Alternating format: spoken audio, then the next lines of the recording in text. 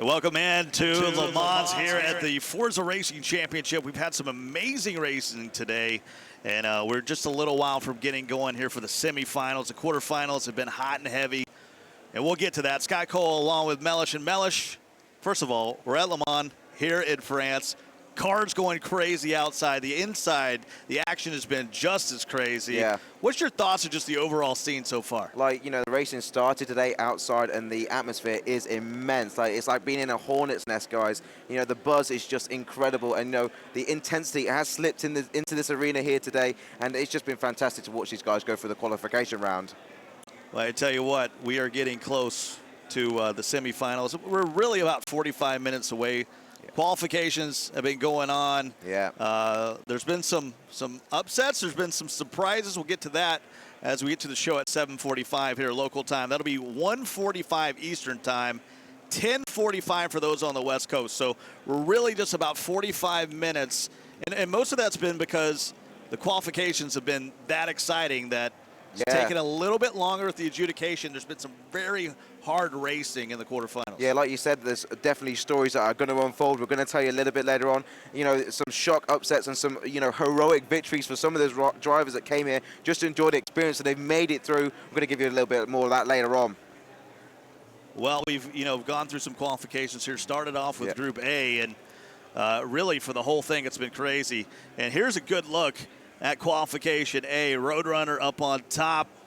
Envirus, Zoom, Harmonic. So that's how that's looking for qualification A. So any surprises that you see right there? Not really. I mean, like, you know, Roadrunner and Envirus, those guys are well known in the Forza community for running no racing line, and especially Envirus, who runs in cockpit view, which is a kind of a unique thing because most guys in the racing community don't do that. You know, and it shows how confident he is in his racing style, and it was fantastic he could pull out those points today, because that means he's going to go through. It's going to be brilliant for him. He's going to be so excited. Well, on the other side, we got Group B.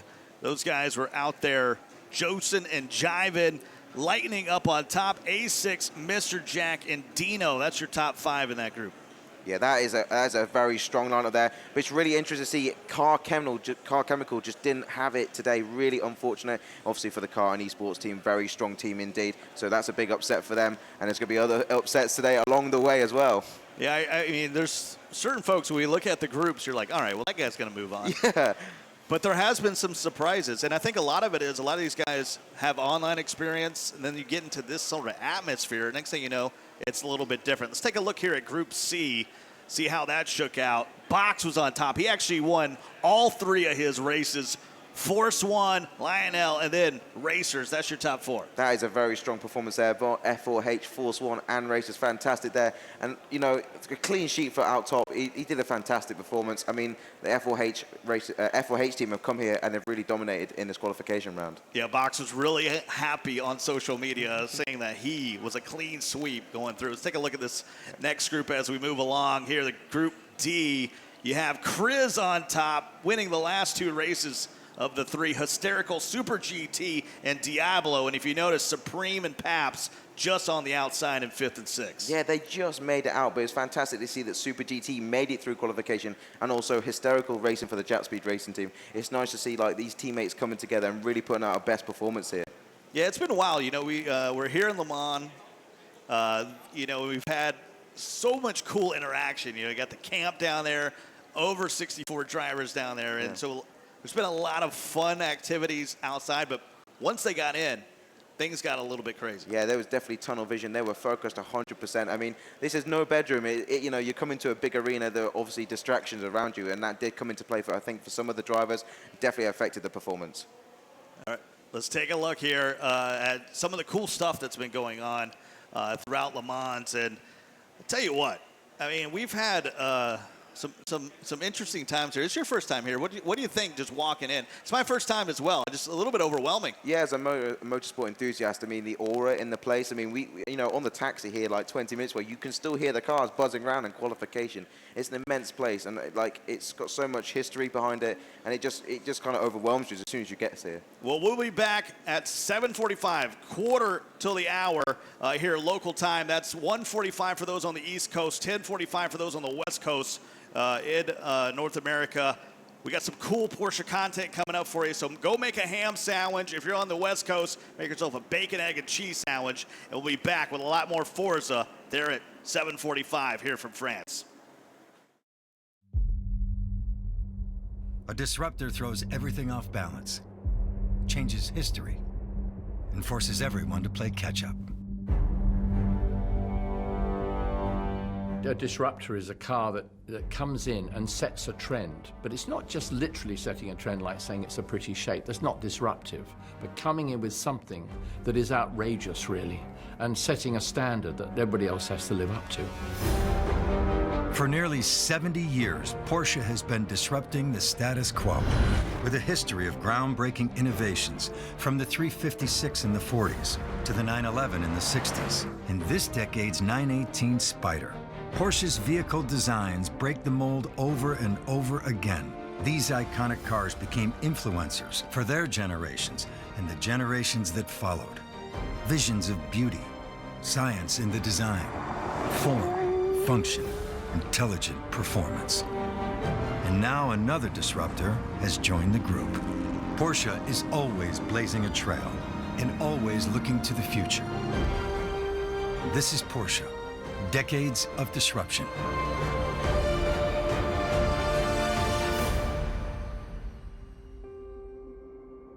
Going against the grain is one of the biggest things that I think Porsche especially has done for decades. They've gone their own direction. Doesn't matter what the industry is doing. They have an idea, they chase it, they perfect it. In the 1940s, the car industry came to a crashing halt during the war. Afterwards, car makers hurried to stake their claim on the new and growing market. And one man changed the game by creating the car of his dreams. Ferry Porsche said I was looking for the sports car of my dreams and I couldn't find it, so I built one. So he created this car in his vision, and boy, did he do a good job. And they bring this bloody Porsche out, and it's totally off the wall because it's, you know, air-cooled, it's 4 cylinders, and it's sort of built very light and very nimble. You look at American cars in particular, they're gigantic. You know, there's 7 tons of metal wrapped around you, and they're as long as a city block. And then you look at the 356 and you go, what's this? This is this beautiful little sports car that's peppy and fast, this wonderful sensation of speed without being terrifyingly fast, but that handles far better than anything else that's being built around that time. 356 was leading the way for Porsche. If you look at the design, you can see the whole Porsche design language. The engine, of course, in the back, the typical Porsche silhouette. We have lightweight building, we have all-day usability, and the 356 is also a car which you can use on the racetrack, so you can win on Sunday and drive on Monday. And is reliable. That was the remarkable thing about it. People were used to cars breaking every time they drove up. I mean, you know, they used to talk about the British products as being, you know, operated by Lucas, the Night of Darkness. There's a purity to the driving experience in this car. It's a very simple, easy, focused driving experience with nothing extra. No power brakes, no power steering, rarely a radio. You want the top up, you pull it up. It had nothing it didn't need and everything it did. And it was geared towards, you know, the feeling of driving a car. Everything was around that, and nothing has changed. I mean, Porsche to this day in the racing, the drivers are what it's about. Usually people see Porsche as a very male brand, but it's not true. The very first Porsche customer was a woman. When Ferry Porsche wants to start the production of the 356 in Austria and Gmünd, he had to create a budget, and for that reason he had to sell the prototype.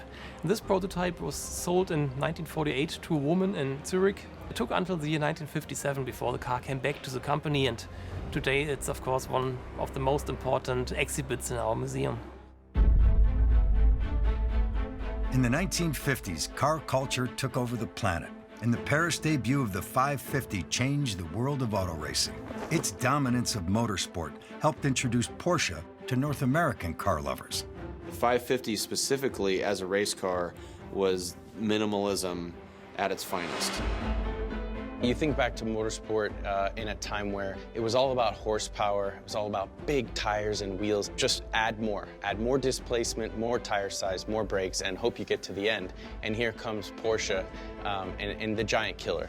Having less weight is like having more power. It's like having more grip. It's like having better efficiency. Less weight acts on every single thing the car does.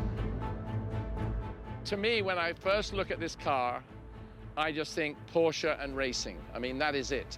And you look inside it and you go, look at it. It's so damn basic, you can't believe. But it's functional, and that's what Porsches are about. It's like balsamic vinegar, you know what I mean? It's been processed and processed, and really what's necessary, and that's all that's there. Straight, uncut sports car. The 550 Spider was raced by many famous drivers in America, but yeah, there were other celebrities, and of course the most important one was James Dean, and yeah, maybe this is also part of the myth of the 550. That was a car you could drive to the racetrack. You're just like, here's my road car, beep, and you just drive up and you get your little bag out and your little leather helmet or whatever the hell they used back then, and then you just go out there and whip everybody's ass and you just drive home, you know, have a beer or something.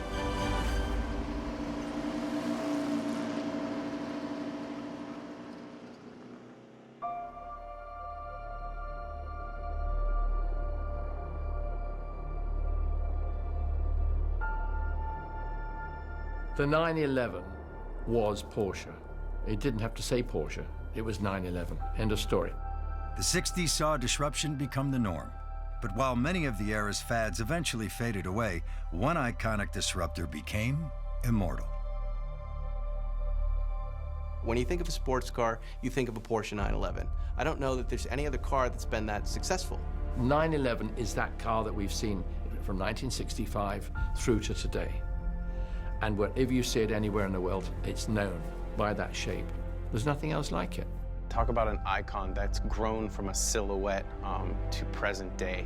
And when you line those cars up and you see where the evolution has come from, you see how much of the DNA and the roots are still vested inside of the car, and what works about that car, and what works from a driving experience, from a performance standpoint, and from an aesthetics standpoint. It's an icon. It's a car that sits separate of all of its competitors. When the Porsche 901, that's how it was called at the beginning, came out in 1963, people were not sure if it's still a Porsche. Some people just disliked it. But then, when the first journalists drove the car and yeah, presented their test reports, people started loving the car. I think what's so remarkable about this car is the fact that it did follow on from the rear-engine cars that Porsche have produced since day one. And of course, you do have the engine and the transmission behind the centerline of the rear wheels. Very quickly, the 911 became an icon of the Porsche brand. In the meantime, we have 7 generations, and soon we will build the 1 millionth 911, more than 20,000 racing victories.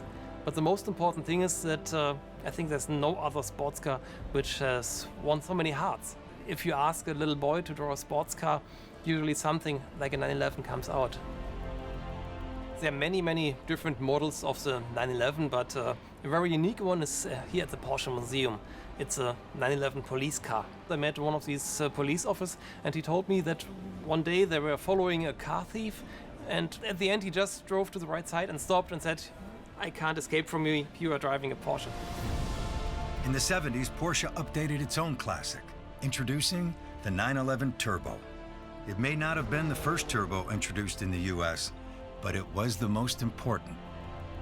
The Porsche 911 Turbo is really a moment where they're creating a supercar, where they're creating something that's fast and a little dangerous. And that 76 Turbo, again, it's a little monster. It's a little monster that feels familiar, but you have to respect it. The turbochargers would punch or they would hit or whatever. There was a violence to it. It was really like a turning point for the brand, that they showed that hey, this is what a race car really feels like. Now all of a sudden they've stuck a turbo and a big wide flare and wider wheels and really pushed the envelope. I was a kid, and you have that 930 poster that so many of us have had. That was like brute, over the top. I mean, that was a flash of some serious car. Senior prom. I had just picked up my date. I was getting on the 210 freeway going to someone else's house. And I get on the freeway, and the on-ramps in that car were so awesome. And I came up, and there's a CHP right in front of me. I'm only going on the freeway for like 2 miles. I'm like, oh. And I just legged it. I'm coming up on about 50 miles an hour faster behind him. And right when he got past the off-ramp and he couldn't turn, I went, whew, reverse lights at 60 miles an hour. He threw it in reverse, and I came out on the edge of the Crest Highway sideways with my date. Got up the highway and around and pulled off, and my heart was It's not just a concept for me. You know, that car was a game changer. I have a 930 turbo myself, and when you get that car going on boost, there's no time for texting, there's no time for talking, there's no time for music. That's driving, that's spirited driving, and 930 turbo, it's hard to argue about something being as engaging as that car.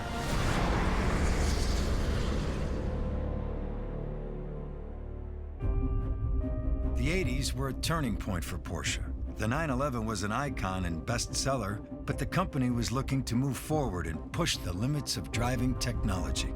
People realized that Porsche was capable of changing everybody's perception. They were like the band that keeps making the hits, you know what I mean? Like you think, oh, there's no way they're gonna make another hit and blow everybody away. And guess what? Here comes another one, the 959. When the 959 came in, it really was the game changer of that era. In fact, it was the fastest car in the world and probably the most stable, and showed the world that we have to go all-wheel drive. The 959, I think, truly the first supercar. It was sort of a quantum leap. You know, everyone's kind of saying, well, let's make it a little more powerful, or we'll make it a little more this, and that was just kind of like they said, what if we started with a clean sheet and just thought about almost like the car version of going to the moon. Active ride, massive turbos, everything that you, quote, couldn't do at that time. I think that that's really a period of the purest form of the word supercar.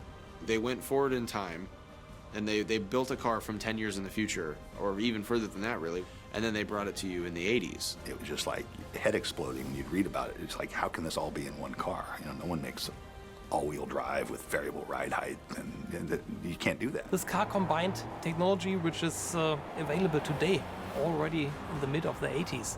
Performance of the car was outstanding, and it also had delivered a lot of luxury, and so people got crazy. They made such a statement at such an important time in their life, I think, really. I mean, they went out and did the Paris-Dakar with it and won it. I mean, to go out there and take on the world's biggest off-road rally, the toughest event of the year anywhere, and they go and win it, you know, with drivers that aren't really off-road rally drivers, they were racing drivers. You were never able to bring them into this country, so it really made everybody nuts.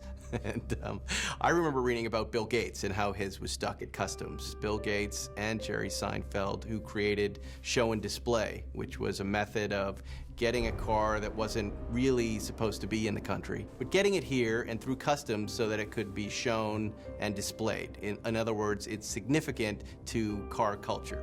And man, if you drive it a little while, who's gonna know, right? Do we get to talk about the Carrera GT now? I love the Carrera GT. In the 2000s, Porsche set their sights on the supercar space and delivered a car that destroyed the competition.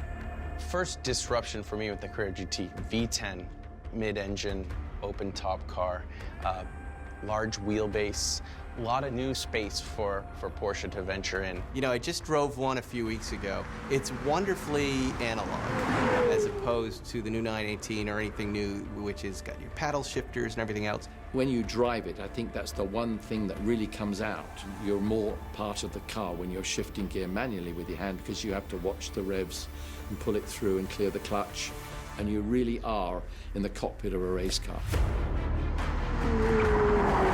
The origin of this project was motorsports. In the late 90s, the Porsche engineers were working on a new racing car for Le Mans. But then there were some rules changed, and Porsche decided not to participate in the year 2000. But the technology, a carbon fiber chassis, a V10 naturally aspirated engine, all these technologies were used for a new car, and this became the Carrera GT. I was able to buy one when I was way too young. It made me a better pitcher. It changed my life. I had a 3.6 ERA before I got it, and then the rest of the season I had like a 2.2 ERA, because I was so happy.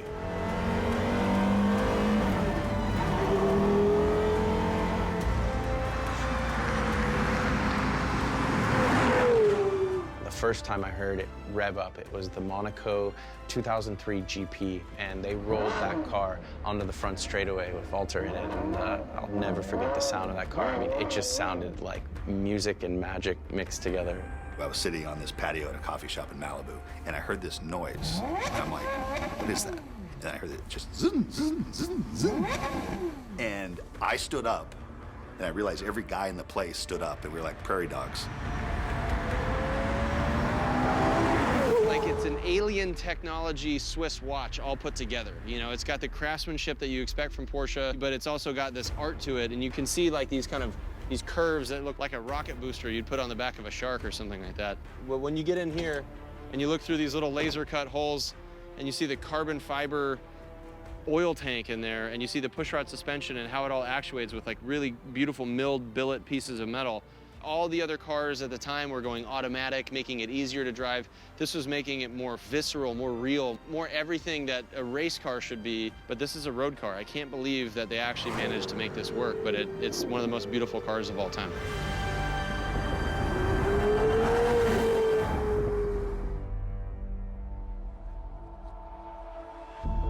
It's interesting when you reflect on each generation, the 959, the Carrera GT.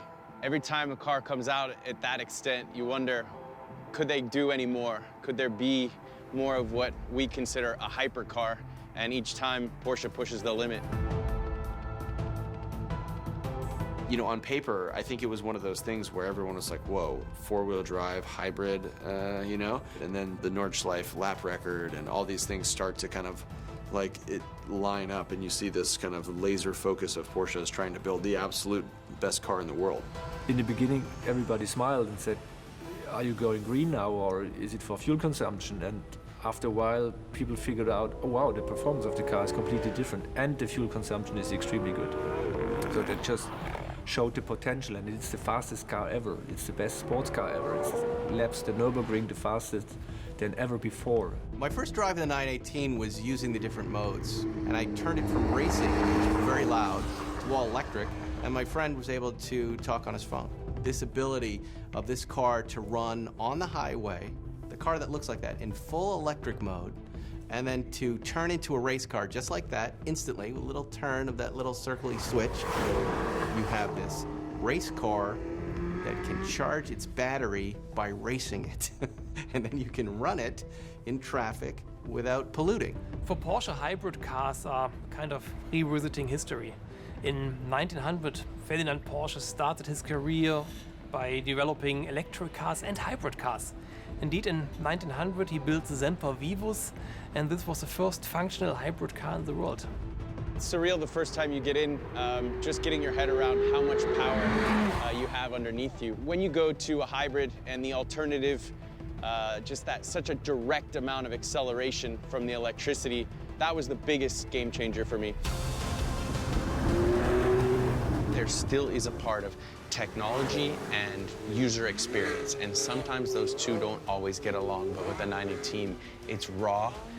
There's a huge amount of R&D that goes into producing some of the numbers and some of the experience that it has, but in the end, you still feel that race-inspired engineering behind it, and that's the part that's fun. It's the first of the future cars.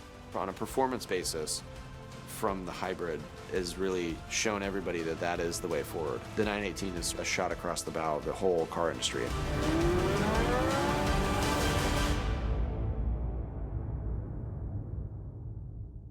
The 911 with the little back jump seats, it's good for my boys because they're 6 and 8, but you know, you want to share that experience with people, and you know, maybe your wife and another couple. The Panamera comes along, and now here you go.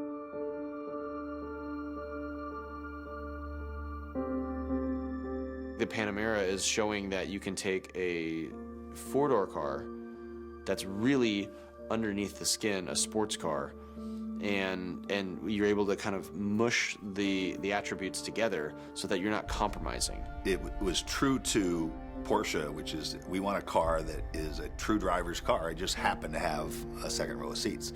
And when you're in the cockpit of the Panamera, you forget there's seats behind you. You jump inside, you quickly respond and connect with driving position, with ergo, everything before you even turn the key and start it up. It's a car that sort of, everything you throw at it, it's ready to deliver, and then again, you sort of snap out of it and realize you're driving a luxury car.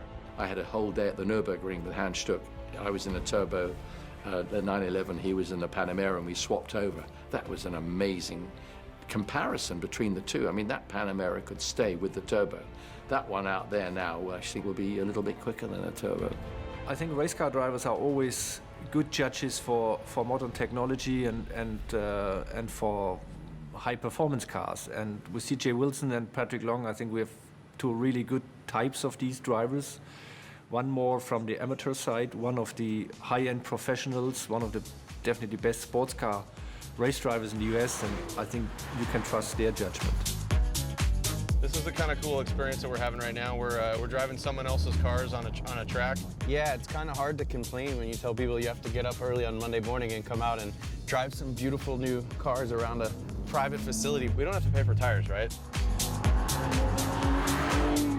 It has the sports car silhouette. As the cars evolve now, I mean, I'm looking at it and it's taken on its own identity. Like now the Panamera is identifiable as a Panamera. Not only do you have the wing, but you have the rear lights and everything that kind of cluster that looks very, very advanced. I just like looking at it, man. It's like watching you going through these corners and stuff like that, seeing as much yaw as you're able to create, but also looking at like right over the hip and seeing that supercar hip that you have right over the fuel door.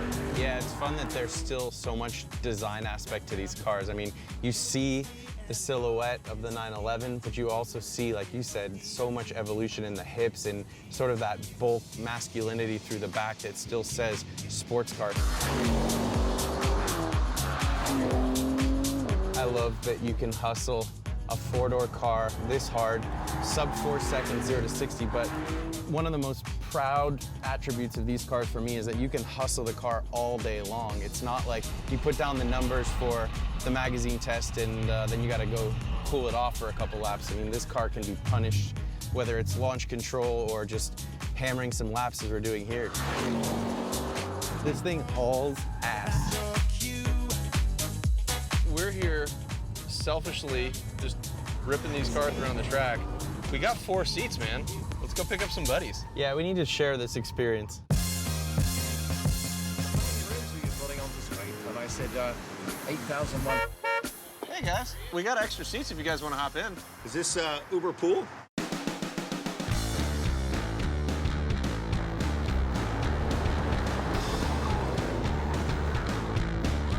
Should be on it harder than that, but...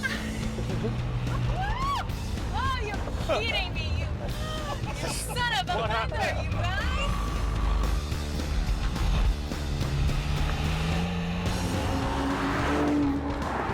How is it back there, Mr. Bell? Are you comfortable? I never thought I'd sit in the back of Panamera, actually. Following the other car just now and looking out, it's a very elegant shape to it now. Really It's much refined more, you know, elegance and sort of got class. Yeah, there's few cars out there where you don't feel bad when you give another couple the back seats to go to dinner. We're a couple now. We are, no chance there, boyo.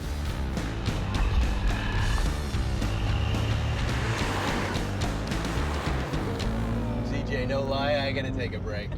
Yeah? Yeah. Okay. I gotta subtract a passenger. He's tapping out, tapping out. Well, now, Liz, what do you like in a car? What are the things that you look for? Obviously, you like performance. You've got the bug. You don't like to sneak in quietly in the back. No. I'm Brazilian, you know, I like to make noise. You got to stand out a little bit, right? So, you know, I'm sitting in the back now. I was driving earlier. I can actually change the stereo from the back. So you can be a backseat DJ along with being a backseat passenger. Well, that's good, because I don't think you're getting the steering wheel back anytime soon from well, what I can tell. So at least you have something to occupy you and at least give you some semblance that you're in control. I've got a chilled water, and I'm just watching my wife go to work right here. It's pretty interesting. Mr. Bell, Mr. Kendall, Mr. Long, and Mrs. Wilson, I've had a great time, but let's see if Spike's turn back to normal colors.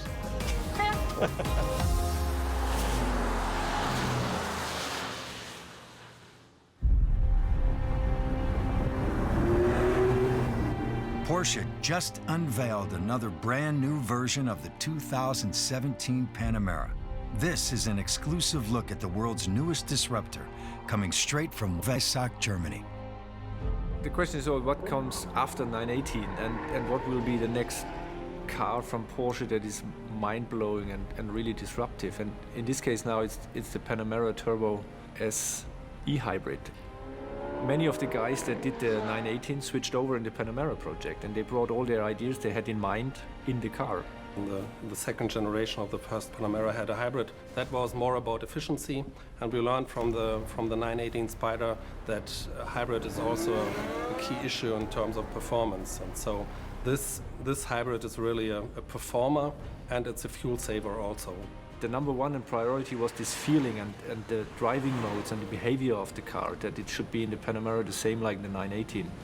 With the drive mode, with the map switch and the steering wheel and all these things. And for sure, the assembly with the engine, the electric drivetrain or the electric motor, and then a PDK, a double clutch gearbox, because nobody else uses a hybrid in combination with a double clutch, and all the software behind that, how to shift and how to integrate the electric motor in this complex drivetrain. That went all over. The figures are quite impressive. The result of combining the combustion engine with the electric hybrid system is a total power of 680 horsepower and 627 pound-feet of torque. The acceleration will be below 3.3 seconds from 0 to 60 miles per hour. It will be the fastest luxury car in the world, and it's a hybrid. Porsche's design team is constantly on the path to drive automotive disruption, and their most important vision is still in the works, the Mission E. Decade after decade, these iconic Porsche vehicles changed the world, and Porsche has no plans to stop. What is that feeling that makes you feel like a kid again? What is that captivative energy that just makes you want to drive? Porsche came in to sort of disrupt, if you like, and say, hey, we're here, we're going to make a real mark in the future. And of course, that was how it all began. It's a consistency that they are able to bring to the table with all these different either lightweight cars, race cars for the road, or taking a technology that used to only live in aerospace and now it's a road car technology. They keep at it. Porsche is the ultimate disruptor.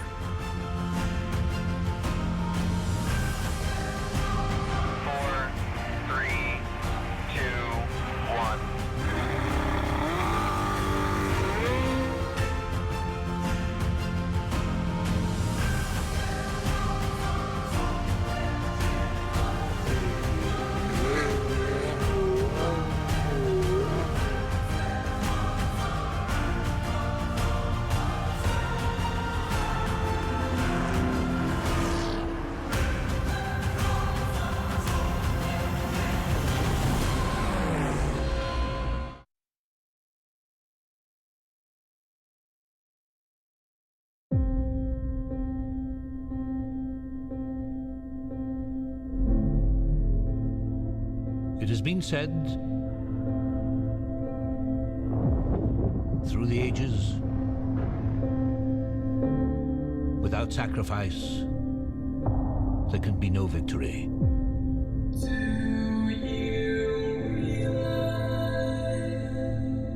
Two species at war.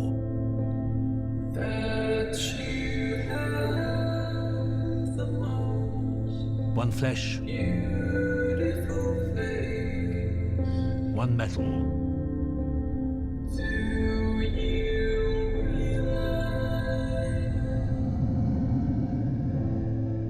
Optimus Prime has left us. We're floating in space. 100 billion trillion planets in the cosmos.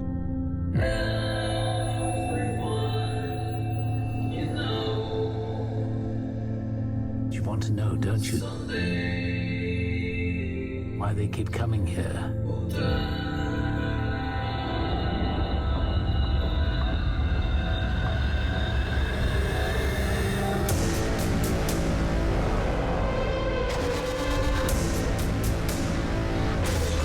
I want to stay,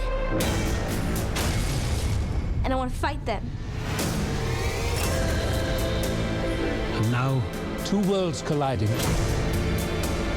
The operation is over. We're not giving up, okay? Only one survives.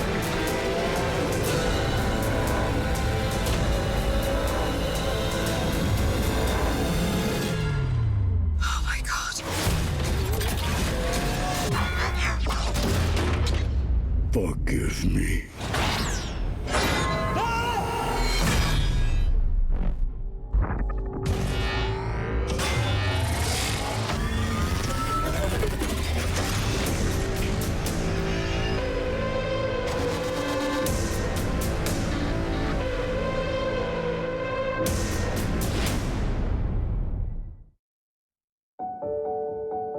I never really noticed cars.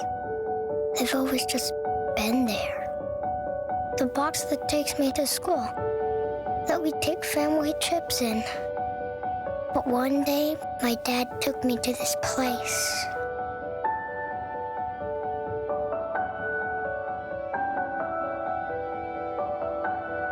The cars didn't look like boxes anymore. They were different. Some were older. Some were newer. But they all came from the same place. They had wings and muscles and eyes that looked at you. They were all fast. The engines sounded angry. But they made everyone happy. The cars weren't dirty, but people cleaned them anyway. Total strangers made new friends. And all the grown-ups stopped acting like grown-ups.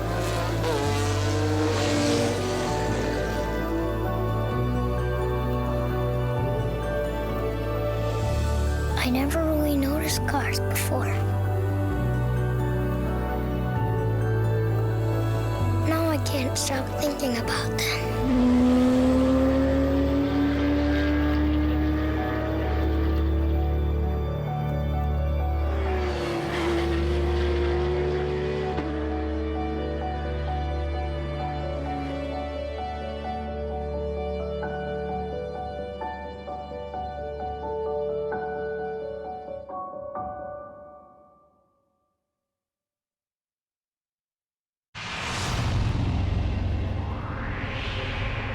They called it madness. Building the car of your dreams yourself. Madness. Putting the engine in the back. Madness.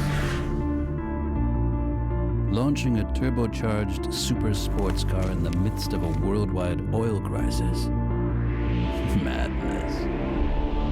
Taking a sports car into the desert and taking the insights gained there back onto the streets. Madness. Building the first hybrid car on Earth. And when its time had come, the fastest one on Earth. Once more, they called it madness.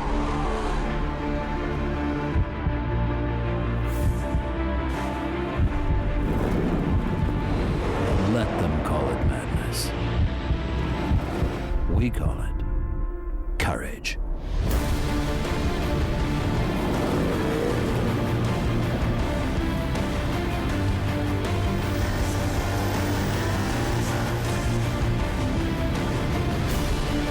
The courage to build a sports car with 4 business class seats. The courage to upgrade not only the driving, but also the driver.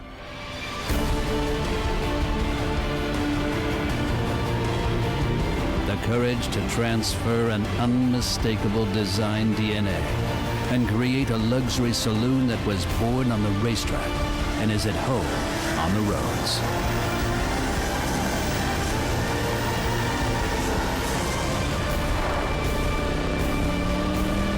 The new Panamera. Courage changes everything.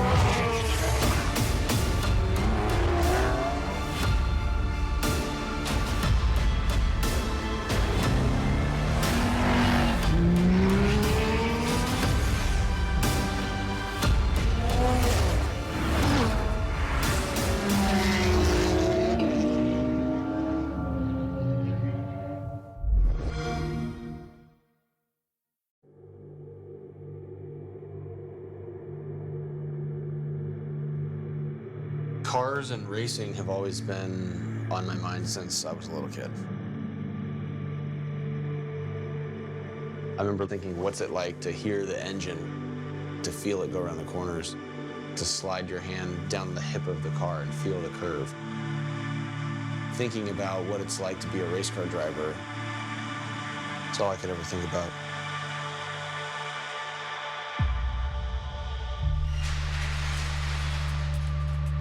I feel like Porsche was a brand I could personally relate to because their success on the track was very similar to my success on the field.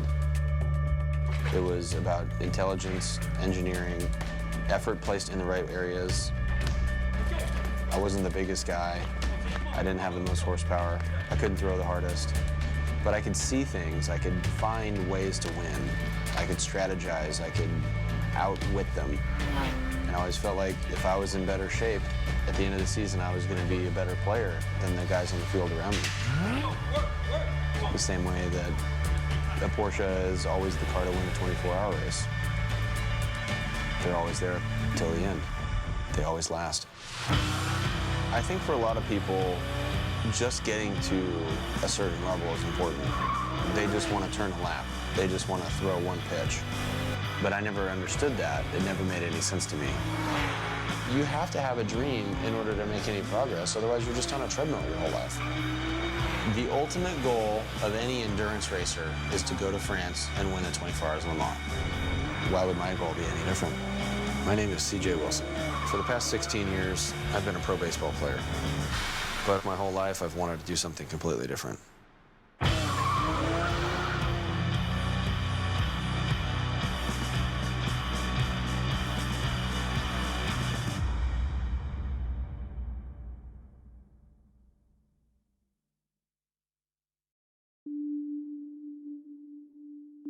It started as a legend, one of the greatest of all. 1,000 years we've kept it hidden, to protect Earth from what was destined to arrive. Optimus Prime, you destroyed your home. Do you seek redemption? My maker, I do.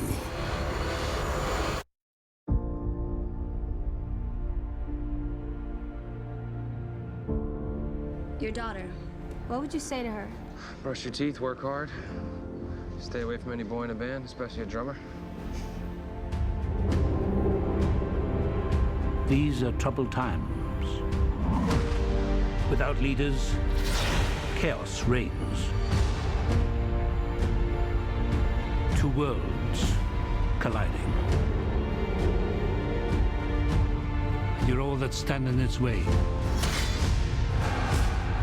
And now the greatest mission of them all, to turn the tide of human history.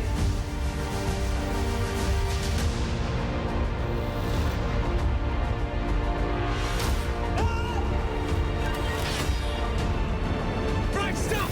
Can't do this! The imminent destruction of everything we know and love begins. I'm not leaving you. When all seems lost, a few brave souls can save everything we've ever known. The operation is over. We're not giving up on Prime, okay? I want to stay, and I want to fight them.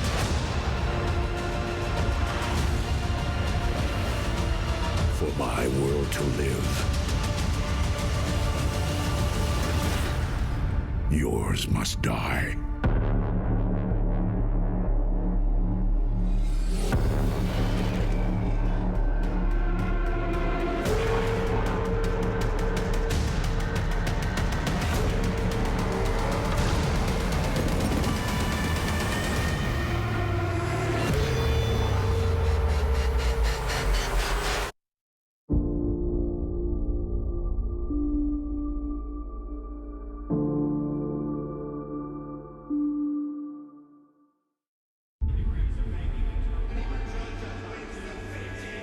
Who really needs a Porsche?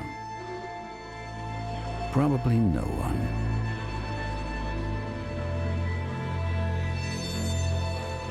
And motorsports? Probably no one either.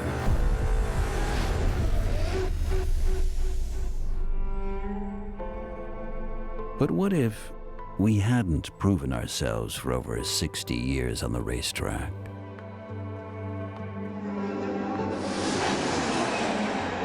Our story would certainly be different. Because everything began with motorsports.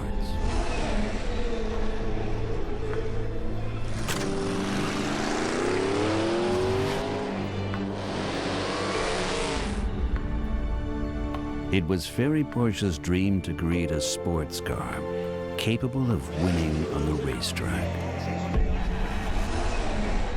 A dream without which many Porsche would have never seen the light of day. Because every Porsche for the road must first conquer the track. Whether it's lightweight construction, all-wheel drive, turbocharged engines, or double-clutch transmissions, what seems normal in our sports cars today had to first survive the toughest races in the world.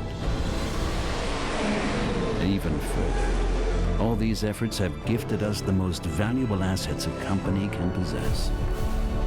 Identification, pride, fighting spirit. But most of all, a culture in which we fight for our values together.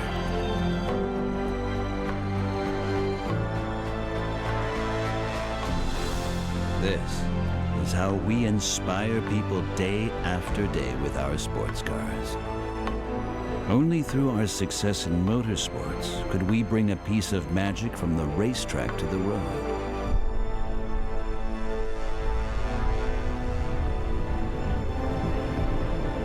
Let every Porsche driver feel the spirit of Le Mans. And let our visions become reality with the 919 Hybrid.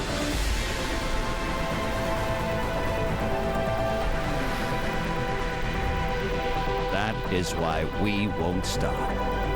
Why we will continue to develop. Turn passion into achievement. Turn the here and now into the future. And motorsports of today into the sports car of tomorrow.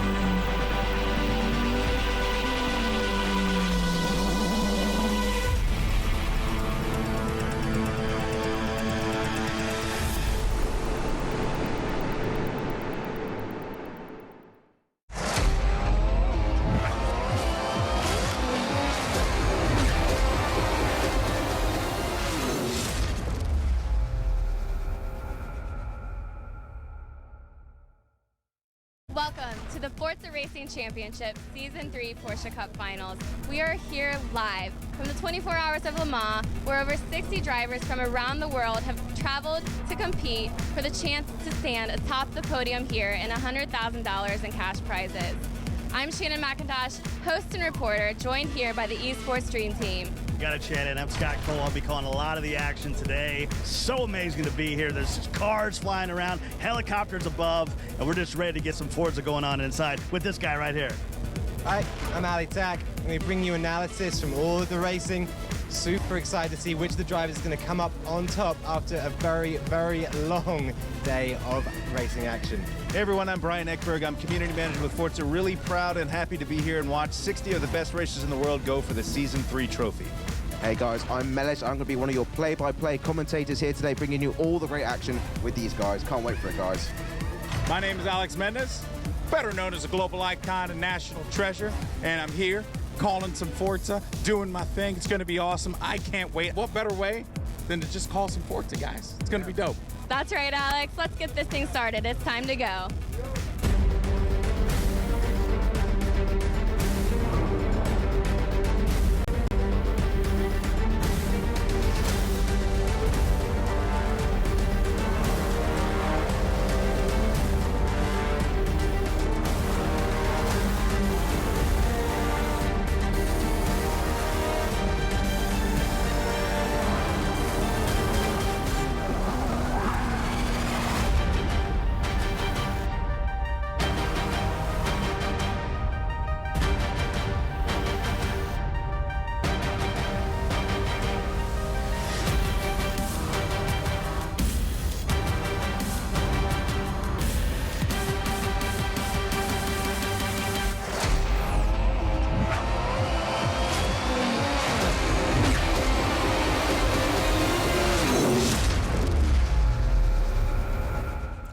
we started with 64 drivers, now down to 24, and we're getting closer to 1 as we're live from the 24 Hours of Le Mans. That's right, a little endurance going on outside, and there's some endurance racing going on here inside.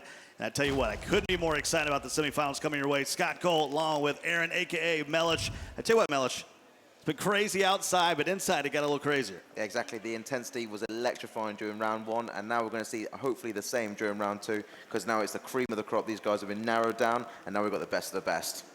Well, we got a slew of races coming your way, y'all. I know you guys have been waiting for a while. 9 races are going to be coming up, and I'm telling you one thing. These guys are going to be tested to the limit. And, you know, the funny thing, Melish, is these guys get in here, and they, you know, we do some qualifiers on the weekend. They might do a few races here and there. 9 races is going to happen, and then tomorrow, 4 more races. Yeah, I mean, that's a huge, like semi-final. 9 races, and they're difficult tracks as well. They've been track selected, and like they're gonna have like to keep their effort and 100% like dedication to it. Otherwise, a slight mistake, especially with these guys around you, it's gonna cost you time and positions. Let's take a look at that schedule. 9 races all together, starting off here on the Bugatti circuit. And I want to point one thing out for you, Melish. Race number 8, Nürburgring, and that's going to happen at night, my friend. Yeah, that's going to call it's going to call the drivers to adapt very, very quickly. Obviously, it's a different driving style in the night time. You know, you get better handling, but then you lose like bigger braking distances. So you've got to be very careful when you're like driving in a pack as well, especially. Well, and then on Sunday, we just take a short break, very short break. It's becoming even shorter. It will have 4 races, and it'll end right here on the very track we're broadcasting from, Le Mans Les Sarthes. And I tell you what, that's going to decide the whole thing on Sunday. True test of endurance here in the Forza Racing Championship. Yeah, it's an absolute tribute, you know, to go to Le Mans Les Sarthes. I mean, like, you know, that's why the reason why we're here, and it's no better place to finish off. Well, let me introduce you to the 3rd member of our broadcast team. Let's go down the pitch with my man, Ali Tack. Hi, yeah, welcome along, everybody. Tonight we've got some awesome liveries to be giving away, and the way to do that is super easy. If you're watching on Mixer, then hop over there and you can join your account to your profile there. If you're on Twitch, then head over to forzaconnect.com/TwitchDrops, enter your gamer tag, and link there as well. Both of those ways are great ways of getting these super cool liveries that we're giving away for this event. Well, we'll have a lot more from Ali. We'll have some more from Golden Boy. He's going to come join us a little later on. He's going to take my spot as we continue this endurance. It's not even endurance for the folks here that are going to be racing, for us as well. We got a long way to go. And so you can win some prizes for watching on Mixer, watching on Twitch. But we're going to have some prizes here as well. Let me tell you a little bit about the format before we get to that. You know, you're wondering, man, what is this going to be? Well, we started off in the qualification. That happened this morning out here at Le Mans. We had 6 groups, 66 players, and we got down to 24. That's what happened in the qualifications. And then we were able to move on to the semifinals, and that's what you're going to be watching right now. We got 2 groups, 24 players, and we're going to have that down to 12, and that's what's going to be going on Sunday. Sunday, we're going to have the grand finals, top 12 players. We'll get down to 1. And then an interesting thing about this whole thing, just to bring you up to speed, they're going to have the top 3 drivers on the real podium. That is so they've added a 5th class of racing here at Le Mans, and it is Forza Esports. So we're very excited about that. We're a long way away from that. And we talked about you winning some prizes at home. Well, these guys have some opportunities to win some prizes as well. $100,000 prize pool is going on, with the winner taking home 20, second place 15, third will be taking home $10,000, but 4th through 48 will be sharing $55,000. So a lot of the drivers that came out here to Le Mans are going to be taking home some cash. Of course, the winner will be raising that coveted cup. Yeah, exactly. I mean, you talk about, you know, up to 44th getting prize money. It's kind of like the guys that just didn't quite make it into round 2, the semifinals. They're still, you know, it's still like a payment, a tribute to like how much effort, the travel, the distance they've traveled to get here. It's just a big thank you for them, really. I think because it's the prestige of being here. Most of all, like racing at Le Mans is a dream come true for most motorsport fans. Well, you talked about the journey that these folks had, where they went through the qualifying. That wasn't easy. We saw some surprises there right off the bat. Some guys that we thought were clearly going to be working their way through. Some of those guys didn't make it in. No, it's definitely a roller coaster ride for some of the drivers here who you think would get through to the semifinals, but just some upsets. So, you know, like some guys from car and esports, you definitely think they would make it through. We've still got a lot of car and esports guys there, definite contenders for the championship as well. Very strong drivers. Whole of F4H, the whole lot, 6 guys, 100% success rate, made it through as well. And we got some what I would consider underdogs, but it's not the case. We've got Paul, you know, 3993, like he's here. That's my guy. That's my guy. I've said it all along. That's my guy. No team, no flashy name. Just, you know, throw a Paul up and a few numbers. That's all he needs. Yeah, exactly. Well, let's show you how you get. We talked about that journey. Let's take a look at Group A so you can see those that moved on. We started off with Lage, Zermatt, Eggy, and then Paul, the man you're talking about. And he needed some adjudication to move up. He was 6th at one point. Ended up moving to 4th, so he's moving on. Yeah, the marshalling was absolutely rigorous during Group A. I mean, like, yeah, he waited. They were waiting for confirmation of the race results for a long, long time. You know, these guys were, like, under immense pressure to find out whether they'd made it or not, because it's a huge thing to them. So to find out that you've just, you know, got into 4th position and you're in the semifinals, it's a huge achievement in itself. They have a huge staff in there. I tried to get into that room just to see what was going on. They're like, no. We'll tell you when we're ready. No more room for you, big boy. I can tell you that. Let's take a look at Group B and show you what drivers moved on. Lightning, of course, the man from North Carolina who won the New York Invitational. A6, Mr. Jack, and then Dino. Those are guys who moved on. A surprising name there, Chemical, finishing 7th. He won't be moving on to the he was definitely struggling. I mean, like, you could be really fast, but when you're racing in a pack, you know, it's like those seconds get taken away from you because you can't make those apexes properly like you would want to. So, you know, he definitely had like a few issues racing, and it really undermined his performance here, but definitely a strong character and a good racer as well. Well, let's move on to Group C to show you how that shook down. Box won all 3 of his races very dominantly.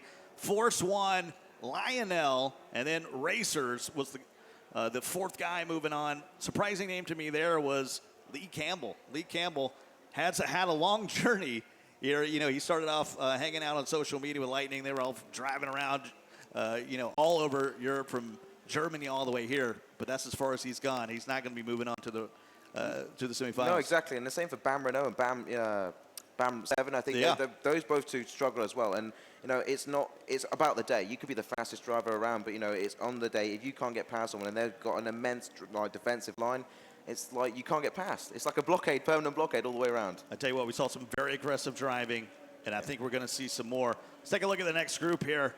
It was Chris. Boy, he looked good as well, especially in those last 2 races. Hysterical, Super GT, and Diablo. Supreme and Paps on the outside, and also Davey Skills, as that was an absolutely packed Group D. That was unbelievable. It's like unfortunate because Davey Skills would have been an absolute contender to the, you know, his teammates. Had a little mishap. He did have a little mishap, but he would have been absolute contender to Lightning and Lage. I think he would have brought the game to them, and I think he would have been, you know, battling against his own teammates here as well. But it's great to see that.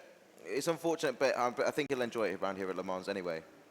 Well, you know, that's the thing. There's no guarantees, and that's why they have the qualification round. Yeah. And now let's take a look at the next group, and it's Roadrunner, Invirus, Zoom, who's made a team change, and then Harmonic. We didn't think he was going to make it. I mean, he just squeaked in there, and we saw Hornet racing so well throughout the whole season, but he came up short. He's not going to be moving out of Group E. Exactly. I was just saw GTR Knee there in 5th position. Yeah. You know, I had a few mishaps, and that's what happens when no race line. When you're racing Roadrunner and Envirus, specialists of no race line and cockpit view, you really have the challenge comes to you, and like, you know, you've got to be on your A game, and all the pressure here in the arena is just immense sometimes, and you do crumble. It's a lot. Are you feeling pressure? I'm feeling pressure, yeah. Wipe that brow limit? I don't know. Final group, Group F. This is how it went down. Johnson, wow, very dominant, won all 3 of his races. Armarth, Kaiserwolf, and then Rossi. Boy, you feel for Anto just on the outside. Anto and Diesel, that was the toughest group, I think, of the day. Like, you know, and to get full position to I'll be get honest, through that group was hell. That was hard. That was really hard. So to get through was an immense achievement for those guys. And like that's an achievement in itself, even if they don't do so well in the semi-final. But fingers crossed they do. Well, I tell you what, these guys, come on. We made these guys wait long enough. We made the audience wait long enough. Everyone, we delayed a little bit. It's now time for race 1 of the semifinals. It's going to be an exciting one. You know, these guys have been, it's truly a test of endurance. You know, I don't care if you're in a real vehicle or if you're strapped in right here. It takes all your focus to get ready. You got through this, you got quarterfinals, you're feeling pretty good. Yeah. Can't lose that focus, though, because now it's time for the semifinals. Yeah, exactly. I mean, like, they would have put 100% effort in to make it through round 1, but now you've got 9 races in a stint, and that's incredible. And to, like, remain 100% dedicated through that and not, like, lapse in concentration that's a test of endurance and a real feat for these drivers. Let's break down that first track for race number 1. Ali, what's going on, my man? Yeah, we are off, first of all, to the Le Mans Bugatti circuit. I mean, this one is built inside the Circuit de la Sarthe. So the 24-hour circuit is much larger, covers a much larger distance. This one's the smaller, compact, racy circuit in the center. Follows that same track past the first corner, past the Dunlop chicane, and then disappears on its own. You can see it twisting away there on the track map. It's all about commitment, and this one is going to be a super, super tough race. Day, Ali, and the interesting thing here, Melish, is they did race this in the qualification. They did race this circuit. Yeah. But they didn't race it in the 718. 718 from the 1960s. We're going to be taking a Porsche journey here as we move through these cars, but this 718, 1960s technology at its finest. The only problem is it's 2017. Well, the track is difficult in itself. I mean, the curbs will kill you. The sand traps are everywhere. You know, you clip that, you know, you're scrubbing off seconds. And these cars are not particularly fast, especially with stock brakes as well. That's going to play a big part in this race. When they're under pressure, brake performance, dive bombs. If you see any dive bombs, that's going to be key. All right, we are all go. First race of the semifinals. I tell you what, this is going to be exciting. When you talked about the car, you talked about the differences. Who you feeling here in the early goings? Well, it looks strong from Carl H out in front with Box in second position. Roadrunner is holding third with Zermatt behind him, who just got pit by JSR Zoom through the Dunlop chicane. They're actually going side by side at the moment. Zermatt's got the outside line and the lead. He's going to cover his tracks, move towards the inside. And you can just see Envirus there. Oh, big tap from Envirus. And Zermatt just can't quite close the door on Zoom. But the cutback's coming. He's coming for the cutback. Car Zermatt does not want to let this go. Good racing here, trying to battle for that 4th place. Lage out in front. That's what you're going to hear me say that a lot here in this group. Roadrunner in 3rd, Zoom there in 4th. That's who we're hanging out with. But Zermatt, you can see him. Some beautiful paint jobs, liveries, and these Porsche 718s. Yeah, look at that there from Zoom, hanging it round the outside. Zermatt, though, gets the double apex. Doesn't quite get the speed, though, and it's going to be Zoom who has the track position going into the next corner, and this is a very difficult corner. Well, we got a poll here. You can get out and get involved with us. We'll do some polling. That's some of the cool new features that we'll have on Mixer. So throughout today and tomorrow, we're going to do some cool polling where you guys can get involved and tell us who you think we're going to win. Who you think's a favorite here? Me, I'm going to go for Roadrunner. I like Roadrunner. I think over Lage.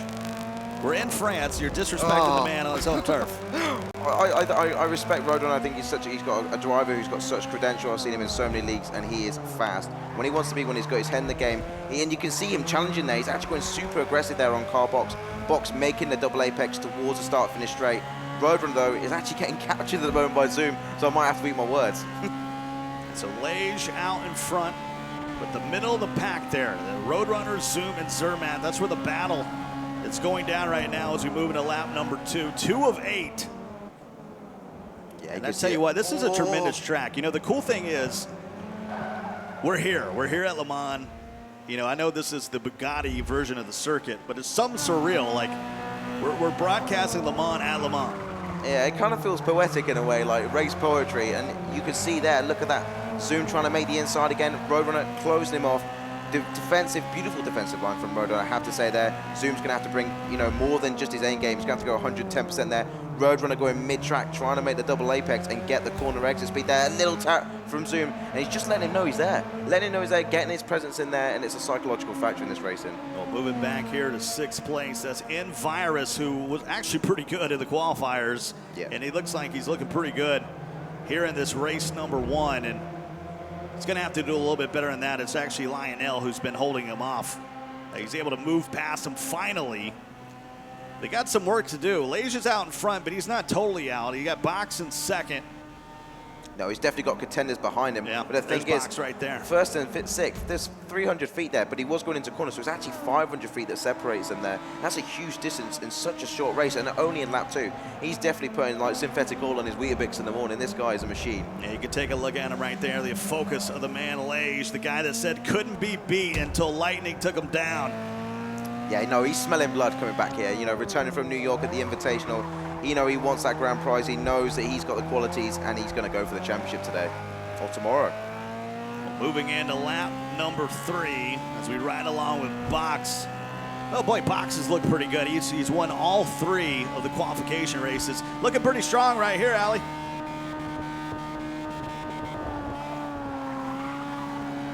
You see Box right there. He's made a gap, 150 feet, and that's going to be just enough to see him, not being attacked in these early laps. Thanks so much. We get a lot of insight from Ali Tack, of course. Forza's community manager, Brian, throughout the entire broadcast. And I can tell you what, we've been hanging out at the campsite. Get to each other. It's pretty cool. Unfortunately, I didn't see Brian out at the campsite. He was staying in a chateau somewhere. Oh, wow.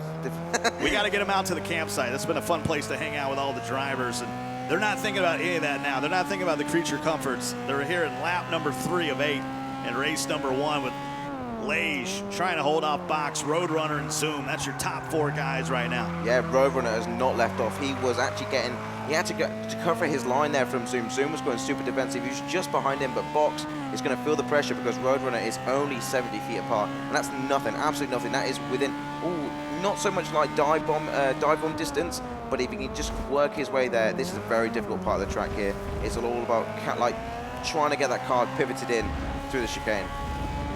You know, the interesting thing here is you take a look at Box and Roadrunner and Zoom just all over them. And that's the interesting, just 2.59 miles here on this Bugatti part of Le Mans. And you usually see some separation, except for Lage, who's about 200 feet on the lead.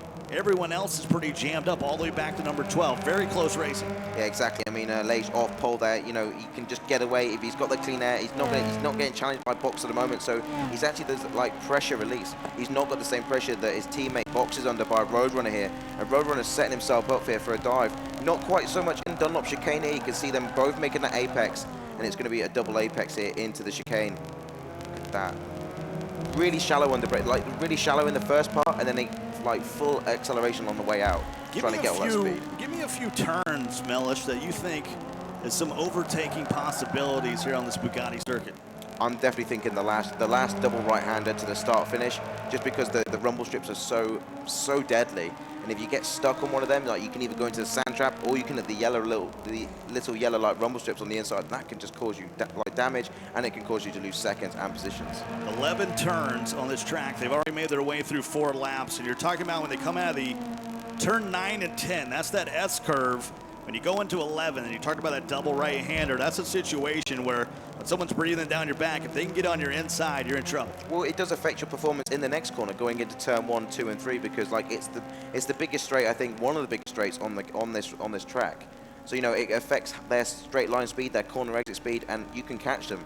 This car is all going to be about speed. This car, because it's 1960, the handler's not so great in it. So Box, Roadrunner, and Zoom. That's 2, 3, 4. Let's go back down the pits with my man, Ali.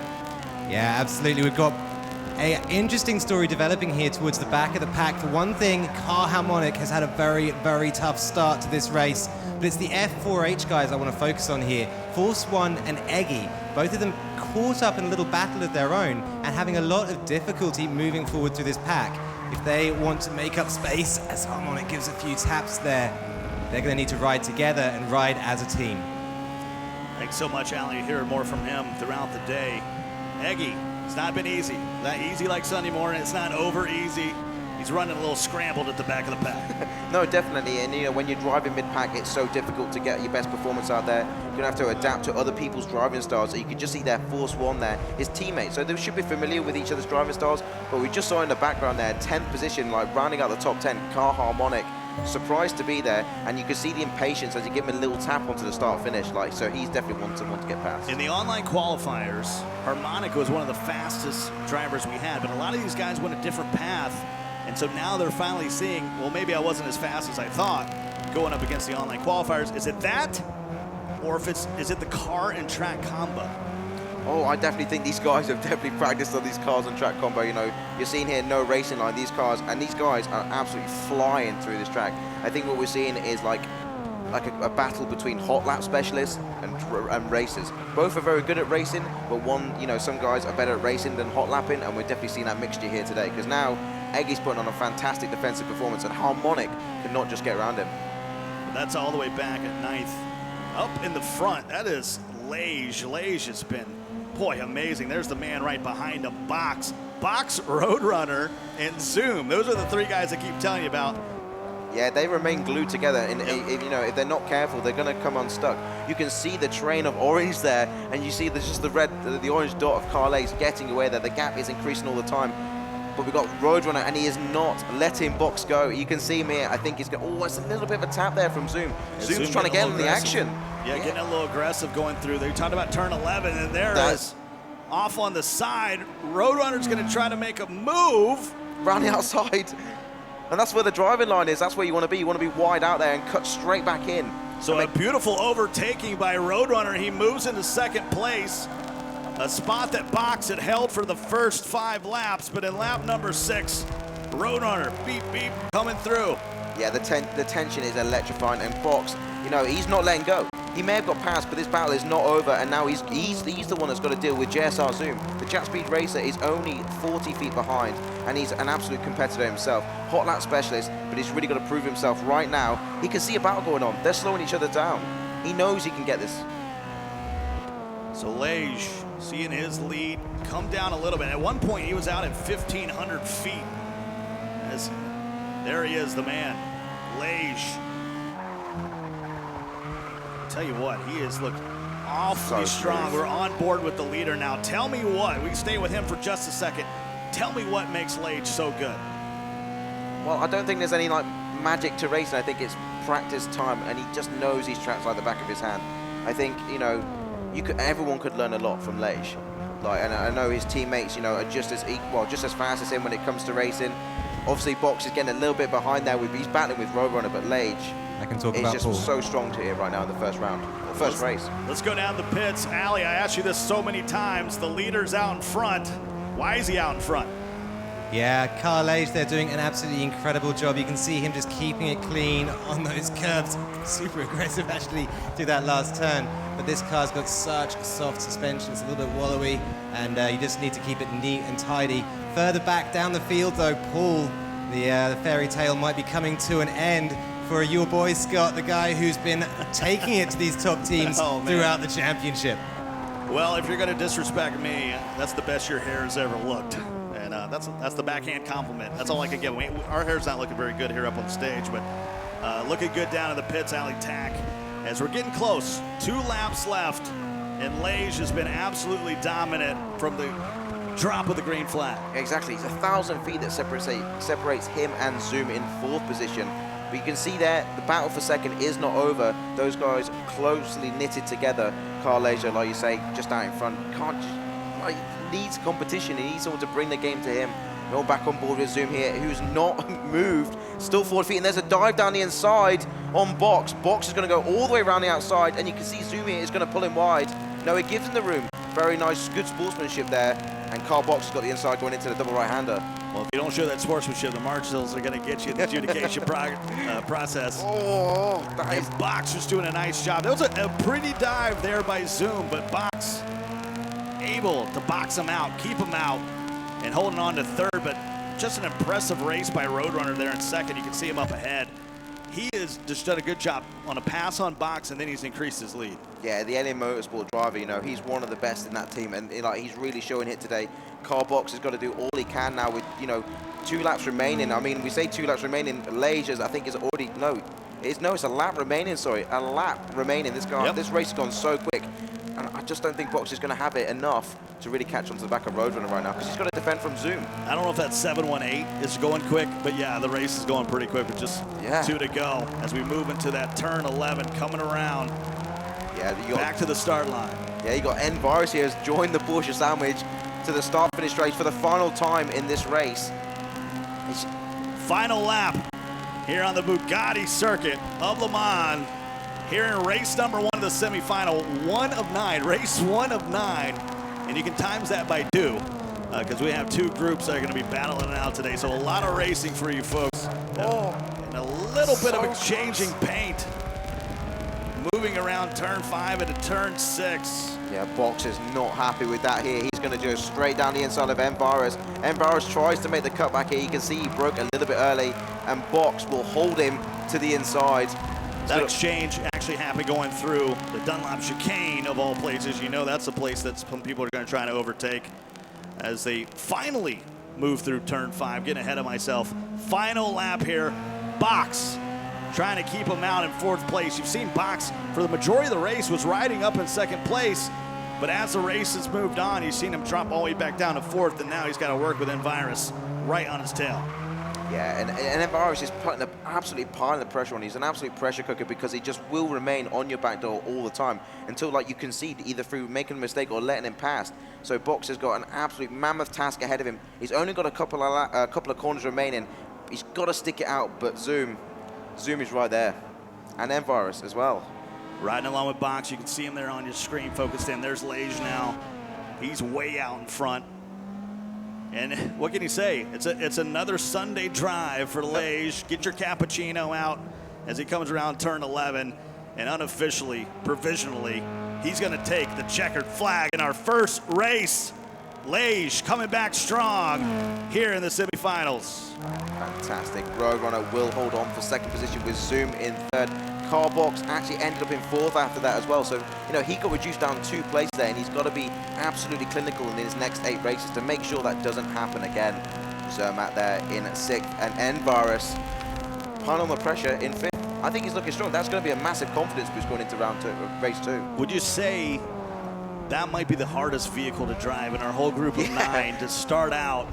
The 1960s model, the 718 RS, and I tell you what, some drivers have it no matter what. In Lage, it doesn't matter what you put him in. You could have a 1979 Yugo out there, and he'd still make it around the track. Might take a while, but he'd still make it fast around the track. Yeah, definitely. I mean, you know, going into this championship, like most of you guys here do have like their specialist like car classes, you know, but that guy can just run anything, and it's like, but we're going to see a lot of other cars that people are ideally suited to. So I think the competition is going to come to him eventually. Now, does that really prove, you know, sort of who's the best driver? Because if you could do it in every car, aren't you the best driver if you're not just an LMP specialist or a S-Class specialist? No, yeah, I think, you know, you're going to be the best driver in the terms of like adaptation. You can adapt to every car, but you know we've got guys there playing Forza GT Endurance, and that's all they race. And you know, I think if you race someone who races in GT or P-Class or LMPs, I think the competition is going to be brought to him. We saw that in New York. Yeah, absolutely. Time for the Michelin moment here of race number 1 as Lage unofficially takes the checkered flag, and they got off to a hot start. And there was some bumping and grinding in this one, Mellish. Yeah, it's interesting to see that, you know. It's interesting to see whether the guys run simulation steering. It looked as though with the bumping and grinding that they didn't play it safe because, you know, a little bit of a sim twitch, your race is over. So it's easy as that, really. And you can just see there a late break from Carl Box down the inside of that double right-hander. That was super aggressive. Yeah, one of the best moves by Box, but it didn't work out well for him as he ended up sliding all the way back. And that's race number 1 for these competitors. And so they'll get an opportunity to think about that, and it'll be time for the other group to take a shot at this. And I tell you one thing, when you think about it, you know, the qualifications you move through, and you kind of, when you're going through the qualifications, it's kind of bang, bang, bang, race after race after race after race. Now you get an opportunity as the other side of the room here gets to race. You got to take a break almost. You have a time to think about it. Does that add to the endurance? Does that make you uncomfortable? I think it actually increases the pressure because you just, you know, as your confidence is flowing for most of the drivers, you just want to get on with the next race. And it's not exactly the case now, so they're going to have like time to simmer, and that's not always a good thing because like just sitting there, you know, waiting for the other guys to see how they do could just increase the pressure on you. And it intensifies, really. I think it would anyway. Well, a cool new feature that we have because of the awesome Mixer app. We have some cool polling that you guys are going to be able to get involved over on Mixer. Who will win the next race? You see Johnson, A6, already some votes getting in for Diablo Super GT. And this is live. This is live. This is going to be working itself through. Who's your favorite in there? I don't see a Mellish. No, I'm actually going to be back in Super GT. He's done immense achievement to get here. I think he's got what it takes to get into the final. He's got such a reputation and accreditation for being a big part of the Forza community, and I think he deserves the win. Well, we'll see if he ends up getting the win out of this. And we talked about the man that could drive a Yugo out there on the mods and win. Shannon standing by with Lage.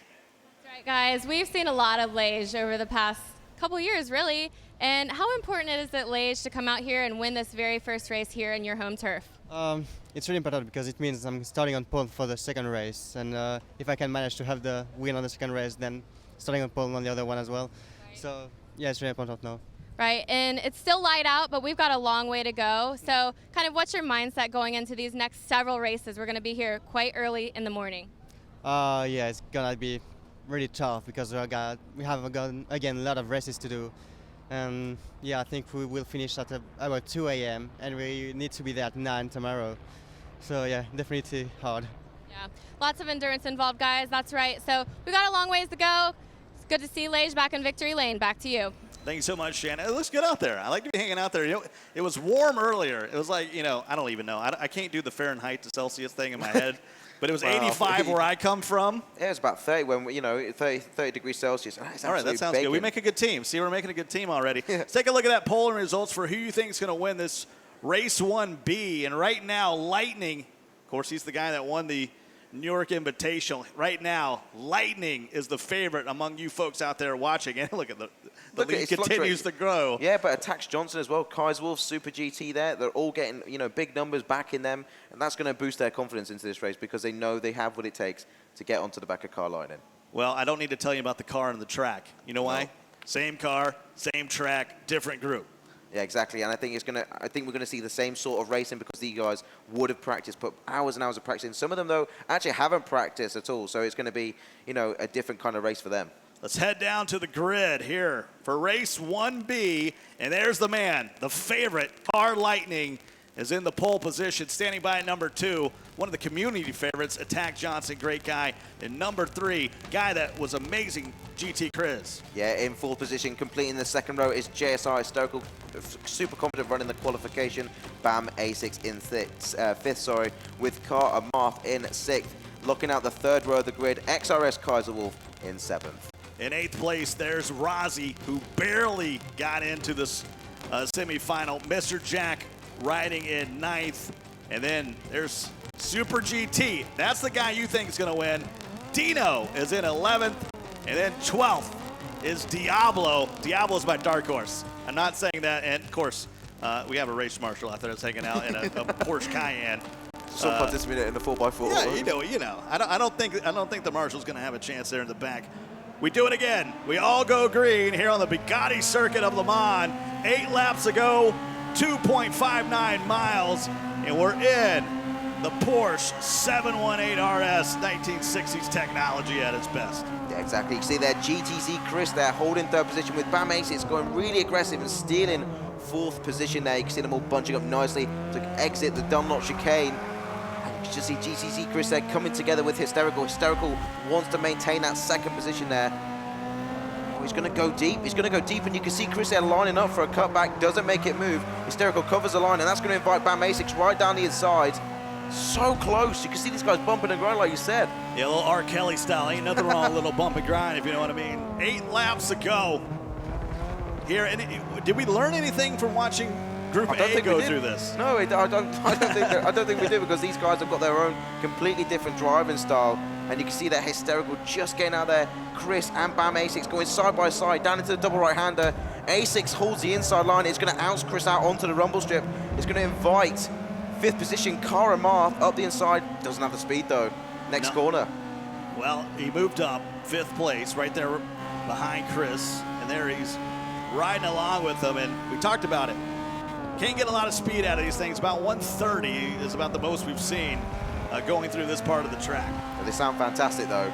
In a chorus, they sound amazing. I tell you what sounds fantastic is the cars we got running outside here at Le Mans. We're coming to you live from France. We're the 5th class. That's right, the 5th class added to the Le Mans endurance race, and it's the Forza Esports portion. I'll tell you one thing. The cars and esports guys, who did you think should have moved on? Who do you think would have been the favorite for you, but it ended up not making it through? Davis Gills. Yeah. I think he would have been absolutely part of the competition, and it's absolutely good not seeing him here. He's so strong, such a strong rider, and he's only recently returned to Forza as well, to maintain that skill level. That's like, it's unbelievable for him. Well, just like we saw in the first race, really the battle is between 2nd, 3rd, and 4th. Trying to come up on the back here of Chris. Oh, look at Chris there. You can see this battle is boiling up at the moment. Look at that Super GT, you know, right to the back of the top 10. The Tax Johnson going really wide, leaving the door wide open. I think he's trying to make a cutback on Diablo there. Can't make the move because Super GT is blocking that door. Oh, bit of a slide though for Super. And you can see there, that's it. Look, he gets swallowed. He's going to go all the way back to 12th. That's your guy. So I know. Are you willing to tell us your resume here of, because I asked you who was your favorite, and the guy you said your favorite is the guy all the way at the back.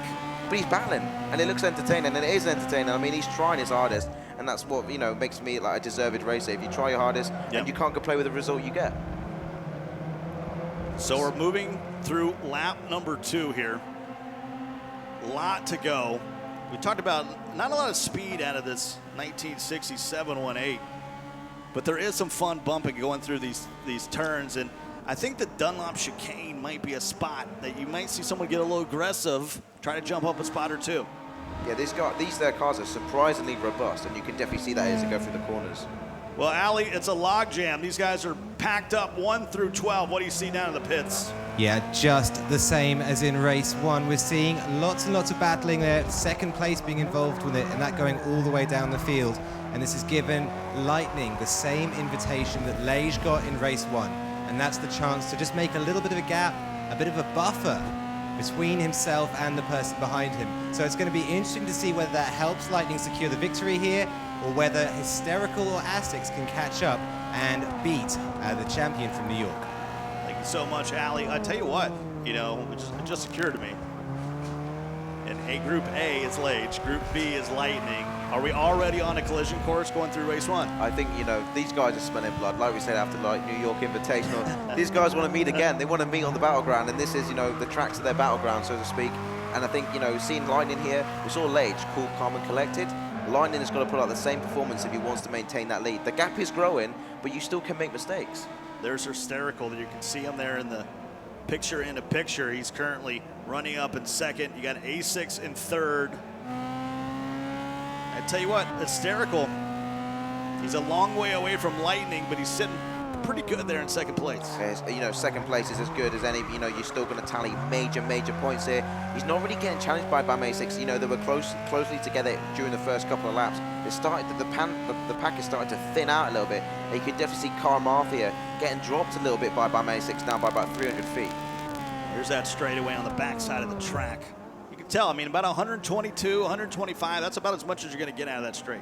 No, exactly. You know, it's all about the corner and, you know, entrance into a straight, because that means that you can gain a track position by going up the inside and holding your line just by the few miles an hour that you gain. Well, Chris getting a little squirrely there, drops back to 5th place.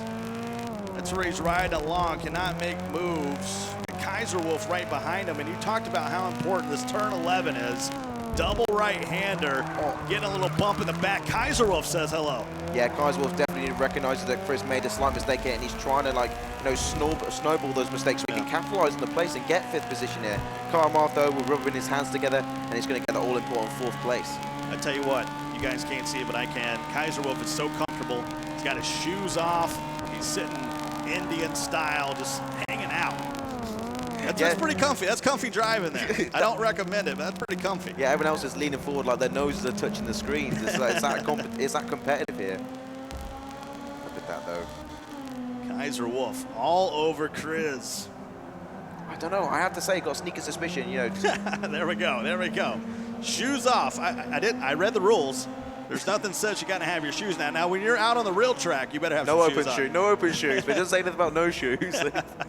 It's brilliant, absolutely brilliant. Kaiser Wolf there coming onto the back of Chris, only 50 feet separating the two here. And I think, you know, with half the race to go, I think Kaiser Wolf's got a really, really good chance, strong chance. At this point, has Lightning sort of run away from the pack? Is it a sort of a deja vu of Group A? We're seeing the kind of distance that we saw from Lage in the first race. You know, he's getting away here, and you can see him separating the pack. There's like an orange train and a single dot out there. He's leading this pack, and he's got no competition at the moment. You can see, look at that, how smooth he is. No slide there, a bit of a twitch, managed to recover, nothing big for him. Well, you saw Lage run. We got on board with Lage in that first race. Here in race 1B, what do you see from Lightning? Is it a similarity, or is there different characteristics? I see a carbon copy. Oh, really? These guys know how to race these tracks. You know, and most of the time it's one racing line. You know, what fastest racing line. And when you're not getting pressured by people out on the track who are racing with you, you can able to put those hot laps in. Now that's what he's able to do. He's able to hot lap around this track. Well, that's the nice thing about these 718, Allie. You got no roof, you got the wind blowing in your hair, the sunshine, and Lightning's just out for a cruise. Yeah, it's an absolutely beautiful car, isn't it? You can see, you know, just such a classic. Just a nice thing to take here for a drive on a very sunny day on Forza at the Bugatti circuit, and also a very sunny day here at Le Mans in reality as well.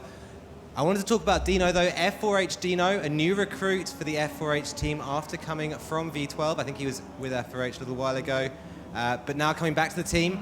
And it's interesting to see, not really performing that well, 12th position right now. He can do better than that, but maybe that's to do with settling in, maybe that's to do with finding his rhythm and having a few disturbances here before the tournament started. Well, I know you guys broadcast together, Mellish. A lot of Allie and yourself out in the community races. What's with you guys and loving the guys in last place? We always like an underdog, man. It's just like, you know, you rather see someone, you know someone can lead from the front, but when someone makes it from the back, like, you know, it's just that it's so good to see, and it's so good to commentate over as well, like, because it gets your blood pumping, and you're not even racing. So, you know, even though Dino's in 12th place here, right at the very back, he's not actually lost sight of Mr. Jack and Super GT just in front of him, really. Super GT, though, holding off Mr. Jack, that is a huge achievement in itself, even if he's at the back of the pack. You know, we watch a lot of the online qualifiers, and I was at the New York Invitational, and you see these names that were running mid-pack, top of the pack. Now that you've grouped everybody together, they've gone through season 3, we're in the semifinals. Sort of, these guys are sort of digressing while the others are maybe have found their pace, found their line. Well, yeah, but as we filtered through the races, it's definitely a rude awakening for some of the drivers. You know, they now have to like put the grey game on, and it's been a long day already, and they've still got 8 races to go. Like, so by the end of it, they're going to be really tired, and that's going to take effect on their performances. You know, we talked about a lot of maybe this car is not for everybody. This, 1960 sports car. Is for some of these folks, is it a throwaway? Is it almost a throwaway race for them? We're like, you know what? I'm going to try my best. I'm not saying they're not trying. I'm going to try my best, but I know this ain't my bag, maybe.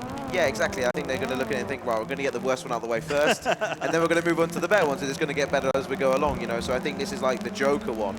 You know, like for some of these guys are going to think it's like the Joker track, and they're going to do better in race 2. Well, I was going to buy you a 718 so you can put it in your garage, but since you're apparently not a big fan of it, calling the worst car that we have in our 9 races, no, I'm just gonna keep it. I'm just gonna keep it for myself. You take it, man. You take it. Super GT there, moving up to 9th there, but he's not over and done with yet. Rossi diving up the inside there. Hits a Tax Johnson in the back, and that's Rossi reduced down to 12th position. What happened to a Tax Johnson? He managed to maintain his 8th position. Not so, but Super GT there is capitalizing on that mistake, and he's going to go into the double right-hander again down the inside. That definitely seems to be one of the overtaking places on this track. Yeah, Super GT all of a sudden here in the later part of this race starting to really find a rhythm with this 718. 3 laps to go. So we're coming up on that little chicane before you get to turn 9 and 10, and boy, we got some accidents out there, Allie. Yeah, Rossi there just misjudging his braking a little bit, having a little bit of a shunt. It's very, very easy to do. You've got to remember there's no racing line happening in this tournament. It's very hard to judge your braking even when you're on the racing line, if you're trying to throw an overtaking move in there, it's even harder again. So even the best at this game can slip up from time to time, but we'll see more from Rossi, and I'm sure of that. Just passing the Ferris wheel alley. It's a little bit surreal because it's like literally like 400 yards away from us in real life while we're here at the 24 Hours of Le Mans. Dude, we're just getting this going here at Le Mans. We're just getting this going. Race 1B. We got a lot of races to go, long way to go. A lot of races to go, and these guys got 2 laps to go. And if this is an example of what's to come, it's an absolute dogfight here all the way through. So I think, you know, that if that's an example to go by, we're in for a real treat today. Lap 7 of 8 on board with Chris now, and Chris has really been stuck in that 5th place. He's not giving up anything, but he's also not gained anything. No, I mean, he lost positions after that little incident, but he's not been able to make up those grounds again. But as we say that, our Marth goes really wide, really wide, and tries to maintain the speed at the same time. Lucky he didn't hit the sand trap there, and that invites GT Chris within 40 feet of him now. A lap to go, it's all up for stake. You know, I overheard Golden Boy and Lightning talking to each other in the players' lounge, and Lightning said, they say Lightning can't strike twice. I think he's coming for it. Golden Boy already knows I was going to say that. I was going to steal his line. But actually, I noticed a difference with Lightning. After he won that Newark Invitational, this is a guy that had never been on a plane out of North Carolina.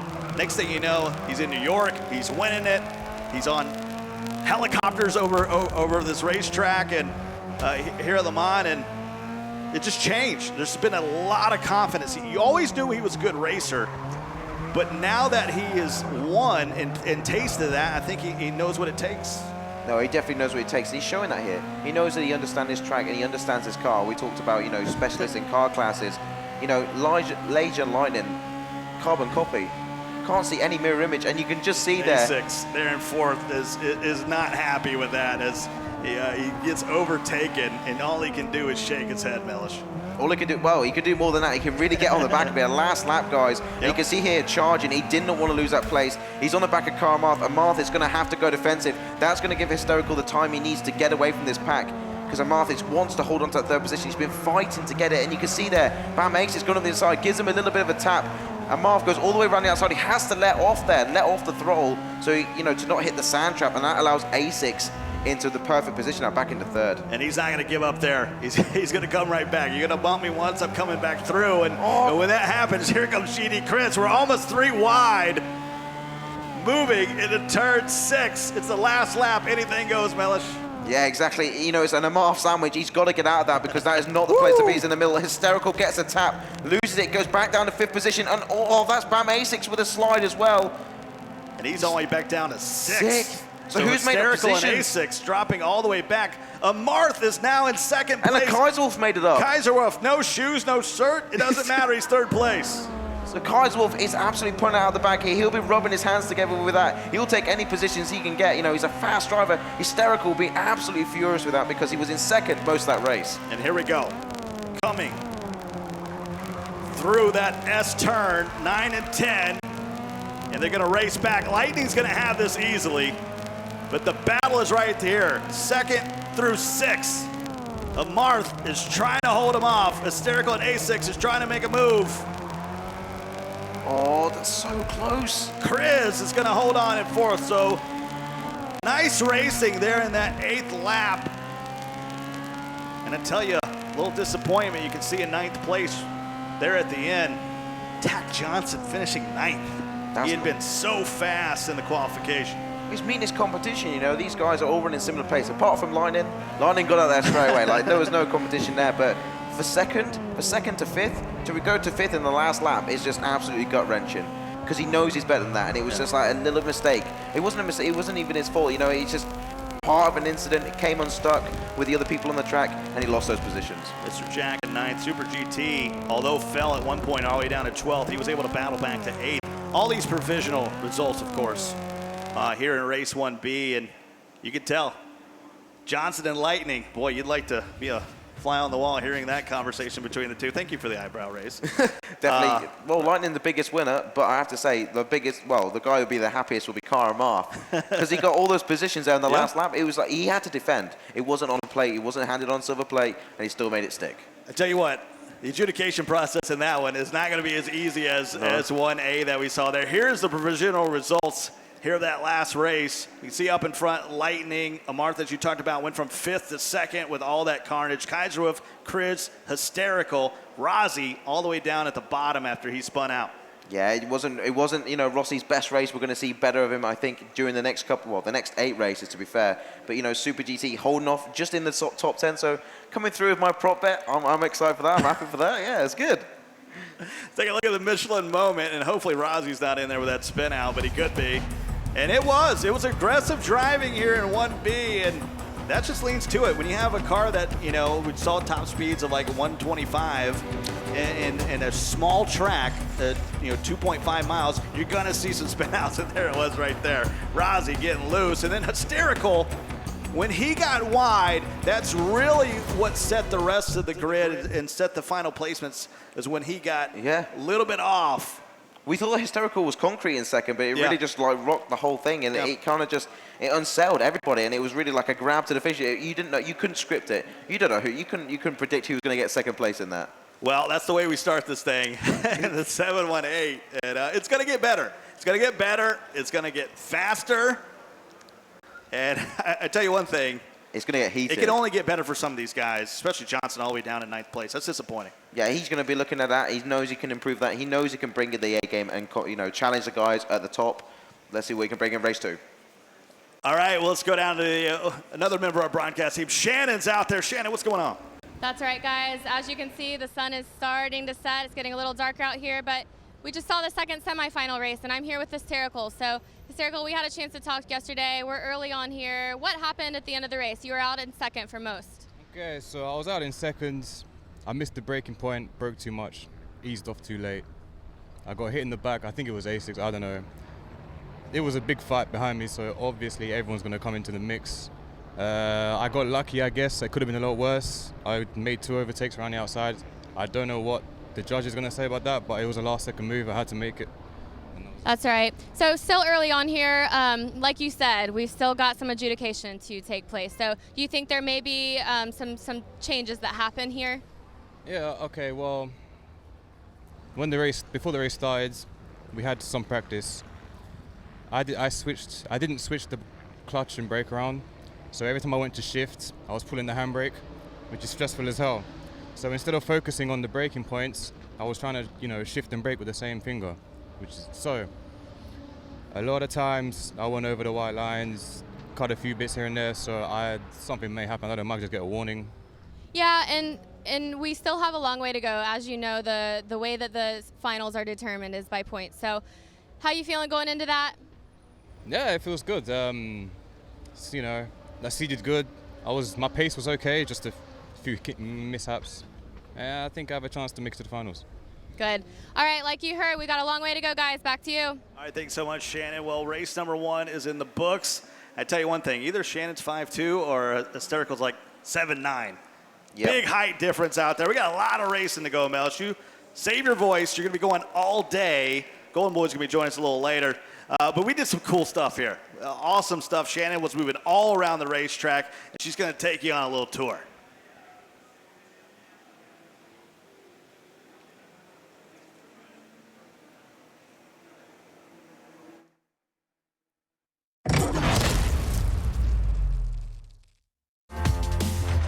I'm Shannon McIntosh, and I'm here at Le Mans. As you can tell, it is my first time ever. Could not be more excited. Our winners will be celebrating on the official podium following the main event. I want to go check out what we have in store for the drivers when they arrive.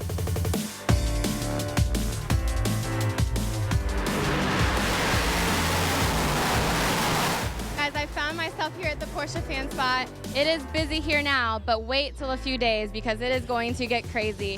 Of course, the 919 here.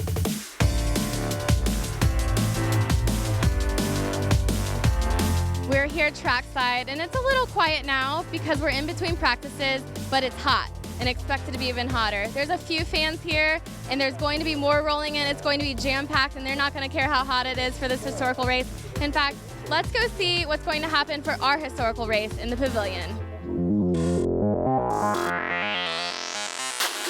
So as you can see, this place is huge. They've been setting this up for weeks now, and even from New York, this place has blown my mind. It's so much bigger. In fact, somebody I recognize that we spoke with in New York, Race Boy, what are you doing here? Well, unfortunately, I won't be racing anymore, but I popped the fence over to Gfinity, so I'll be helping organize the series. This is absolutely huge, way bigger than New York. We've got 2 sets of 12 pods on each side of the room, and we've got a broadcast desk over there if you want to go check it out. So basically, they put screens into the desk so the casters can see what's going on as it's happening and announce on it. I know you guys have been working around the clock. Chris, what is going on here? We've got graphics operators, we've got the directors, camera folks, producers. There's a lot of moving pieces if we're going to do a great webcast. It takes about 10 minutes in a golf cart to get over here to the campground, so let's go see where all the drivers are going to be staying. So this is where all the drivers are going to be having breakfast. So nice hangout in here. We got some mood lighting. The crew's finishing up some final touches before the drivers get here tomorrow. Are you guys ready for everything? Getting excited? They're in the zone, getting ready. So let's actually see where the drivers are going to be sleeping. All right, we made it. Quite cool out here tonight, actually. It feels pretty nice in the evenings. Oh, look, some guys, the crew, having a barbecue. Hey, guys. So this is kind of cool. Interesting, we've got a divider in the middle here because, of course, 2 guys to each tent. I hope they're not rivals. We've got some earbuds. Of course, the cars are going to be on track throughout the night. I think that's all they need. And I think that I'm going to have to crash this party over here at the barbecue.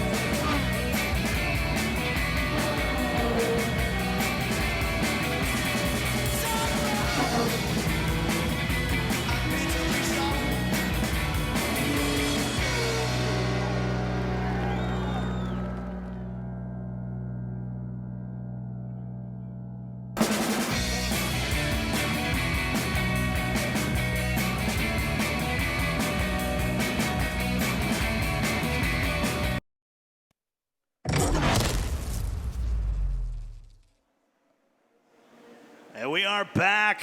Race 1 in the books, Mellish, and we're getting ready for race 2, and it's going to be a little change of pace, and we'll get to that a little bit. But, you know, was there anything you learned from race 1? Or, as I talked about before, was it I don't want to say throwaway, but was it the one that was sort of the oddball out of the 9? Yeah, definitely. You could call it that. I think that these guys now are going to find their feet in the next 8 races. Like, they're going to absolutely go to the wall. And I think, you know, in the next track, like, it's going to be an absolute treat. It's going to be fantastic as well.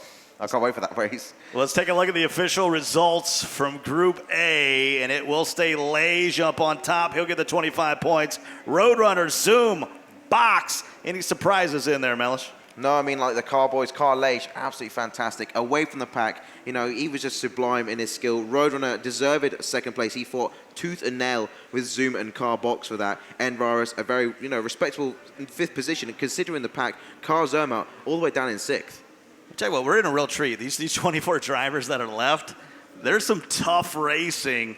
I'm telling you, from the top all the way through the back, there's some battles going in each and every part of these 12 drivers that hit the track. Exactly, because every point, you know, it's worth every point, every battle. You know, you could have a battle for, like, you know, 10th position, but because you've been battling for 8 laps, you know, on a track, like, and you gain that 1 point, it still makes a difference when it comes to, like, tallying up all those points to get into that all-important final.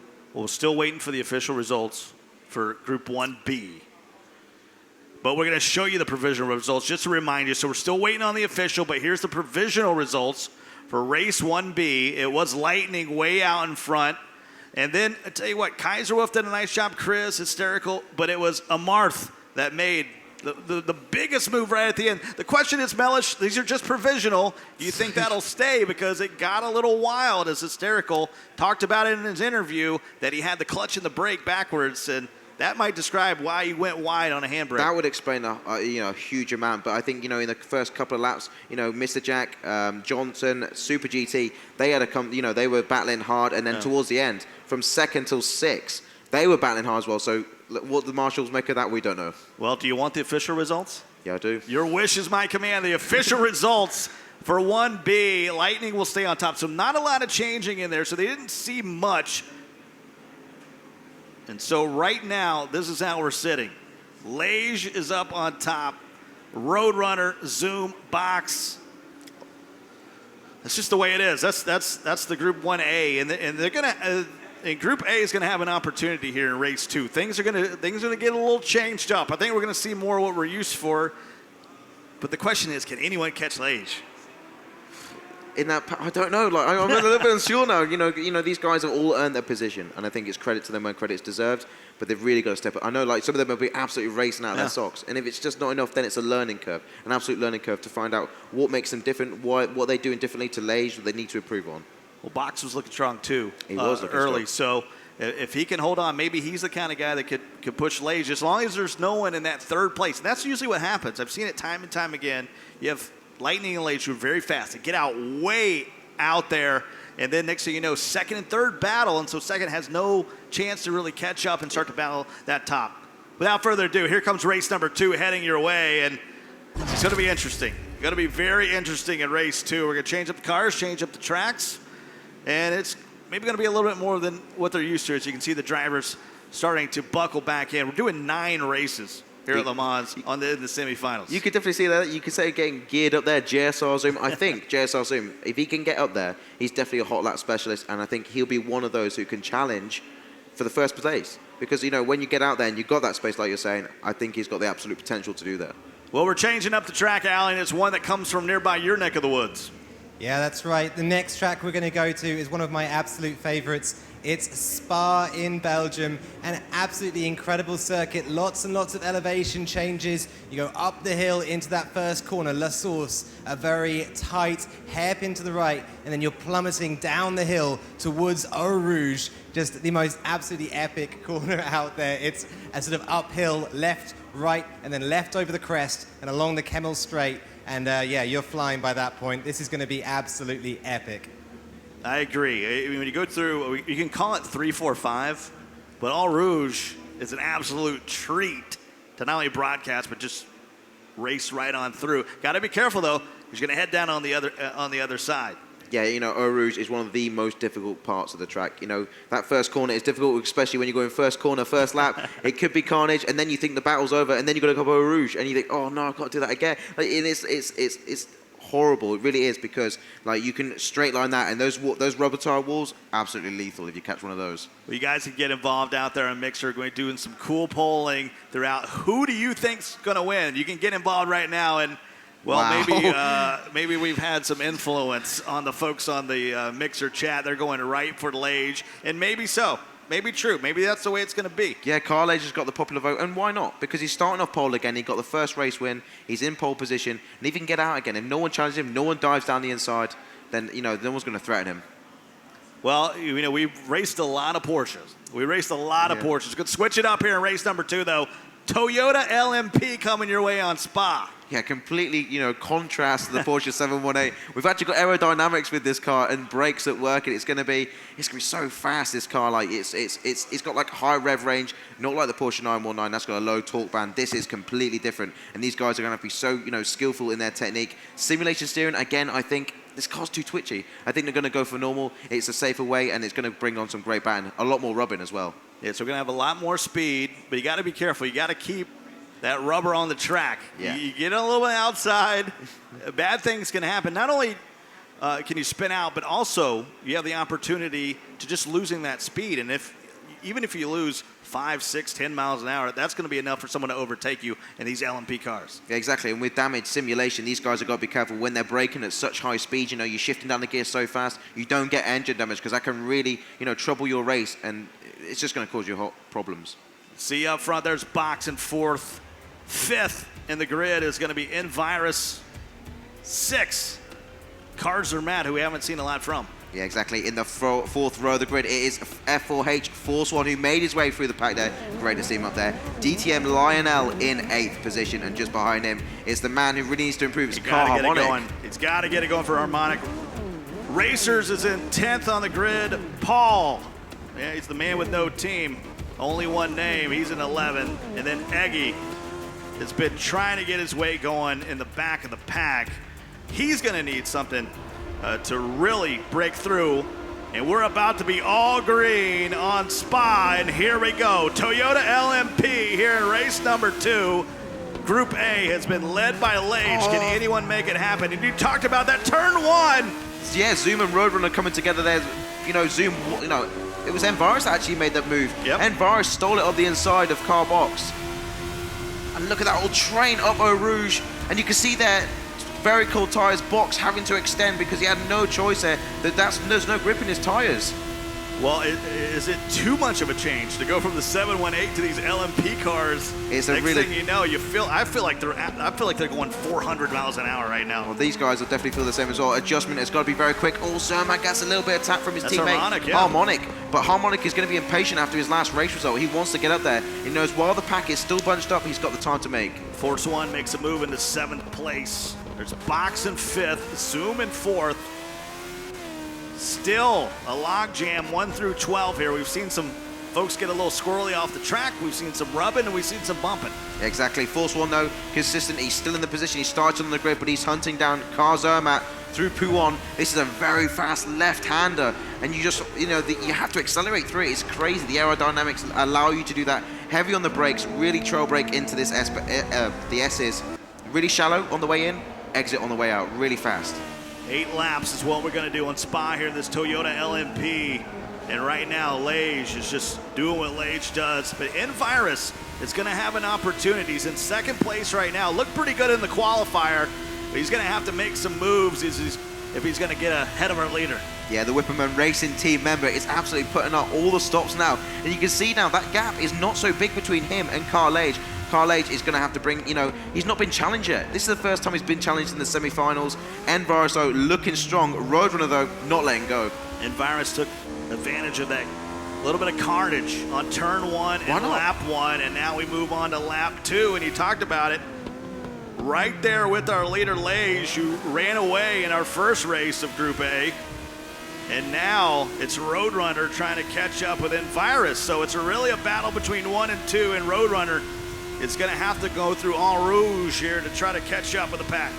Yeah, exactly. You saw Envirus take a shallow line up Eau Rouge, and I think he let off slightly because you can see now Roadrunner, who got a better drive over the crest, and you can see him slightly catching up. Milliseconds is all it takes to make mistakes. Yeah, 1 through 3 is the battle right now. 4 through 12 has sort of found themselves some pacing as we move along, coming down into turn 10. Yeah, and this is exactly what Carl Lage wants now. He can see that Roadrunner is right on the tail of Envirus as they go down towards Pouon. He's actually trying to make it up the inside. That's Box on the outside of Zoom, trying to make it round. Zoom's got the inside. He's going to hold it. Some good racing by Zoom here for the first 2 races of Group A. We're just in lap 2, though, and I know Box, he's not going to stop until he gets past Zoom here. Yeah, Zoom did not have the correct line going down through Pouon. It's allowed Box right around the outside. He's going to do this because he's actually going to get the inside line as he make the way through the S's.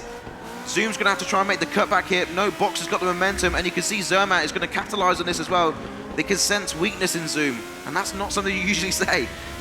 No, Zoom falling back to 5th now as Box moves into 4th. Zermatt in 6th. And they've started to separate here into 3 packs. We got 1, 2, 3 as they work their way down, getting close to that chicane. Chicane coming up for them. And then you got a middle pack, and then you got a back pack all the way to the rear. So 3 distinct packs now coming through as they go through the chicane moving their way back to the start line. That's Force One getting on the action as well. He's in 7th position, just saw the front edge of his car there. He's going side by side down into turn 1. They've got to be careful. You can see there, Force One going all the way around the outside. And I think he's actually going to make a move. He takes car Harmonic's there on the inside. Zermatt's there as well. Zoom, though, it's so close. They've got to be really careful now because they're going to go for a roost. They need to be really careful. Train it. Get in the train. And you can see Force One getting a better line there. Zoom has to let off the gas. And that causes Zermatt to run into the back of him. And he's going to get scrub off speed. And you can see Harmonic races. Oh, he's getting swallowed left, right, and center. I tell you what, that's not the speed you want coming down the Kemmel Straight. As got a little off to the side with Zermatt. And right now, we got battles going all over the track.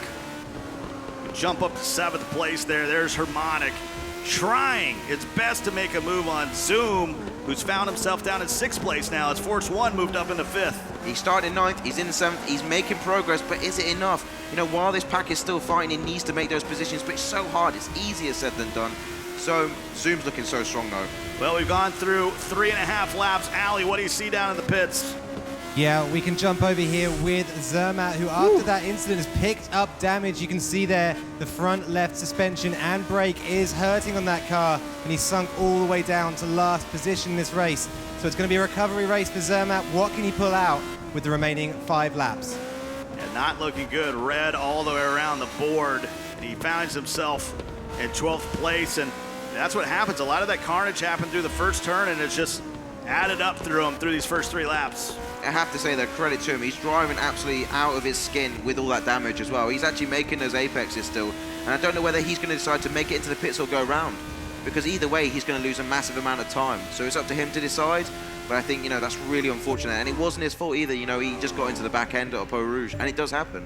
Are you more frustrated if you have to try to race with this damage, or you find yourself in 12th and just say, you know what, I'm quite a bit behind here of the 11th place driver, Nagy. Do I just go into pits and get myself a fresh start? Well, I have to actually agree with Zermatt, who's made it into the pits. I think it's a wise move because now he can really, he's going to have no one in front of him, no one behind him. He's just going to be able to hot lap that track, you know, and he's going to get those lap times down. And plus, when you pull off, you get yourself a juice box, you know?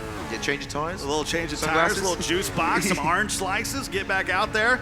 But it's Envirus who's found himself losing a spot to AMS Roadrunner. Where have we seen this before? Roadrunner finding himself in 2nd place. These two guys go hammer and nail each other because they run the same. You know, these guys are known for the similarities with their driving difficulties that they choose. But Carlage, though, he's not that far ahead this time. He's not stealing away with 1,000 feet gap distance on 2nd place. Roadrunner is still in contention, and any slight mistake could cost him those 100 feet that he's got so far. So Roadrunner chasing down Lage. He's got Envirus wanting that 2nd place spot back. Halfway through this one. That's turn coming up. It's turn 13 and 14. 20 turns total here in Spa, and Ali talked about it. It's an absolute gem of a track and probably his favorite.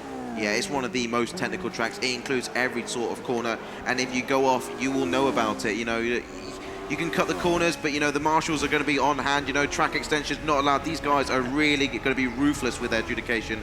And you can see here, Carlage still out in front. Roadrunner is still not leaving him. He's not leaving him. He's in the picture at the moment. Envirus on the tail of him. He's just losing distance now, Envirus. And Carbox, you know, I thought he'd be challenging a little bit more on the podium. I thought he'd be going for a podium position here. Well, Lage is looking strong, Ali, but he's got some contention. Yeah, he definitely does. Lage here. I just wanted to hop on board with him for a little bit so you could see his commitment. Look in the bottom right there, you can see the throttle inputs that he's giving this car and the brake inputs. It's flying on there, that blue bar filling up as he tumbles down the hill now. I think he's going to try and keep this thing absolutely flat out as we go into Eau Rouge. Here it is, the left, the right, and that left again. Just, yeah, blue bar all the way. Beautiful stuff from Lage, and that's a little bit of how he's pulling away. That's a big part of it, Ali. You make it through Eau Rouge, and the next thing you know, you're down the Kemmel Straight, almost going 200 miles an hour.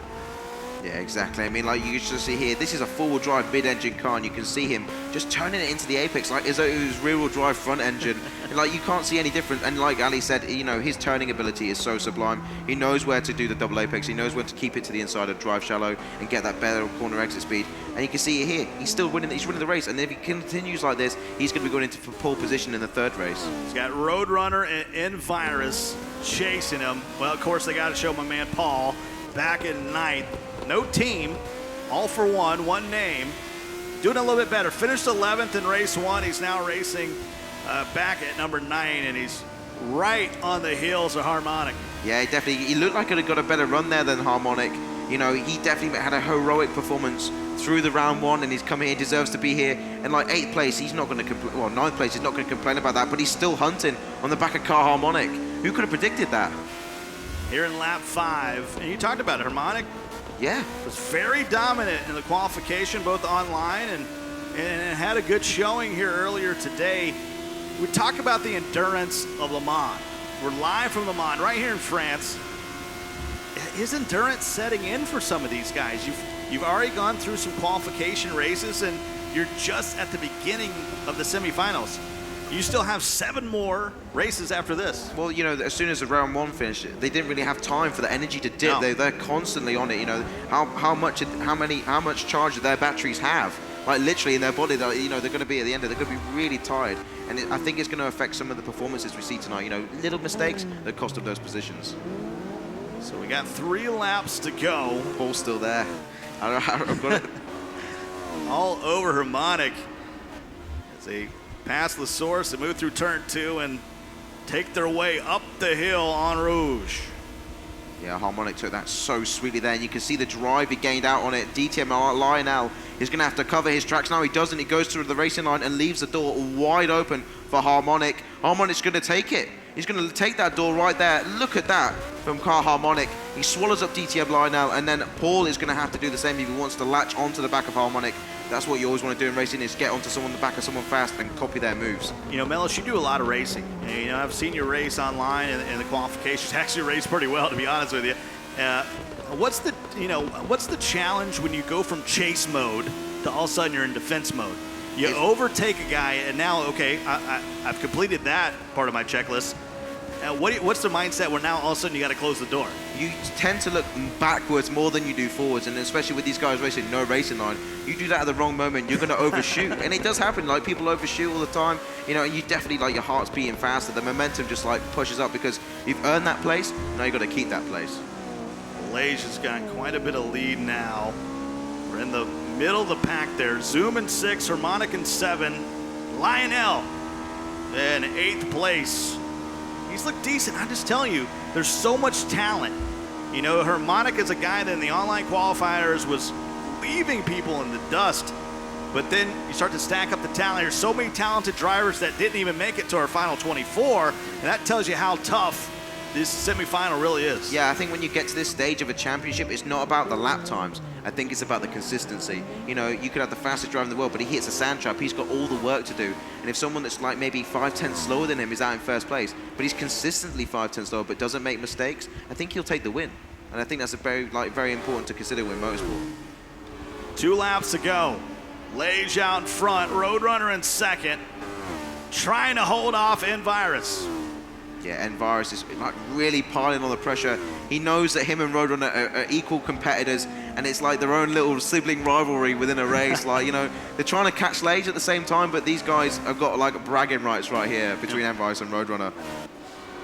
And, you know, we talked about that a lot throughout the online qualifications. We talked about that, you know, here in the early qualifiers early today. Is first place is nice, second place is pretty good, and sometimes in trying to advance to maybe 3rd to 2nd, the problem is you can end up like we saw from Hysterical in his race. One little mistake, next thing you know, you're back at 5th and 6th, and that's valuable points. Oh, definitely. You can get swallowed up so easily. I mean, these guys, like Roadrunner, it's a credit to him because, like, you know, coming here in this massive arena, the intensity is electrifying. So, you know, to be able to focus and tunnel vision on a screen is very difficult when everything's going around in your peripherals, and to keep that 2nd place is going to be, you know, a huge achievement for him. Well, we're racing the Toyota LMP here on Spa, and Toyotas are looking pretty good here in race number 2, and they look pretty good out in the real Le Mans as well, setting some records over the week. Yeah, Toyota's pulling 2 seconds on the new track record. I have to say, though, in this race compared to the one at Bugatti, if you look at the distance in feet, it's not as big as it was in the first race. You know, Lage was out there storming by dominance.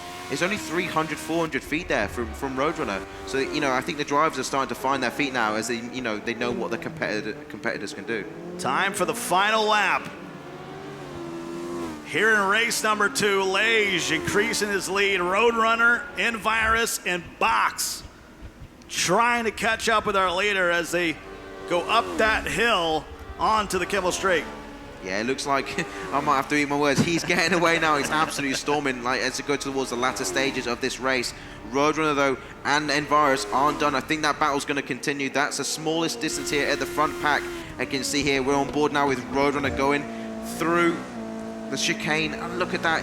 He's shallow exit because you want to get the best run out the next corner without touching too much of the grass. The grass can kill your car. Yeah, we saw a little dirt fly up there, but it looked pretty clean. Look at as we move through the backside of this track. There's half the turns. You got 10 turns to go here in this final lap. And Roadrunner, surprisingly, or maybe it's not a surprise to you, Mellish, he's looking really good in these first 2 races. Yeah, the points he's going to tally from this race, if he can get that second position, even if he gets to 3rd, like, I think he'll be a little bit annoyed if he gets reduced to 3rd.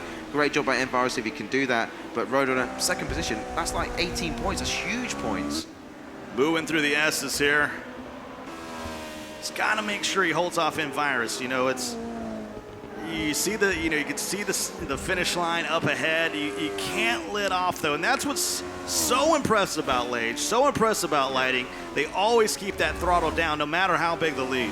No, exactly. The race isn't over until you finish that, until you pass the checkered flag here. And you can see here coming towards the last chicane now. It's actually interesting to see how he takes that chicane. He goes so deep under brakes there and kind of really shallow. And I think he's going to like exit out here strong onto the other rumble strip. Gets a little bit of a slide there at the back end. You can do that in a four-wheel drive. Well, Lage is putting a tutorial out there as he wins his second race, provisionally, of course. Envirus in 3rd, Box in 4th, and Racers in 5th. And our folks here, real recognize real. Give it a little applause. Yeah. That man right there, Lage. Yeah, look at that though. Roadrunner there in the picture. Like he was a massive sweat for him. There's Envirus in the back shot. He's happy with his performance here. He's gonna be dead happy with that because 3rd place, that's massive. And it's gonna, every point here, they've got seven races remain. Every 3rd place you can get, every 4th place you can get is gonna help you. So that's Group A, race number 2. Yeah. Provisionally, that man is taking home his second checkered flag of the semifinals, and not a surprise. One of the most dominant racers in our final 24. An absolute machine here. It was fantastic to see him do that. Like the races there and the distance as well. I'll say it again, the distance wasn't that big between the races there. Definitely in P class, people are starting to find their feet. Not so much with the 718, definitely in the Toyota, and that's going to bring, all the other races are going to be like that, I think. It's just such a stark change from race number 1. Let's check out the Michelin moment here from race number 2 in Group A. And they were all green on Spa, and they got crazy from the get-go. Yeah, we talked about it before. That first hairpin, first lap, first corner is always a cause for concern. It's absolute chaos. And then you've got to train it up through a rouge there. I mean, that is so difficult when you've got everyone beside you. And if you make a mistake, you're going into that tire wall. That allowed Envirus to move up to 2nd place, but he couldn't hold that. And it was all Lage. Had the Sunday paper out, reading the comics. It was an easy race for that man, Lage. 7 races, someone's going to bring it to him. Like to be that consistent through 9 races in total and not make a mistake. That's some other level. You want to get real? You want to get real talk here? 9 races here in the semifinals. How many does Lage win? 9. 9. Okay. So you just all right. You just said someone's going to take it to him, but when we called you out, you're like, maybe 8. No, 9. Yeah, all 9. All 9. Maybe an 8. You would pick 10. You would pick 10 if that was an option. Let's take a look at the provisional results of race number 2 for Group A. And Lage out in front, Roadrunner 2nd, Envirus 3rd, Box 4th. Any surprises? Harmonic settling in at 7th. I think it's not a surprise, but Karzama in last place. That's not where we would usually see him, but he did have that damage. And he managed to get it around the track cleanly and fast as he could, get into the pits, but by that chance, it's only a small race, guys. So, you know, you're not going to get that chance to make it back only up to 8 laps. So we do have a ton of races. Well, he's going to start 12th now in the next race. In his next race, he's going to start 12th, and he's going to have to do all the effort, put all the effort in, and really risk his next pole position. He's going to make it through the pack again. But you felt like it was a good decision to go into the pits with all that damage that he really didn't have an opportunity to maybe... I think his hands were tied. Any difference between 11th and 12th? Let's be honest. Not really. I mean, like, his hands were tied. Well, for points, no, there's no difference apart from where you stand on the next grid. Yeah. 0, my friend. And so it's time to move to Group B, race number 2. And let me ask you, folks out there, especially those on Mixer, who do you think is going to win? It's time to get involved in the poll. And Lightning, of course, out in front here. Mr. Jack, though, getting some love. Yeah, it's interesting to see here, like, you know, Mr. Jack getting that love there. Dino just fluctuating there, definitely. But Lightning's got the strongest back in here. Bam A6 as well. I'm not seeing Hysterical. Well, where's Hysterical on there? I would put money on Hysterical to do this. He did really well last race. I think he's just unfortunate on the last lap. Well, he talked about he had his controls backwards. I mean, and still managed second place, yeah. But the difference between shifting and handbrake, the handbrake is a big difference. And these guys race so many laps. These guys race so many races that it's easy. You sort of become like muscle memory. You know what I'm saying? And so when just a little bit's off, that makes a difference. So Armand in second. He's going to be behind Lightning. Third on the grid is Kaiser Wolf. Yeah, and we're going to complete the second row of the grid with GTZ Chris, who had a strong performance there and was in that big battle at Bugatti circuit.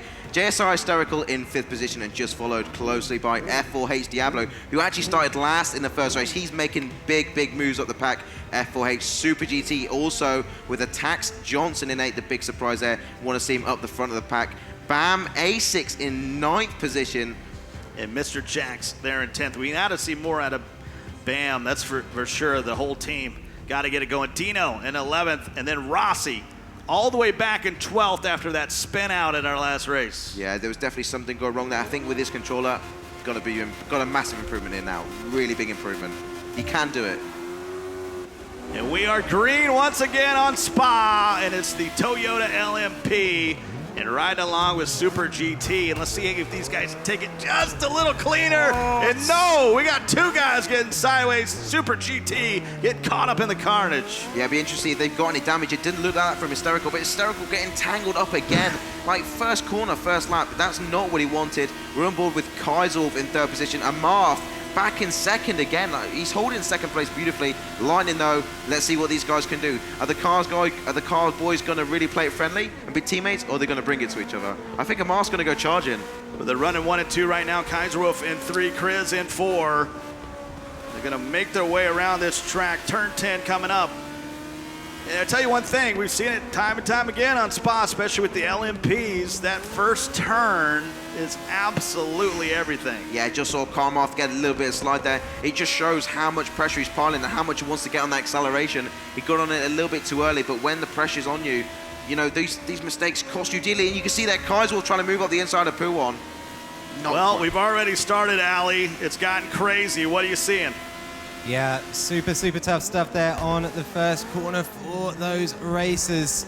And the carnage is continuing a little bit here at Spa. Super GT, though, getting away with that one. No damage incurred on his car, so it's not going to be the same kind of race that we saw Amarth having last time out. He's going to be able to pick up the pieces. It's whether or not he has the raw pace to catch up with his battling pack.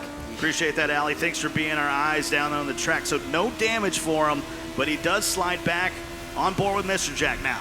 Yeah, exactly that. I just saw Rossi there in the camera view, and he was starting at the back of the grid. He's made his way all the way up to 7th position. He's making his way through the pack there and absolutely swallowed onto the main straight. Super GT. Super GT all the way in 12th. Bringing up the rear. He did have an accident, though. He did come together with Hysterical, had nowhere to go, and that really ruined his chances in this second race. But it's not all and done. You know, accidents can happen up the top of the grid, and they're still quite bunched together here, apart from these guys at the back. I got a brand new puppy at home. I can tell you, accidents happen a lot. 8 laps. We're just in lap number 2.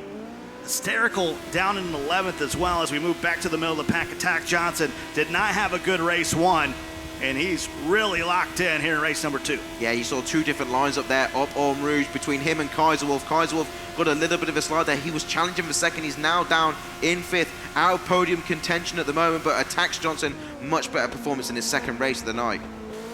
We are piled up here, 2nd through 6th. Let's go ahead and add 7th and 8th in there as well.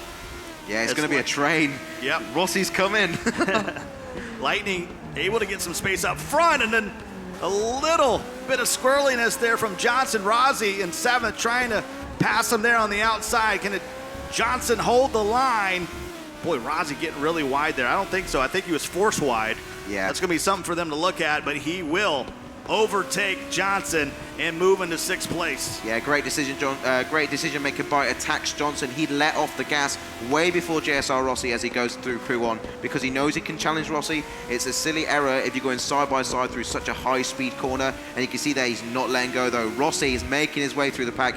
He's got his head on now. He's tunnel vision, and this is what you want to see now. You know, the nerves are disappearing and the confidence is flying. Well, there's the man that Ali talked about there in race number 1, Dino, who was running at the back of the pack. This time he's moved himself up to 8th place. He's trying to chase down Attack Johnson, who lost a spot when he got squirrely. Yeah, I think, you know, with Tax Johnson and Rossi coming together, this is going to allow, you know, Dino the ideal opportunity to get on that battle and make it a Johnson sandwich. You know, if they can, and look at these guys just up in front as well. They're so close going into the start-finish straight into turn 1. 3 laps out of 8 as we come back to the start line here on Spa. Coming to you live from the 24-hour Le Mans, and we got some endurance going here in the Forza Racing Championship. I tell you what, Dino starting to lose some ground there, Mellish.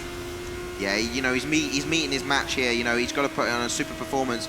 And when you're racing against Attack Johnson, he was another guy that's just recently returned to Forza Motorsport, and he's done a fantastic job here to get through to the semi-finals.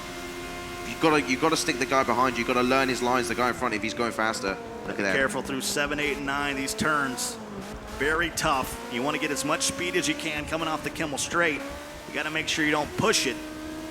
Yeah, exactly. Look, we're just on board here with Kaiserwolf just in front of Rossi, trying to make a move on Diablo. Diablo keeps the inside line, will run shallow and break a little bit more, but it stops Kaiserwolf getting that moment. There's a slide from Diablo, and Kaiserwolf will take 4th position. He'll take that golden ticket all day long.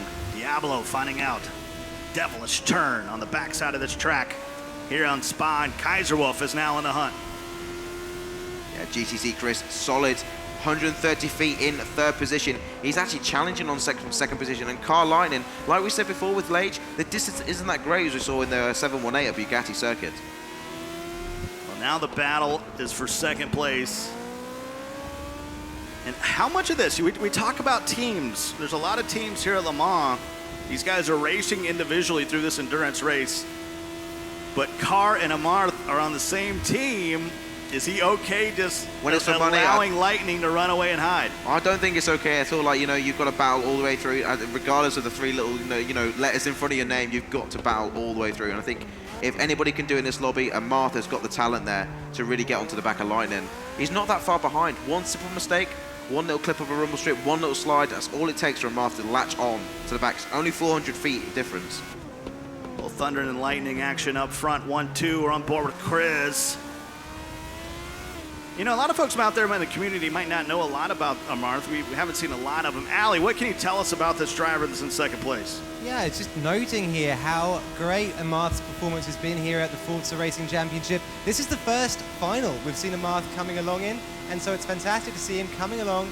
Podium positions both races. He's a very active community racer, definitely a very fast guy. And so seeing him behind Lightning like this, yeah, I think he can bring a challenge to our champion later on in this event. You know, while I'm sleeping at the campsite, Ali's out there walking around in his bare feet, talking it up with the rest of the drivers, and that's how he knows the things he knows. They're running 1-2 right now, and boy, he's looked really good, you know.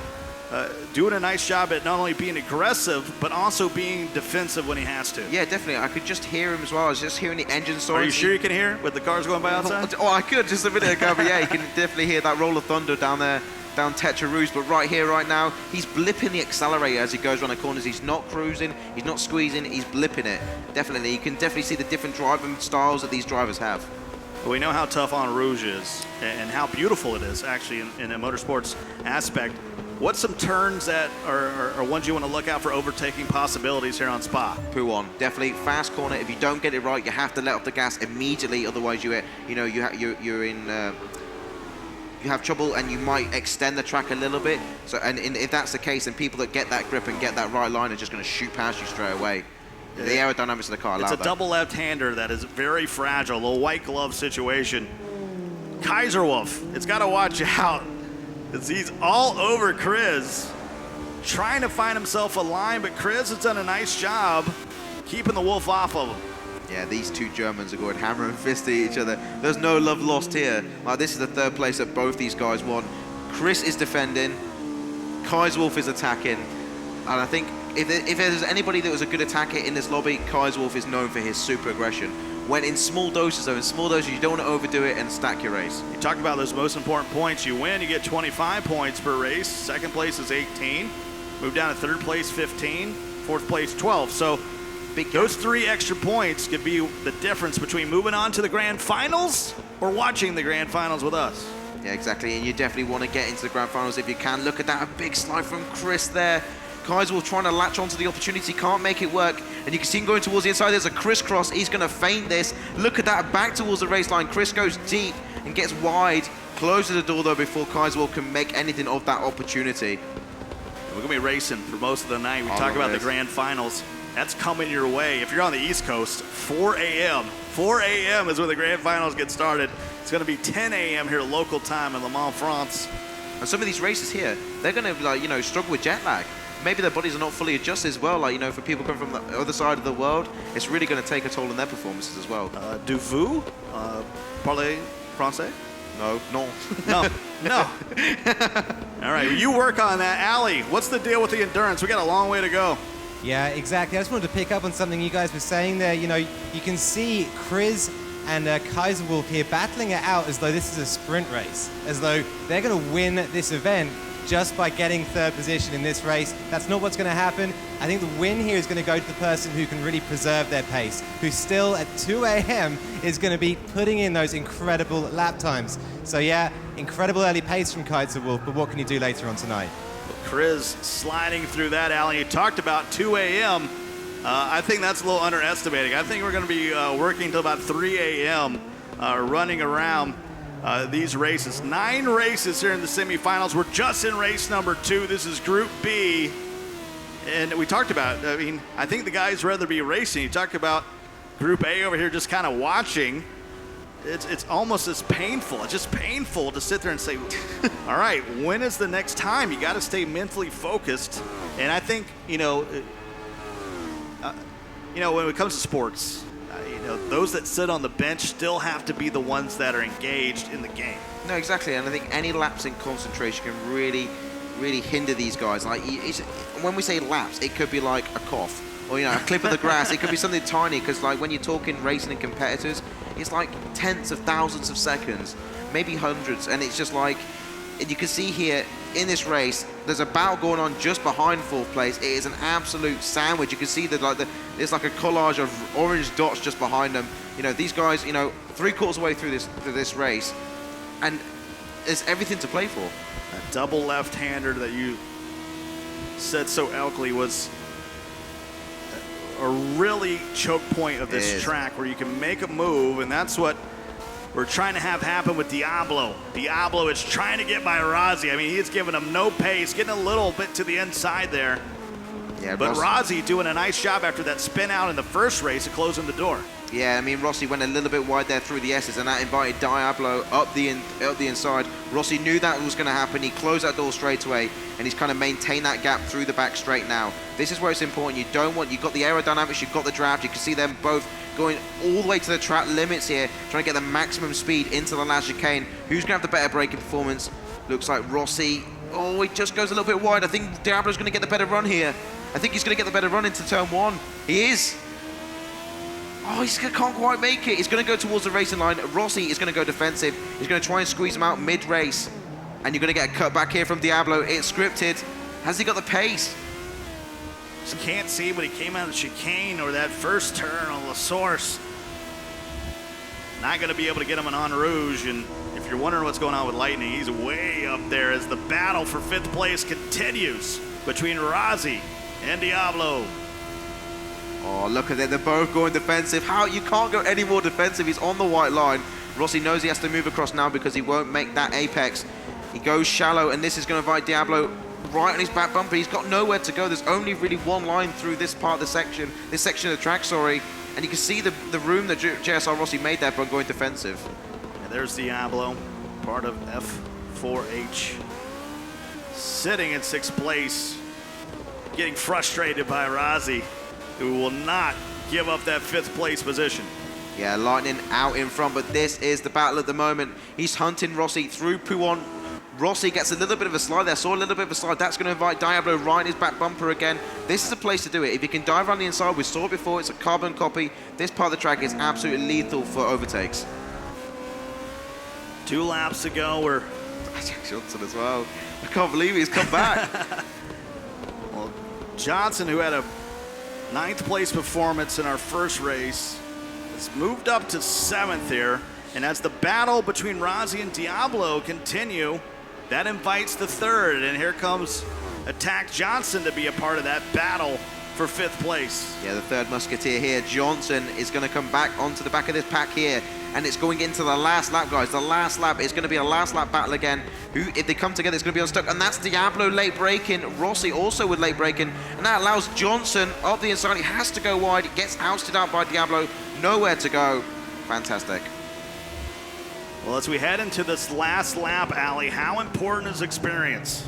Yeah, you can see it, can't you? Attax Johnson there just doing such a great job. He's one of the most experienced players out here, an absolute veteran of the competitive Forza scene, and he knows how to bring a race back to him. He's lost out a little bit in the early part, but now he's clawing it back position by position, and this last lap, Diablo and 5th position could be his.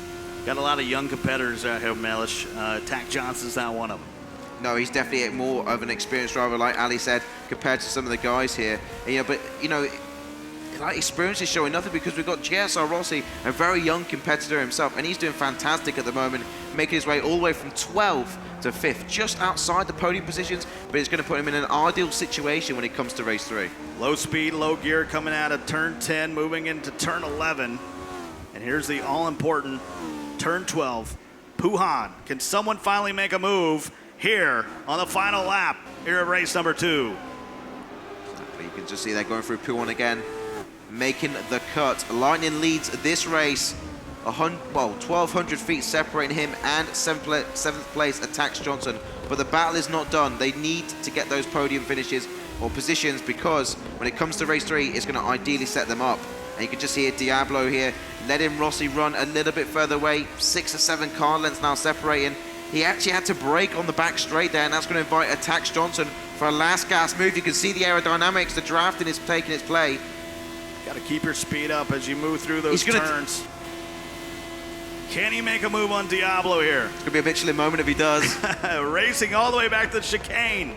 Diablo goes deep. A little bump, that'll push Johnson to the outside, so provisionally he'll close the door. The question is, when we get to the official results, what did they think of that last chicane? Lightning runs away with it. Diablo will finish 6th. Attack Johnson will finish 7th. Mr. Jack 8th. Tell you, another strong race by Lightning. I have to say though, Super GT and Hysterical that both got taken out in the first corner there actually made it to the back of the pack in such a short amount of time. 8 laps, that's all they got, and they were there. I thought they would be way back. They actually managed to finish that race. A little bit good there, so Hysterical is actually going to start. Well, this is a provisional result, so we don't know. We don't know if he's going to start last because he was involved in an accident. Well, Lightning's having a good time, laughing, having a good time, and hanging out, and he's not feeling it. But you got some guys that are starting to settle in, maybe starting to feel a little bit of the pressure, wiping the brow. Yeah, you can definitely tell which one of these guys, takes an endurance perspective to these races. Attax Johnson, getting a little bit of a tail whip, actually, from Diablo as he tried to gain grip and he lost the back end, slipped out a little bit because these guys are probably going to run with no TCS. So they're feathering the throttle a little bit, but when you're under pressure, you're going to ram that throttle down and you just can't help it. Well, let's take a look at the provisional results for our last race. Lightning out in front. Amarth has really looked strong. That's another 2nd place finish. Kaiserwolf, Kriz, Razi, Diablo, Tack Johnson, Mr. Jack, and we move all the way to the back of the pack, and there's Hysterical. I've got to say, the most, Lightning and Amarth most consistent, holding their first and second positions from the first race. Rossi, though, I think is going to be the big winner there because now he's ideally set himself up for the third race, and he's further up the pack, and he's better than being in 12th. You know what's not hysterical? Finishing last. There's no fun in that. No fun in that at all. Michelin moment. Let me show you some moments that are a little more fun than the spinning out, and there's when it happened. Super GT and Hysterical get caught up in the first turn of the race, and we would never hear from them again. No, but it's a long way to go. It's an endurance format, and I think that it's going to call on them, and I think they've got a lot more chances to really get away here in the next races. So, 2 races in the books for this group. It's been all Lightning. It's been all Lage. And Amarth as well. He's looked pretty good. Roadrunners look pretty good as well. And I tell you what, we got to meet Lightning up in New York, and I'm from South Carolina in the United States of America. This guy's from North Carolina. We're sort of kindred spirits, and so we had to head down to North Carolina to see how Lightning gets it done. Hey, my name is Taylor, also known as Lightning, and I just came back from New York winning the Forza Racing Championship, New York Invitational, and I'm here to show you my hometown of Roanoke Rapids, North Carolina.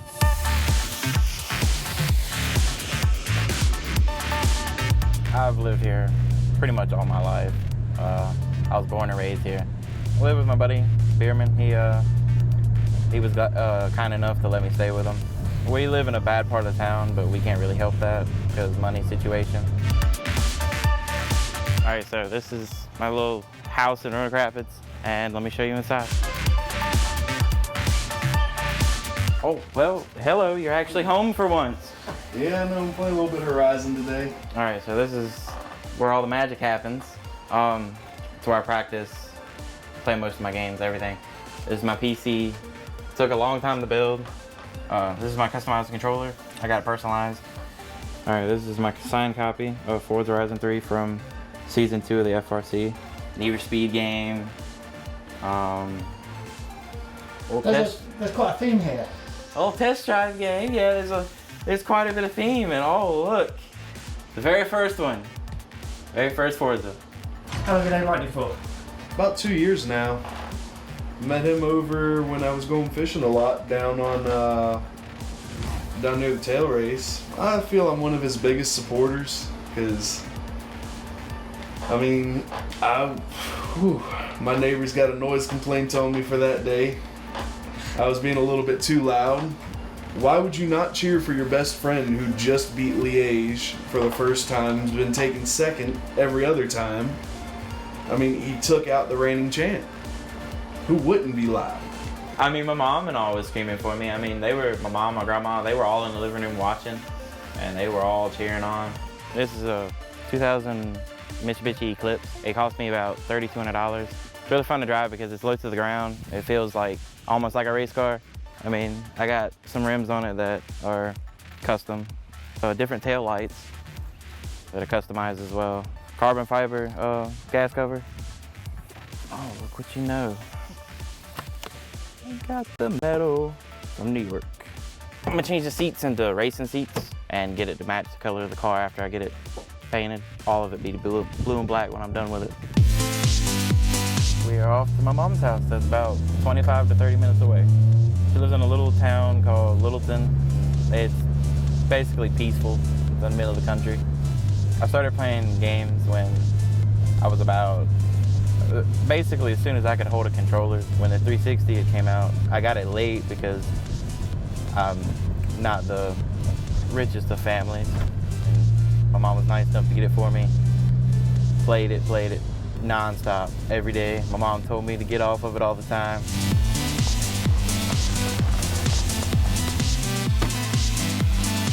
All right, we're here. Time to go meet the family. When he told me about the first competition, I was like, yeah, all right. Well, do whatever. And I never watched the very first one. But then when he got into the second one after he'd done one and found out exactly how it all worked, then we were all tuned in. So I wasn't going to miss it for anything in the world. I remember when me and Taylor used to play the game together, and just halfway through the race, he was gone. I had no chance, and I was like, yeah, this guy's got something. He's gonna make it somewhere in life. And now I wouldn't even bother to try to play because I knew I had no chance. By the time I got out of the studio after they announced that I had won and the other guys came in second and third, my phone was blew up, like Facebook posts, Twitter posts. I got actual photos just as soon as he realized he won. The reaction on, what's his name, Asics, his face is, he realized Taylor got it, and I already had them posted before he even got an opportunity to get on there. Public service announcement. My son has done it again. Y'all, my heart is so full right now. My oldest baby, Taylor Lightning Stomsky, never ceases to amaze me. Y'all tune in next weekend on Twitch or YouTube and watch my boy take it home. Go Team Lightning. We're so proud of him. He's making more money in the last 6 months than most of us made in a year. So I hope you enjoyed your visit to my hometown, and I'll see y'all in France.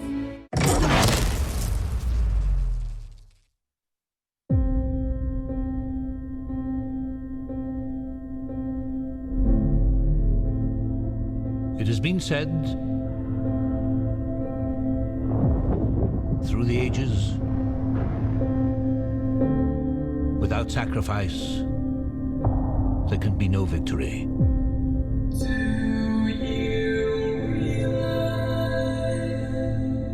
Two species at war.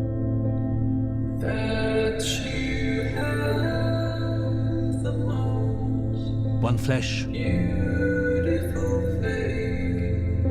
one metal.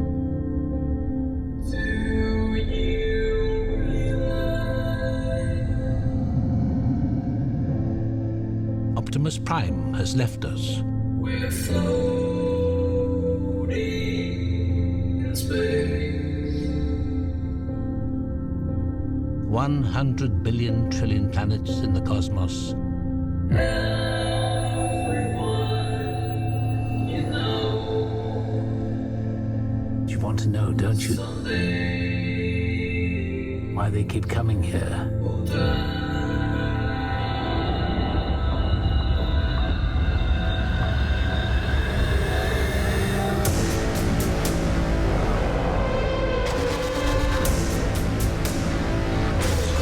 I want to stay, and I want to fight them. And now, two worlds colliding. The operation is over. We're not giving up, okay? Only one survives.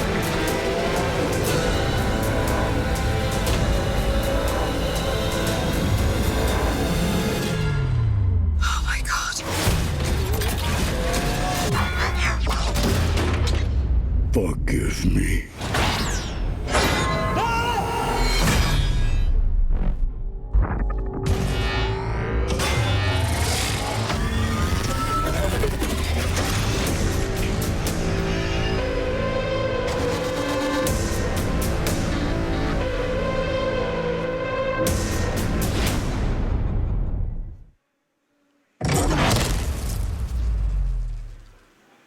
Welcome back to the Forza Racing Championship.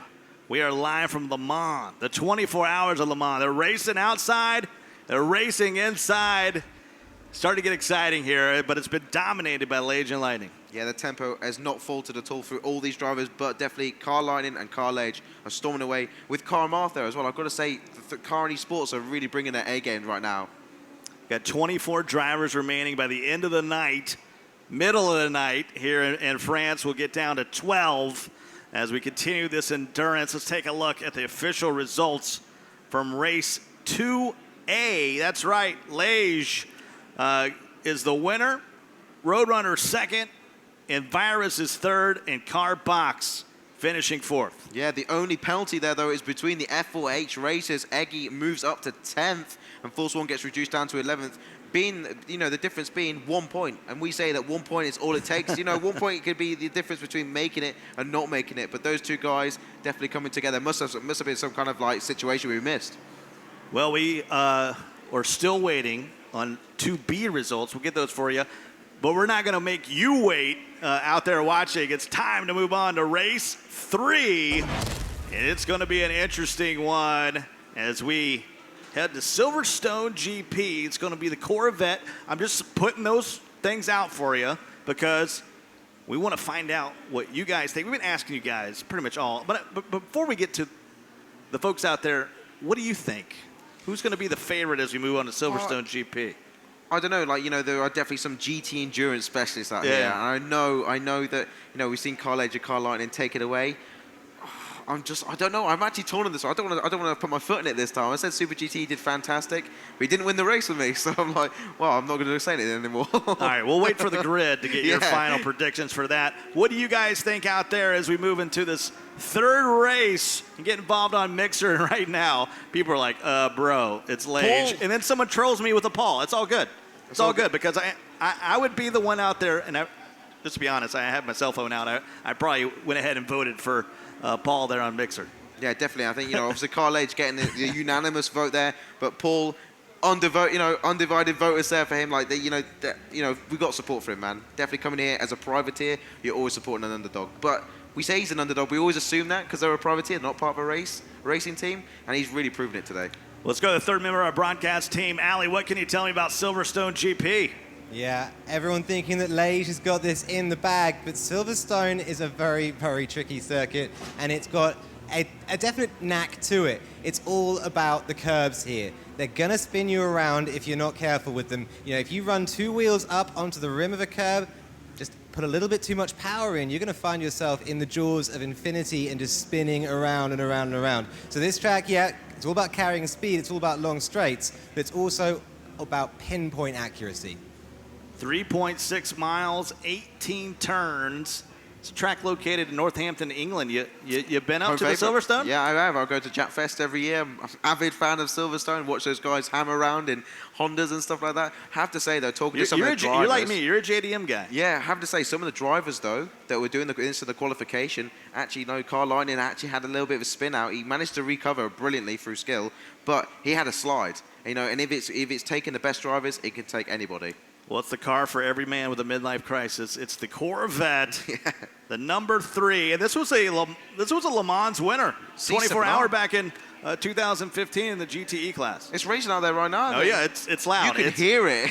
There's only one car I've ever heard louder than the Corvette that's out there right now, and that's the 787B, the old Mazda that won Le Mans. That thing could absolutely scream. What can you tell me about this Corvette C7R? It's an absolute monster. Lacks a little bit in top speed, but the drive is like just before the red line. These guys are going to be keeping it high up in the revs, and it's got the cornering ability. Now, the braking, though, is a little bit different. You can lock this car up really easily. So it's, sometimes you blip the acceleration. I know it sounds weird, but blip the acceleration as you're braking as well, just to keep your wheels from locking up. Big 5.5 liter naturally inspired V8, and it can make some noise. And these guys are ready to make some noise here. Race 3. We got 9 races to go in the semifinals. Lage up front, Roadrunner in second. Boy, he's been strong. And Envirus in third. Yeah, the battle continues between second and third, but Carbox is in 4th position, closely followed by F4H Racers. So actually making his way up the pack there, really strong contender, and JSR Zoom in 6th. Well, JSR Zoom, he's looked good as well. He's been a battle. There's Harmonic.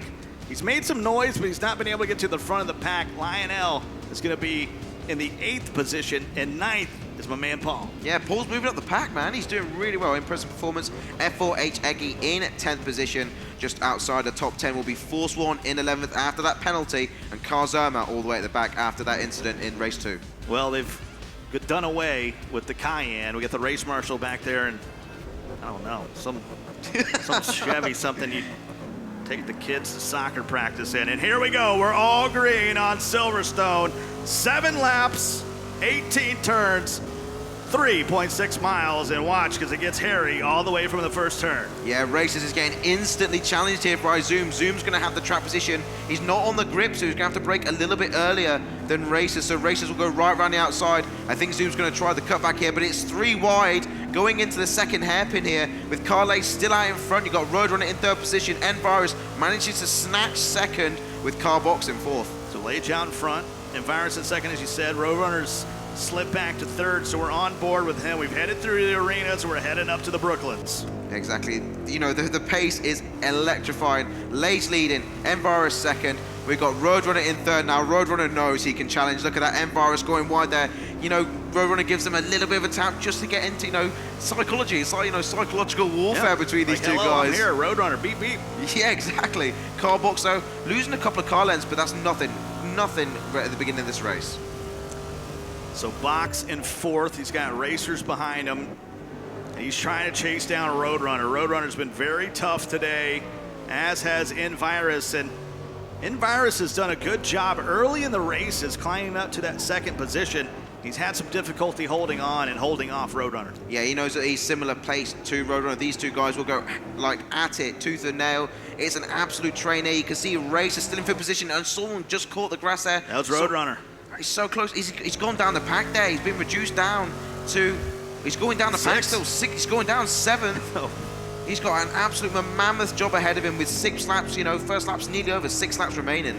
You talked about the lack of top end speed and how when you get this thing outside, as they do a little lawn work, as they head back to the start line. Got to be careful. This is a car that's got a really wide stance, but it's very long. That's a double overtake for races. I just saw it in the distance there in the last chicane. I've seen him do that so many times, and that is absolutely brilliant. We see Car Harmonic there. He's running really strong now. He's starting to put his foot down on that pedal. Well, he needs to. He hasn't performed up to the standards that he had coming into the qualifiers. And now in race 3, he's still got a long way to go. It's all about endurance.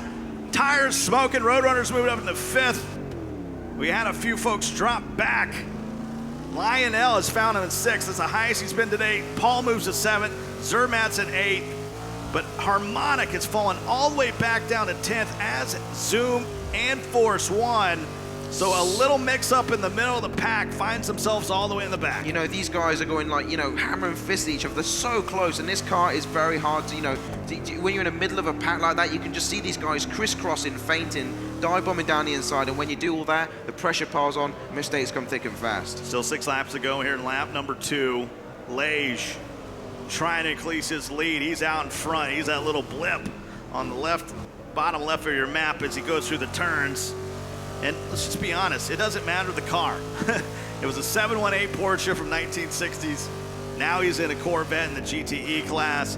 It doesn't matter. This guy's fast in whatever he gets behind. I have to say though, I know he's out in front, but because of that accident, I think Racers was absolutely charging. He come from the back of the pack, and he was going all the way through there. We just saw him like take a couple of positions and got unstuck with a few of the drivers here. You know, so he'll be disappointed, but he's got it all to do.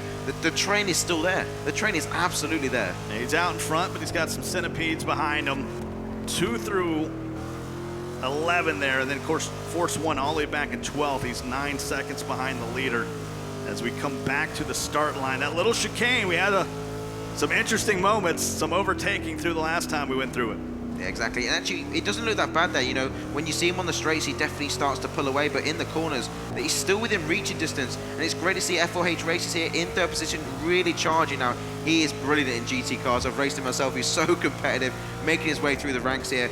4th is Car Box, and we've seen actually, you know, he consistently go in 4th place for all these races. I think Box has managed 3 4th places so far.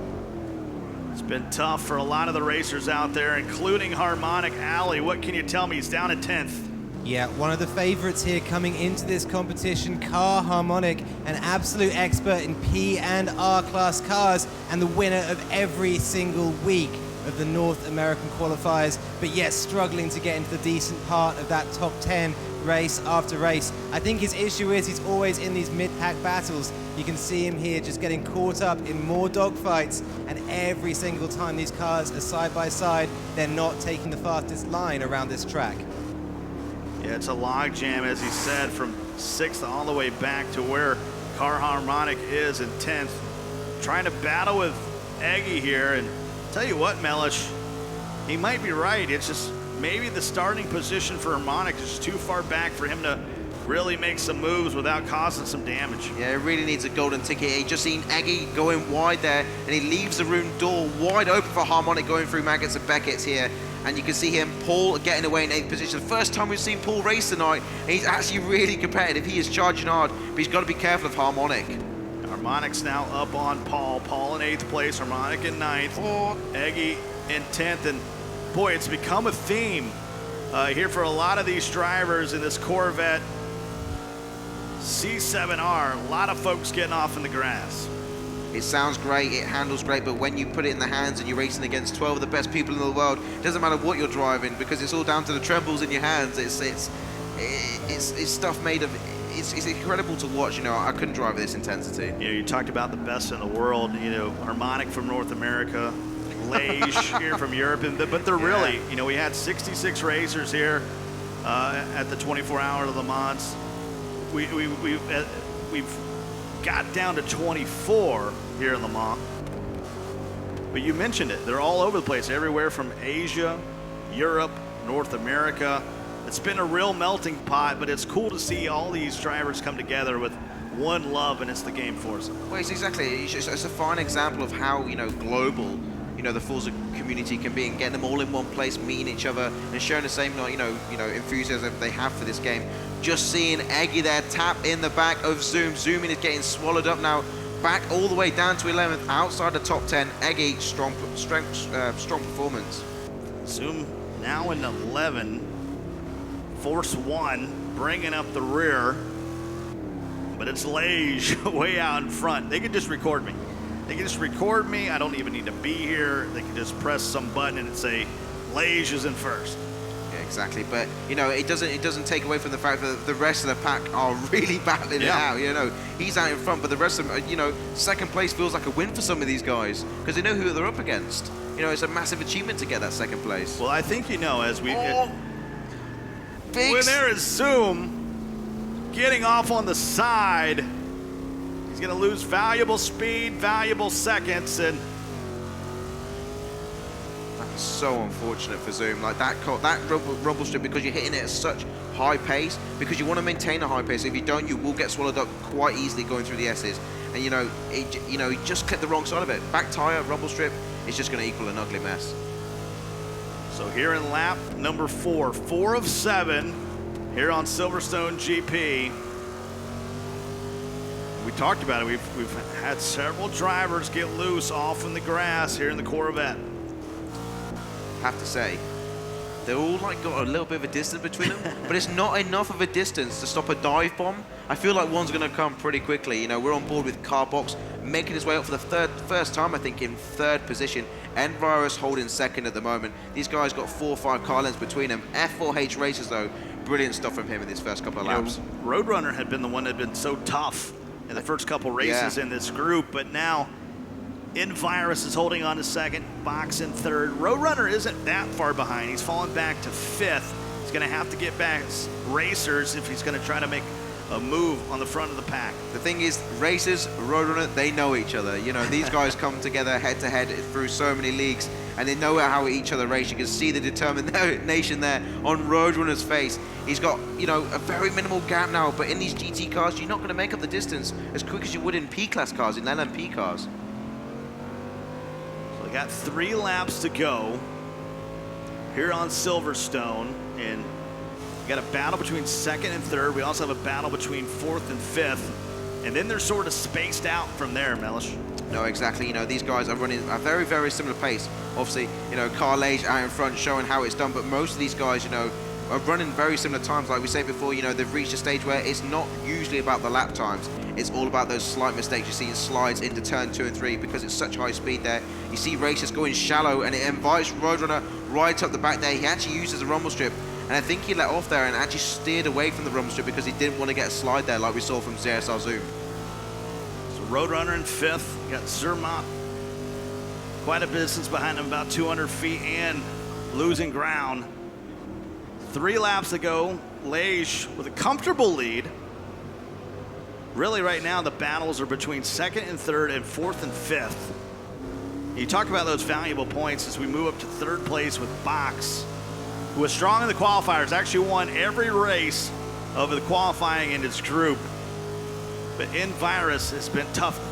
Opportunistic is how I would describe how Envirus is driven today. When there's carnage happen, he picks a line and goes right through. He definitely can see like something happening ahead. His spatial awareness is like 100%. He can see when something's going to happen. He will try and avoid it. Well, I don't see this as 2 individuals. I see this as Whipperman Racing Team versus Car and Esports. Like, it's bragging rights. It's pride, man. And he's doing a fantastic job here. 1 lap to go, a lap and a half to go. A lot of teams here. You know, it's a individual sport here in Forza 6. But I don't know a lot about Endurance, but I know a guy who does. Let's go down the pits with Ali. Yeah, it's great to see Endurance here up in second place, and all the more impressive when you bear in mind this is a racer who drives cockpit view. So when he's racing around here, he's going to be sitting there absolutely immersed in that C7R and just using those mirrors to work out where box is, using all the equipment available to him. I mean, for me though, that's crazy. I could never do that.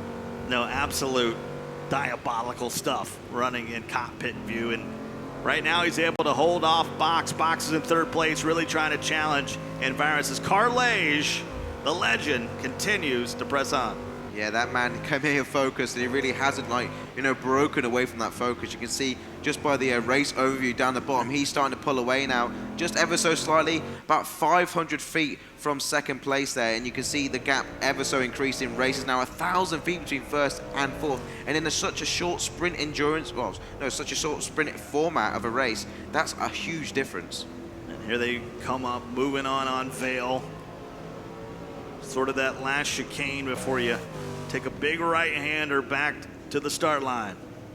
Yeah, that's very difficult, that, because, you know, you can hit the rumble strip. This track is prone for dangerous rumble strips. Ali said it before, the jaws of infinity. They will just grab your car and they won't let go. We saw with JSR Zoom, he was an absolute victim of that in the first couple of laps. He's got it all to do from the back, and I'm pretty sure, you know, even working from the back in the next race, he's going to be highly competitive. Well, folks, if you've never seen Lage race, you're for an absolute treat. It's the last lap here in race number 3.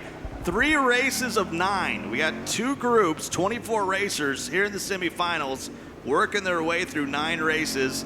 That'll have some success. That'll be the grand finals. It's tomorrow from 10 a.m. here in Le Mans, France. It's going to be heated, all the way man. To the win, all the way till we got one, only one. I think the tempo is going to remain throughout the night as well, because you're going to get the actual 24-hour Le Mans going to a side. You know, it never stops. Like, it's just unbelievable. It's been absolutely honor to be here among these drivers. It's a privilege, yeah, definitely. And we're in the final lap. Envirus losing a spot to Box. Didn't see the overtake. But now Box, and that's what you got to watch. We've seen that from Envirus a lot. Opportunistic. Leads for the first 5 or 6 laps, you know, jumps up into second early.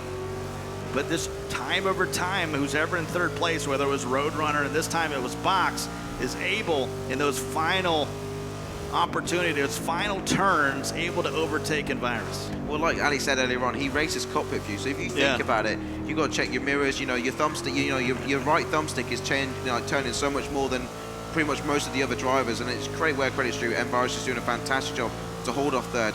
But more for him, he's beating Roadrunner right now, who I think is in 5th. And it's been separated by racers, so fantastic job by racers as well.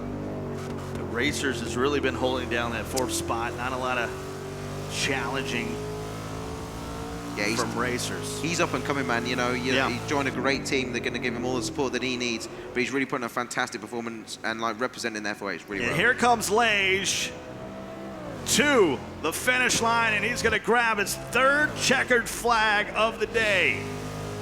3 races, 3 checkered flags for Lage, who once again hears it from the crowd. Game respects game. No, exactly. I mean, like, you know, like you say, 3 out of 3, 100% win pretty rate. good. I'm not very good at math, but that sounds pretty good. Well, I would say that's a success. Like, that's just, you know, you don't really get that, because usually when you're racing, you know, even the fastest person in real life racing doesn't win every race. Not the case. You know, that New York Invitational that started off the season 3, that was a lot of the first time these guys have ever gotten together and raced. A lot of it had been online. And so that was a big lesson learned from Lage, who maybe didn't have the kind of performance he wanted in New York. But here in France, here on his home turf, here in Europe, he has looked really strong thus far in the semifinals. Yeah, exactly. I think being at home, on home turf, like you say, it's like playing a home game of football. He's definitely got the fan support, standing ovation for them, and it's really, you know, it's worthy of it. You know, he's credit to him. Like I say, like some of the races there, and you think there'd be a little bit more of a challenge, and no one's brought it to him yet. No one has actually like stood up to the plate and like pitched at him. Like, no one's done it yet. Like, we're going to see that in the next 6 races. It's like they're okay. They're just okay with second place. Second place is like a foot over the first place. I'm cool with second place right now. Yeah. But you know what? A bunch of second places in a row, that'll find yourself in the grand final. And so let Liège and Lightning do their thing. You'll try to take them down in the grand final. That's probably the play. Let's take a look at the Michelin moment here in our third race of the day. And it started off hot and heavy with a little bit of smoke as we saw some of the drivers fall back through those first turns. Yeah, trying to make it through. There's Jess, I assume, getting that really lethal rumble strip there. Just that back tire sliding out all over it. It does happen, and you can't help it when it does. It's just, you know when it's going to happen, and it's really unfortunate for him. Well, that's the way it goes sometimes, you know, and that's our Michelin moment. And I tell you what, let's go outside. Shannon's out there somewhere hanging out with Roadrunner.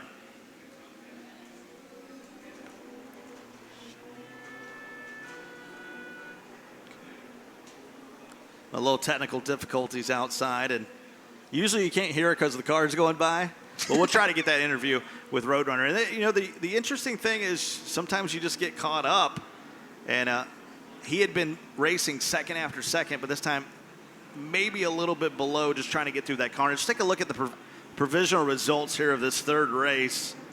Of course, it was Liège up on top, Box second, Envirus, Racers. Roadrunner did manage to stick out on fourth. Any other surprises as Car Harmonic is still not performing up to Like you said before earlier on, I think it's because, you know, he's in the middle of the pack. He's having to fight his way through, where Liège, straight from the get-go, straight out. See ya. Box is still having to battle, though, but he's near the front of the pack. When you've got like 6 people in front of you, there's a massive challenge ahead of you. So it's a mountainous task, you know, and he's struggling to do it because the guys in front of him, they're not standard people. You know, these are the guys that have made it through to the semi-finals.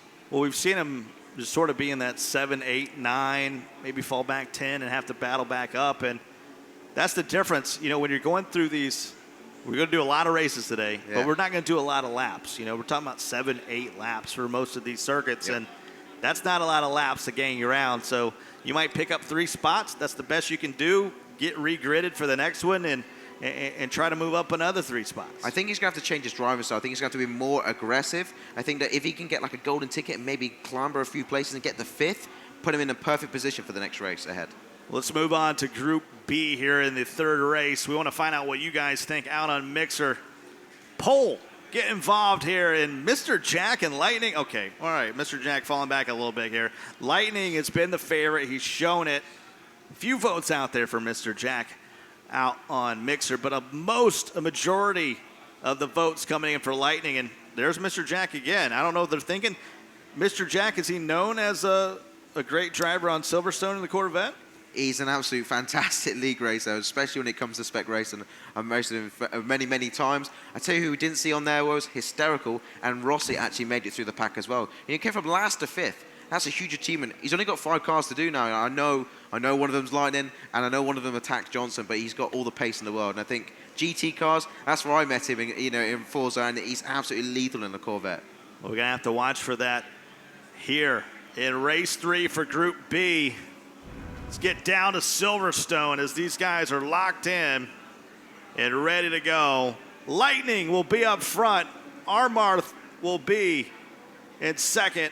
Third will be Kaiser Wolf. Yeah, that's a strong front 3. GTZ Chris again in 4th, closely followed by JSR Rossi. There's the man coming from the back, starting in 5th with F4H Diablo in 6th. Attack Johnson found his way up to 7. We'll see if he can improve on that here on Silverstone. Mr. Jack, some of the fan favorites out there for this one. He's in 8th and Dino in 9th. Yeah, rounding out the top 10 though, Bam Asic surprised to be in 10th with Super GT in 11th, and right to the very back is going to be JSR Hysterical. Obviously, Hysterical and Super GT both coming together, both got it all to do. Well, it's race number 3 here for Group B. You saw the carnage in Group A. We'll see if we get a repeat as we go all green on Silverstone here in the Le Mans winning, that's 2015 Le Mans winning Corvette, the number 3 C7R. Yeah, on board with Rossi. GTZ Cristo making that work for him. He's going to hold the inside line. Kaiser Wolf goes defensive. It's going to be a train. Amar falls him, and then Rossi, golden ticket right around the outside, takes 3 positions as they all try to go defensive, and none of them had it. Attacks Johnson also making his way up there. That is fantastic. I knew Rossi had it in him. He's now going to challenge on Lightning, and this is going to be a race to watch, I reckon. Tack Johnson moving from 7th to 3rd early in this race. So out there in the polling, you guys were thinking Lightning and you're thinking Mr. Jack. Well, Lightning's up front and Mr. Jack is running in the middle of the pack.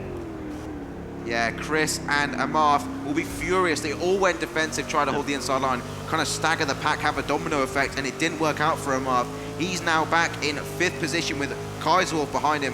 Got to watch out for Kaiserwolf. He can be super aggressive. Just out in front, though, you can see Chris marching on the back of a podium position there. He's got what it takes. And Tack Johnson gets the best line, though. Chris is going to have to extend. They both extend, in fact.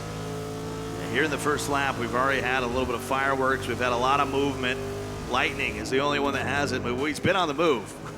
Yeah. Just no one's been able to overtake him. And looking back toward Kaiserwolf as Amarth is just trying to hold him off. He looked really good in race 2. Now he finds himself in 5th position. He's shown that he can play defensively, but now he's got to try to climb up the ladder. Yeah, definitely. We saw him in the first race in the 718. Had a little bit of luck with Hysterical and Asics coming together to gain that 2nd place. But all credit to him, he managed to hang in there. And now he's going to have to do it all over again. Otherwise, he's going to be starting back in 5th place for the next race. So Lightning out in front. It's going to be a close race here. Rossi in 2nd. And you're right. A lot of times we've seen the man on the pole go ahead and run away, but right now I think we're in for a doozy. I think Rossi, he's on his home track in a car that he loves. I know he can do this. And I think Lightning's actually going to have, for the first time tonight, an actual competitor in his lobby. Kaiserwolf has still got his shoes off, but he's trying to make a move. But it's now about Rossi. You talked about, can we get some drivers that are able to run very quick, are able to put some pressure on the leaders? And in your mind, Mellis, you believe Rossi's one of those guys. Exactly, like we saw in the previous race, you know, Harmonic was mid-pack. You know, if he was 2nd place, I think he could run parallel with Leish. You know, those two guys could come together and do some great team riding, but they're not here to team ride. They're here to duke it out and to get those all-important points. And I think if Harmonic gets a chance, he'll snatch it off Leish if he can. So in the 2nd lap now, working through Silverstone. That gap's not changed. It's not changed. He's kept the hammer down. Moving along the back side of the track. Oh, he's so close. Don't do it. You don't want to see a carbon copy of Zoom there. That will just destroy your chances. You can feel the heat, though. He switched it on. He has switched it on. We talked about this is a man that just 2 races ago was in last place. Now he finds himself all the way at the front of the pack, chasing down Lightning. Yeah, Carl Lightning got a better run there out the S's, though. It's not going to harm them. You can see these guys really feathering, blipping that throttle, trying to turn the car as they accelerate. Well, we've seen a lot from Hysterical. We've seen some spinning out. We've seen some decent racing. It hasn't gone his way, Ali. Yeah, Hysterical struggling here at Silverstone. Yeah, a difficult start of the race for him. He's just going to want to get his head down now and work his way back up the field. You know, race after race after race we've got going on tonight, and there's still time for him to get his momentum back, get up into that top 6, which is where he's going to need to be to get into the final tomorrow. Good stuff, Ali. Thanks for joining us down in the pits. He's giving us the inside scoop. No, I love it, man. He's full of information, so knowledgeable about Forza, and you know, it's an absolute pleasure to commentate with him in the community on weekends during the week. You know what? We bonded over a pile of chicken wings in London. I can believe that. At a Grey Goose pub. It was called the Grey Goose. Okay. And ever since then, we're best friends. We've done karate in the garage. Yeah. And really, that's all that matters. Hysterical running way back at the back of the pack. It's not been his day, but it's been Lightning's day. He's up in front. Rossi's in 2nd, and Tack Johnson in 3rd. And we're riding along now with Kaiserwolf, the man that doesn't like to wear shoes. And he's trying to work this pack. 3rd through 6 is starting to be a logjam. Yeah, exactly. The train is starting to form. Tax Johnson is feeling the pressure. We're on board with Kaiserwolf, who got a little bit of a slide there out that corner. And Mr. Jack will pounce on the opportunity here. He's going to run over the rumble strip. And I think Kaiserwolf's just going to form back into formation. Yeah, definitely. Wise choice there. Don't want to challenge on the inside. Mr. Jack, though, getting the best apex. I think Kaiserwolf's going to have to let off the gas.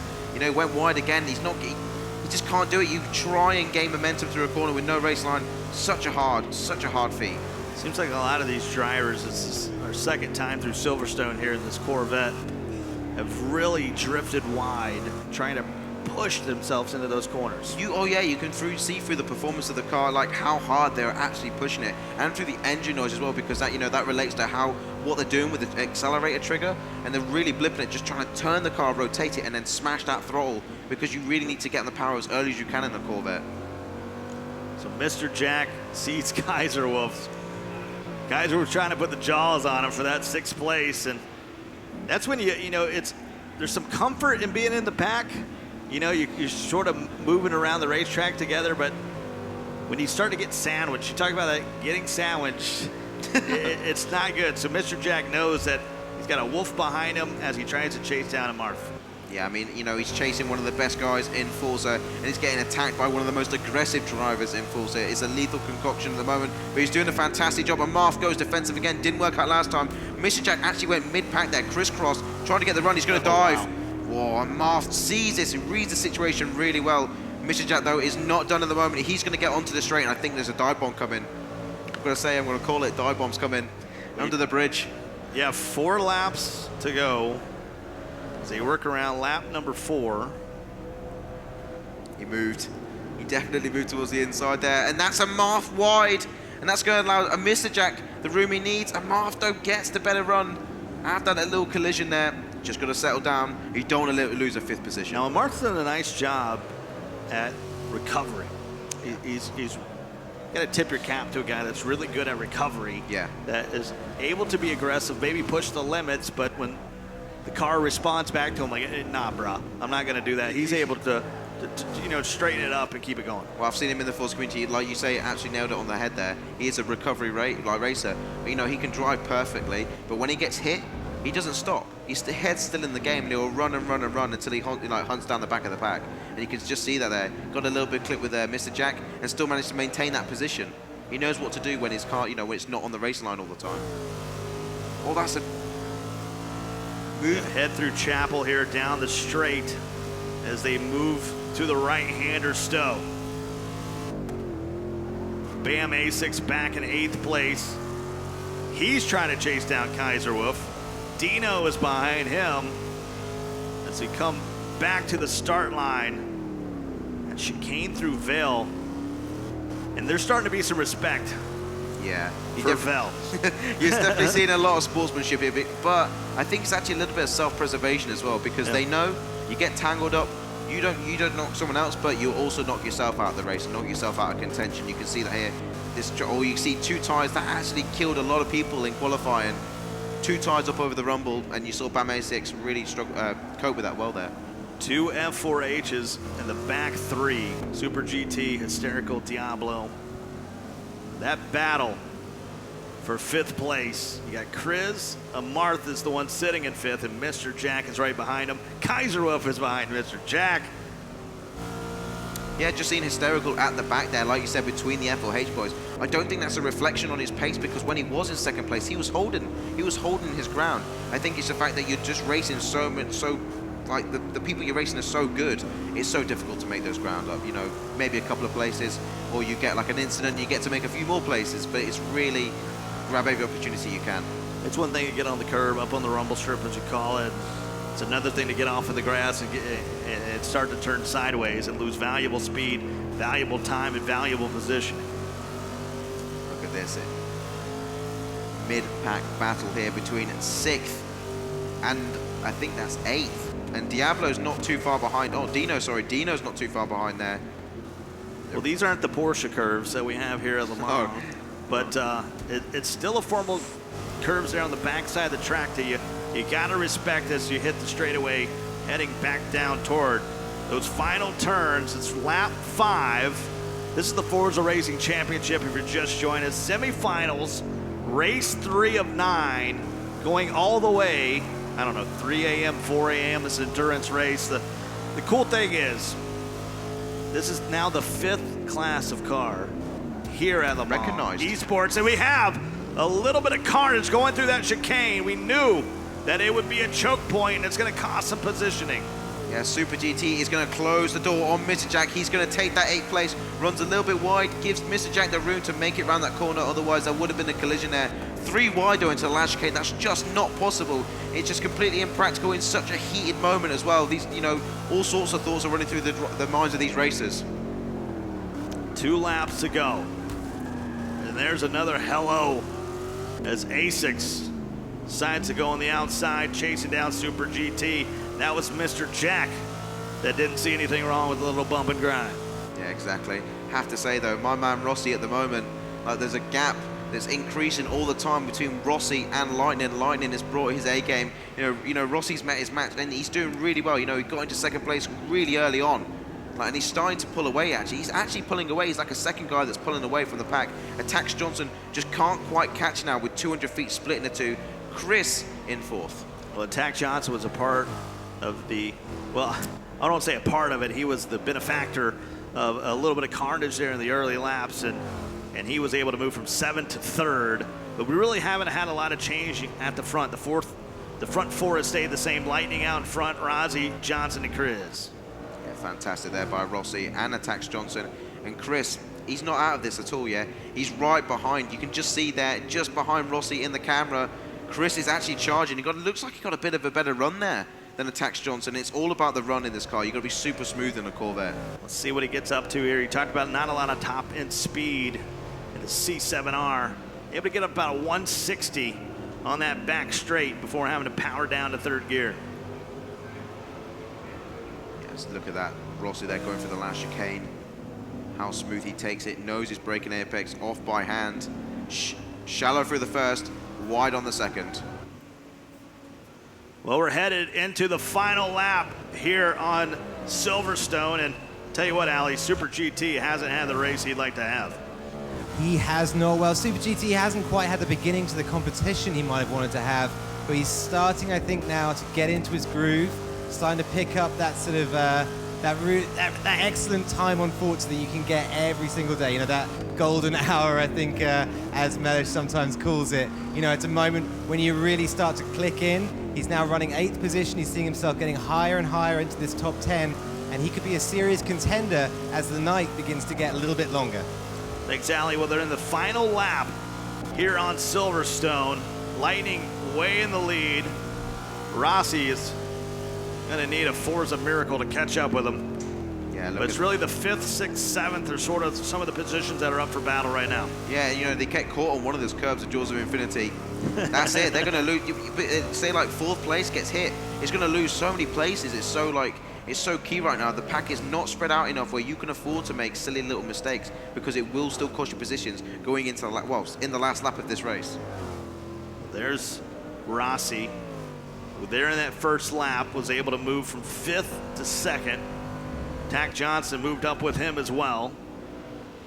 Oh, look at that on the rumble, using all the road there, Rossi. And I'll tell you something now, if he maintains 2nd place, in the next race, he's going to be right, you know, right beside Lightning. That's what you want to see.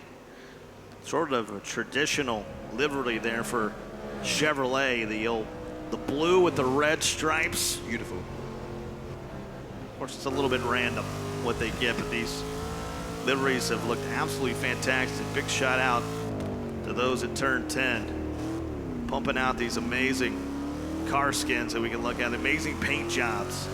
And we come back to the finish line. Lightning will take his 3rd checkered flag of the day, and anything Lage can do, Lightning can also do. And 6 out of 6. The man from North Carolina You're really it. starting to take it home. Hey, anytime I can give a shout out, there's one. Hey, I'm from the Carolinas. We can do barbecue and racing. That's what we do. That's all you need. Meat, beer, and racing. That's it. Sure. Essential ingredients. But yeah, 6 out of 6 for the cars and esports team here. But like I said, Tax Johnson, JSR Rossi, next race, they're going to be absolutely hot on his heels, because he won't be able to get away that fast this time. Well, they've been on a road to Le Mans, but they're also on a collision course between Lightning and Lage. Lightning got the best of them in New York. Lage was the one that was always keeping the little man in 2nd place, but now that he's broken through, these guys here in Le Mans on a collision course to the grand finals. Yeah, Lazy's only got one thing in mind, and that's victory. That's just like tunnel vision, just sees a trophy, that's all he wants. Like, you know, there's nothing else. These guys race as team members, but when it comes to it in competitive racing, that's all put aside. You want to race, you want to beat everybody. That's just how the nature of racing is. Scott Cole and Mellish back with you here in the Forza tent, here in the fan zone here at Le Mans, and we got the provisional results for you. I don't know if I'm going to make it through this endurance. Lightning, Rossi, Johnson, Chris, those are your top 4. Yeah, exactly. And Marth down in 5th position. Mr. Jack, Diablo, and Hysterical all the way back in last position. He's got to do something next time round. Well, those are the provisional results there for race number 3. I tell you what, had a lot of good moments there in these first 6 races between these two groups. And let's take a look first at the final results. Before we talk about the race 3, let's look at the final results, the official results of race 2B. And boy, there must have been some carnage in there, and actually no warnings. That was really surprising. It's really surprising for how long they took a look at this race 2B, but there's some very aggressive racing there that they have to go back. They can actually look at all the screens. And so the official results, Lightning does take the checkered flag in the second race. Armarth, Kaiserwolf, Chris, Rossi, Diablo, and Johnson, they're in your top 7. Yeah, Hysterical, you know, Hysterical and Diablo are really struggling in the back there. Super GT did capitalize in that latter stage of the race, and he made it up to 8th place, and it's going to, you know, set him up now. He can make another couple of positions and really like challenge for the top tier in that group. Well, we had some fine moments today. We had some great moments in the third race. It's time for our Michelin moment. They're on Silverstone, and it started off. Kaiserwolf was getting held off by Mr. Jack. Rossi looked really strong down the back stretch. Some good racing, but then it got a little sideways as they moved to the back side of the track. Yeah, Amarth definitely really struggling there. You can see Mr. Jack trying to consolidate on that move around that you know, nice sweeping right-hander. Didn't quite work out, and it actually worked out for him. You know, these guys are really trying the hardest. You know, I thought, you know, being at Silverstone, I think they've now upped their game, and the next race we're going to see is really going to complement that. Well, we talked about the endurance. You know, one side over here to my left, they've completed 3 races. Now we got to go to the other side that's completed 3 races back to Group A, and that's part of the endurance. We talked about it time and time again, is staying focused. It's a lot easier when you're in the car, but standing outside with Shannon, it's Johnson. Shannon, take it away. Hey guys, first of all, let's take a moment. All of the fans, we are at Le Mans, and I'm joined here by Attax Johnson. How's things going tonight? Well, unfortunately, the race are not going so well at the moment, but yeah, I'm also fighting with some kind of technical issues, unfortunately. Probably don't have to go into detail now because nobody would understand. But yeah, so that's why there are lots of mid-pack finishes right now in the semis. Yeah, and we're about 4 races in as far as semifinals go. We saw you kind of mid-pack the first few. 3rd place finish though with this one provisionally. How does that feel? Does that kind of give some confidence going into the next one? It can be some kind of comeback. I mean, I just have to stay in the first positions now, and my goal now has to be to become like 6th in the end, so just to reach the final, that's it. I think I can't do much more because of those issues, unfortunately. Yeah, it's getting intense, you guys. Things are heating up. It's hectic out here. It's loud. We'll let you get back in, get focused for the next race. Good luck to you, and let's see what we have inside. Thanks so much, Shannon. Only 250,000 people coming through out there, and Shannon, you're too far away. Come back. We can hardly hear you. But yeah, you talked about, you know, a little bit of technical difficulties inside the car was really the struggle for Johnson. And, you know, when you're having those difficulties, sometimes it's hard to keep focus, but he was able to finish 3rd. Yeah, it's a fantastic performance. Like I said, he set himself beautifully up now for the next race. He's in 3rd position. He can make those dives down the inside early and really challenge Lightning next time around. I think Lightning will appreciate a little bit of a challenge this now. He knows that he's setting himself apart from the rest of the crew, but you know, a bit of racing wouldn't go amiss. Well, we're going to step away for a moment. When we come back, a lot more racing here from Le Mans, France. Don't go anywhere. All right, guys, it is really early. Really early. Didn't sleep well, and starting our road trip across halfway across the world to Le Mans. Very excited. And that's part of the reason I didn't get much sleep. And it's gonna be a rough, kind of a rough day.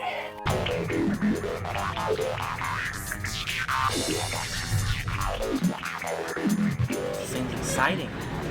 Very, very exciting. Hey, show my information off.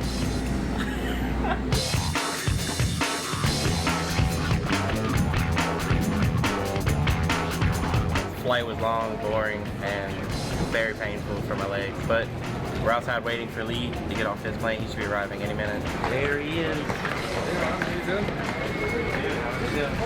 Yeah, not bad man. A bit tired, been up for about 26 hours now, but that's about the same for me.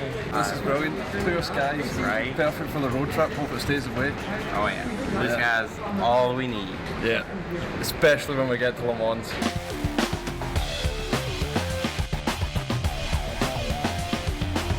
Your first meal in Germany, and you're eating chicken nuggets, McDonald's.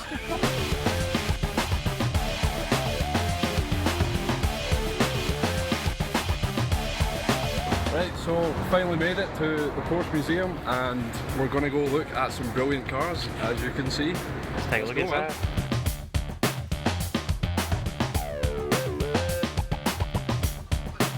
Look how low it is. It's basically touching the floor. Gap between the car and the floor. Is this actually Prost's McLaren? What? This is gonna be my trophy cabinet one day. That can be yours. A few weeks ago we were driving this around Spa. Now it's in front of me. You can actually see where the air is coming under the front splitter through the side channel here, which is massive, and forcing the car onto the floor, reducing downforce. This, I believe, is the exact 919 that we will be racing in Le Mans. Well, this one looks like it was actually raced as well, because it's got all the dents. Traded some paint. This is the car that won me New York, this 918 Spider, one of the fastest hybrids ever.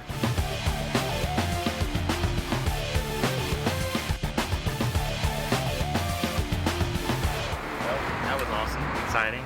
Seeing cars that we even raced with in Forza. Yeah, that was amazing. We've seen basically every single dream Porsche you could ever think of. What an incredible place. And incredibly, after a long day, it was nice to be able to just walk and relax and look at all the cool cars and everything. You know, I actually forgot I was tired, but it's time to go back to the hotel, so we'll see you guys soon. See you later.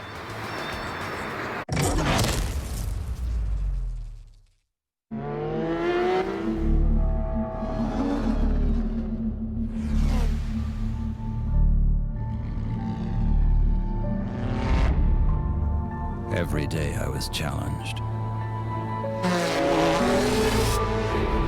Every hour that I was cornered.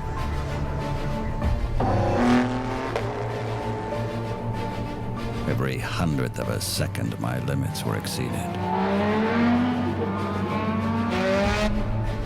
Every moment of intensity. Every moment of being awestruck.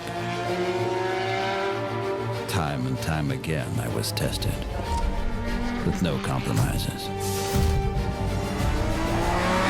Every one of those moments made me who I am, honed me to extremes, prepared me for the toughest tests on the track, because this is what I was born for.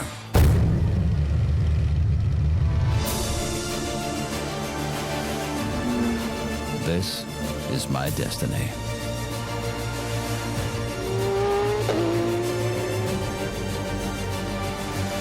Me, the spearhead of the family.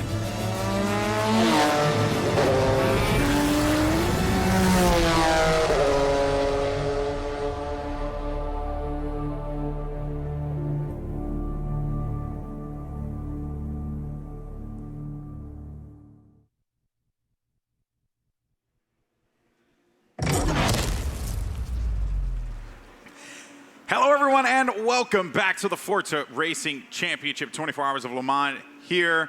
It's been Such an incredible day here. This is the Porsche Cup, guys, and everything is on the line. They tried to hold me in the back, and then I fought my way out, had to kick Scott out, but he'll find his way back here later on today. Hello, everyone. My name is Alex Mendez, better known as Golden Boy. And hey, Aaron. Hello. Yeah, nice to meet you. Yeah, nice to meet you again. Yeah, no.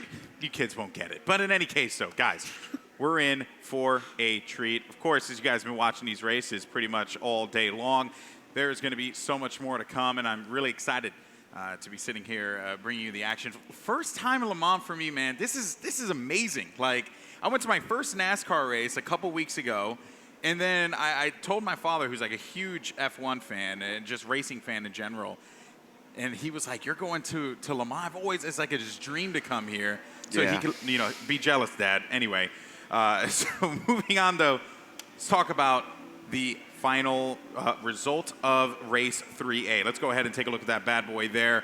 And what do we have there? So Liège, no surprise, stunning 0 people in this room right now with that first place spot.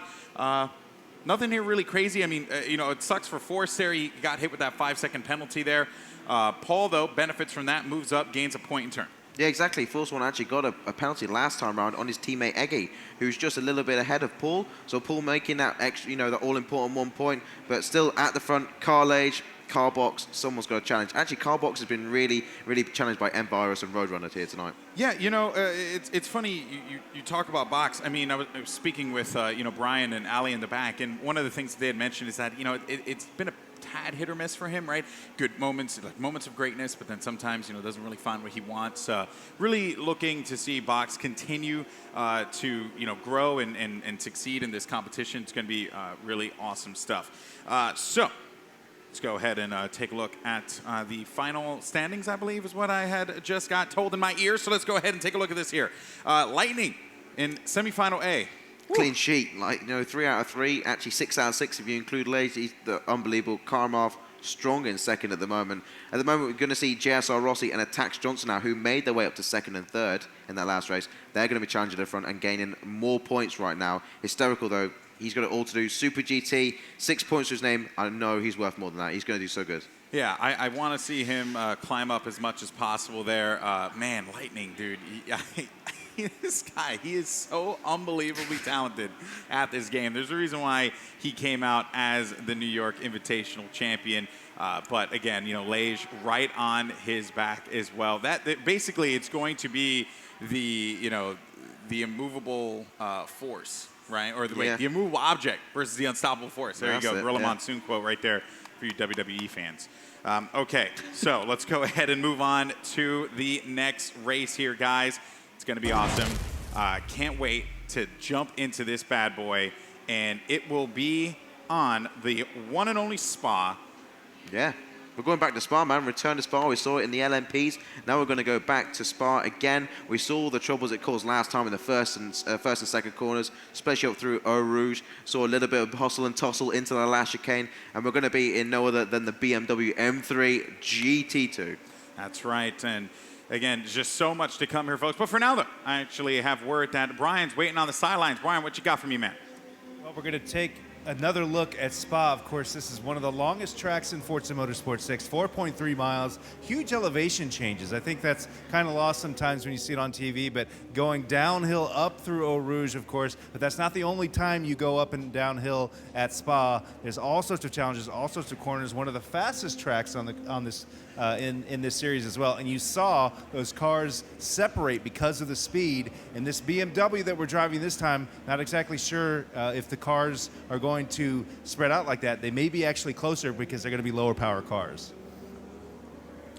Thank you so much there, Brian, and looking forward to hearing more of your insight. Yeah, no, you're right? I mean, 100% on the elevation changes. Not something you really get the full grasp of, but the cars feel it, and things just start to heat up really, really quickly on this map. It's pretty awesome stuff. And speaking of the car, by the way, why don't you go ahead and tell our viewers at home what should they be expecting from this Beamer? Well, like Brian said, it's a little bit slower, so they're going to take a little bit more of a cautious line. They don't have the aerodynamics of the LMP car, so up Eau Rouge, you're going to see probably a few people letting off if they can't get that perfect line. There is only one line if you can't track extend. And the rumble strips on this track as well they are quite forgiving, but that does not take away the fact that most of these corners are high-speed corners. So you're going to see some of these guys, you know, really kicking it to the high rev bands and trying to short shift up and get that speed and that drive all the way out, especially through Pouon. Yeah, it's all right. Let's be honest here. Do you see Lay struggling going into this? Not that I do see him. I would like to see him struggle. Like, there's a difference. There's a difference. Oh, that's what I mean. I'm kidding. You'd like to see some competition in him actually having to, you know, he's getting out the front. And you want to see him suffer. You want to see him suffer. You know, that's it. Okay, you're just a mean person. No, I'm kidding. So, guys, just so you know, for those of you watching on Mixer, you can go ahead and vote on who you think is going to win this next race here. And surprising, literally nobody. Everyone's voting for Lage. Why don't people just, you know, take a risk, okay? Live a little bit on the wild side there. Yeah, well, we saw last time that Lage got unanimous. It was completely full. But we saw like 4 or 5 guys there really, like, you know, getting a few votes in there. So it could be a little bit in the mix there. All right, well, let's go ahead and jump to the grid and introduce this one for you guys here today. We got the one and only Zoom rounding out the back there, Force 1 as well. Followed by Paul. This is Scott's favorite driver in the whole wide world. Literally can't stop talking about him. We have Eggy, Harmonic. I just want to see more out of Harmonic, man. You know, he is such a talented driver. We know he has what it takes. And Zermatt there. Yeah, he got unfortunate. Last time at Spa, he knows now the mistakes, and he'll be looking out for them. Roadrunner there just in front of him with Racers in 10th position. Just in front of him, though, we're going up the pack. It's Nvirus99 and leading this. Oh, no, it's not leading this race. Carl Box looking out the outside and leading this race. There's the man himself, Carl Lage. Don't let that 13 fool you, folks. No, exactly. The 13's a lie. It's the first. Homie's got number 1, and you're going to see why. We are green in Spa. Let's go ahead, jump right into the action here. Interested to see who's going to try and you get a little reckless here off the start. Yeah, exactly. First corner habits do usually happen every single time. You see the guys bunching up there. Actually, it looks like a really clean start there. Trying to get on with some of the drivers here. We're on board with AMS Roadrunner in 6th position. Carl Lage still holding out in front. And you look at it going side by side up Eau Rouge. That's not where you need to be. You see he's driving at wide, racing, had to go way off the track there. He managed to escape, doesn't hit the tyre wall. That is so close. He doesn't want to be there again. But look at it, side by side. Yeah, it's going to be crazy. And you mentioned before, right, there aren't that many options, right? When you're, you know, just beaming down here. And these drivers are trying to take full advantage of what they can. Zoom and Paul dealing a little bit there. Roadrunner getting knocked by Box just a tad over there. Gentle touch right on the bum. But that means he's going to have to just, you know, recorrect himself for the moment. Zermatt in 9th. Trying to gain on Harmonic. Want to see Harmonic shine here. But, oh, Harmonic, he got clothesline from hell there. That was unfortunate for him. And that's just... I just see like braked right into Eggy's back. Yeah, look at the concentration on his face at the moment. Zermatt, though, in 8th position, making his way through, and he took a completely different line through that. He went double apex. They all try to tightly on the inside, keep their position, and that kind of scrubs their speed off. Not the fastest line, but definitely the line you want to take to secure your position. And not only that, I mean, look how many people are just bunched around here, right? Like, one slight mistake, and hey, you know what, that route that you took that was a little bit different could end up picking up great for you here, and it seems like he's going to overtake Eggy. Good job here from Zermatt, just a little bit. Eggy, are you going to give it to him? Oh, we got some bumping back and forth here, but Zermatt continues on the run, and I have to say, this is very impressive stuff out of him. Yeah, that was great courteous. You saw a little bit of a tap there from Eggy. I think he may have thought that was a little bit too rough on him, so he's let off the gas there and let Zermatt through very polite of him. JSR Zoom in 9th after a little bit of a hash at moment in Silverstone, sorry, in the Corvettes. We've got F4H Eggy, though, right to the back of the top 10. Zoom's there. Not an easy guy to keep up with, I'm afraid. Oh, man, I tell you, it's really tough, you know, in this kind of position here because you feel the pressure, right? You feel the pressure. You feel like, you know, you're just not performing the way that you want to, and you're just looking for any opportunity, and that's when you could make mistakes. These guys have to be really careful here as we go into lap number 2 now. Look at these guys, they're muscling, bustling. They want to get that position into the first corner. Yeah, he's not having it. Harmonic's not going to give it to him. He's fed up of getting bolstered around, bullied around. He's just going to shut that door on Zoom and get that run out the first corner. Yeah, Harmonic wasn't having any of that, man. Like I said before, he is a guy that you expect to perform at the top level, and seeing the 8 next to his name is even a little off-putting from, you know, just the races I've seen him put together. So I know for him, he wants to just continue to let the good times roll. March on down here. Eggy, though, trying to take any advantage he possibly can at any moment. Speaking of looking for advantages, Roadrunner maybe going to dive on Lino here perhaps, but it seems like he's going to get much out of that one. He has to be careful on his right. Yeah, definitely. You saw car box in the rear, rear image there. You see his bonnet there peering in. He's going to get challenged. But Roadrunner at the moment, he actually started 5th, so to maintain 5th is a really good job here. Person we haven't seen a lot of is a DTM Lionel. He's really coming into like a game of his own at the moment, challenging for 3rd as they go down towards P1. 2 tires on the grass, and that worked perfectly in directing the car. Yeah, you want to see some new names, right? You want to see some new names in the space. You want to see some guys continue to grind and again, just make a name for themselves. On board with Lionel here. He's looking to go toe-to-toe with racers, looking for that opportunity. Yeah, racers actually did really well at Silverstone. It's nice to see him there on a podium position at the moment, but 5 laps remain, guys, and this is, the story isn't over until they cross that finishing line.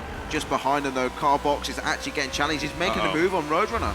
This is what you have to be fearful of if you're Lino, because Box is a guy who will look for the opportunity, and he will dive right on it, take it head on, and chances are he will succeed. Like, Box is that damn good, but of course, Lino, he has been racing a very inspiring race thus far, so I think this is pretty good for him, right? He wants that, like you said before, he wants to be able to challenge for 3rd, get in that podium position. Yeah. It's just, it's going to be a challenge here because it doesn't seem like anyone's letting up here. Well, we see, like, this is the first time we've seen Lionel at the moment, and he's in attack mode. Look at that Roadrunner up the inside. There's nowhere to go. Box had the line there, the track position, and he outs Roadrunner out, but Roadrunner is not done. You can see the bonnet of the car of Roadrunner looking towards the outside. Oh boy, I respect the hustle, man. Yeah. I love it. He said, you know what, I may not have an angle, but I'm gonna go for it anyway. That's why cars have panels, so you can bend them, dent them. It's just like, that's what they have them for, no other reason. Hey, you know what, a little bumper car's never hurt anyone unless you're Gfinity, and then they're saying no. In any case, though. Oh, Zermatt. Look at that Roadrunner. Oh, that's Zermatt. Sorry, got a better run on Box. Runner that gets reduced by Zermatt. So Roadrunner now down to 7th position. He started so strong at the beginning of the semi-final round. Need to see him up his game. I know it's an endurance race, but this is what we're all here for. Yeah, again, right? Roadrunner's taking risks, and I appreciate that. Yeah. I like that he's trying to open up an opportunity for him, find something that would work for him. It's just, again, these are some of the best players that are out there, and I mean Roadrunner as well, without a doubt. But again, they're not going to let you have it. They're not going to let you have those cheeky overtakes. It's just nice not guys gonna finish last. Nice guys finish last, man. He's really polite as a driver, really lovely to speak to. Zermatt though, clinical. He knows he should be up there, so he's going to make his way through the pack regardless. He'll just, he's like a surgeon with a surgeon with a racing car. You know what I mean? So sublime. And I tell you, if you are a surgeon with a racing car. I can't expect that surgery to go very well, but I think hey, get there quickly. He's gonna look good doing it. It'll be quickly. It'll be quick. That's for sure. Oh dear Lord. All right, so we have Roadrunner looking to gain here on Zermatt, but again, you had mentioned it before. Zermatt's just not gonna let you have that, right? Creeping around the corner here and just waiting for that prime opportunity. Yeah, exactly. And to be fair, we haven't seen much team riding with Car Zermatt and Car Box now. Maybe they can latch onto each other and draft and use each other and team ride the pack, so they can get into that 2nd and 3rd place. And that's probably the ideal thing to do, because the points are what matter. Once you get there, then you can tussle it out, but you need to get there first in the first place. So like, it's maybe they're not going to be able to communicate. So that's probably not what's going to happen anyway. No, but you kind of have to make the assumption, right? Yeah. That's kind of just how it works. And okay, Zermatt as well as Box. Just now, it doesn't seem like that's what they're shooting for here. They're really just. I think they're just trying to overtake one another. I mean, screw it. You just want to get to that. Yeah. You just want to get to it, period. That's it. There's $100,000 on the line here, people. Yeah, you said that DTM Lino. We said it before. He was on attack pace for 3rd position, but now he's going defensive mode because Car Box, like you said, ultra quick, both going through Eau Rouge there. Yeah. Lionel has to straight line. That's the trouble you get. He's gaining ground now on Box because of that straight line up the hill. See, the thing that I'm for Lionel here, it's all about defense at this point, right? Yeah. Before he was challenging for 3rd, there was a possibility he could have made it happen, but now he just needs to ensure that that Box, the man himself, does not creep up on him and make it a really awkward situation, right? I think you kind of just forget about racers and you just focus on Focus on holding it down, and that, just as I said it, Box moves right in there, and then Zermatt goes in as well. And this is exactly what you didn't want to happen for dear old Lionel. Oh my goodness, that is so sad. So sad. Yeah, and it's not done as well, because Roadrunner as well, you know, he's going to lose maybe 3 positions in 2 corners. You know, I thought it was going to be a reprieve for races in 3rd position, obviously with Lionel going defensive, but that's not the case, because now he's got 2 car guys on him, and the Roadrunner's looking really, you know, really aggressive as well. Car Harmonics making his way. He's only 20 feet, and that's all that's separating him. You can still see him. It's an actual train as we go halfway through this race. Oh my goodness, this is definitely not the situation that Lionel didn't want to be in here, but Roadrunner looking to jump on the opportunities. Brian, what do you have for us on the other end in regards to Roadrunner? Really impressed with what Roadrunner's doing right now. He's keeping the pressure on Lionel. Now, we saw, there he goes right there. Lionel seems to be falling apart a little bit under this pressure because Roadrunner is right on his bumper and does not want to let go, guys. Oh, man.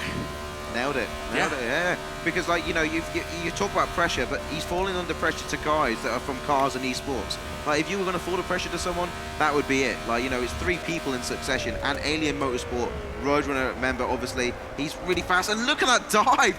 Dive down the inside of the chicane, last gas move. And you can see there, Car Zerma and Box getting together. They're tussling around. Roadrunner he's going to rub his hands. He's licking his lips because he knows they're coming together. I tell you, man, it's a barbecue out there, and they're serving some spicy Lionel. yeah, exactly. He was for dinner at that point. They ate him alive. Oh my goodness, I feel so bad for him because he was in 4th place, challenging for 3rd. That was a story. It was great to see a new name fighting for a podium position, and then here comes just all the vets saying, "Nah, fam, take a step back. Let's just go ahead and get our positions here, get our points." But Lionel, you got to get a little aggressive here and figure something out. Yeah, exactly. As a little bit of constructive criticism as well for Lionel. If he thinks he's off the pace, use them as markers to see what they're doing through the race. What's that? Is that Harmonic? Harmonic's challenging. Like, you're going to get swamped around. You really need to up your game, see what the other guys are doing in front of you, and adapt quick. You have to adapt. It's a small sprint race. I tell you, Lionel, I don't know what happened, but man, it's crumbling. It's heartbreaking, dude. It's heartbreaking. You know, you're coming against the best in the world. Like, I respect him. He's trying everything he can, and that's, you know, that if you're racing, if you try 100%, you can't ask for anything more. You can't do anything more. By the way, you know, there's been so much activity going on in the, you know, in the middle of the pack here. We can really talk about Lage. I mean, you know, I guess we have to talk about him. You know, he's out in front. He's in first. he's winning. You know, but also Virus though. He's actually been showing up pretty well here. I have to say, I believe he had 2 third-place finishes as well. So this is a really impressive showing here for Virus. The best thing about Virus is he's the only one that runs cockpit. So he has to actually use his mirrors, where everyone else has that spatial awareness for the third-party view. Like, he is actually in the car. So, like, to be in this position, and Carl Lage is only 300 feet ahead, that's an achievement in itself. For me, like that, I can't. That is actually really impressive. Yeah. Why, though? Like, why not just use the third-person perspective and get a little bit of the advantage that everyone else has here? And look at this here. The commotion continues. Lionel has lost his place from freaking 4th to 8th. This is a heartbreaker, and it's basically the car crew just running right through there like Hulkamania. I can't believe it. He's running wild on Lionel. Yeah, exactly. Dear Lord. Yeah, Lionel is getting swallowed here. He's still not adapting not adapting quick enough. Roadrunner, though, has actually made his way past Box. So Box and Zermatt were together. Now Roadrunner is the only thing that's like in the middle of this like domino effect of car drivers. It's insane. Roadrunner has been a disruptor. You've seen it numerous times. He looks for the opportunity. He dives. He takes the risk. You mentioned that before. Those are things that you want to see. He concedes when he needs to, but you know, if he feels like he did, which we saw earlier, feels like he did something he probably shouldn't have. But still, though, very, very talented driver. Yeah, from what I'm seeing here. Well, the big question is right now, lap and a half to go, guys, and Races is now getting challenged by Zermatt. Now that can slow him up, and that can get Roadrunner and Box back into a four-way tie for all those all-important points. Very true, very true. And Just a couple things here to keep in mind, folks. I mean, Endurance looking to get that second place finish. He's feeling really comfortable. Lage, constant domination from him. Lionel dropping down to the 9th position. I mean, a heartbreaker indeed for him. And you had mentioned Zermatt and Racers here. Yeah, I mean, Zermatt could, if Racers makes a mistake, which I would be really shocked if that was the case, Zermatt finds himself in podium. Racers, I've raced Racers, and he's up and coming throughout the ranks. Especially, he's a key member of the F4H team, and his defensive game is on point. Don't let me down now. Don't let me. Don't do the cast the curse. Yeah, don't do the cast the curse. Oh man, yeah, I mean, look at the way Zermatt is basically just hugging him at this point, and Racers is not letting him have anything. He's drafting him, looking for any possible opportunity, but this is intense. I have to say, this is the kind of stuff that if you are watching Forza for the first time, you probably wouldn't appreciate because you wouldn't notice it. You're just like, oh, they're right next to each other. But the way that Racers is trying to defend himself against Zermatt, Zermatt looking for those opportunities. I mean, look how close he is. He's like 25 feet max. That's insane. Insane. That's so close. Like, the proximity is just minute. And I have to say, hands up to Racers there to hold off 3rd position. He'll get those, I think it's 12 points. And that's huge for Racers and the FOH team, yeah. Like, it's unbelievable. No, it's 15 points, so yeah, I think. Like, that's just so good. Roadrunner manages to get 5th again after being in all that tussle. You know, he started 5th, he finishes in 5th. Carl Boxo, like, he just keeps getting ousted. I think Roadrunner and Box, that's like an inside rival story right now. I think that's only going to heat up throughout these races. Oh, 100%, man. It's been enjoyable to watch, that's for certain. But this battle here between Zermatt and Racers for that 3rd position and, you know, on podium will be fantastic, and we'll have to see if Racers can continue or not. I think he can, given what we've seen so far here. But Zermatt, oh, he knocked him over to the side. I don't know what they're going to say about that. Oh, no. Zermatt just has to carry on. If he doesn't carry on, he's going to get swallowed up by everybody else. Oh, man, that is... Well, at least Racers is able to recover himself, stay in 5th. But there goes Roadrunner yet again, just pouncing on the opportunity that's been presented. And I Caster's curse, man. I did it, dude. I did it. It wasn't me. That's all right. He's going to come back all the way. You screwed me, man. So I'm sorry, dude. Yeah, look at that there. That is Endurance. He's kicking himself now, but he knows they're not too far away. They're still within, you know, grasp. Coming into the last couple of corners here, Roadrunner is now going to challenge on Zermatt. Zermatt, for the first time, is going to feel the pressure from the Alien Motorsport team. That's Box trying to dive down the outside there, and that's not where the grip is. He has to, like, recorrect himself, and he'll lose ground there. 50 feet now instead of being, like, maybe like a bonnet length away. It's just crazy at the moment. Look at Roadrunner. He's trying to make the cutback. I reckon Roadrunner's going to get the best run here. I reckon he's going to do it. He has to break. He's trying. He's looking for the opportunity. Probably going on the outside, perhaps? Yeah. Does he find it? He's getting squeezed. He hits, he clips the grass. Zermatt braked on the way out, and I think Roadrunner's going to go for a dive. It's going to be a dive on dive last chicane. You see it all the time. If he goes for it, this would be absurd. I don't know. I mean, I don't think he doesn't have. He did, but I think he got a little bit. Got a little overzealous there, and maybe paid for that one. Let's see. Oh, he's going to make the cutback. He's going to make the cutback on the last corner. He's going around. He knocked Zermatt. Oh, Zermatt's on the side. Roadrunner driving forward. Oh, he let him go. He put the brakes on. What a man. What a gentleman. Roadrunner takes 4th. That deserves an applause, man. That was immense racing. Oh man, that was quality right there. What a race, man. I'm lucky. That was fun. Yeah, Zermatt there got the place after, got a little bit of a tussle there after, you know, coming towards the start finish. That's the first drag race we've seen tonight. I know, that was, you know, hey, I give him the credit though. He clearly knew that like the situation just wasn't in his favor. Yeah. And he just backed away. Yeah. Just let him have it.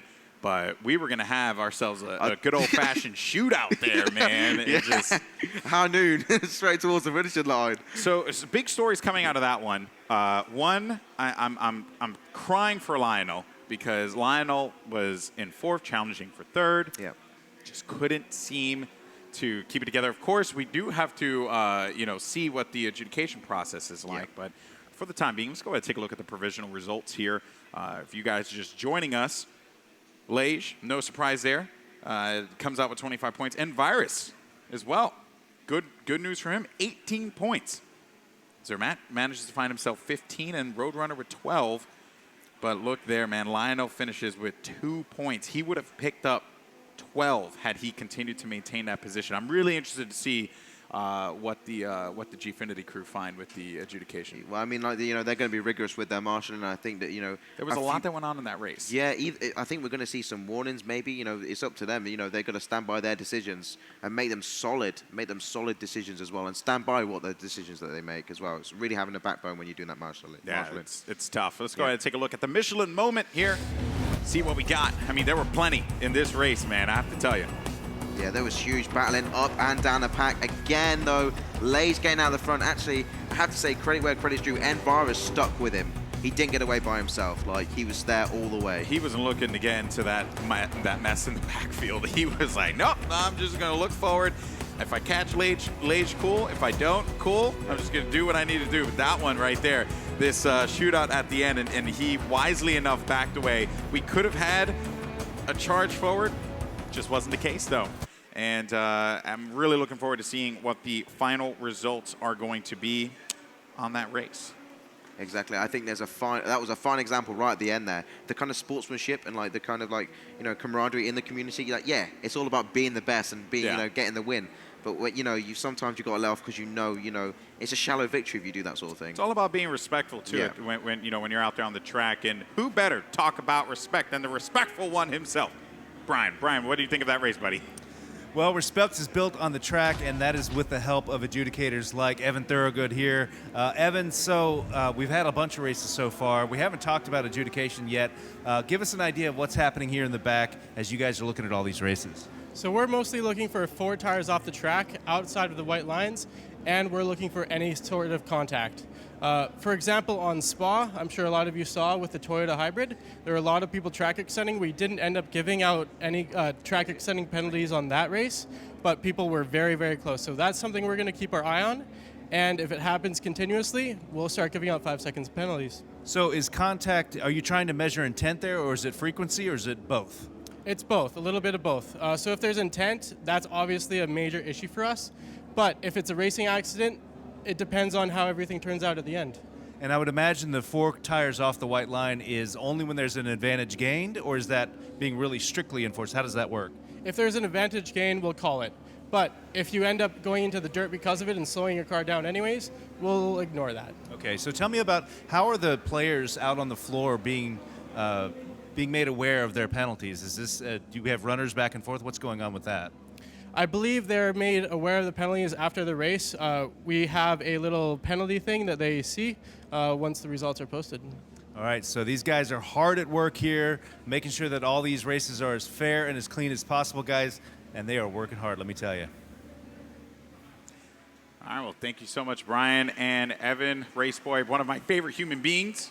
Love that guy. He's awesome. He's actually one of the guys who got me into Forza. Wow. Yeah, yeah. So a while back, I was asked to commentate an event with the folks over at MLG. Yeah. And that's where I met Brian. And then I was able to, see Race Boy play. And I was like, dude, this guy's awesome. I need to check out more of his videos. And he'd made some incredible content. As do a lot of folks in the Forza community as well. But of course, the community, as awesome as they are, we also want to hear your voice. We want to know who you think is going to win this next race here as we get ready for 4B.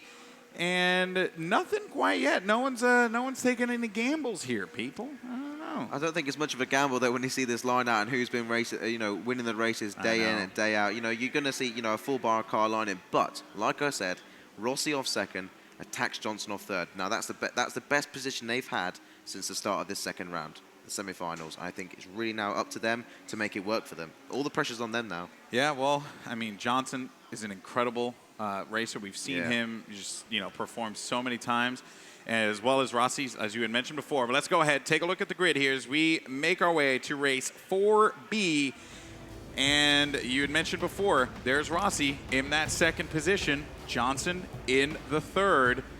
Maybe he can make something happen. GDZ Chris, a guy that was going to, he was a real talking point at the New York Invitational, still into conversation. Armath and Kaiserwolf in the 6th position.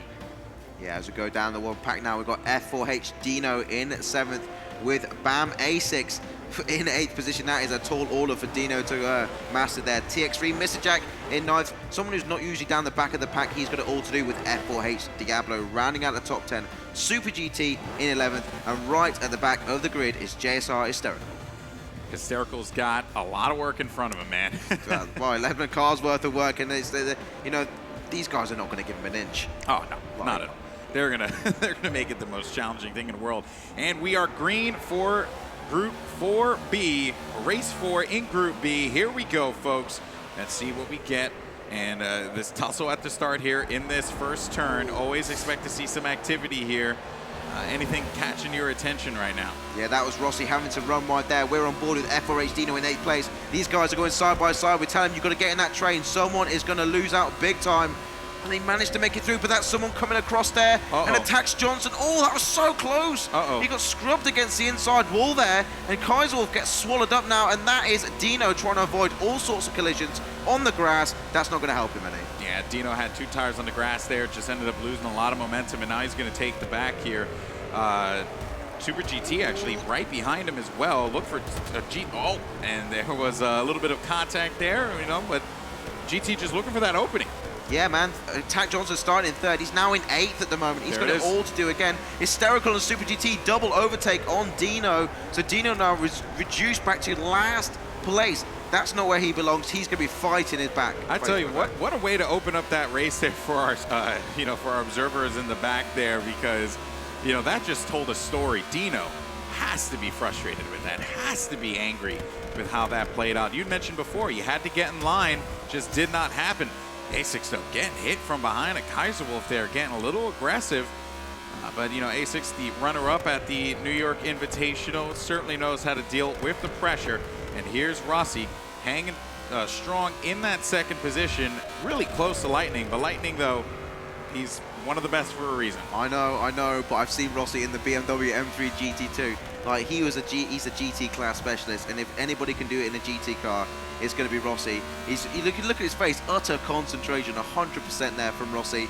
We've got GTZ Chris there in 3rd with BAM A6 in 4th at the moment. Kaiserwolf looking to charge on TX3 Mr. Jack. This is the first time we've seen really Mr. Jack really charging for those podium positions.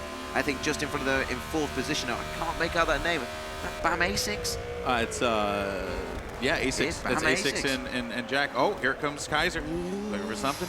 A6 though going to hold strong as well. Mr. Jack trying to fend off Kaiser in the back there, and A6 just continuing on forward. Yeah, exactly. Good job by Chris. There's quite a nice car left now between 3rd and 4th. That's a little bit off the pace by A6, and that's going to allow Mr. Jack within 30 feet at the moment. Did make a double apex though, so it will be a little bit faster. Hysterical up to 8th from last place. He's got to hold that, but he's side by side. That's not the place. We've seen this again. Is it going to be a carbon copy? What we saw lap before? No. He lets off the gas, allows Attack Johnson full speed, and he maintains it. Great job. Johnson's going to jump on that chance when you give it to him, and he did right there. Hysterical though. Super GT. Super GT, dude. Shout out to you, man. Just, you know, taking some lemons and making some lemonade. Goes into the break there, and then Dino then manages to find his way back into discussion yet again. Mr. Jack, though, this battle still continuing on here. Actually, Kaiser passed Mr. Jack. Mr. Jack was in that 5th position there, and Kaiser, I believe, was the one who overtook him, or was the one that was you know, right from behind, I should say. No, definitely. Job there from Kaiserwolf. Yeah, you know, the TX3, the virtual driver racing team, are meeting their match today with the XRS from Germany. Kaiserwolf, he's super aggressive. I met him in the qualification. He's a mad driver, brilliant driver, but he knows when to be aggressive, and it's always about being aggressive in the right amount. Yeah. Like, Kaiser was fun to watch at the New York Invitational, man. Had a really good time, you know, with that one and how that ended up panning out. But just got word we have Brian over on the sidelines there. Brian, what do you have? Guys, what we have is a real surprise in 12th place. That's Car Amarth, guys. This is someone who's on the Esports and Cars team. He's a well-known driver. He is struggling. I'm not exactly sure what's happened with him back here. He finds himself in 12th place, and he's going to have a lot of work to do if he's going to score any meaningful points in this race. Yeah, no, he's exactly right there, because like you're saying, he's in last place, and when you're trying to make up spaces, you expect, you know, the slowest to be in front of you after an incident. You've got hysterical Dino. Like, they're not going to let you pass. Like, you know, you give him an inch, he'll take a mile, but you've got to give him that inch first of all. And, you know, you're in front of Dino. Dino's got it all to prove now. He's making up 2 positions because people are having accidents. He'll take all those all day long. We joked about hysterical having, you know, a tough road in front of him. He manages to climb his way up and then goes right back down to 12. And that is just, that is frustrating for him. I can only imagine. Amar, not letting him have anything. You were right in that one. Give him an inch, takes a mile, done. Well, he's catching up to the back of Dino now. That's because right. Dino and Super GT, both teammates for the F4H racing team, are coming together. They're not teammates in this race though, and this is going to allow Car and Marth to make his way back through the pack. We're starting the 3rd lap of this race. Lightning though leading the way at the moment. Strong performance by him. Look at the way he just keeps that car nice and steady while, you know, Super GT was kind of, you know, drifting around. He's looking for the opportunity. He's looking for it. Super GT late on the brakes, and I just measured it against Dino, who broke really early, and he can't do that too many times because Amarth is right there now. Less than 100 feet separate these guys, and I think, you know, Amarth, if he gets that track position down P1, he's going to take that high-speed corner. I think Dino was going for a little mind games there, man. You know, just trying to get Super GT off his rocker, look for, you know, see if he can make the entertainer crack a little bit here. And Super GT, I mean, he's a great racer. He knows what he's doing. So I have to say, man, huge shout out to him for keeping himself in the conversation in this race. Yeah, he's absolutely relative at the moment. There is Carl Lightning. We're on board with him in cockpit view, and he's, you know, he's so smooth. You just watch his driving, you know, very smooth here. Rossi, 300 feet behind, trying to keep that. He's in within distance. Like one little mistake and that's it. That's all it takes. But those mistakes haven't started yet, and that's the difference. You know, man, I don't think you're going to get mistakes with Rossi. Excuse me, with Lightning. I don't think it's going to happen.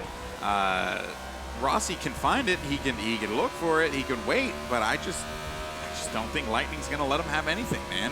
When Lightning has the lead, he holds on to that. Yeah. He's one of the most focused racers I've seen, you know, in this game. And oh, look at Johnson here. He is a little wide on that one, so he's got to recorrect himself and see if he can find Diablo here on this next turn. And look at the potential opportunity up ahead. That was going to be Mr. Jack. And there's a little bit of a battle going on. Johnson, though, went a little wide. Diablo's going to find himself right back in this one, maintaining his 7th position as we go into the 4th lap. Yeah, the pack is starting to spread out. Those battles coming thick and fast. Definitely just above 7th place there, trying to get into the top 5. There are 3 people, and it's going to become a domino effect for these guys. Dino out in a little bit of space, but Attacks Johnson will leap onto any chance he gets because he's starting 3rd, he's now in 8th. And, you know, no matter how, you know, calm you are as a person, you always get frustrated when it doesn't go your way. Like, it's just a given. You mentioned it, too, right before the race. You said, Johnson, this is your chance, right? Like, yeah, go ahead and make the statement, get there and do work. And just was not happening for him there, man.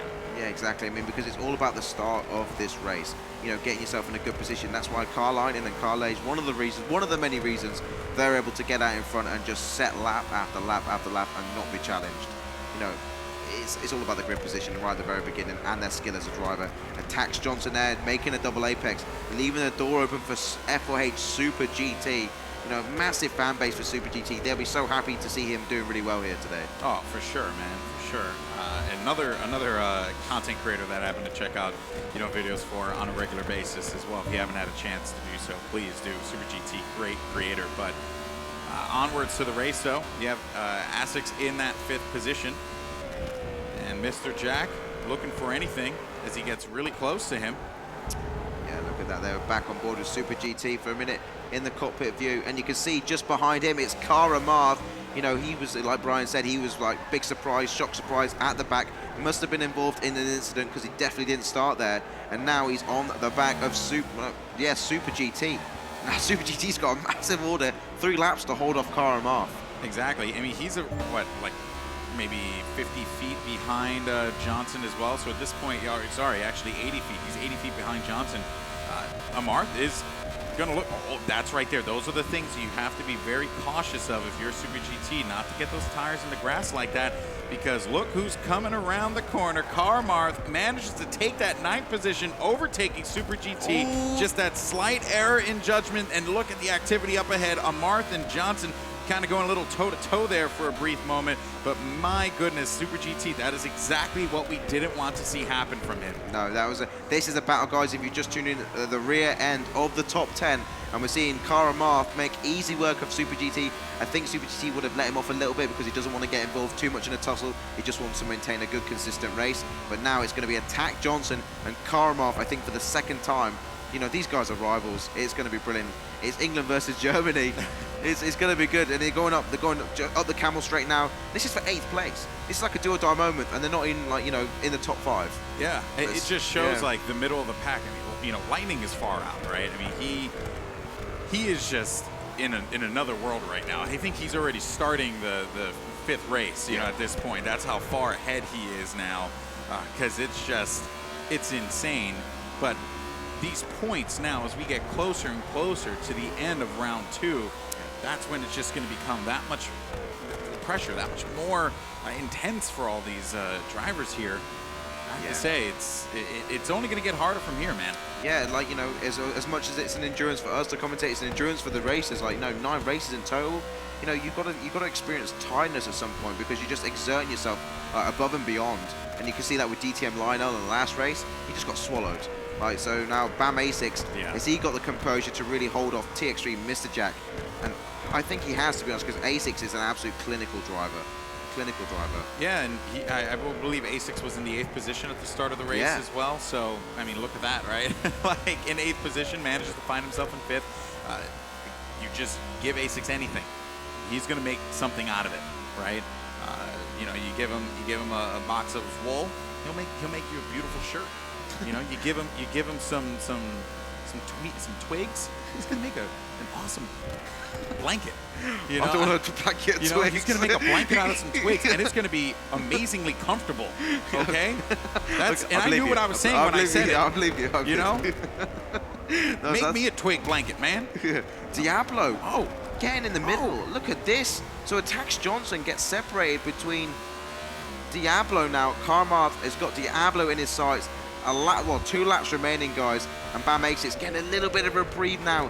Oh no, it's Jack Johnson, so he can get a little bit of a reprieve because now he's split by Diablo. Rossi holding on to that 2nd position, as well as GDZ Chris. We haven't really talked about them all that much. Kaiser Wolf as well. He's kind of in the tussle in the back lines. Yeah. Manages to find himself in 4th. So I do want to check out Kaiser Wolf at some point in time, see if he's in a challenging position. Actually, he's far back, so... Yeah, you can definitely tell that 1st, 2nd, and 3rd, and 4th, and 5th actually, all, you know, separated by a nice, comfortable distance. You know, they can run their own race at their own comfortable pace. Not saying you can take a relax, you're still going to get around that track pretty fast. But, like, I've got to say about Kaiser Wolf, I think he's been the most consistent in terms of, you know, being under pressure because he's always mid-pack. He actually just usually is in 3rd or just out of a podium position, like 4th place through the entire race, the races so far. So great job by Kaiser Wolf there. Yeah, he always manages to find it, but I want him to get hungry. I want him to, you know, look for that. I know he wants it, right? I know he wants podium. So let's just go ahead and make it happen, right? He has what it takes. Speaking of, you know, players who I just want to see make it happen, I mean, Super GT and Dino all the way in the back there. That Dino situation, you know, was a heartbreaker. Yeah, it was. It definitely was. I mean, like, these guys are top racers. You are seeing 12 people, and don't think by any stretch of the imagination by being 12 is a defeat because you are racing the best. Like, you know, you just got to hold your head up high and take something away from it, even if it's a learning curve. Super GT is actually holding on to the back of Amarth, who's just behind Diablo. This is going to unfold in the last lap. Yeah, and you know what, Amarth, I have to say, you know, kudos to him. He was in 12th and it just manages to find himself in the discussion here. He's trying to overtake Diablo there as well. Diablo's got to try his absolute best to fend him off. As a matter of fact, here, it's all F4H, all in a little group here in that 8th, 9th, and 10th position. And I mean, you have to be, I'm sure they're teammates, right? At the end of the day. Not at this point. I know, but it's like shocking how it's getting a little touchy there. Come on, Super, around the outside, make the inside. It's going to allow Dino up as well. Oh my goodness gracious. Dino gets out of this one. GT goes to 11th. And here we are, folks. F4H, Final lap. trifecta. Yeah. Once these F4H guys go at it now, like, you know, they can use each other. Like last race, but they got Amarth, they let Amarth in front of him. You know, Diablo just could not hold on to the pressure of Amarth, and I think that's going to be the real difference now. They're going to be battling amongst themselves. I tell you, that you know, that tag in front of their name went right out the window. Final turn, man. Like, that was just insane. It was like, oh, you know, a bunch of happy friends here. Not today. Yeah, trying to make some money. Well, watching Carmarth race previous to this in the Forza community, he's definitely a recovery driver. If he's not out in front, he's definitely making his way through the pack. No problem whatsoever, and he's so good at adapting really quickly to people's driving styles, which you wouldn't necessarily see if you're out in front all the time. Very true. I mean, Amarth is, you know, a name that's really, he was just short, I believe, of the New York Invitational. I think he was like kind of into discussion, but just didn't quite make it, if I'm correct there. Again, good to see him here in this pack of incredible drivers. But you know what? It only gets harder from here. We're going to keep saying that because these guys, there's so much on the line here, so much cash on the line here, folks. $100,000 prize pool. That's It's crazy. a lot of money. I love the for fact playing some Forza. Yeah, but for like a game, you know, it's more than a game now. It's like people's, I don't know, like it could be a career for some people. Like the way that it's going, like, you know, esports. This is like a landmark in history of being here at Le Mans. You know, seeing these guys race around Spa as well. It's in a huge, incredible arena. Like I couldn't have scripted this. Yeah, you're 100% correct on that one, man. You know, just the way things are panning out for the Forza community, it's only going to continue to build and develop from here. Every new esport needs, you know, a genesis, a point of you know, a birth point, if you will. And this is it right here. But Lightning, final stretch, looking pretty, and that is going to give him that first position, that pole position. Wonderful stuff from him. Wow, Lightning, never looking back. Rossi taking second. Chris finishing this one up right now. Oh, wait a minute. Okay, am I going crazy here? I was about to say, Chris gets third. Kaiser Wolf with fourth. Fifth for Mr. Jack there. Yeah, A6 just behind. Attacks Johnson, losing a couple of places actually. That is a heartbreaker. Yeah, but F4H rounding out the top 10 and just pipping his teammate Dino to the very end. Hysterical, I think, right at the very back. He's just not quite getting that pace at the moment. I think it's been really unfortunate actually at the beginning of the race. Getting it just stuck. We're just going to have to see how this pans out going into our next race, but that will do it here for the fourth race in our second round. Yeah. Looking forward to seeing the provisional results as well as the final results as well, because we do need to get the final results for race 4A in just a little bit. But let's take a look at the provisional results here, folks. If you're just joining us, Lightning, no surprise there. 75 points for him. Carmarth, though, continuing.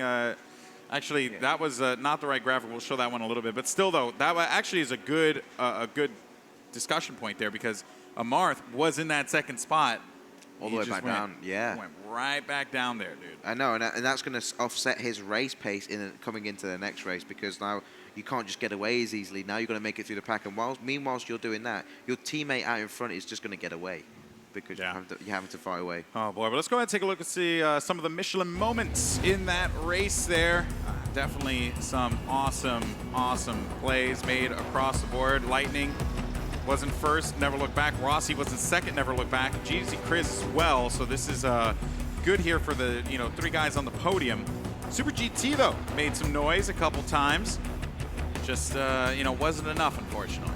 No, I think there's a pattern forming here, man. 4 wins out of 4 for Lightning.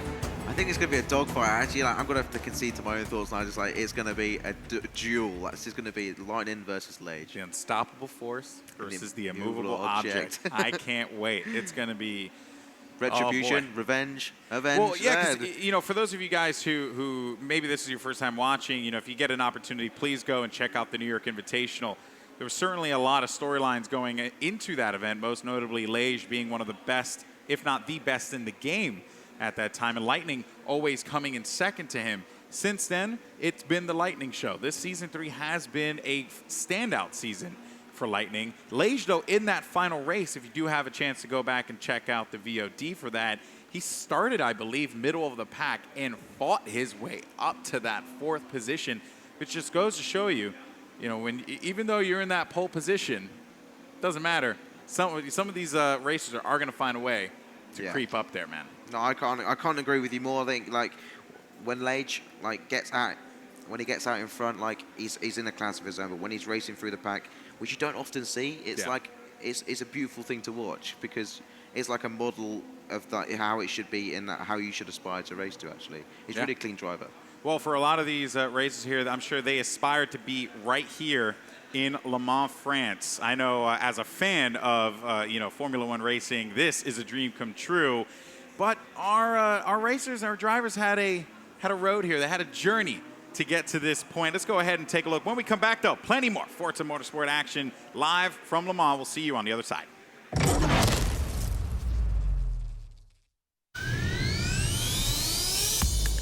So we're off to the Nürburgring, Nordschleife, one of the biggest tracks in the world. Yeah, it's going to be great. I can't wait. See all the cars. It's going to be good.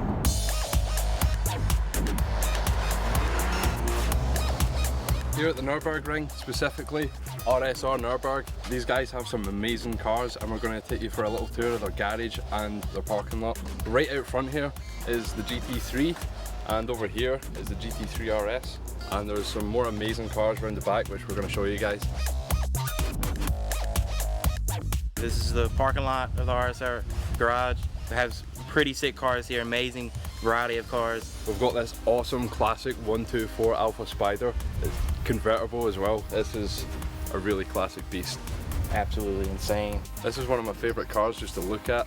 This is the Alpha 4C Spider, and the cool thing is the owner of this RSR, he's actually a really big Alpha fan himself, and that's where it started off. So a really nice looking car. It's just unbelievable to be sitting here and just looking at most of these cars, especially the one and only GTR. I mean, it's official taxi of the track as well. It's definitely a world-renowned car. Everyone knows it everywhere you go, especially the sound of that awesome engine. Oh my goodness. Over here to the left, we have a couple Porsche Caymans. That one on the end is a little bit modified. It's got some modified suspension, obviously some aero packages on there, and an upgraded exhaust system. So that thing will be a beast around the Nürburgring. On the end here is another GT3 RS, but this one I like specifically just because of the livery. I'm a very big fan of yellow and black. It looks awesome, and the size of the rear wing is just incredible. Everything's just breathtaking. Okay, so we're here, we're at the Nürburgring, 3 of 154 amazing corners, and Taylor here is about to drive this awesome Cayman GTS, the new 718 model, around this beast of a track. What are you thinking, man? I got plenty of butterflies in my stomach. I'm so scared, but excited at the same time. I'm just itching to get behind the wheel, and it's just gonna be an amazing experience. It's already been an amazing day. It's just gonna get even better. And don't forget, you're getting driven around in the GTR taxi around here. You'll probably go a lot faster than I will. By someone that's actually trained racing on this track, I'm even nervous just to get driven around. It's gonna be crazy.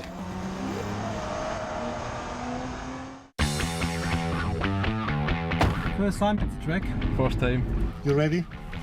Yeah, maybe. Maybe.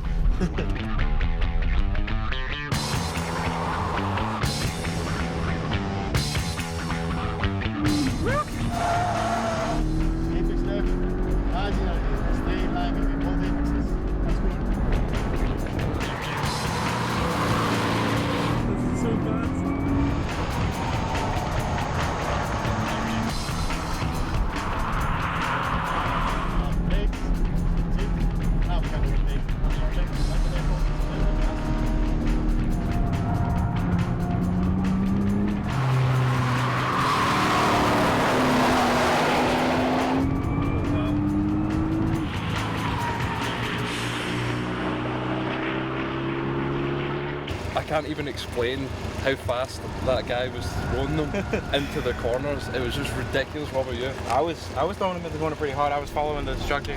He hitting the braking points, hitting the double apexes. I mean, this car, when you get on the gas, it just goes, man. It's just I can insane. feel the heat coming off the brakes as we're standing here.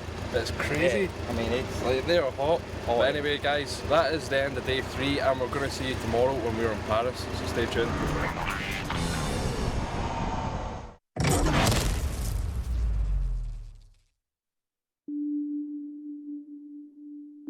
It started as a legend. One of the greatest of all.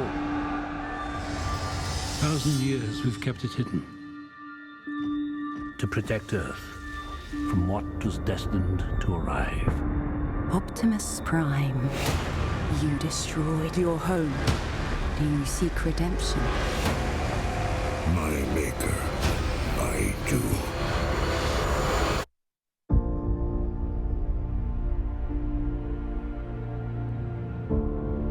Your daughter, what would you say to her? Brush your teeth, work hard. Stay away from any boy in a band, especially a drummer. These are troubled times. Without leaders, chaos reigns. Two worlds colliding. You're all that stand in its way. And now the greatest mission of them all, to turn the tide of human history.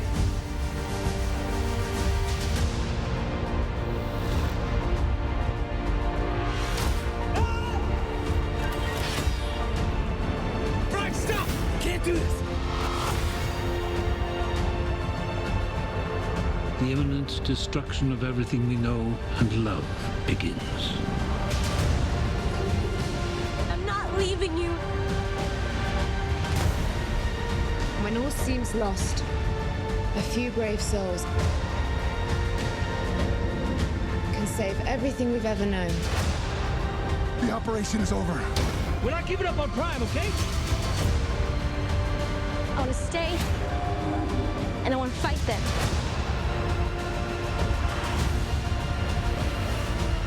For my world to live, yours must die.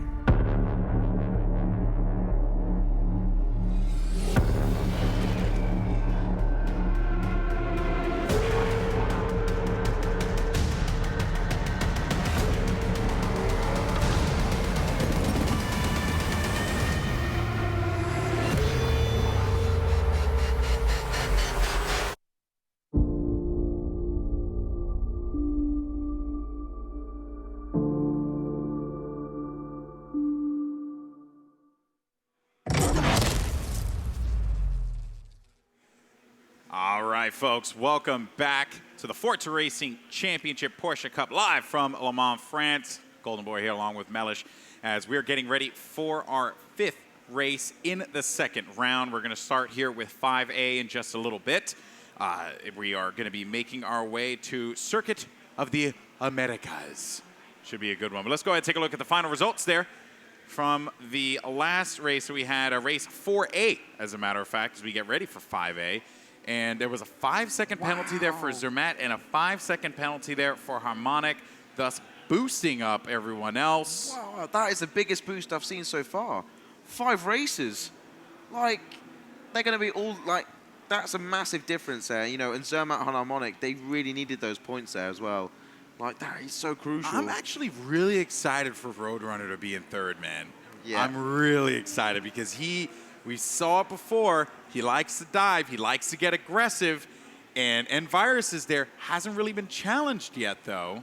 So this is going to be very interesting. I still think Lage finds himself in that pole position perfectly fine, but this is going to be awesome, man. I can't wait. Yeah, it's going to be pretty dope. All right, so speaking of, let's just go ahead and talk about this upcoming race. As I mentioned before, Circuit of the Americas is where we're going to be taking ourselves to the virtual track. It's going to be exciting. Yeah, it's a track definitely with a lot of twists and turns, and the curbs in this track are just so unbelievably violent. You know, you're going to talk about track limits. No one's going to want to extend the track limits because the curbs will eat you up and like spit you out. The other way around, it's not going to be good. It's a very graphic picture that Mellish just painted there. Yes. But you know what? I think it makes sense. Well, you know what?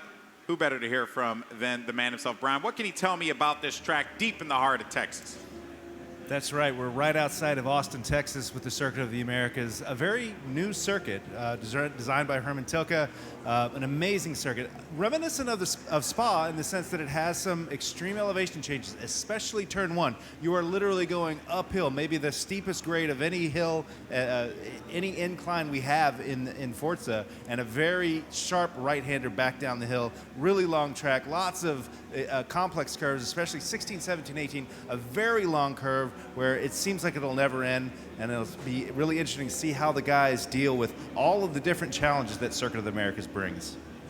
Yeah, it's gonna be a fun one. That first turn, you're gonna see some overtakes there, potentially. It's gonna get a little bumpy, you know, for a lot of these guys. That's why I'm excited for Roadrunner to be in this position here, because he's going to capitalize on that. Exactly. Roadrunner is in his element because he races with no racing line as a standard.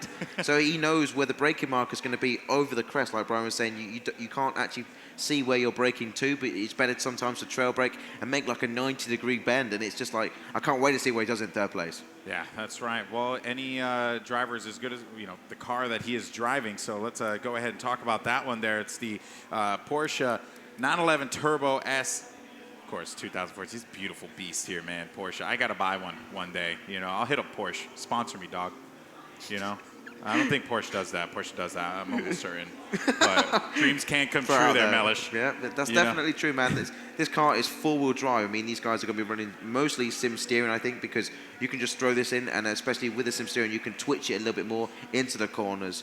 And I think that that's going to be crucial here, especially at Kota, because most of the corners are so tight and angular. That's really going to be the key ingredient tonight. All right, guys. Well, let's go ahead and get ready. Go into the grid, right into this bad boy. You got Lage in that first position, representing car and Virus. Let's see what he could do in second. Roadrunner in third. This guy, he's going to be a talking point throughout this whole race. Then you have Racers in fourth, followed by Car Box in fifth. And in the sixth, you have Force One looking for him to make some noise here. Yeah, exactly. Going to the fourth row of the grid, we have DTM Leonel in seventh place with the car Zermatt, who was, you know, having a great battle at Spa last time round with Harmonic, both getting penalties. He's in ninth place. F4H Eggy rounding out the top 10. Going towards the back of the pack now, we've got JSR Zoom. We had a bit of a hash at the start at Silverstone with 12th. That's going to be Paul 9339. I want to see a little bit more of him. He's Scott Cole's man at the moment. Yeah, that's his favorite racer of all time.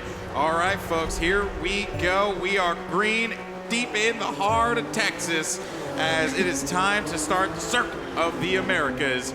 And this first turn, this is going to be the good one. Look for Roadrunner here. He might get a little cheeky, find himself an opportunity. Goes in the outside here. Lage is going to hold this one out. Virus and Roadrunner goes for second. And this is exactly what I wanted to see here, Mellish. Yeah, but you know, Virus should play as a compliment. He tried to make the cutback, but Roadrunner's going to have track position because he's going tight on the inside there. I think Virus is going to get a better run here. Look at that. Roadrunner's losing speed because he's trying to maintain the speed on the corners. And like I said, these curves will spit you up and chew you up and spit you out. Sorry. Box in fourth with Racers in fifth at the moment. Racers is making a big name as these races play out for themselves. Yeah, you saw him, you know, pop a little bit there in the peripheral of that third-person view for the car there. So it's going to be very interesting. Zermatt got hit with a hefty penalty in his fourth race in that second round there. Look for him to try and make up as much as he can. Look at Virus there, diving down the inside. Perfect example of trail braking there. Roadrunner, though, not letting go. 6 feet. It's a drag race down the big straight. Who's going to be brave enough to make that braking performance with no racing line? These guys are used to it. It's a game of chicken. It's a game of chicken. Let's see who's going to hit brake first. Roadrunner's looking for that opportunity. He braked just a tad. Both of them did at the same time. As a matter of fact, Roadrunner's going in wide, but Virus manages to come out of this one. Roadrunner, though, still, he maintains it. He holds down on that second now, going right into the inside. This is looking pretty good here for Roadrunner. Gets right in front of Virus, but my goodness, that was intense. That was really good there. Virus there trying to make the cutback really early. Just not a place to do it with the rumble strips either side. A box in fourth. Racers poking his nose up there in fifth, only 50 feet behind. But Roadrunner, like you said, and Virus going at it. This is going to allow Carl Lage out in front. It's going to be 4 out of 4 for him if he maintains like this. Yeah, I can't see Lage give up anything here. You know, it's kind of the same thing for Lightning earlier, but this is a shootout here between Virus and Roadrunner. They're just looking for anything, any small opportunity, just trying to find something that would work out in their favor. Roadrunner trying to hold that line there, and he manages to do so coming out of this one. Getting ready as we go into the second lap. Box, he's just, you know, he's just waiting for it, waiting for that chance to pounce, perhaps. How intense is this that Roadrunner and Envirus are battling together, but yet they're still pulling away from Box? Like, you usually see the pack slow down. Yeah. They're still gaining. Like, they're not gaining on lanes as such, but they're moving together really fast. They've got this track sewn down. Yeah, that's the scary part about this, right? Like, you're battling, yet you're not losing ground. Yeah, Like, that's just insane. Yeah, exactly. You don't really see that happen all that much. Here comes Sir Matt, looking at Force One. Force One still maintaining himself there. I believe he started in that 6th position, so he hasn't really given up much. Good for him. Racers in 5th. Meanwhile, Box trying to get a little touchy there with Virus. As you can see, they're right on top of each other, and this is a line, if I've ever seen one here. All the racers just doing their absolute best to try and maintain themselves, not give up any quarter for the time being, and just waiting for the ideal opportunity here. Zoom in the back. He's looking to get into the tussle as well. Yeah, no one's diving down the inside there. They all want to maintain a good corner exit speed there. They all do so as well, but you can just see out in front, there's a battle of 3 cars there, just in 5th position. I think that's 5th, 4th and 3rd. I don't know who that is quite yet, but we're on board with JSR Zoom, who's just losing a little bit of ground right now. There's Racers. Just in front of him, it's Car Box. And Box is looking towards the inside. He gets stopped, man. He closed that door shut on him. That is Roadrunner, and it's Box Envirus. looking to go in there, and Roadrunner, though, he gets 2nd. He did lose it for the time being, though, against Virus, but now Virus drops down 2 into the 4th position. Box now in 3rd, and Racers, maybe he sees, hey, maybe they make a mistake. I could just go ahead and take advantage of the opportunity here. Oh, some collision. You heard that one. That sounded a little brutal there. But he wants to keep the pace going. He wants to get moving because he knows that Racers is right on his back door. And you don't want to invite him down the inside, especially down a 90-degree corner, because it's just going to limit your movement on a track. And by the way, Zermatt manages to get himself in 6th. That was Force One's position there. So he finds himself in a lovely spot. Force One dives right back in. Zermatt, not today, he says. And there's going to be a bit of connection there. Oh, he's going to outbrake him into the last corner. I think he's going to make the cutback. No, he gets squeezed out there. Couldn't move. You know, Zermatt took that very forcefully and very clinically indeed. Carlage still out in front. Zoom up to 9th at the moment, and this is about up towards a crest. Who's going to have the brave run board to Force One? Feels like at the start of the race here, man, with the way all these cars are just, you know, grouped up together at this point. This has been an intense 3 laps thus far. Yeah, exactly. And honestly, halfway through this race already, and you can't believe how fast it goes. But the action is just flying by at the moment. Zermatt there getting a little bit loose. Car Box in 3rd. He's managed to take Envirus now. Envirus is not going anywhere. He's not going anywhere. He'll be there right when he needs to be. Roadrunner though gets a little bit of slide on the curb, but he's going to be right out wide and going to be able to make that cutback where Box is going to have to scrub off a little bit of speed. There we go. Accelerates out. I was going to say Roadrunner had a little bit of breathing room there, but you know that slight mistake just gave Box a bit more gain. Meanwhile, Virus looking for something here going into this real tight left turn here. Box trying to make something happen. Roadrunner and Box kind of combining there for just a tad. Virus, though, doesn't get what he wants out of that one. Try again next time, perhaps, as we go right into the straight. Exactly. It's amazing how Roadrunner actually managed to outbrake himself, then recover, then gain ground on Box in 3rd place, and still maintain that 2nd. But Envirus is going nowhere. Look at Box going towards the inside. 90-degree bend. He's going to tussle with Sparks. Robin's racing. There's no doubt. They're gonna, you know what? I like this because this is what Roadrunner would be doing to Box if he was in that same position too, right? So I think Box is merely just adapting his approach to exactly what Roadrunner would do, putting that pressure on him. While I think, you know, Roadrunner has shown some fantastic discipline. Box, though, I'm liking what I'm seeing. I want more of it. I want you to continue to engage him aggressively the way that you have.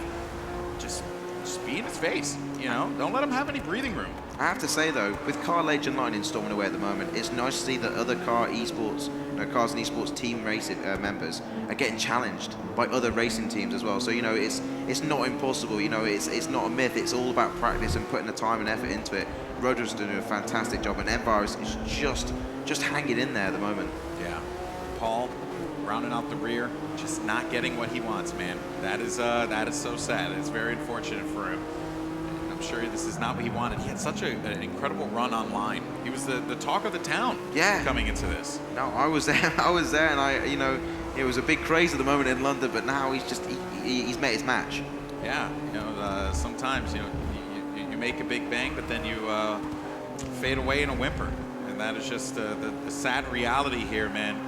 These players so experienced, these drivers so experienced, so well versed in what they need to do. Not to say Paul can't do it. I certainly do think, again, all these races, they all are phenomenal. Just because you mentioned it before, you're in that 12th position does not mean you are bad. I mean, you had to outrace a pack of over 60 other players in this here in Le Mans. Like all the same pace as you. It's down to the moment. It really is down to the moment.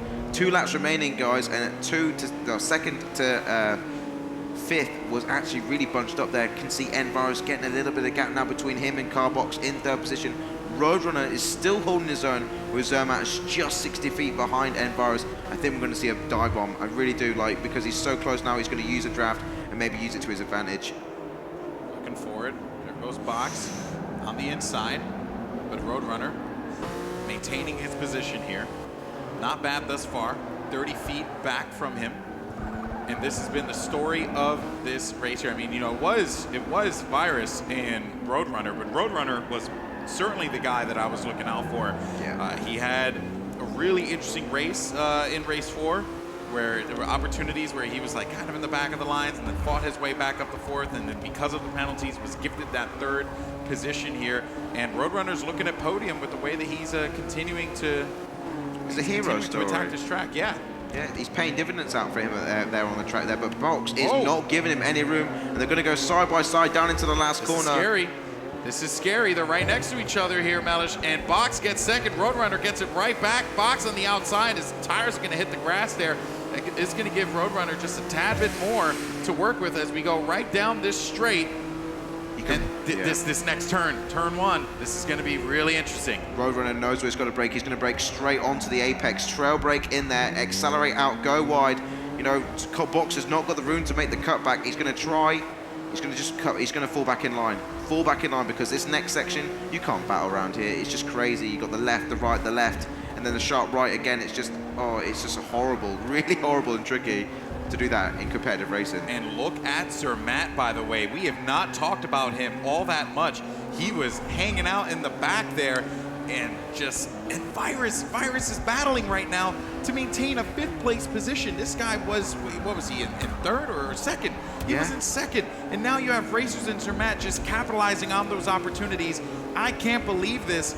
What a run here for these 2 racers. They're just hugging. It's Force 1 and Racers is going to sandwich Envirus. They're going side by side there. They actually connected all the way down the straight, making it, look at that, Racers trying to make his way all the way around the outside, and Force 1 gives Envirus a little bit of a tap, and that allows him to get a boost of Racers down towards the straight. Look at Racers now. He's latched himself onto the back. It's bump drafting.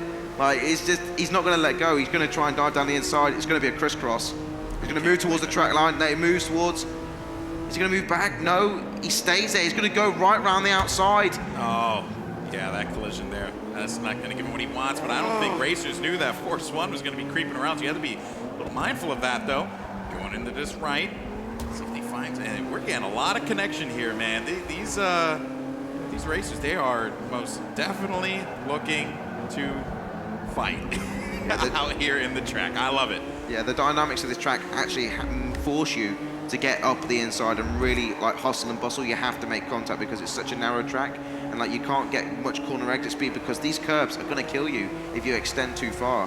You can see these guys using them, but they're so dangerous to use. Look at that, late braking, it can cause all sorts of problems. Yeah, and if you take a look at the bottom left of your screen there, folks, that is your mini map, and that little red dot that's about to cross that 6th lap there, that's Lage, not looking back. He says, this race is mine. I'm good. He's just continuing to march down to victory lane, and this is so impressive out of him. Had that pole position, never, ever look back. Him and Lightning, man, they could go for a, they're going for it here. Perfect races across the board. This is insane. Yeah, 5 races out of 5 for Lage. Can Lightning do the same? More than likely, yes. But Race is now battling with Envirus. This is something we haven't seen throughout the first 5 races. And Racers and Force One are really bringing F4H into the top pack now. That's where you want to be, is the top 5, because that's where you gain the most points. Every point is crucial, but you gain most points being in the top 5. Racers now, just, you know, fiending for that opportunity. Virus, if you're him, not happy with the way this race has gone. You were in 2nd position at the start of this race, but you had a very aggressive Roadrunner who just wasn't having any of that. Box as well. And that shootout throughout this whole race has just been so impressive. Right on the outside, though, little F4H action going on as Force One and Racers just kind of exchanging places back and forth, side by side with one another, not knowing that, hey, Virus is the one that you're going to want to jump on here. Yeah, he's basically said, you've had your turn, no, it's my turn. Yeah, you right. know, they've actually like conceded to the fact maybe that they're not going to gain any more positions, so they're just going to do it by themselves now. Like, they were courteous to each other in the latter stage of the race, like the last couple of laps, last lap, it's all go for broke time. Yeah. Each man for himself. Go for the points where you can, make it happen. Connection on the front bumper there for Force One Racers. Just thinking about what he wants to do here, really. I have to say, Zermatt, by the way, so impressed with him. To start all the way back there, what was he in 10th, I believe? Yeah. And now he's in that 4th position. Just goes to show you, you know, these Esports Plus Cars guys, man, they are the cream. They are, yes, they are the cream of the crop, man. In the immortal words of Macho Man Randy Savage, the cream rises to the top. You know, I had to get one in there. Sorry, man, it's fine. I'm a WWE fanatic. I'm sorry. I'm bringing WWE to racing, okay? Next year, we're just gonna have all the players after each race just gonna go into a Royal Rumble and beat the crap out of one another. It's gonna be intense. It's gonna be awesome. But there you go, folks. Lage, he's gonna get himself that 1st place position. Roadrunner in 2nd now. Box in 3rd. Virus in 5th. Oh man. Yeah, Force One managed to hold off Racers there. Actually snatched that away from him after that 6-lap battle. And you know, these guys race together. They'll know, you know. He kind of gave him the chance, didn't take it, get out of the way, I'll take it myself. Like, Force One, really forceful with that. And Paul never saw the sunshine, man. He was basically all the way in the rear. I just want to, you know, he did an astounding job to make it through round 1. Like, we were with him all the way, you know, and he managed to make it through. He couldn't believe that he made it through. He's humbled by, you know, he practices a lot, well, when he can. And I think a lot of people are going to recognize him for being here. Just being here is going to get him a great reputation as a privateer. For sure. You know, again, this is the best of the best at this point. You know, in the Forza Racing Championship, Season 3 finals here, $100,000 on the line. If you're here, if you're in this point of the competition, you earned it. And really, the only place you could possibly go is up. But let's go ahead and take a look, though, at the provisional results here, not the final results, folks. Because there's still some adjudication that needs to be done from the marshals, which we will get you those final results later on in the show. But for the time being, this is what you saw. And, man, Paul Zoom not getting any points there. Lionel, a heartbreaker indeed in that 4th race, was in 4th position all the way back down. Hasn't really recovered from it yet. Eggy, we haven't really talked about him all that much. Yeah. Does manage to secure himself, too. But really the story for this one, for me, is Zermatt climbing his way up, claiming himself 12 points. Very impressive. No, that's very impressive for Kyle Zermatt. We saw him battling away in Spa. He deserves that 4th place. And he's like we say time and time again, he's put himself in ideal position for the next race when he's going to compete next. Yeah, well, as has been the case with all of these races, there's certainly been some awesome moments. Speaking of moments, Michelin moments. Let's go ahead and take a look at what some of those moments were in this competition. First race, that lap. Opening was absurd, man. Yeah, when they're all bunched up together the first time, you know, the first and only time they're really crammed together, trying to make those places straight away. You know, it's do or die moment. You can either lose or you can win. And, you know, it was a big win for Zermatt there, you know, and a Roadrunner making his way into 2nd position. I mentioned it at the start of the race, and I'm glad it came to fruition. Roadrunner was the guy to look out for. He was given that third position opportunity because of the situation that occurred in the fourth race there with Zermatt and Harmonic dropping down, thus pushing everyone up to the top. That in turn gave Roadrunner, a guy who loves to play that aggressive style, and he showed it right there, especially in that first turn. Man, that was awesome. Yeah, no, it's true. And one of the drives that sticks out for me as well is Car Harmonic. He's not been able to break the mold. He's been consistently 8th, 7th because he just can't get through the pack.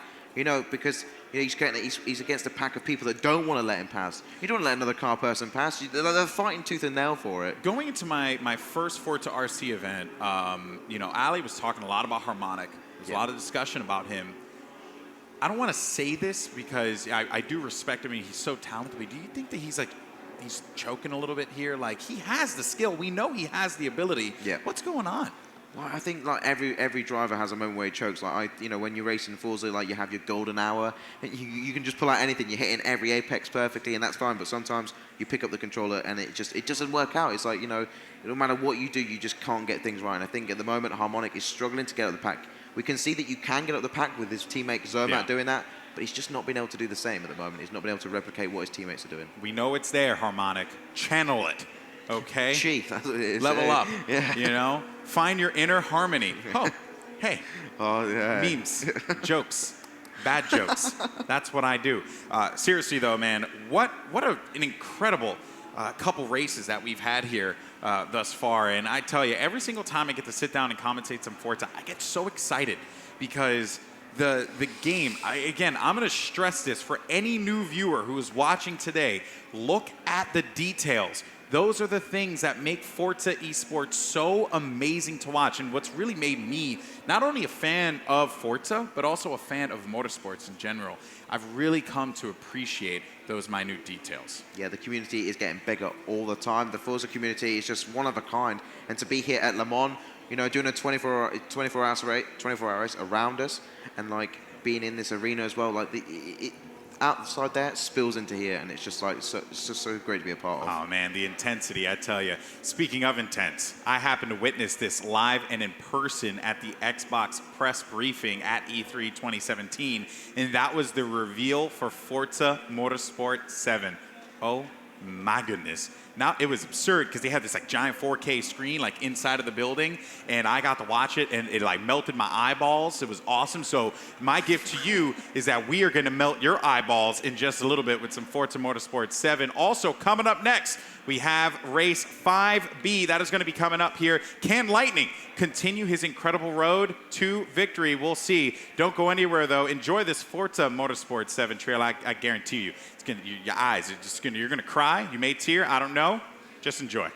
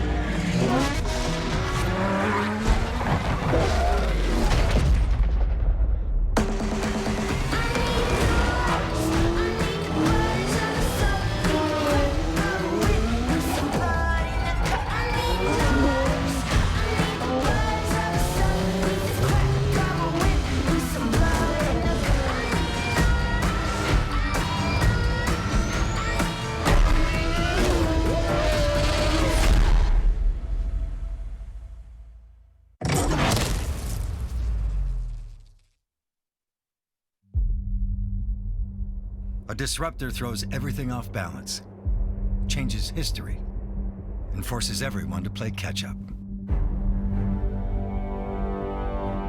A disruptor is a car that comes in and sets a trend, but it's not just literally setting a trend like saying it's a pretty shape. That's not disruptive, but coming in with something that is outrageous, really, and setting a standard that everybody else has to live up to. For nearly 70 years, Porsche has been disrupting the status quo with a history of groundbreaking innovations, from the 356 in the 40s to the 911 in the 60s, and this decade's 918 Spider. Porsche's vehicle designs break the mold over and over again. These iconic cars became influencers for their generations and the generations that followed. Visions of beauty, science in the design, form, function, intelligent performance. And now another disruptor has joined the group. Porsche is always blazing a trail and always looking to the future. This is Porsche. Decades of disruption.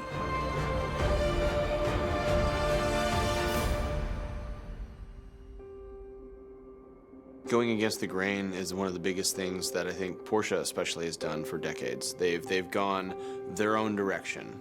Doesn't matter what the industry is doing. They have an idea, they chase it, they perfect it. In the 1940s, the car industry came to a crashing halt during the war. Afterwards, car makers hurried to stake their claim on the new and growing market. And one man changed the game by creating the car of his dreams.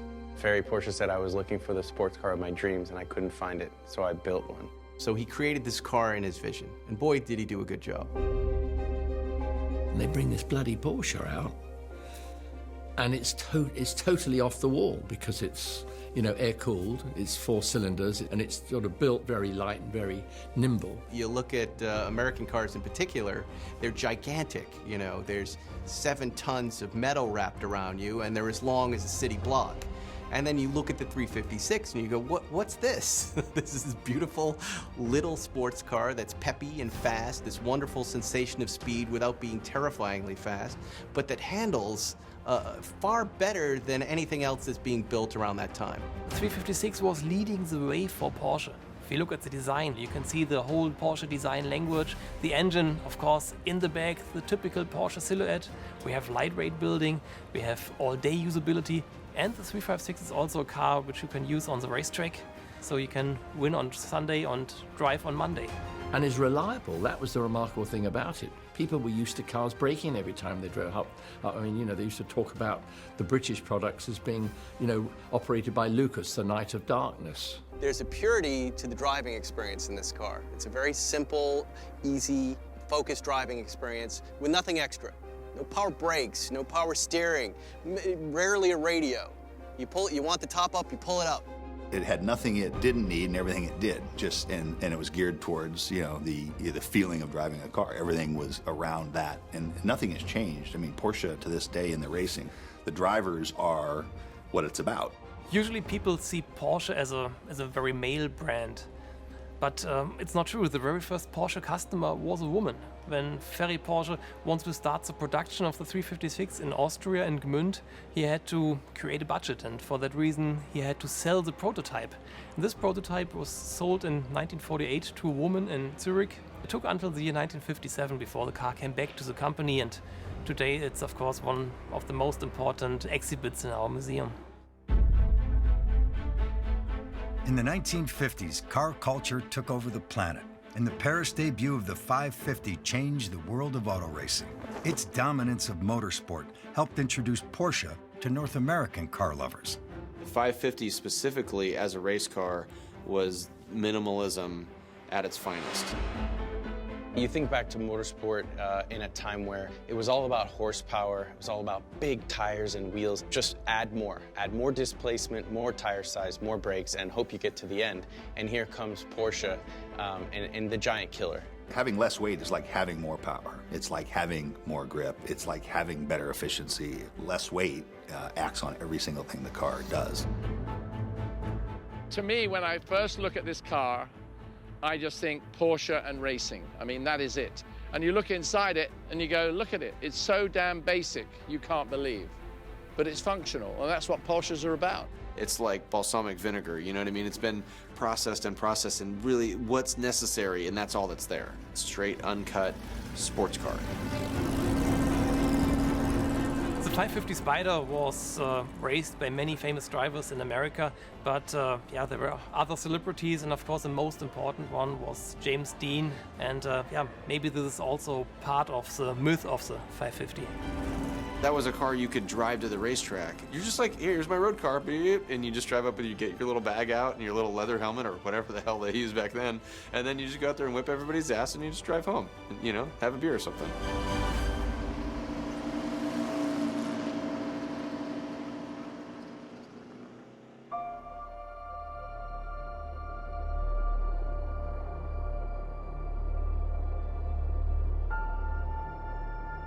The 911 was Porsche. It didn't have to say Porsche. It was 911. End of story. The 60s saw disruption become the norm. But while many of the era's fads eventually faded away, one iconic disruptor became immortal. When you think of a sports car, you think of a Porsche 911. I don't know that there's any other car that's been that successful. 911 is that car that we've seen from 1965 through to today. And wherever you see it anywhere in the world, it's known by that shape. There's nothing else like it. Talk about an icon that's grown from a silhouette to present day. And when you line those cars up and you see where the evolution has come from, you see how much of the DNA and the roots are still vested inside of the car, and what works about that car, and what works from a driving experience, from a performance standpoint, and from an aesthetics standpoint. It's an icon. It's a car that sits separate of all of its competitors. When the Porsche 901, that's how it was called at the beginning, came out in 1963, people were not sure if it's still a Porsche. Some people just disliked it. But then, when the first journalists drove the car and yeah, presented their test reports, people started loving the car. I think what's so remarkable about this car is the fact that it did follow on from the rear-engine cars that Porsche have produced since day one. And of course, you do have the engine and the transmission behind the centerline of the rear wheels. Very quickly, the 911 became an icon of the Porsche brand. In the meantime, we have 7 generations, and soon we will build the 1 millionth 911, more than 20,000 racing victories. But the most important thing is that I think there's no other sports car which has won so many hearts. If you ask a little boy to draw a sports car, usually something like a 911 comes out. There are many, many different models of the 911, but a very unique one is here at the Porsche Museum. It's a 911 police car. I met one of these police officers, and he told me that one day they were following a car thief, and at the end he just drove to the right side and stopped and said, "I can't escape from you, you are driving a Porsche." In the 70s, Porsche updated its own classic, introducing the 911 Turbo. It may not have been the first turbo introduced in the US, but it was the most important. The Porsche 911 Turbo is really a moment where they're creating a supercar, where they're creating something that's fast and a little dangerous. And that 76 Turbo, again, it's a little monster. It's a little monster that feels familiar, but you have to respect it. The turbochargers would punch or they would hit or whatever. There was a violence to it. It was really like a turning point for the brand, that they showed that hey, this is what a race car really feels like. Now all of a sudden they've stuck a turbo and a big wide flare and wider wheels and really pushed the envelope. I was a kid, and you have that 930 poster that so many of us have had. That was like brute, over the top. I mean, that was a flash of some serious car. Senior prom. I had just picked up my date. I was getting on the 210 freeway going to someone else's house. And I get on the freeway, and the on-ramps in that car were so awesome. And I came up, and there's a CHP right in front of me. I'm only going on the freeway for like 2 miles. I'm like, oh. And I just legged it. I'm coming up on about 50 miles an hour faster behind him. And right when he got past the off-ramp and he couldn't turn, I went, whew, reverse lights at 60 miles an hour. He threw it in reverse, and I came out on the edge of the Crest Highway sideways with my date. Got up the highway and around and pulled off, and my heart was, it's not just a concept for me. That car was a game changer.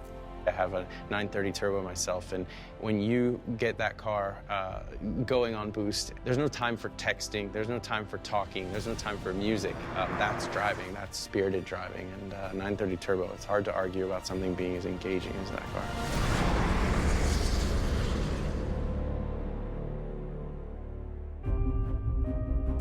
were a turning point for Porsche. The 911 was an icon and bestseller, but the company was looking to move forward and push the limits of driving technology. People realized that Porsche was capable of changing everybody's perception. They were like the band that keeps making the hits, you know what I mean? Like you think, oh, there's no way they're gonna make another hit and blow everybody away. And guess what? Here comes another one, the 959. When the 959 came in, it really was the game changer of that era. In fact, it was the fastest car in the world and probably the most stable, and showed the world that we have to go all-wheel drive. The 959, I think, truly the first supercar. It was sort of a quantum leap. You know, everyone's kind of saying, well, let's make it a little more powerful, or we'll make it a little more this, and that was just kind of like they said, what if we started with a clean sheet and just thought about almost like the car version of going to the moon. Active ride, massive turbos, everything that you, quote, couldn't do at that time. I think that that's really a period of the purest form of the word supercar. They went forward in time, and they built a car from 10 years in the future, or even further than that, really, and then they brought it to you in the 80s. It was just like head exploding when you'd read about it. It's like, how can this all be in one car? You know, no one makes all-wheel drive with variable ride height, and you can't do that. This car combined technology which is available today, already in the mid of the 80s. Performance of the car was outstanding, and it also had delivered a lot of luxury, and so people got crazy. They made such a statement at such an important time in their life, I think, really. I mean, they went out and did the Paris-Dakar with it and won it. I mean, to go out there and take on the world's biggest off-road rally, the toughest event of the year anywhere, and they go and win it, you know, with drivers that aren't really off-road rally drivers, they were racing drivers. You were never able to bring them into this country, so it really made everybody nuts. And I remember reading about Bill Gates and how his was stuck at customs. Bill Gates and Jerry Seinfeld, who created show and display, which was a method of getting a car that wasn't really supposed to be in the country, but getting it here and through customs so that it could be shown and displayed. In other words, it's significant to car culture. And man, if you drive it a little while, who's gonna know, right? Do we get to talk about the Carrera GT now? I love the Carrera GT. In the 2000s, Porsche set their sights on the supercar space and delivered a car that destroyed the competition. First disruption for me with the Carrera GT, V10, mid-engine, open-top car, large wheelbase, a lot of new space for Porsche to venture in. You know, I just drove one a few weeks ago. It's wonderfully analog, as opposed to the new 918 or anything new, which has got your paddle shifters and everything else. When you drive it, I think that's the one thing that really comes out. You're more part of the car when you're shifting gear manually with your hand, because you have to watch the revs and pull it through and clear the clutch, and you really are in the cockpit of a race car. The origin of this project was motorsports. In the late 90s, the Porsche engineers were working on a new racing car for Le Mans. But then there were some rules changed, and Porsche decided not to participate in the year 2000. But the technology, a carbon fiber chassis, a V10 naturally aspirated engine, all these technologies were used for a new car, and this became the Carrera GT. I was able to buy one when I was way too young. It made me a better pitcher. It changed my life. I had a 3.6 ERA before I got it, and then the rest of the season I had like a 2.2 ERA, because I was so happy.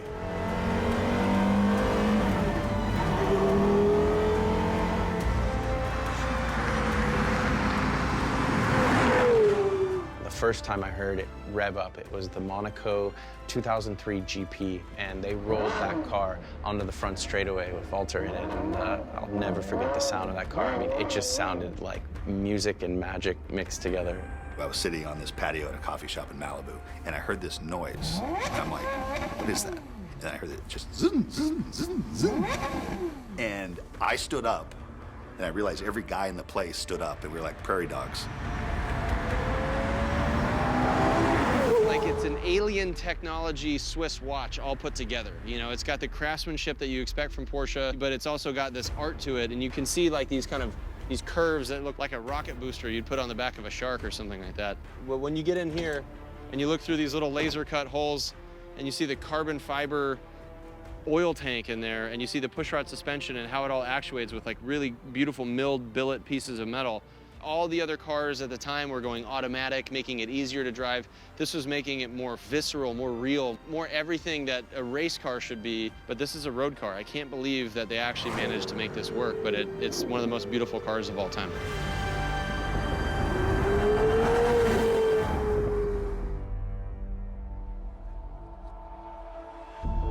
It's interesting when you reflect on each generation, the 959, the Carrera GT. Every time a car comes out at that extent, you wonder, could they do any more? Could there be more of what we consider a hypercar? And each time, Porsche pushes the limit. You know, on paper, I think it was one of those things where everyone was like, whoa, four-wheel drive, hybrid, you know? And then the Nordschleife lap record and all these things start to kind of like it line up, and you see this kind of laser focus of Porsche is trying to build the absolute best car in the world. In the beginning, everybody smiled and said, are you going green now, or is it for fuel consumption? And after a while, people figured out, oh wow, the performance of the car is completely different, and the fuel consumption is extremely good. So that just showed the potential, and it's the fastest car ever. It's the best sports car ever. It laps the Nürburgring the fastest than ever before. My first drive in the 918 was using the different modes, and I turned it from racing, which was very loud, to all electric, and my friend was able to talk on his phone. This ability of this car to run on the highway, the car that looks like that, in full electric mode, and then to turn into a race car just like that, instantly, with a little turn of that little circly switch, you have this race car that can charge its battery by racing it. And then you can run it in traffic without polluting. For Porsche, hybrid cars are kind of revisiting history. In 1900, Ferdinand Porsche started his career by developing electric cars and hybrid cars. Indeed, in 1900, he built the Semper Vivus, and this was the first functional hybrid car in the world. It's surreal the first time you get in, just getting your head around how much power you have underneath you. When you go to a hybrid and the alternative, just that such a direct amount of acceleration from the electricity, that was the biggest game changer for me. There still is a part of technology and user experience, and sometimes those two don't always get along, but with the 918, it's raw. There's a huge amount of R&D that goes into producing some of the numbers and some of the experience that it has, but in the end, you still feel that race-inspired engineering behind it, and that's the part that's fun. It's the first of the future cars. On a performance basis, from the hybrid has really shown everybody that that is the way forward. The 918 is a shot across the bow of the whole car industry.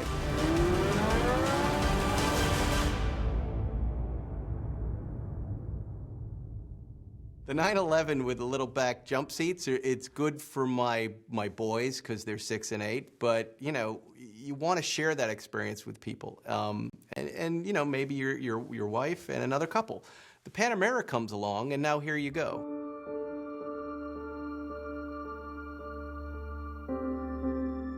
The Panamera is showing that you can take a four-door car that's really underneath the skin, a sports car, and you're able to kind of mush the attributes together so that you're not compromising. It was true to Porsche, which is we want a car that is a true driver's car. It just happened to have a second row of seats.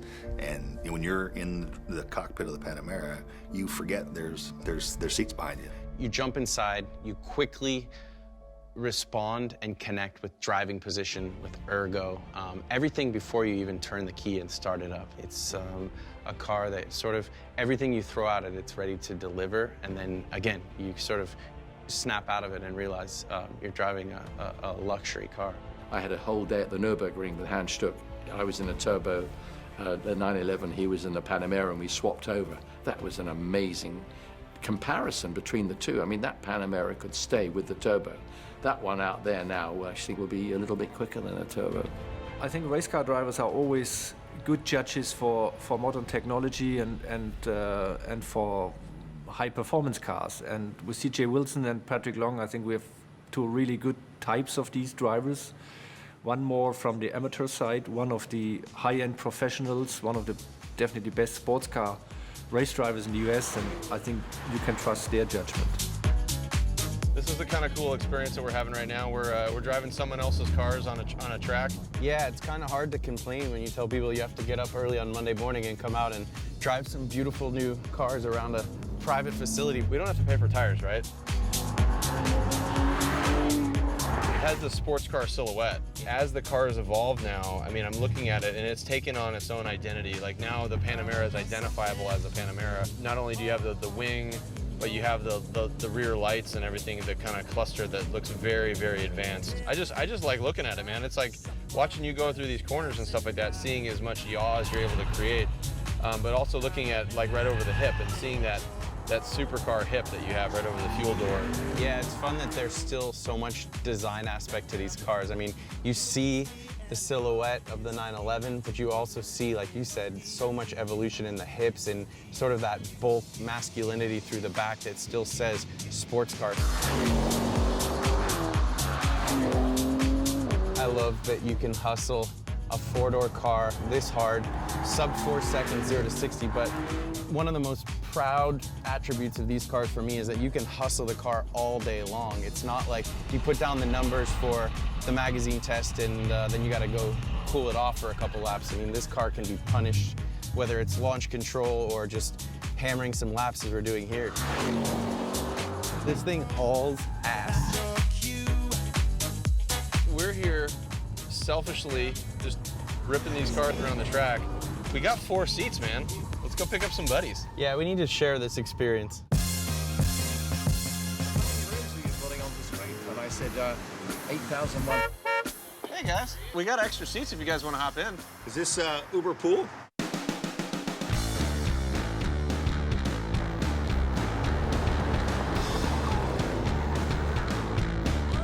Should be on it harder than that.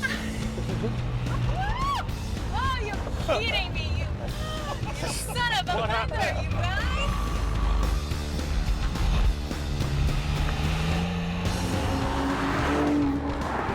How is it back there, Mr. Bell? Are you comfortable? I never thought I'd sit in the back of Panamera, actually. Following the other car just now and looking out, it's a very elegant shape to it now. Really It's much refined more, you know, elegance and sort of got class. Yeah, there's few cars out there where you don't feel bad when you give another couple the back seats to go to dinner. We're a couple now. We are, no chance there, boyo.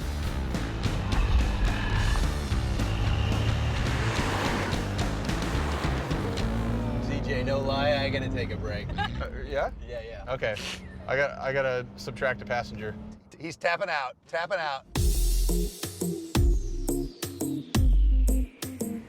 Well, now, Liz, what do you like in a car? What are the things that you look for? Obviously, you like performance. You've got the bug. You don't like to sneak in quietly in the back. No. I'm Brazilian, you know, and I like to make noise. You gotta stand out a little bit, right? So, you know, I'm sitting in the back now. I was driving earlier. I can actually change the stereo from the back.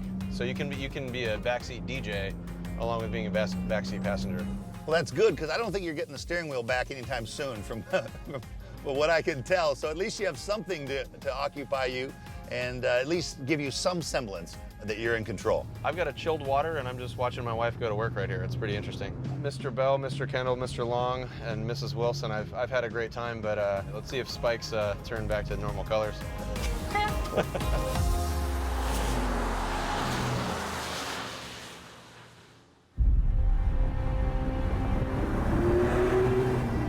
Porsche just unveiled another brand new version of the 2017 Panamera. This is an exclusive look at the world's newest disruptor, coming straight from Weissach, Germany. The question is, what comes after 918 and what will be the next car from Porsche that is mind-blowing and really disruptive? And in this case now it's the Panamera Turbo S e-hybrid. Many of the guys that did the 918 switched over in the Panamera project, and they brought all their ideas they had in mind in the car. The second generation of the first Panamera had a hybrid that was more about efficiency, and we learned from the 918 Spider that a hybrid is also a key issue in terms of performance. And so this hybrid is really a performer, and it's a fuel saver also. The number one in priority was this feeling and the driving modes and the behavior of the car, that it should be in the Panamera the same like the 918. with the drive mode, with the map switch and the steering wheel and all these things. And for sure, the assembly with the engine, the electric drivetrain or the electric motor, and then a PDK, a double clutch gearbox, because nobody else uses a hybrid in combination with a double clutch, and all the software behind that, how to shift and how to integrate the electric motor in this complex drivetrain. That went all over. The figures are quite impressive. The result of combining the combustion engine with the electric hybrid system is a total power of 680 horsepower and 627 pound-feet of torque. The acceleration will be below 3.3 seconds from 0 to 60 miles per hour. It will be the fastest luxury car in the world, and it's a hybrid. Porsche's design team is constantly on the path to drive automotive disruption, and their most important vision is still in the works, the Mission E. Decade after decade, these iconic Porsche vehicles changed the world, and Porsche has no plans to stop. What is that feeling that makes you feel like a kid again? What is that captivative energy that just makes you want to drive? Porsche came in to sort of disrupt, if you like, and say, hey, we're here, we're going to make a real mark in the future. And of course, that was how it all began. It's a consistency that they are able to bring to the table with all these different either lightweight cars, race cars for the road, or taking a technology that used to only live in aerospace and now it's a road car technology. They keep at it. Porsche is the ultimate disruptor.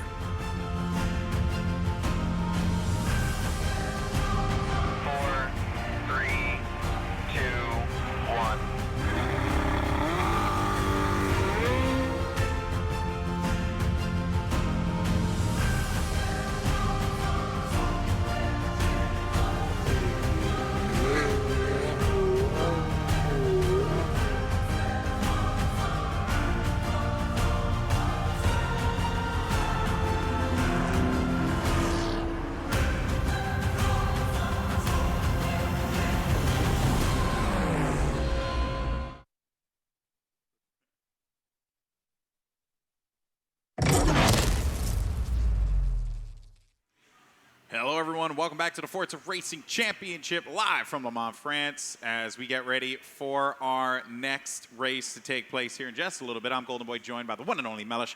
And, awesome stuff there in that last video. We actually got to see some of the, just more about Porsche. A huge shout out to Porsche, by the way, sponsor of this event, and coming into Forza as well for the first time in quite a little while. So that's pretty awesome stuff. And yeah, we have some great cars because of it in this game. Yeah, exactly. And I think these drivers here today are playing those cars absolute tribute. They're racing them as hard as they can. I think that's exactly what every Porsche fan wants to see, really. Yeah, couldn't agree more. So we did wrap up race 5A in the second round here. We haven't gotten to race 5B yet. We will in just a little while, so stay with us here. But race 5A, got to talk about this, man. Lots of storylines coming out of this one. Roadrunner putting on quite the show. Yeah. I'm giving him a lot of love here. I told him in the middle of the break he's going to buy me a steak dinner because of how much love I'm giving him. And then he's going to take me out to a wonderful date, maybe a movie afterwards. Holding you to your word there, buddy. He didn't promise it to me, but we're just going to assume he did anyway. And of course, Zermatt climbing his way back up as well. This guy has just been a roller coaster of emotion. Yeah, roller coaster ride for Zermatt. He's been penalized. He's climbed his way back up. It is literally like climbing a mountain and then slipping back down it again for him. But I have to say, those four guys, N-Virus, Zermatt, Roadrunner, and Box, have just been consumed. Obviously Lage is getting out in front, but those four guys constantly battling, and we're now going to see the introduction of the F4H races and Force One getting into the mix a little bit. So 6-way battle. Oh yeah, well let's go ahead and take a look at the leaderboard and see how Group A is looking here. So Lage with 125 points. You got to talk about that one. I mean, it kind of would be absurd not to. It could happen. Him and Lightning could pull off the perfect race, the perfect just run altogether. Roadrunner though in second, not bad at all. As we take a look at Group B though, a couple standouts here for you. Yeah, I mean, obviously, Carlinen is not, he's cleaning the way at the moment. He's got to win this race to match the percentage that Lage is putting out. Bam Asics, though, Hysterical's not had the luck. It's not the pace. It's just been really unfortunate with how he's driving. Super GT as well. But Super GT has been trying so hard. He's like put all the effort in. He's one of those guys who will take risks, and it's just not paying out for him at the moment. Also, what a bounce back for Rossi as well, right? Not accruing any points and then keeping himself in 5th. Just really goes to show this long-form race format that we have here. This challenge of endurance that all these racers are going through right now. It's certainly been. You see it in the results. You see it there. If you have a bad race, you can always recover. It's just been awesome to see thus far. But let's go ahead and see what's going on with Brian over at the wings. Brian, what you have for me, man? Well, I've got a great day of racing. I mean, it's amazing to have the race happening out on the track behind us and here in the big tent for the Forza Racing Championship Season 3 Finals. Listen, I hope you guys are watching. If you're watching, I hope you've linked your accounts on Mixer and Twitch, because we have some amazing liveries we want to give you guys, and that's the only way you can be eligible, is by making sure your account, whether you're watching on Mixer or Twitch, is linked to your gamer tag. Here's how you do it. Go to Mixer and go to the account settings page and look for the Link Your Microsoft Account section. You can fill it out all there, get it all linked up. You'll be good to go on Mixer. And of course, if you're watching on Twitch, you can go to ForzaConnect.com/TwitchDrops, enter your gamer tag, and link your Twitch account. We are not even halfway done with this huge race. We have some amazing liveries that we want you guys to win, so make sure you're linked up, and hopefully you'll get those liveries coming very soon. Thank you so much, Brian. Yeah, if you want to win some free stuff, it's pretty easy. So don't be that guy, okay? Yeah, don't exactly. be that guy. Well, exactly like Brian's saying, that racing is a big part of Forza. It's the biggest part. But then there's also the tuning side and the livery side, and the liveries that get put out, through teammates and team liveries, they're just fantastic when you see them, and they want to represent themselves well, so they'll put out the best coats of paint you've ever seen on a car, and it's fantastic to see that. Well, even the liveries that we're seeing here in the championship in particular, I'm actually quite a fan of it. I have a pretty deep esports background, and very rarely in games you get to put in-game branding. So kind of cool to see how you have, anyone who sponsors the event can, hey man, you can get a nice little logo. Slide it in there, right? stick it. Just slide it in. I love that kind of stuff, man. It's one of the things that fuels esports and continues to allow us to do the amazing things that we can do here, and also it's just pretty damn cool. So not bad, but. I know you guys want to get into some action here, and we're certainly going to do so. But first, let's go ahead and talk about the track that we will be seeing here. It will be Circuit of the Americas. Of course, this will be for the 5B race. Brian, we've seen some incredible, overtakes in this particular track. What are your thoughts on this one? Yeah, it's no mistake that this is the home of the U.S. Grand Prix in Formula One, because this is an amazing circuit. We saw it in the first race in 5A, saw lots of incredible action. It's high speed, but it's also got tricky corners. In fact, I think it's got every different type of corner. It's just a masterpiece of design, makes it a challenge for every driver who gets on here. That first turn up the hill, down the hill, it's a 180-degree turn. Fantastic. And again, I mentioned that complex towards the end, 16, 17, 18, I think it is. Very long corner. It seems to never end. You never know where the apex is. I think that has about at least 2 apexes that you have to deal with. And as we saw, it makes for a challenging race for all of the ForzaRC drivers. It'll be interesting to see how Group B does on this amazing track. Gotta love those sharp corners, man. Really creates some intense moments. That first turn, we saw it before in the first race in 5A. When Roadrunner was able to just capitalize on it. And that's because of the car he used, my man. Tell me about this car. Yeah, it's the Porsche Turbo S, and it's a fantastic car. It's four-wheel drive, and these guys will be using simulation steering, most likely because they want to get that car turned in. And I have to say, we talked about the rumble strips being killers. They were actually using them in that race we just saw at COTA. They were using them to try and get the car to grip and to turn and to get that corner exit speed, which is brave when you're racing the best in the world. Like that was unbelievable to watch that. Hey man, sometimes you got to be brave and bold in order for you to be able to come out on top with that W, move forward in this competition. Lots of money on the line here, folks. $100,000 prize pool, the largest, I believe, that Forza's ever had. Yeah, it's escalating all the time because esports is getting recognized as a competitive gaming, and with the motorsport as well, this is a huge benchmark now. To do this at Le Mans, outside you can hear it, it's coming inside, and you can just feel it in the room. It's just an aura. Yeah, I don't know if you guys can actually hear when the cars pass by us here, but I mean, we certainly can. And it's pretty dope. It's pretty awesome stuff. But all right, folks, you waited long enough, so let's go ahead, make our way over to Austin, Texas here and get going. We got ourselves Lightning in that first position here, and he was feeling fantastic during the break when I had a chance to talk to him. But we are green in Texas, so let's go ahead and see how this one is going to play out here. It's going to be intense. Exactly, look, Bam Asics looking towards the inside already, forcing Mr. Jack the long way round there. Kaiswolf holding off 4th position, and you've got to say, look at that, Mr. Jack repaying the compliment on Bam Asics. Thought that was a little bit rude there, so he's going to repaying the compliment. Kara Marth up to 8th position. You know, attacks Johnson. You're all trying to create a train here because there's only really one line through. If you get out of that train, you're going to get out and swallowed up by the rest of the pack. Marth has been a player that, you know, a lot of folks want to see do really well. And I expect him to look for those opportunities to just climb into the thick of things here. GDC Chris as well dealing with Lightning here. And Lightning actually not gaining as much as, you know, he usually would at this point in time here. On board, though, with Rossi. Rossi overtaking, or excuse me, GDC Chris overtaking Rossi. Good on him. He's been firm in that top 3. My eyes deceived me. I think I saw Lightning make a mistake there. He made a mistake. This is a track prone to mistakes, even for the best of drivers. We talk about all the time. The technicality of this track is just overwhelming. Chris now on the back of Lightning, the first time we've said that all night. And we've got Rossi just lurking in the background now. We'll seize on any opportunity he can get because Chris is going to be thirsty for that victory today. This is scary. This is very scary if you're Lightning here. Chris, you know, he smells blood, right? And he wants to just jump on it when he can. And the backfield, too, just not something that we're used to seeing. Typically, in all these races, the pole position has found themselves in a very firm lead, but not this time. Even in the first lap, we see that pole position racer just not really having to worry about all that much here. A lot of skidding, though, on the side, too. You got to look out for that. Rossi and Chris right on Lightning. I can't believe, yeah, you're right. I can't believe I said that. What? Yeah, if I was Rossi right now, if I was Rossi for the Jack Speed Racing team, I'd let Chris do his thing. I'd let Chris put Lightning under pressure because it's the first sort of pressure he's felt all night. Let him do that, try and get past him, and then pile pressure because then Lightning's going to try and get past Chris, and that's going to slow him down. So play like a game with it almost, because then you're going to take 2 people instead of 1.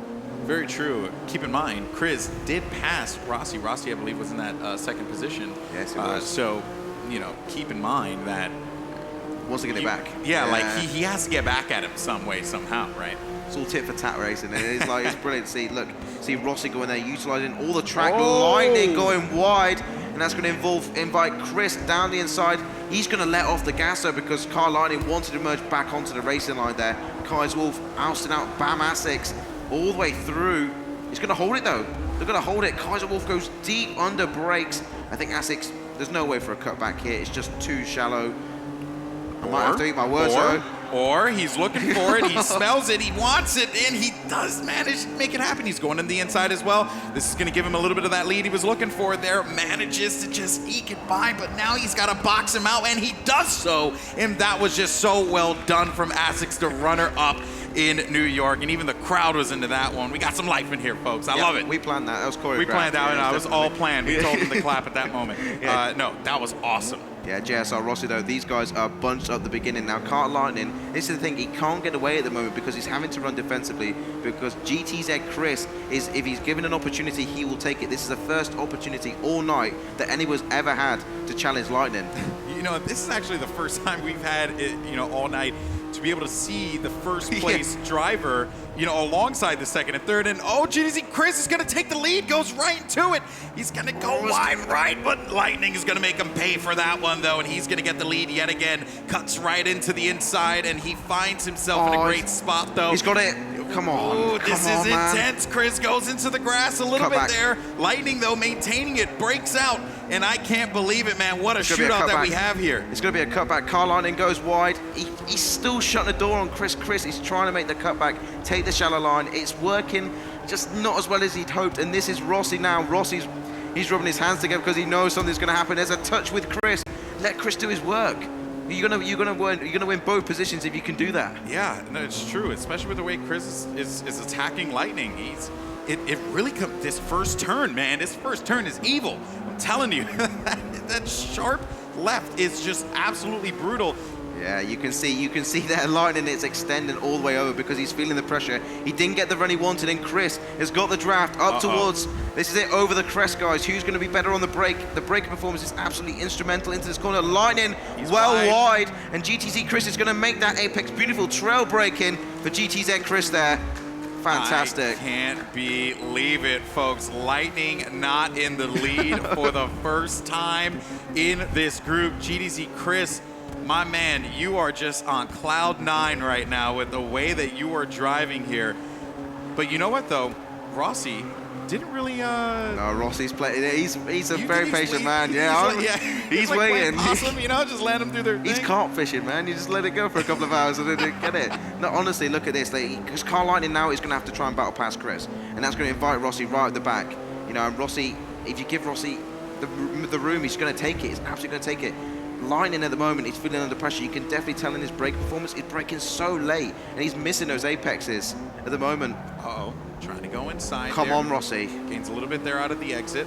Rossi waiting for it, and Lightning, I have to say, you know, now it comes down to who's playing that better defense here. You know, would it be Chris? You know, because this is unfamiliar territory here for anyone.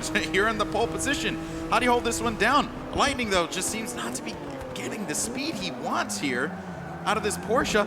Here goes Rossi. He's going in. Now he's in second, and Lightning is dipped back down to third. I can't believe this still, but Lightning, he's not giving up just yet. He's unrelenting in his pursuit. He looks for Chris on the outside. Oh, so close. Oh, man. Well, you know what? There's so much going on here. Brian, I want to get your perspective on this one, man, because this race has been intense thus far. Yeah, it's the first Lightning has felt this entire show.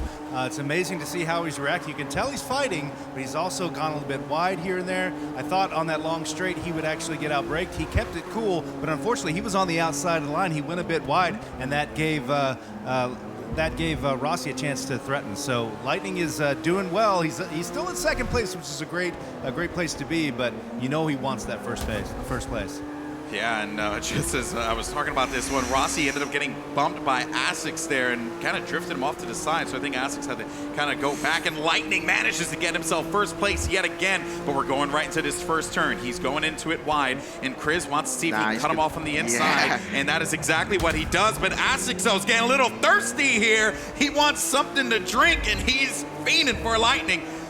But it seems like, for the time being, Lightning's going to be able to maintain this, and now we have a little bit of a battle going on with 1 through 5. I know. 1 through 5, my man. Yeah, you say about Asics, like, he can smell weakness because it's the first time that Carl Lightning has actually been in second position at the moment, and now that, you know, everyone realizes that GTZ Chris is holding him up, this is a chance that everybody needs now from first to 5 to really latch onto the back of this and really challenge him, put him under all that pressure. You can see him again going wide there. Everyone's tucking in shallow and trying to get that corner exit speed, and Lightning's just not getting that run that he wants. I tell you, Asics is being so aggressive here. You know, get that man a Snickers, because he gets bumpy when he's angry. That is certainly not good. Yeah, look at that, though, from Rossi, taking a very brave line, trail braking. Kaiswolf gets the better run, though. He drifts on that one. Oh, man, these guys are tucking on all together. It's a train from first to fourth. Insane. With the Asics just literally veering off of the back, like literally by like 4 or 5 car lengths. He's not out of this whatsoever. And can we give a shout out to GTZ Chris as well? Yes. The way that he's racing here, the way that he's playing defense. Lightning has attacked him 2 times now. And fended off. He's held it off every single time. But it's that first freaking turn, man. That first turn kills Lightning. He can't seem to get in the inside and get command of it. Which is very weird. I'm shocked even. No, exactly. GTZ Chris, you know, we haven't seen, because you talk about his defensive performance, he's having to do his best defensive performance because the guy behind him has won every race so far. So it has to be out of the park, really. And he's actually doing that right now. Like you said, he did it twice. And now Lightning, he's actually established a gap between Lightning and Chris. And Rossi is now hunting Lightning. And this could really help Lage in his bid to get the pole position in the finals, man. Yeah. The way it stays. Yeah, exactly. Especially with the way that Lage has been racing here. Just very shocked to see Lightning in this spot. Rossi, though, coming off the side here. He's going to hit that one, and he manages to get himself second, but Lightning's right back at it, though, and he's going to get himself second yet again. Yeah, he saw the cut by there, Lightning. He knew that it was possible there. Those curves are really killer. Not over yet, though. This is where Lightning suffers into turn 1. Is Rossi going to do the crisscross and dive down the inside? He is. He's going to trail brake again. No, he can't do it. That was super late. He uses the handbrake to turn the car. Great, great skill from Rossi there. Just saw that. Asics now into 3rd position. Kaiswolf up into 5th. It's not over. Absolutely not over. Attack Johnson as well, only 80 feet behind. You know what though, GDZ Chris, I It's gonna be a race. In his mind, this is over. He's got this one. He's been racing phenomenal. His lines have been great. He's defended when he's needed to. He's established a bit of a gap here. Granted, we have seen Chris in the past kind of struggle in these situations. I remember the New York Invitational. He was someone that was being discussed quite a bit as a guy who can come out and really shock some people. But when he was given that opportunity, he floundered. He struggled. He ended up giving up pole position once in a big upsetting way. So this is your chance, Chris, to redeem yourself. Don't go for anything crazy. Just play the line the way that you need to, hit the turns the way you want, and this race is yours. Yeah, exactly. And I just thought it was JSR Rossi that was giving him the pressure to make him fumble in those corners, but that can't be less said. Bam Asics is moving up the inside right now, and he's piling pressure. He's going to do a dive down the inside. Is he going to hold it? He's going to brake on the apex. Don't allow that cutback. He allows it again, but if Bam Asics can get the run, he's going to have the track position into the next hairpin corner. He has it, and he's going to squeeze Lightning out into 3rd position right now. Oh, Lightning's looking for it, but he hits that turn beautifully, and now will be able to establish himself in 2nd with that left. GDZ Chris holds it. Asics comes out of that turn wonderfully, and now Lightning is in 3rd place. He was in 1st pretty much this entire time, but finally, you're starting to see some people threaten and challenge Lightning. Tell him, you know what, you may have won the New York Invitational. You may be going far in this competition, but by God, I'm going to ensure that we make this as hard as possible for you, and I'm loving it. Yeah, they're proving that he's mortal, basically, is what they're doing. Like Bam Asics is putting on a fantastic performance. GTZ Chris cannot give that man enough respect. He is leading this race with 1 lap to go. We've got Kaiswolf in 5th, who's challenging Rossi. That's not what Rossi wanted, because he was smelling blood, attacking Lightning for the 5 laps we've seen already. Attacks Johnson, still in 6th, not really challenging at the moment. I respect what Kaiswolf was going for there. Oh, is that a double overtake? Yeah, I respect what he was trying to go for there, but I saw it happen. You were going too wide and too fast, and he just didn't brake in time. He ended up struggling. He gave up position there. You were in 5th. Less points now, and especially as we get closer to the end, every single point matters here. But Rossi, man, he's swerving a little bit there on the track. I don't know if you saw that there. Just went out to the outside. He's got to be mindful of those. I know. I think he went on. He kept off the track because it's such a one-line track, like a one-part section of the track. The fact that if you come back onto track, you're going to cause a collision. So best just to lay off a little bit and just extend. He didn't gain anything. I think that he's still having a great battle. Lose. No, exactly. Those are the best ones, right? Especially in the high-pressure situations such as this. Lightning, though, going to get into the inside here. He's right on his back. Asics. That was super aggressive from Kaiswolf on attacks Johnson. I didn't see that happening at all. He's fed up. Just fed up. He's been doing this quite a bit, though.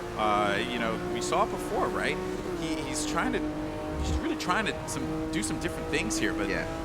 This is coming down to the wire here, folks. If you're just joining us, this is the 5th race of our B group. Oh, that's a slide. Who's that slide? That's Lightning. Oh, Lightning, no. Oh, he got knocked off into the side, and that is not what Lightning would have wanted. Oh, my goodness, what a heartbreaker there for the New York Invitational champion, as now he has to regain ground, and he's back down into the 10th position here, being one of the best drivers here.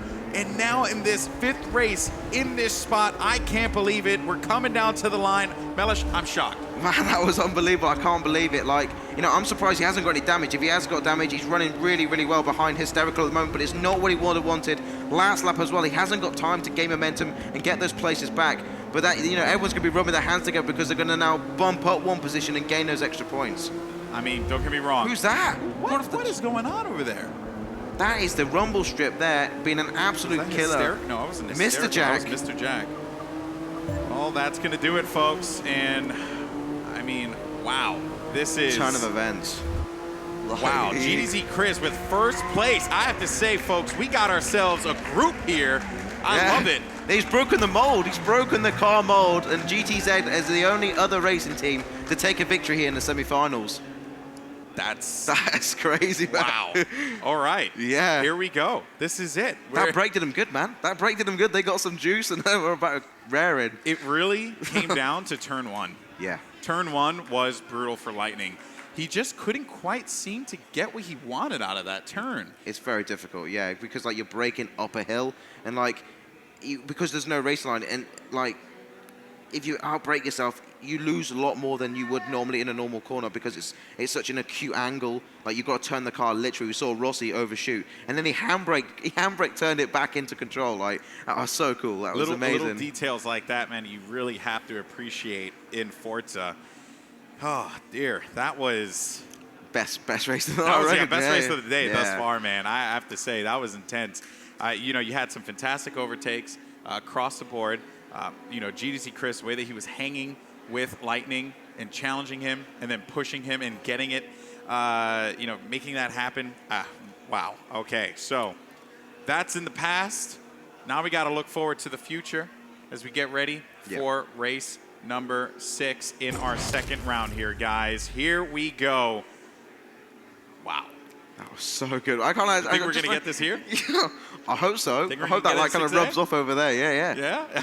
Well, that happens. Oh, please. Like, no, you know you can't script this stuff. Like these guys are going like hammer and fist at each other. And, you know, simple mistakes. We talk about mistakes, but that was a slight mistake. First corner, and he was getting swallowed up. No, Lightning, great driver, but he was getting swallowed up massively by just the first corner alone. Yeah. And what's even better about this upcoming race? I know you were excited about it. It's nighttime, baby. It's night here in Le Mans. It's going to be nighttime in Nürburgring. Let's go ahead and catch up with Brian here, man. This is going to be some awesome stuff. Yeah, the Nürburgring, a legendary course. Of course, we're going to be racing the GP circuit, not the big Nordschleife. This is the GP circuit, but listen, no less a challenge. This thing is huge. It's got lots of turns, lots of elevation changes as well. No real places except the start-finish line to gain any real speed. A lot of tight corners, especially the first, second, third, fourth corners are really tight. A lot of opportunities for bad things to happen for all these drivers, especially in the beginning of the race. Once things open up, they can get a little bit more comfortable, but watch for action in the first few turns of this race. Gotta love it. You gotta love when those first couple turns come to play. Yeah, we're definitely racing some tracks now where the first corner plays a massive part. You know, how acute that first angle is in that first corner is going to cause for concern. That's going to be definitely in this first race. And the car that these players will be driving will be the Porsche GT3 RSR. You were really excited for this one as well earlier. Yeah, it's definitely undermined in the GT endurance world. Like I play a lot of GT cars, and like you know, you don't really see it in lobbies. But here, spec racing, everyone's driving the same car. You know, it's a level playing field. Let's see what these guys can produce. It's a fantastic track, loads of wide track. Loads of room to move around. Don't need to be boxed up. Let's see some fantastic racing. Oh boy, can't wait to get into this one, guys. Yeah, so again, if you're just joining us here, I mean, you missed a barn burner, of a race we saw in 5B. But now we set our sights to Group 6A, and let's make our way to the grid. And it seems like we're not doing the nighttime one. Oh, okay. Okay, that's fair enough. Okay. We're here at daytime, so definitely no change. Daytime. It's still a good track either way. Like this is going to be fantastic. We're on board here with first position, going down into first corner. You can see him there, looking straight towards the inside, getting dived there by Force One. Force One in the lead here. What is going on? Lage is going to be in third place, and what is what? This is real life. We see Lage in third. And there's a gap. There's a gap between them. Oh, Lage looking to gain. Zermatt's going to just drift off to the side there. You're going to see a little bit of the smoke coming off of the tires here, but he's going to establish himself in first place. And Force One now in that second spot. But Lage hot on his tail. Yeah, first time for the night. We're going to see Lage in attack mode. And Force One is such a defensive driver. When he's going to feel the pressure right now in this arena.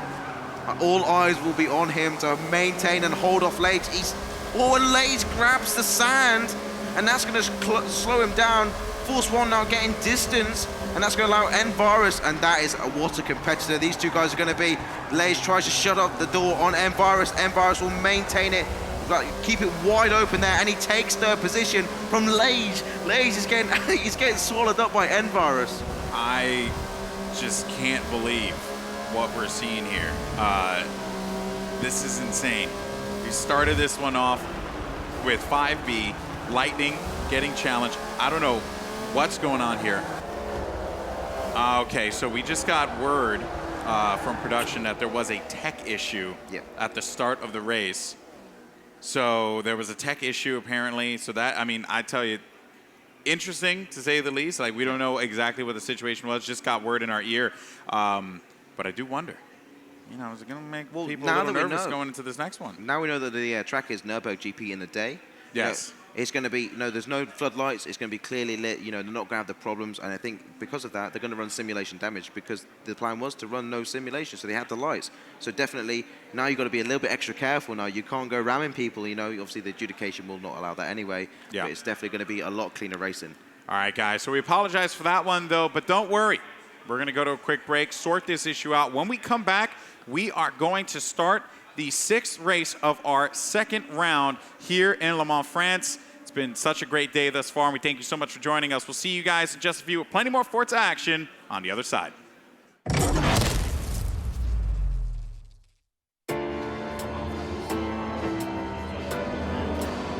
We are here at the Xbox E3 Showcase event. We've got some live gameplay with the new Forza Motorsport 7. I'm joined here by Nick from AR12 Gaming. Nick, are you having fun? Yeah, I can't complain. We're jumping into Forza 7 for the first time, so shall we just jump straight into it? Let's do it.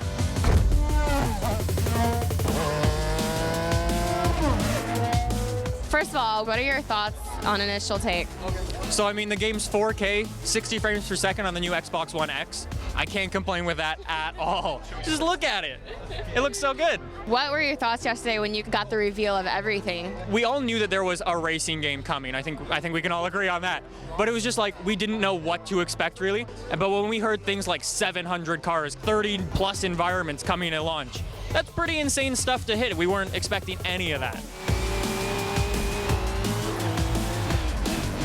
Any thoughts initially? The car feels really, really good. It's really grippy. I just don't want to unsettle the car at all. I've noticed jumping on top of the curbs, the car bounces around and shakes a lot more. You can definitely feel the environment a lot more in the car, and it's something you do definitely need to watch out for. The car's not as forgiving at all. You got to be careful with what you're doing. I actually loving driving through the sand here. It's something brand new for the Forza franchise. I've never seen particles like that come onto the track ever.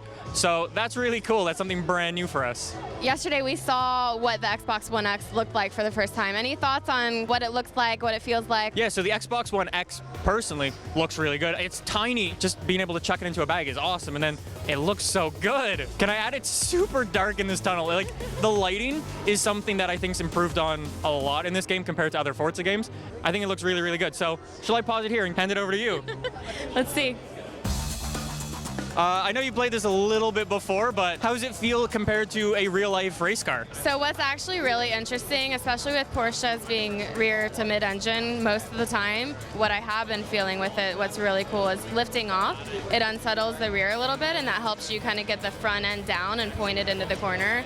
So that's super cool for me, but I can actually really feel the handling characteristics. It's so crazy to me that I can feel it and I can sense what I need to do to change so that it does what I want it to do. On the feelings of the car, coming from like a gaming perspective, having the car just do what you want is super, super important, and having it be predictable. And I think Forza really hits that well, especially with this GT2 RS. Yeah, absolutely. So, any thoughts for me and what I can do to keep getting better? I think a big majority of just starting slow, learning the lines, learning the way the car handles is probably the same for you when you're teaching someone to drive a real car. Drive slow, then pick up the pace from there. Well, thanks for your tips. It's really good to chat with you here. I hope you have a great trip and enjoy everything. Thanks a lot. That was Forza 7.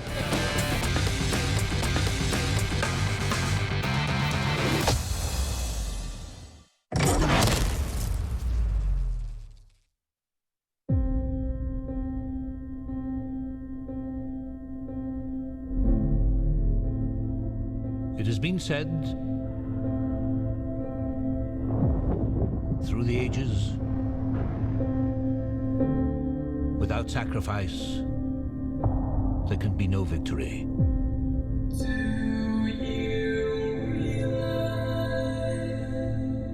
Two species at war.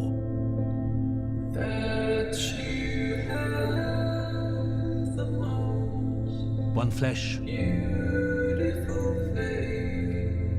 one metal.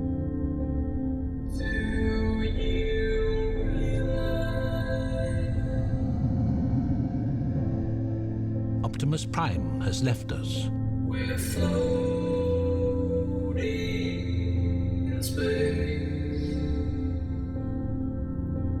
100 billion trillion planets in the cosmos. Everyone you know. You want to know, don't you? Someday Why they keep coming here. we'll die.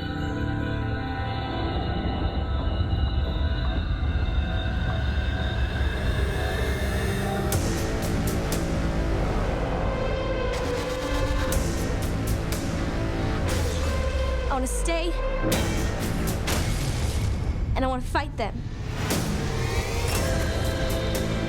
And now, two worlds colliding. The operation is over. We're not giving up, okay? Only one survives.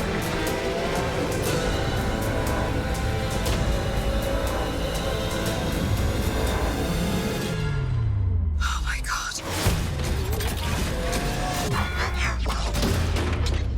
Forgive me.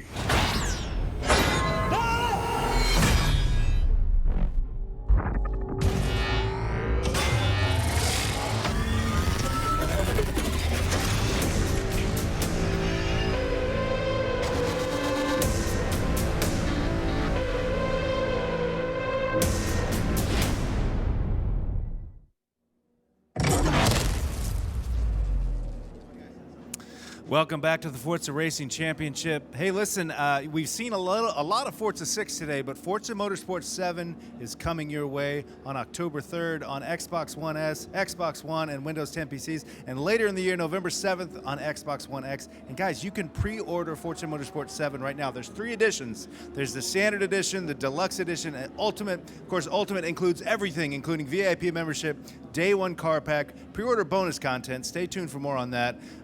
The Forza Motorsport 7 car pack, and of course, maybe what's best of all is early access. You guys won't be playing the game on October 3rd. You'll be playing it on September 29th. So go to Xbox.com, go to the Windows Store, go to the Xbox Store on your Xbox One, and pre-order Forza Motorsport 7. The game arrives on October 3rd. Now, back to the guys at the desk for more racing action.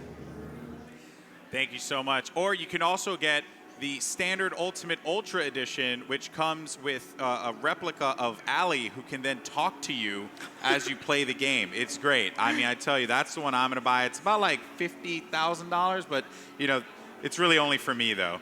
To be fair, I just want. I want one too, though. Okay, so we're gonna have one too. All right, great. That's awesome. All right, guys.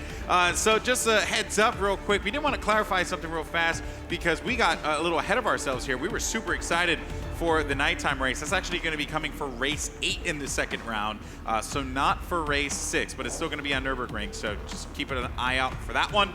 That being said, there was a bit of a technical issue at the start. Everything should be fine now. We're ready Let's to go. Let's go, man. Paul at the back.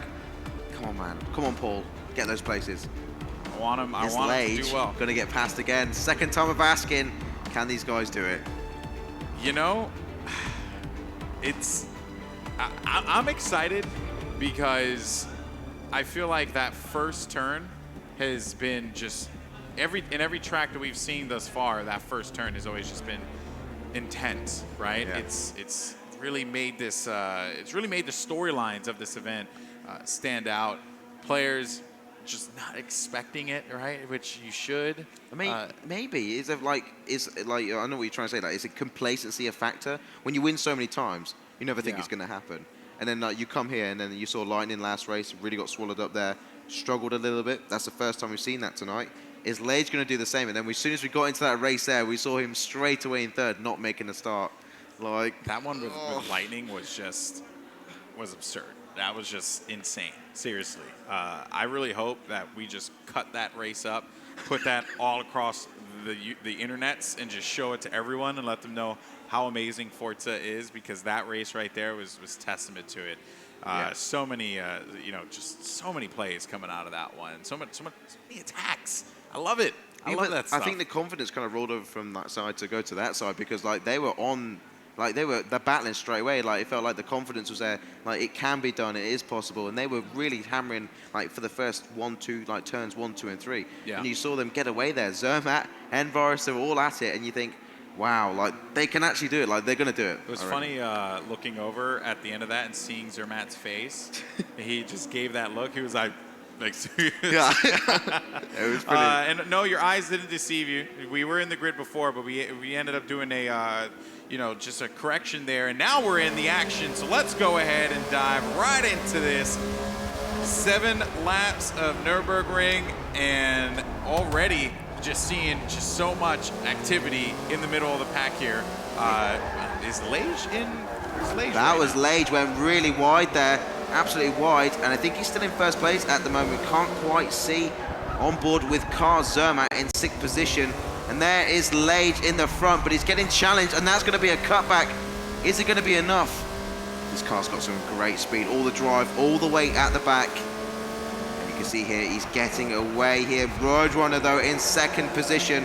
If anybody's going to do it, it's Roadrunner in 2nd with Force 1 in 3rd. These guys are really going to hammer down now. Oh, boy. This is when it gets interesting here, right? Can Lage continue to maintain this one? Goes into the grass a little early. I don't know if you saw that there. Yeah, that was brilliant there to maintain that control.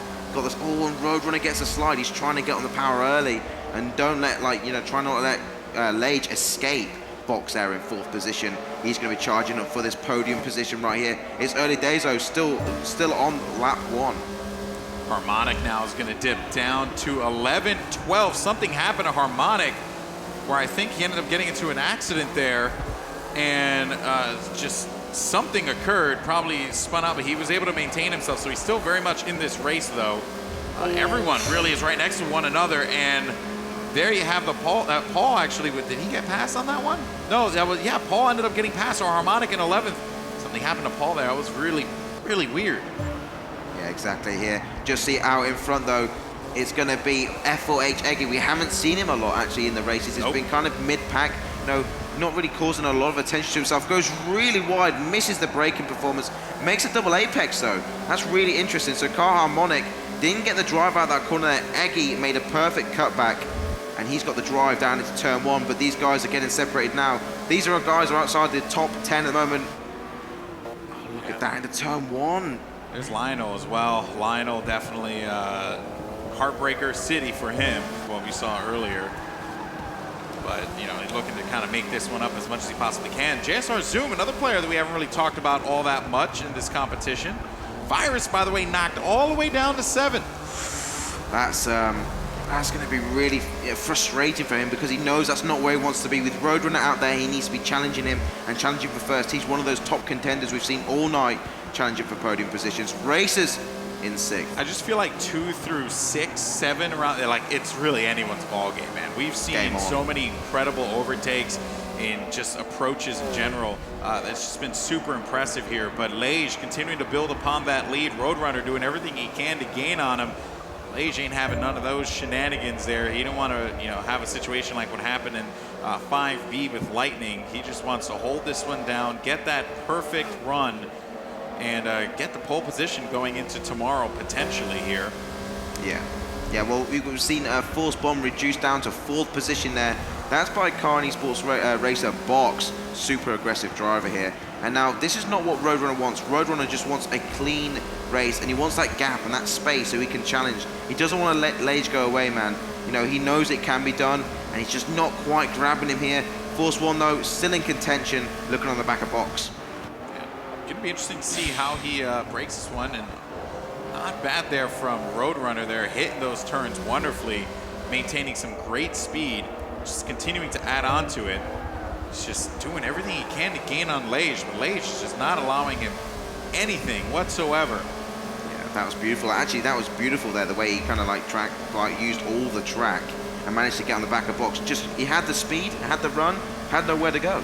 He had to let off. So, but oh, look at that super late braking. That's not what, actually, Force 1 made that work a little bit. I thought Carl Zermatt might use that opportunity to get past and join his teammate up there in 3rd position. And you can see there the ultra super concentration on Force 1. He was still able to, again, very impressive that he was able to recover from that. He held himself there, right? Again, all these racers at this point in time, they are just on another level. And it's going to take a little bit more than that for Force 1 to give up that positioning here. He's right on the tail of box as well. Just mere feet away from him, 40, 50 feet max. It's not a lot when you really think about how fast and just, you know, how these cars travel through this track. Lage, though, look at the lead that Lage is building up, man. He's trying to just get away from this pack as much as he possibly could. I think he realized he had to step up his game after that little, you know, technical difficulty in that full start there. On board with F4H Races in 6th position. Comfortable position, actually. He's probably one of the only drivers at the moment who's got air in front and behind him. So he's got a bit of maneuverability that he's got around here, because some of these drivers, they're going to have to keep it on the inside line because they're having to defend like desperately. Zermatt is on the charge at the moment to try and join his teammate Carl Box, who's battling it out, I think, with Force 1. And that's just into the top 3. I feel like this race has just been a lot of business as usual, right? Yeah. Unlike what we saw earlier. We're starting to see more of the, more racers challenge, the norm. Box and Roadrunner definitely are doing that when they get the opportunity to. It's just so hard to do it against Lage, man. So hard to do that. It's a one-off, like you have to take the moment there. Race is getting a bit of a slide, and that invites N-Virus. Doesn't have the speed, but he's going to take the draft down into turn 1. We've seen the F4H boys really, struggle in the first corner. See racers going defensive there, but they're braking. It's a braking performance to go too wide to try and make a double apex. This is good. He's going to try and make a cutback. Beautiful, actually, I have to say there by racers. Made that perfect, but he leaves the inside door wide open. Virus has to let off, or there would have been a catastrophe there. Yeah, he was able to cut that one off as quickly as he could. A little bit of slide there as well. I mean, keep in mind, these are some rear-wheel drive cars, so they get, a little swingy on the butt there, right? So you'll see that kind of happen from time to time. That being said, though, racers, brilliant job on his end, not really allowing any kind of overtake opportunity from Virus, and Virus in a position that I'm just shocked to see right now. Yeah, these cars, GT cars in general, are used with traction control. That's how they come in real life. But with the RSR, because all the weight is at the back and it's not got enough power, you can actually turn it off and be a little bit faster. It doesn't bog you down in the corners. But then, when you charge in and you want to press hard, you've got to be careful, because like we saw with Roadrunner, your back end will slide out. Yeah, that's the fear. That is the worst possible thing that you can want, especially with how fast these cars are going all across this track here. So not much activity going on with 6 and 7 here. I think Virus looking for that chance, but I'm curious to see how we're looking with Roadrunner there, because Roadrunner, being in that second place position, he's looking for one. He's looking for one opening. Thought we were going to see a little bit of an overtake there as well for that time being, but look at that, 300, 200 feet gain from Lage. He just continues to add on to it with each and every turn. I think I have to say Roadrunner is improving. I have to say, he's definitely a contender for 2nd and 3rd. He had a little bit of a lapse because you saw him go down the field. He has to make his way through the pack, and you won't necessarily get those places that you want, even though you are a little bit faster. Who's that? That is Racers trying to make it around the ends, around the outside of N-Virus, oust him out wide. As a matter of fact, that was an overtake too. Virus was in 7th. That was really good, actually. Not just bad. Stop it dead. No cutback. There's no return. He's gonna have to work hard now, Racers, to get back past N-Virus. And N-Virus is on the top of his game, but 6th place is not where he wants to be right now. He wants to be up there with Roadrunner because he knows that's where he should be, and that's what frustrates you as a driver, is where you actually are and where you should be at. It plays mind games. Those are the ropes, man. In a situation like this, you think you should be in a certain location, but you know what? Things just didn't work out in your favor, right? Yeah, exactly. Racers, though, looking for the opportunity. He's right on his tail. You can see just mere feet behind him. But Virus isn't going to give him anything to work with here, so you just got to continue to play the draft game, do what he can to just gain on him when he can. Does he go for a late break? I don't really see that happening. I think he's just going to continue to play the line here, play it safe. Get some sliding, though, so he's going to go outside, comes right back in. Both sides actually doing the same thing. Zermatt now on your screen. He's looking to just go in and fight this one out. Probably get closer to Force 1. But this has just been a pretty standard race thus far across the board for all of these contenders. Yeah, nothing crazy's happened. Well, yeah, exactly. It's a standard race, like you said before.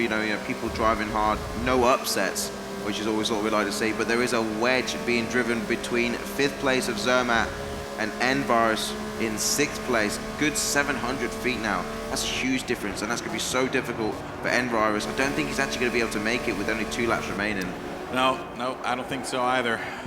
But folks, yeah, this has definitely been the Lay's show in this group. He gets that lead, doesn't let go. Exactly, and then we saw Harmonic have a little bit of a disaster run in the first couple of laps. He was actually in dead last. He's up to 9th now and charging on the back of that second pack, so he's got a real chance here to make some ground. And that's ideally what you want. You know, Lionel, we've seen him before kind of break in those situations where pressure, you know, was applied to him. Maybe that's what Harmonic can do. Zermatt, though, looking for the opportunity. He's going to find Force 1, though, going in the inside, but Force 1's going to be able to hold this one out for the time being. Another left turn coming up here. Is he going to get what he wants out of this? No, Force 1 really hugging the inside. Beautiful turn for him, and he goes and slides right back in. Doesn't give Zermatt any kind of presence whatsoever, blocking him from being able to push up and overtake. Good job there from F4H for Force 1. That was fantastic by Force 1. He actually used the racing line there and didn't feel the need to defend. Like, and that's very, he left it wide open, but you know, there's really, you know, he got the massive corner exit speed and then pushed a couple of car lengths between him and Zermatt.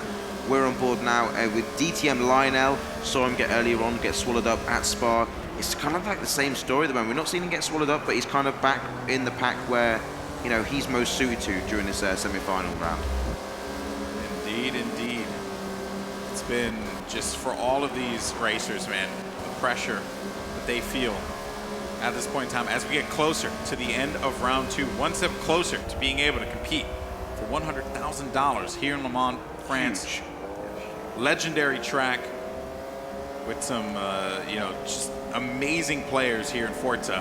Force 1, he's so far back from box, I really can't see him doing anything. So this is Zermatt's opportunity here. He has to force the issue here against Force 1 and try and see if he can get 4th and add, you know, 2 more points, which would put him that much closer to Friday's festivities. Yeah, exactly. It's been a roller coaster ride for Zermatt. He really needs these points now. I have to say though, under braking, especially through that chicane, he definitely had a better braking performance and a line. He got the drive through, didn't quite make it stick in the last corner, so he's losing ground a little bit, and he won't be able to make a charge on Force 1 into this first hairpin. He's going to take the normal racing line and get a better exit, much more safe. Now we're in the final lap here, folks. Time to see if anything crazy happens, but my gut feeling tells me that won't be the case. All these guys are playing incredibly safe, especially with how that you know, first start happened earlier, where everything just kind of like blew up in a you know, dumpster fire. It seems like they're not going to try and do anything here, but Lionel though, holding himself against racers, is going to maintain himself in 7th. Zermatt though, can he make it? This is really going to be the one that you got to look out for throughout this race. I think we can safely say the situation up top in the podium, that's secure. Going to play out the way that we expected, unless something crazy happens with Roadrunner and Box, but I just can't see that happening. But Zermatt, though, against Force 1, plays his cards right, could overtake him. It's very difficult. Force 1 knows how to play a calculated game here.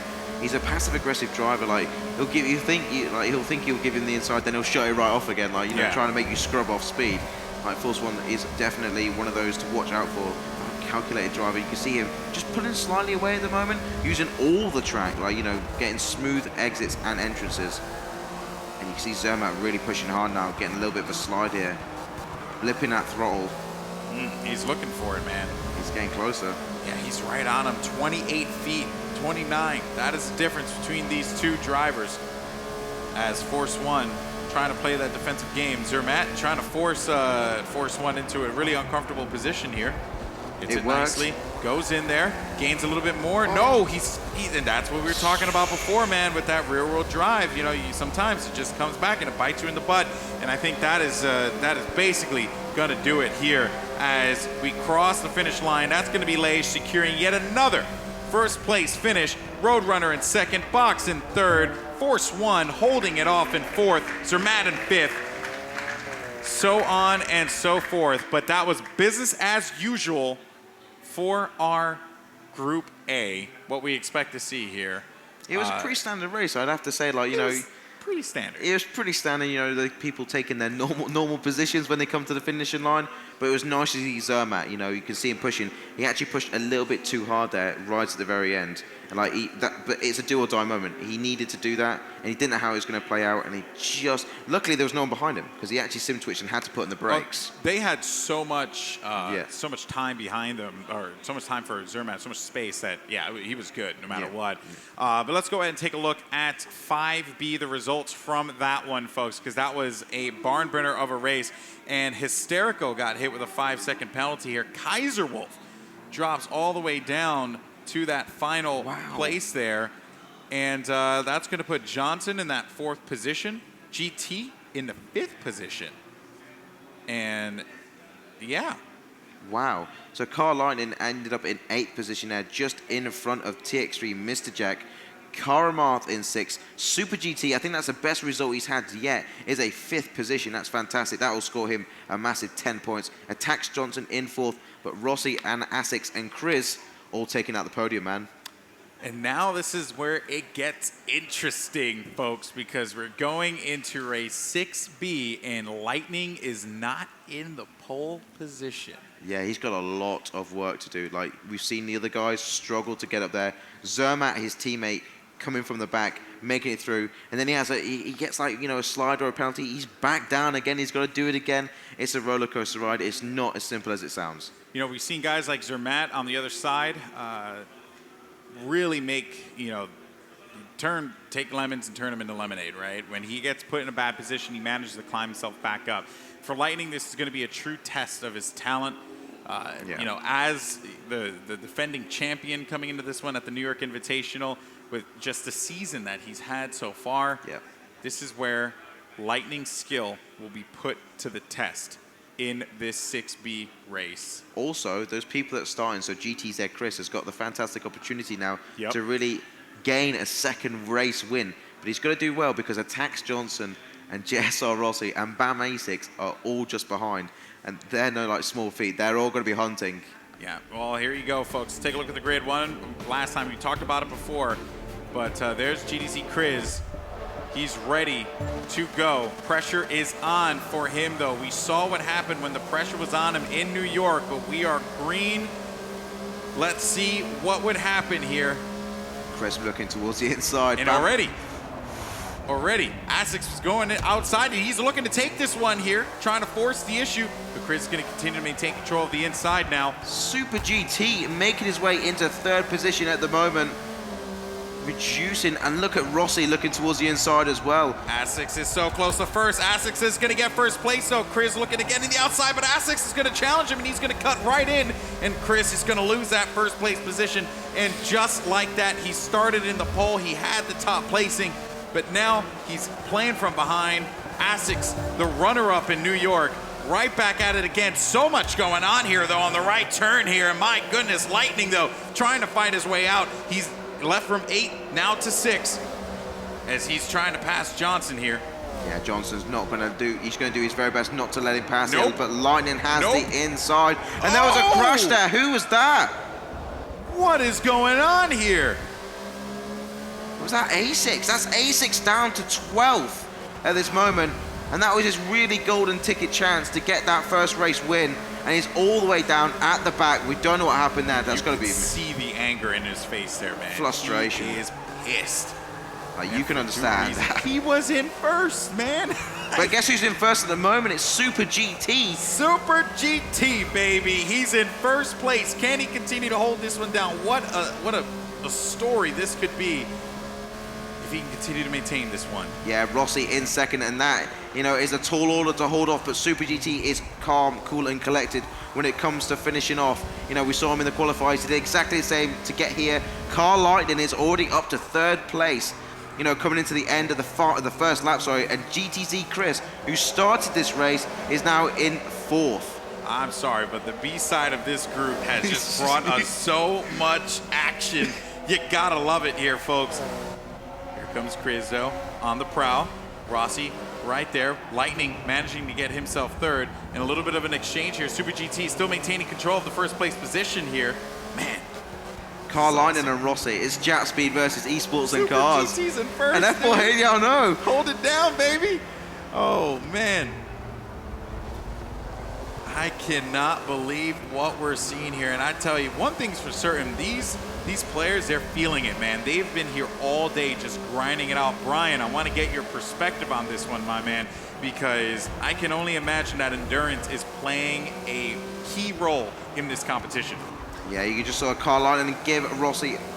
Yep, I think you're exactly right. These guys have been at this for hours. They were here earlier today starting practice. It's now after midnight here in Le Mans, and these guys have been playing Forza for all of these hours, whether they're practicing, whether they're getting warmed up, or whether they're in the heat of battle.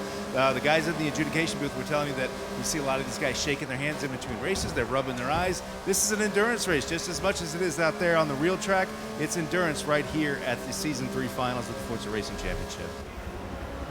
Yeah, we're back with the action, and Lightning is straight on the back of Super GT. He's made his way all the way up to second position, muscling past Rossi. Rossi won't be happy with that. GTZ Chris is trying to maintain the pace of the first group. Super GT, though, is pulling pace out of the bag, and I think this is going to pay dividends to Rossi, because I think Super GT is ultimately going to slow Lightning down, and he's going to be in prime position for an overtake. He tries to do it on the chicane. Give him that back, man. Give it him back. Oh, man, and Super GT is going to give up that position there. Lightning, he started from 8th position, and he is right back where he belongs in that first place spot. Super GT has dropped down to 3rd. Rossi takes 2nd. I was going to say, man, you know, you talk about endurance.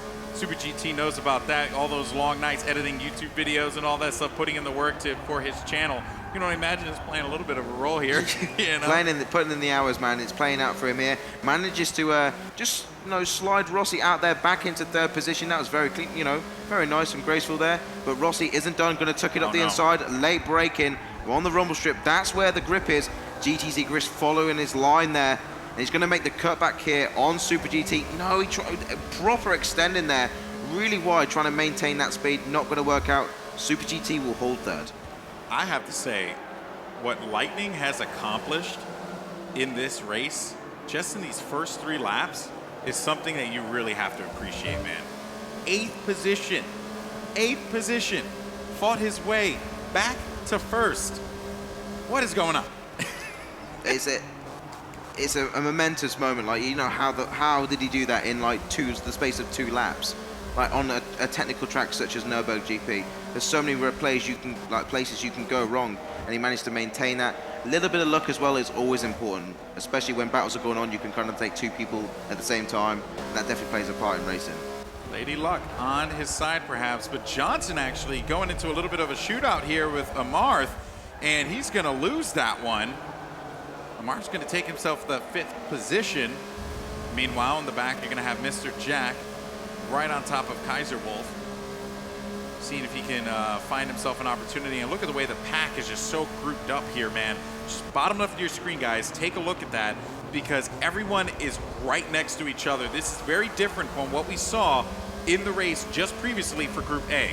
Yeah, no one's broke off. There's no midsections. There's no wedges of air. These guys are so tightly packed, and we're already coming halfway through this race now into lap 4. On board with Mr. TX3, Mr. Jack, just 150 feet in front of F4H Diablo. Not seen too much of Diablo, to be fair, in this lobby. Kaiser Wolf in 7th, though. Got to watch out for Kaiser Wolf. At this point, it all comes down to one simple mistake with how close all of these drivers are to one another. Rossi hits that left turn nicely as well. Super GT still in contention. He actually, GTZ Chris as well, started in the pole, but now he's actually going to be lingering down in 4th, but he's right on Super GT's tail. Just got to be mindful of that one, because GTZ Chris will look for that opportunity. He can't get risky. I have to say, though, that most of these guys he's racing up front haven't raced him yet, because he's been at the back of the pack, so they don't know how he's racing, and he's racing really clean at the moment. Nice, smooth exits and entrances into corners. He's not brash with his overtaking. He's not aggressive. He's just opportunistic. Fair point. That is very true. Super GT, good job on his part there. GTZ Chris looking for it, waiting. He's going to go on the outside, though, and won't get much out of that one. Just continue to keep the status quo here for the time being. But give him that one chance, that one glimmer of hope. GTZ Chris will take it. Yeah, back just behind him is Karamarth. We're on board now in 7th position with XRS Kaiser Wolf, a man that's been in all the action throughout his entire lobby so far. as we go through the last stages of this semi-final round. He is just on the back of Atax Johnson. Atax Johnson, though, was really fine at the beginning, so he's lost a few places here. Started third, he's right now in 6th. Looking here, again, the group up. You're starting to see Lightning really build himself out, right? And just continue to add more. Build more in that lead, which has been fantastic for him. I mean, GTZ Chris and Amarth are like basically hugging each other at this point here. He's looking for it. He maybe wants to go for this one. He's drafted him lovely, but he's just going to play the line for right now. Yeah. And just wait for this upcoming first turn, which can bring with it some heartbreaking moments. Yeah, exactly. Super GT will be looking at his review, thanking the Forza gods, because GTZ Chris now is under attack from Car Amarth. Oh, spins out. You mentioned it before. Yeah. You mentioned it before in those situations, and Amarth is going to get himself that 4th position there. But and you see the back of the car just slide to the right, slide to the left, and that's just when it really starts to become nerve-wracking because you want to get control of that car right away. Yeah, exactly. And look at the space that Car Lightning now has got on everybody else. He's out there by himself in lap 5, 2 laps remaining, and he started in 8th place. And it was like liquid racing. He just like floated through the whole pack. No, it was almost as if everyone just like parted away just for him to be able to come through. It's insane, man. Exactly.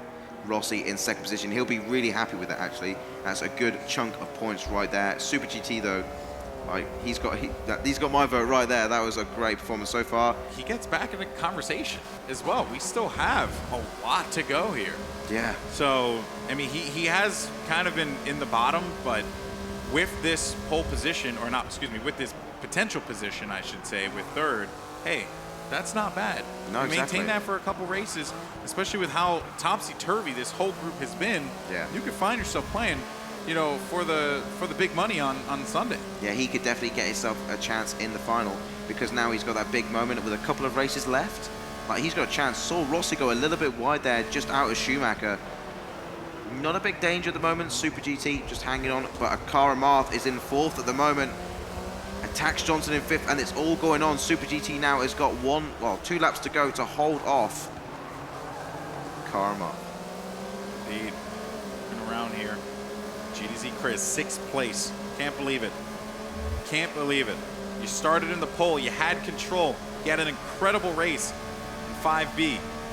But now, here you are in 6th. Still, you know, respectable, but 100% not what he wants here. And he's right now getting challenged by Kaiserwolf as well. Bumped him a little bit there, and he continues to stay on his tail. Kaiserwolf is, you know, just looking to pass. How close is this race? This is insane. I mean, the only thing that we now could establish firmly is that Lightning, given with 2 laps remaining and the way that he's going, I can't see anyone catching up with him unless some crazy instance occurs. But, I mean, come on. At this point now, Lightning, he saw it. He saw that moment where he was like, okay, I let up just a little bit. And they punished me for it. Now we're going to start to see scary disciplined racing from Lightning. Exactly, and I think the biggest shock in going into this race, Bam A6 was right at the front. He's now still dead last in 12th position, trying to catch onto the back of F4H Dino. He's just not been able to make a mark yet. You know, these races are very small, and you hit that sand trap down at the bottom just before Schumacher, it's game over.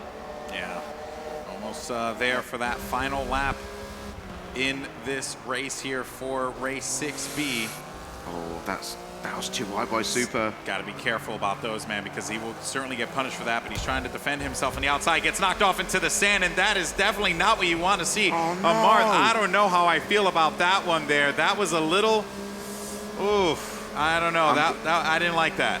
No, that was, I don't even know what to say about that, but they're actually going hustling into the final chicane. Look at that bottleneck. There is smoke Super everywhere. GT looking to capitalize, though. Come on, Super, back up there, man. Get back in it. Gets knocked off to the side. Playing a little bit of Mario Kart here. Not Forza for the moment. That was certainly not what you want to see. Diablo's trying to make the most of this. Get up the inside of his teammate now. Super GT back down to 7th position, but it's not all over because the guys in front of him, only 200 feet in front. Not even that, 100 feet to Mr. Jack. You can see he was shaking his head there, man. He wasn't happy with that. I'm glad they didn't catch his real reaction. No. Yeah. Oh, look at that sure. slide. Right into it, and oh my goodness gracious, what is going on over here? This battle here between 3rd and 8th is basically just been a just a clown fiesta at this point in time. He's gonna do the cutback, make it shallow. People are going wide, and then make that big cutback. Like everyone gets away here a little bit, and then watch the speed he'll grab. Look at Diablo there. He also drifted just a tad. Come on, down the inside, man. Couldn't find it though. Could not find it. That being said, so close here from 3rd to 10th. Everyone is on one another's their front and their back. The bumper to bumper racing at this point in time is how it feels like. I have to say, like, you know, with the racing here, like last time, it was like, well, you know, well planned out. It felt like that was the way it was going to be, you know, laid down in front. But this, it's anybody's game, and it's the last lap. As it go towards Schumacher now, Super GT back in 8th. Has he got what it takes? Can he grab another couple of places? I'm pretty sure the marshals will have something to say. Oh, for sure. And here's the other thing, though. With all this ridiculousness, still, you managed to establish yourself. Lightning, look how far ahead he is from the pack. I mean, at this point in time, nothing is going to stop him here. This is his race. Rossi's going to get that 2nd place position as well because no one's contesting him either. At this point in time, it's all about holding out in 3rd, man, doing everything you can. If you're Johnson, you want to hold off 3rd because you get right back into the conversation yet again. GDC Chris as well will hold off in 4th. Going into that final turn now. Big result for Tax Johnson, actually. Huge. Yeah, he managed to get his way through all that commotion and land himself at 3rd place. Going around the final corner now. That's brilliant because that's going to secure a 3rd place in the grid for next race. The whole pack is behind him here, but that is going to do it, folks. As Lightning gets 1st, Rossi 2nd, Johnson will secure himself 3rd, Chris 4th, Amarth 5th. And I got to say, the Amarth overtake is definitely one that you got to look at. And I'm sure one person who was not happy, well, I would say 2, but first would be Super GT and then A6 as well. A6 was very frustrated with how that went at the start of the race. Exactly. I think Super GT got a little bit bullied there, especially into the final chicane. And then when he got bullied as well in the last stage of the race, I think he needs to be a little bit more dominant in his performance. But credit to him, man. He did absolutely. I can't believe he was up there. It was so good to watch. Lightning did exactly what he needed to do. Yeah. We said it. It's like, this is going to be really hard. This is a test. This is where we see your mettle. How good are you at this game? And folks, we witnessed it.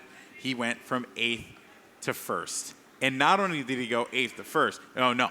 He went like way first. Like he was done. Like yeah, he was out there in 2 laps. Like that was it. In 2 laps, that's all it took. Don't get me wrong. There was a lot of action going on, but it's all about how you bob and weave and you handle yourself in those situations. Man, that was awesome stuff. But well, we do have some Michelin moments because that certainly was a race that had a bunch of them. So when we get a chance, let's go ahead and take a look at those. Oh. What a race. Exhausted after that one, definitely. Yeah. You know, I tell you, you have way more to do. I don't envy you, man. This is my last one. I'm done. Scott comes back. You know? It's been a pleasure. It has been. It's been brilliant. I love it. It's been a pleasure, though, and I have to say, man, what a couple of races we just witnessed. But, folks, this is Forza at its finest, and it has been super fun. That being said, we're going to go to a break. When we come back, though, we're going to start the 7th race here in round number 2, getting so close to finding out who is going to be joining us tomorrow in the finals. It's going to be intense, folks. Don't go anywhere. Scott will be coming back here at the desk. Thank you so much for joining myself, but I'll see you guys later. Have a good one. Good night, but we will have plenty more action coming up after this, so please don't go anywhere. Later.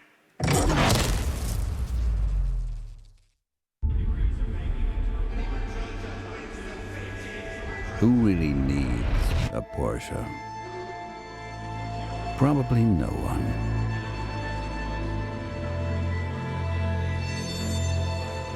And motorsports? Probably no one either.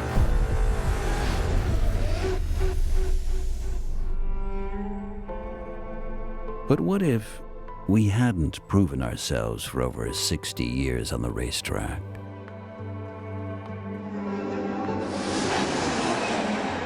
Our story would certainly be different.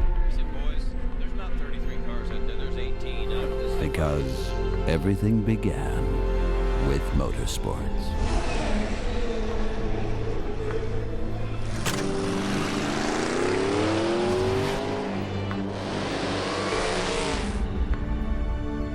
It was Ferry Porsche's dream to create a sports car capable of winning on the racetrack.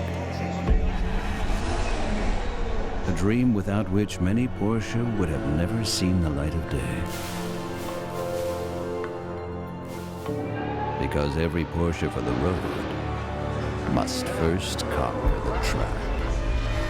Whether it's lightweight construction, all-wheel drive, turbocharged engines, or double-clutch transmissions, what seems normal in our sports cars today had to first survive the toughest races in the world.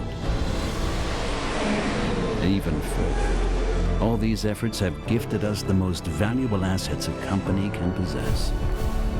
Identification, pride, fighting spirit. But most of all, a culture in which we fight for our values together.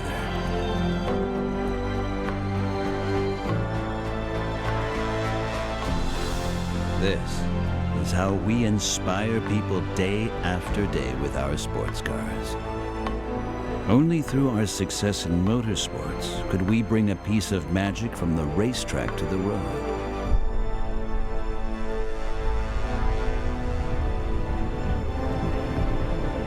Let every Porsche driver feel the spirit of Le Mans. And let our visions become reality with the 919 Hybrid.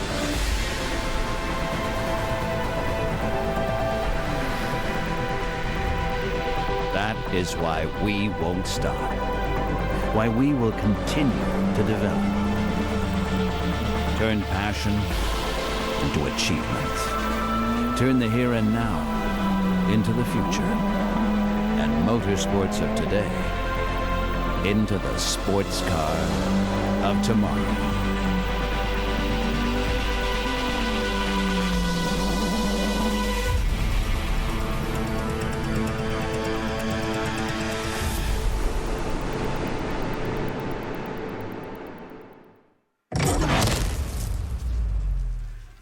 And welcome back. 24 racers still to go. We got a few races to get in here. Sky Cole back with you in the cockpit. Thank you, Golden Boy, for carrying us. Going to be here tomorrow. He's going to have the grand finals for you, so it's going to be a real treat. Got to be back with you, Mellish, and that was fun. That last one was a lot of fun. Yeah, it's coming to, like, you know, the guys are getting more confident in their equipment. And you can definitely see the last couple of races there, lining down into 8th, made it back from 8th in the next race. And then you got Lage with the full start, and, you know, you kind of throw everything up in the air. Like, you know, there's chances for everybody, and that definitely showed that. Let's take a look at the final results here for 6A. That's Group A, race number 6. Lage is going to be locked in on top. Roadrunner, Box, Force 1. Any surprises in there? Not really, man. Like, Car Harmonic has remained in 8th position around that area. You know, I know he's fast, and he knows he's capable of that, but he's just like, you know, when you're stuck with people like Envars and Zermatt, it's so much difficult. But the confidence in the F4H guys, Force 1 and races, thumbs up. And of course, my guy Paul all the way down at 11. But without further ado, let's just get this thing going. It's been a long day of racing. We got a lot more racing to go. Yes. And we're ready to rock and roll. Race 7 coming your way. And we're headed down to Silverstone. And it's going to be in the Porsche 911 GT1. So these guys are ready to go. Fatigue setting in. It's an endurance race. And we are about to go green on Silverstone GP, and here we go, Mellish. Yeah, exactly. We're just looking at Force 1 in 4th position here. Car box. Yeah, this car, we saw it at the Corvette round here earlier on. This car, 4 gears, that's all you get when it's stock. You know, really elongated gears, and it's got such handling abilities that I don't think any other GT car has got. So these guys are it's all going to be about mid and corner exit speeds. And I'm a huge GT1 fan. Yeah, you know, I love it. It's sort of a love affair with me. I mean, the LMPs are really fast, and you know, they really push the limits of motorsports, but the GT is really the class. The GT1 is phenomenal. Lage out in front here, 7 laps here to race number 7, and You can see a lot of sleepy faces out there, Mellish. Yeah, it's starting to get to some of the drivers now. The tightness is starting to kick in, and fatigue, like you mentioned. These guys have been battling all day, and it's not public lobbies. This is like hell to the metal. This is like do or die moments every single time, every single corner. And these guys are doing a fantastic job to keep it up. You guys haven't noticed out there, we have picked up the pace a little bit for these guys. Not a lot of resting. One race is over. Here comes the next one right at you. And Lage out in front. Roadrunner not too far behind him. And Roadrunner has been really impressive today. Yeah, like he was like maybe third and fourth there, battling with N-Virus, but now he's like securing second positions consistently, and that's fantastic for him. Well, let's go down the pits with Ali. What do you think about Silverstone GP, my man? Yeah, great track, isn't it, Scott? I mean, it's such a good place to be running these GT1 Porsches. Plenty of downforce on this car, and you can just use all of it when you're going around a very, very fast corner like that one. So it's going to be interesting to see who can get the most speed out of this car. Once again, it's all about accuracy here. Those curbs are deadly, so keep yourself off them and just keep that speed consistent lap after lap. We talk about these guys getting sleepy, Ali. One blink, one long blink, Mellish. Next thing you know, you could be in the wall. Yeah, exactly. You just see there, Envar is getting so much better drive there out the second corner, and he'll swallow up. I think that's deep. No, it's Carl Zermatt. He swallows up. Zermatt got a little bit wide, clipped the grass, and it shot him out over the other side, going side by side into the second hairpin. Envar is in hold track position. That's where he wants to be, and he's just going to come across now. No, he's going to hold mid corner, and he doesn't invite Zermatt to take it back. He's going defensive. This is beautiful. Almost going 3 wide down that stretch. Yeah, man, M-Virus looking towards the inside again. This is going to invite actually F4H racers into this battle, because at the moment, like Zermatt, look right up the inside there, ousting M-Virus all the way around. The more track you have to cover, the more distance, and it's like you're losing time by doing that. Here they come out of Woodcote, coming down that backside in to this right-hander, and it's a kind of a tricky right-hander if you don't watch out. And Harmonic on the outside. Racers and Harmonic, and he just forces Harmonic off to the side, but Harmonic's not going to give up here. That's Roadrunner that was off there. Roadrunner's had an accident. I just saw him there in a cloud of smoke after we just said how well he was doing. So unfortunate for Roadrunner, as Harmonic and Racers were getting together, and next thing you know, Roadrunner off to the side, and he's going to drop way back, all the way back to 12, Mellish. That is unbelievable, yeah, but he's had a good run of points here. It's going to hurt him, but thankfully he's had a good performance before this race. Racers there looking on the back of Car Harmonic in 6th place. Lage, though, straight out in front. He's not making a big gap at the moment. These guys are staying with him in 2nd and 3rd. So Harmonic in 6th, Racers in 7th. Eggy, we haven't talked a lot about Eggy today. He's just kind of been back there in that 8 to... The gray man. Yeah. Just blending in. Back in that 8 to 12 kind of range, slow on the driveway. No, he's definitely a really competitive driver, especially in cycle production cars. This guy is really fast, but you're meeting the best. We say it time and time again. So you've got to, if your best is not their best and you're not keeping up, it kind of looks like you're slow, but you're really not slow compared to like Forza terms. So we're here in the 3rd lap of 7. Race number 7. Still got 2 more races to go after this. Yeah. As far as the group stages, 4 in total. So stay locked in, stay with us. Let's go down to the pits with Ali. Ali, what's going on? What do you see in this race? Yeah, I just wanted to highlight Force 1 here. He's someone who's had a very difficult start to this competition. Yeah, was fighting really down the bottom half of the field. You need to be up there in the top 6 to see yourself moving forward into the Sunday. He's only just, or maybe in the last couple of races, started to see those consistent performances coming in. And in this race, he's up there in 2nd position, battling it out with Car Box. So Force 1, turning it on when it matters. Yeah, getting late here in the semifinals, Ali, and you're right, Force 1, this is the time to get it done. This is the time to start focusing in, with only 3 races remaining for each of these groups. Oh, look at the despair on Roadrunner's face there after that big crash. Unfortunate for him. There's, you've got 2 more rounds, like you say. He's got all that chance, but he'll be starting from the back if he doesn't catch anybody up. He's been used to 2nd and 3rd places throughout the entire 6 races plus 1 on this one. This one hasn't turned out too well for him. But you know what? If you've been finishing second and third, you maybe can afford a bad race and come back and race 8 and 9 and close it out strong here in the semifinals. Exactly. Force One in second at the moment. Lap 4 of 7.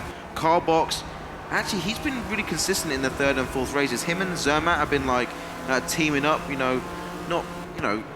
not intentionally, but they've been together pretty consistent. These guys run roughly around the same lap times. They've got the same kind of driving styles. Really good to watch them when they get out and battle against each other.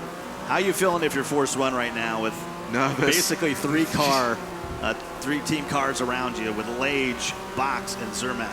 Well, I would feel nervous, but at the moment he's actually increasing his distance on Box. So Zermatt is catching Box, but Force One at the moment, and Lage is not getting out at the moment. He really isn't getting out at all. 4 or 5 car lengths between Force One and Lage?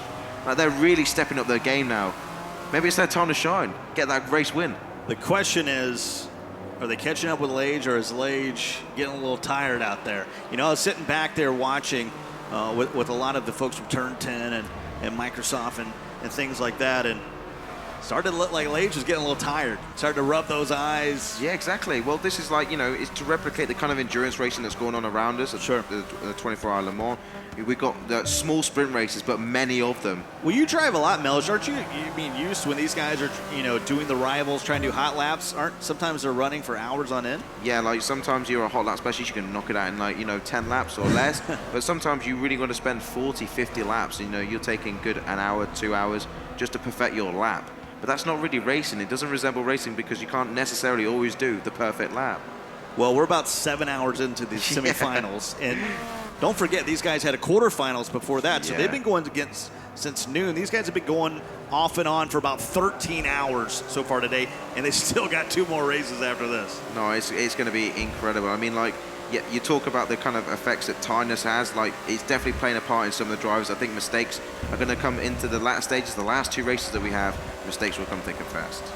On board with Force One here, trying to chase down Lage. He's got Box behind him, Zermatt behind him, and then Envirus is just sort of hanging out in 5th place with Harmonic behind him. So Envirus really isn't too far behind this pack. No, and it looks like I really want to stay on board with Force One because you look at the dedication on that face. He's he's burning eye holes in that TV screen. He's really going at it. I think this is his ideal opportunity to put F4H. They're already on the map, but if they can get a win against Lage, that is a huge bragging right there. We're talking with some of the Le Mans winners, around the grounds, and a lot of them said, one of the keys is just don't give up. Just keep going. Yeah. And I think that's what. That's the mentality. It's got to be a mental thing. You know these guys have the skills. It's the mental factor. Can you overcome really something that they've never had to do? But what's Box thinking right now? Because he would have thought, presumed that he would be able to keep up, maybe even pass and challenge quite quickly. And if you're getting left, you start questioning your own performance, especially around Silverstone. It's one of the best tracks in the game, in personal opinion. That includes everything straight, sweeping bends, tight hairpins.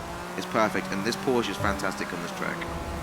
Well, we got 2.5 laps to go, and now we got a battle for 4th place as Envirus is all over Zermatt. So Zermatt was kind of cruising along. Next thing you know, Envirus finally caught up with him, and he's starting to really push him around the circuit. Yeah, exactly. Envirus and Zermatt, that is a battle to watch with 2 laps remaining. Look at that, using all the rumble strip there. It moves back towards the race line. Zermatt goes mid-track, tries to block. Envirus is going to get him under brake performance. No, he just can't quite do it. He had to go all the way around there, and he'll tuck in behind Zermatt going towards the start-finish line. I ask you this every time we come up on a track, and I don't know if I asked you this when we had the Corvettes out here earlier today. What's a corner, what's a part of the track, what's a turn that you like, maybe some overtaking possibilities that we got to look out for? 1 and 2, because the curbs, definitely, if you hit it wrong in 1, it kind of turns your car up on 2 wheels, and then you've got to scrub off all your speed just to make the second part of the corner, because it's essentially a high-speed corner. When you get it right, though, and you're going side by side, it's all about who's got the brakes into turn 3, which is just a 90-degree right-hand bend. That's my favorite track. They make it through the arena, and now they're heading up to the Brooklyn. Just 2 laps to go here. If you're going to make a move, you got to start to think about making it now or starting to play that defensive game. Yeah, exactly. I mean, like you say, yeah, but these guys are going to get impatient. You know, when you get tired, you get irritated really easily. Aggression starts to kick in, all the rash moves, and then there comes the mistakes. It's like So a let me ask you, are you snowball irritated? Am I irritating you? No. You okay? Yeah, I'm good, man. All right, we can get you a soda out here, get you an energy drink if you need it. No, I'm good, man. I'm you know, these races that, you know, like you say, they've been doing it 13 hours straight. It's got to start kicking in at some point. You can only be chilled for so long. So Lage out in first. Fatigue doesn't seem to be bothering him as he continues to collect checker flag after checker flag. The question is, will this be his 7th of the day? 7 of 7. Force One's in second place. His best run of the day. Yeah. And Box, let's be honest, Box has been in that second, third, fourth slot throughout the evening. Yeah, so yeah. he's just waiting for an opportunity to make his move. Wouldn't be surprised in his final lap if he makes a move after they cross the start line here. Well, just looking at the current standings, we've got Carr in first, third, and fourth, only being split by Force One. Really doing a great job here, representing not only himself but his team, who all made it through the qualification round 1 to be here. So great job by him. He's got to have a standing ovation to that guy. But he's really he's got caught up by Box going into the last lap. He's got to be feeling the pressure because Lage started to pull away. He's now having to play the defensive game. Box goes towards the inside. Force One has to go all the way around the outside.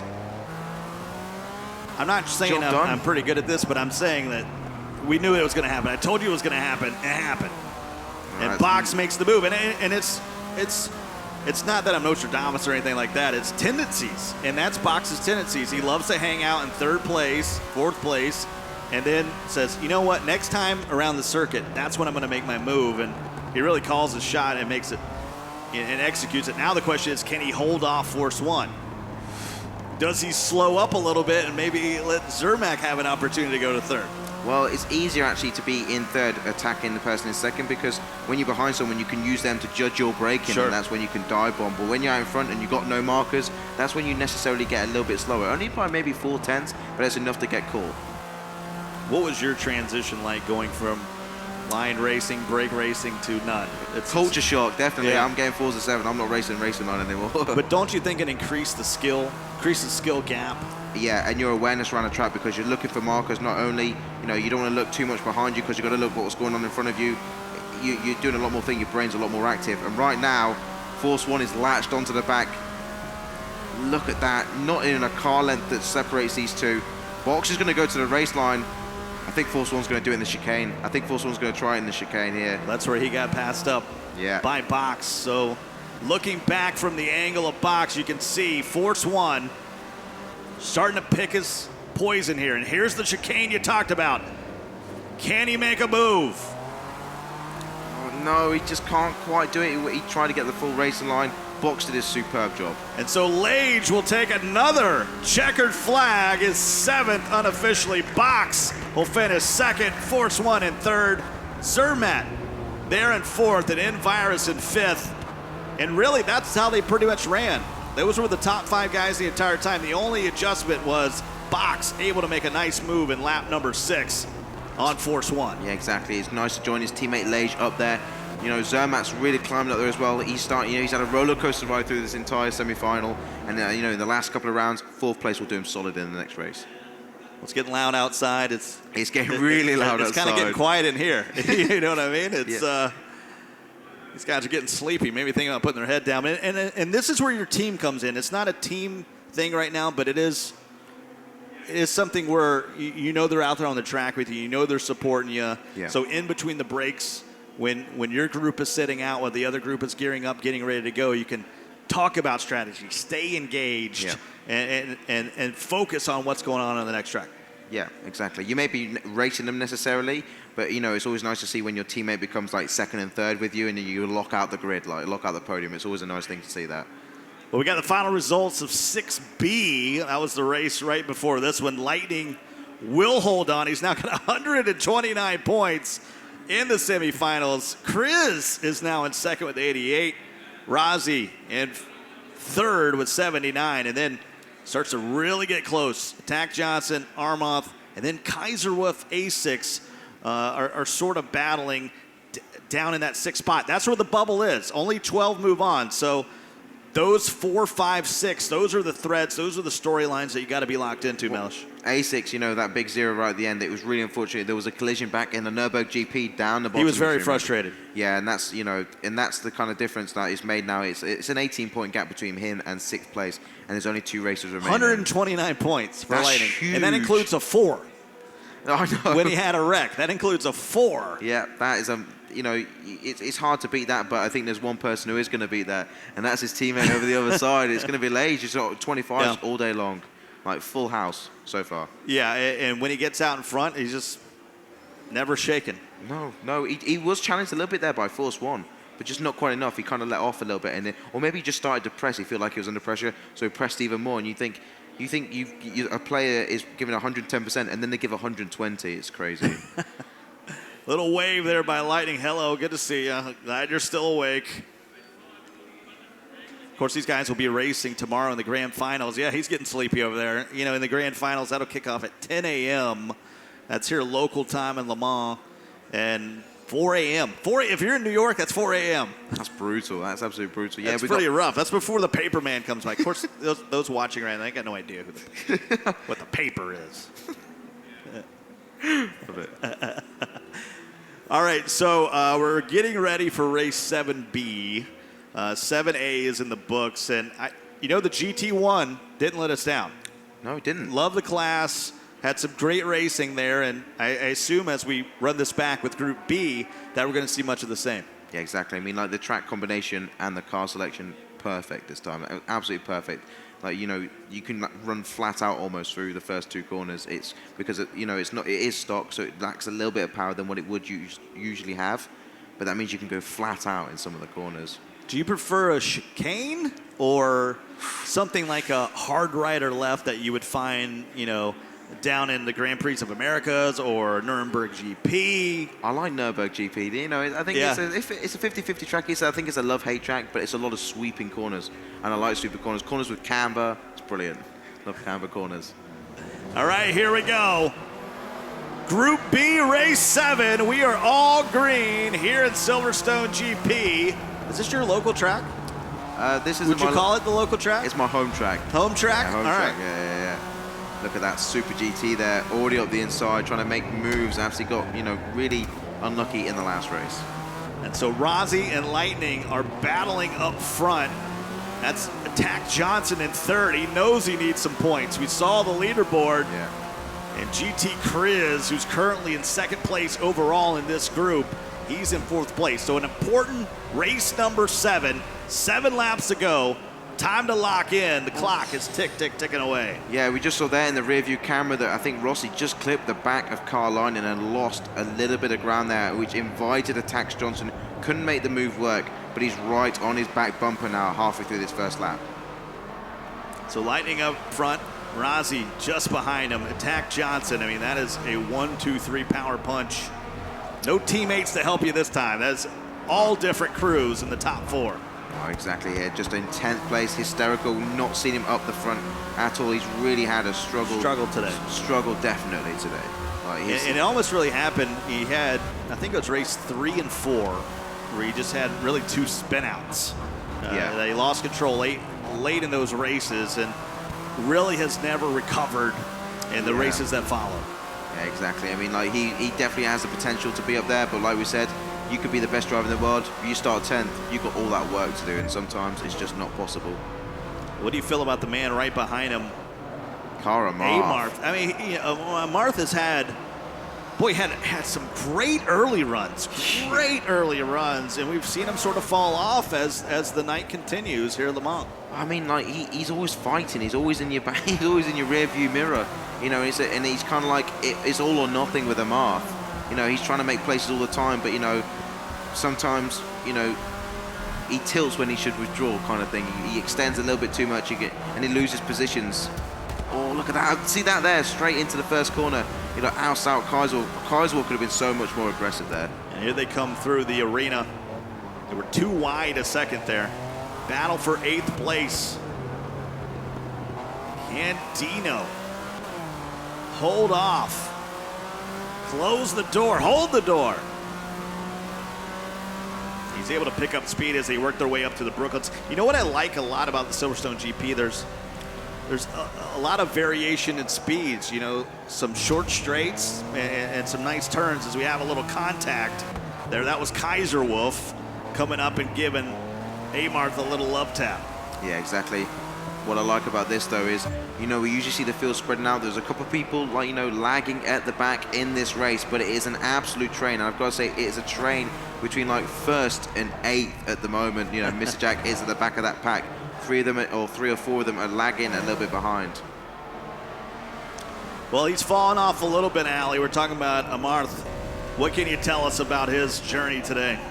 I mean, Amarth, you can see right now that he knows this competition is coming to an end and he needs results badly. We've just seen him move up 4 positions in 1/2 of a lap.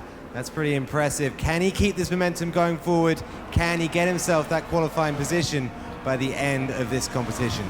It's a great point, Ali. Mellish also pointed out that there's a large gap between 7 and 8, 225 feet plus or minus some change, and he's trying to catch up on that. Lightning way out in front, but Lightning also has a lot of competition. Yeah. Really, the battle from 1st to 7th is huge right now. Yeah, like they're a train. One little mistake. We saw Super GT make a mistake at Nürburgring GP, and it cost him 6 places or so in a 1 corner. You know, I went nodding off back there, but at some point I thought I was dreaming because Super GT was in the lead. That was amazing. Like, honestly, credit to that guy for making that work. Like, that's so good. Lightning, though, is not getting away. Rossi is on his home track, home turf, in a very popular car choice. You know, I'm pretty sure he's put the practice in on this track here. Attacks Johnson in 3rd place at the moment. You know, he can really challenge Rossi, and I think that would be a massive reprieve for Lightning. I've really enjoyed the last 3 track and car combos, and this one is no different.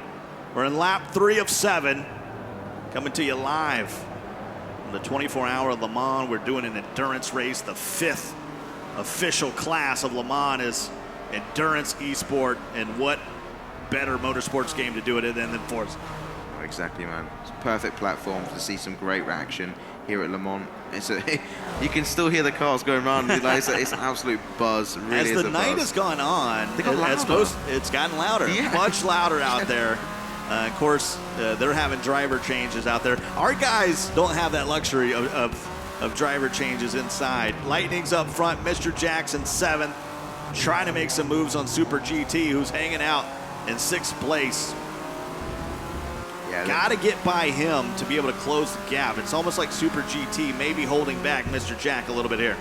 He do what he likes. I mean, like, when he's got that lead, you can hold it into that corner. I mean, like, you know, these guys are now fighting. You know, as it's gone on and we've seen the points tally up now, these guys know what they need to do to make that top 6. So the pressure is on now. When does the desperation sit in where, you know, I know your favorite word of the day is dive bomb. Yeah. And so when do you start to maybe take some extra risks knowing that you might want to move on? The question is are you willing to maybe give up some cash, some prizes, to try to move up and make it into Sunday? Well, it's 9 races, and I suppose if you didn't do too well in the first couple of the races, you're like, oh, well, I've got 7 races to get back. The longer you leave it, you need to get on it straight away and try and gain those points straight away. And we see, like, you know, Bam 6 really unlucky. I think it's just, most of it's down to luck. Like, you can race your heart out, but if you get collected in a crash, it's, you know, you can't help it. Super GT not giving away to Mr. Jack here in the 4th lap as we come down the straightaway, moving into the Brooklands. This is my favorite part of the track here. It sort of takes you all the way back around as you go from straight, and then it sort of slows you down as you move around the loop, and then through Woodcott and back down the backside of the track. Yeah, exactly. And that's a very, very beautiful part of the track. It's quite technical as well, because you've got to brake into the corner. You've got to definitely trail brake into that corner right there. Super GT, though, doing a fantastic job.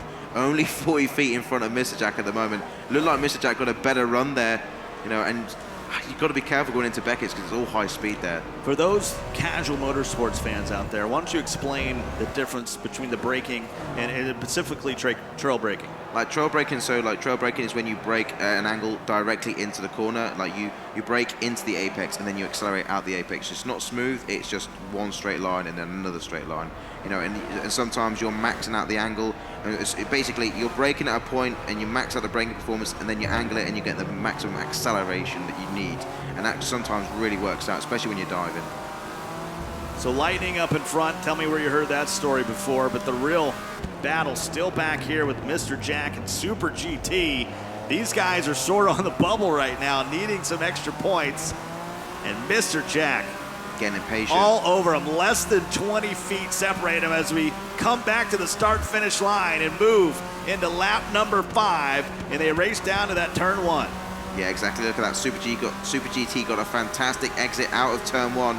And I think he's going to see Mr. Jack move towards the inside. He crisscrosses, feints, and he's going to send Super GT wide. I think there's going to be a cutback here. He's going to go side by side, try and get the early cutback. No, he's going to fold straight back. We've seen that so many times here tonight, and it doesn't work out. These guys know better than that. Amarth only 80 feet behind though now. Amarth's coming into the equation. And that's the thing. You're trying to chase, you're trying to chase, you're trying to chase. Next thing you know, you're going to have to decide if you're going to play defensive, because now there's a new competitor for that 6th spot. And we've seen it happen where you're battling for 6th, and the next thing you know, the car 2 back goes right by both of you because you're too busy trying to close the door on the man behind you, and the guy 2 cars back is the one that comes flying by. Yeah, exactly. You got to keep, your ears and your eyes open, flicking back to see where the guys are behind you. Spatial awareness is so key. These guys would know exactly what I'm talking about there. You've got to keep looking behind you, see where the guys are, see if a move is available to make before making that move. You can see there, Carmarth now really challenging on Mr. Jack. Super GT going to keep, hopefully, his favorite place here, because he is going to have to go defensive now, Mr. Jack, as he goes towards the last couple of corners. It's really there's 2 battles going on. There's a 2nd, 3rd, 4th battle, and then there's this 6th, 7th battle between Super GT and Mr. Jack. And really some impressive driving right now by Super GT, knowing he's got some space to work.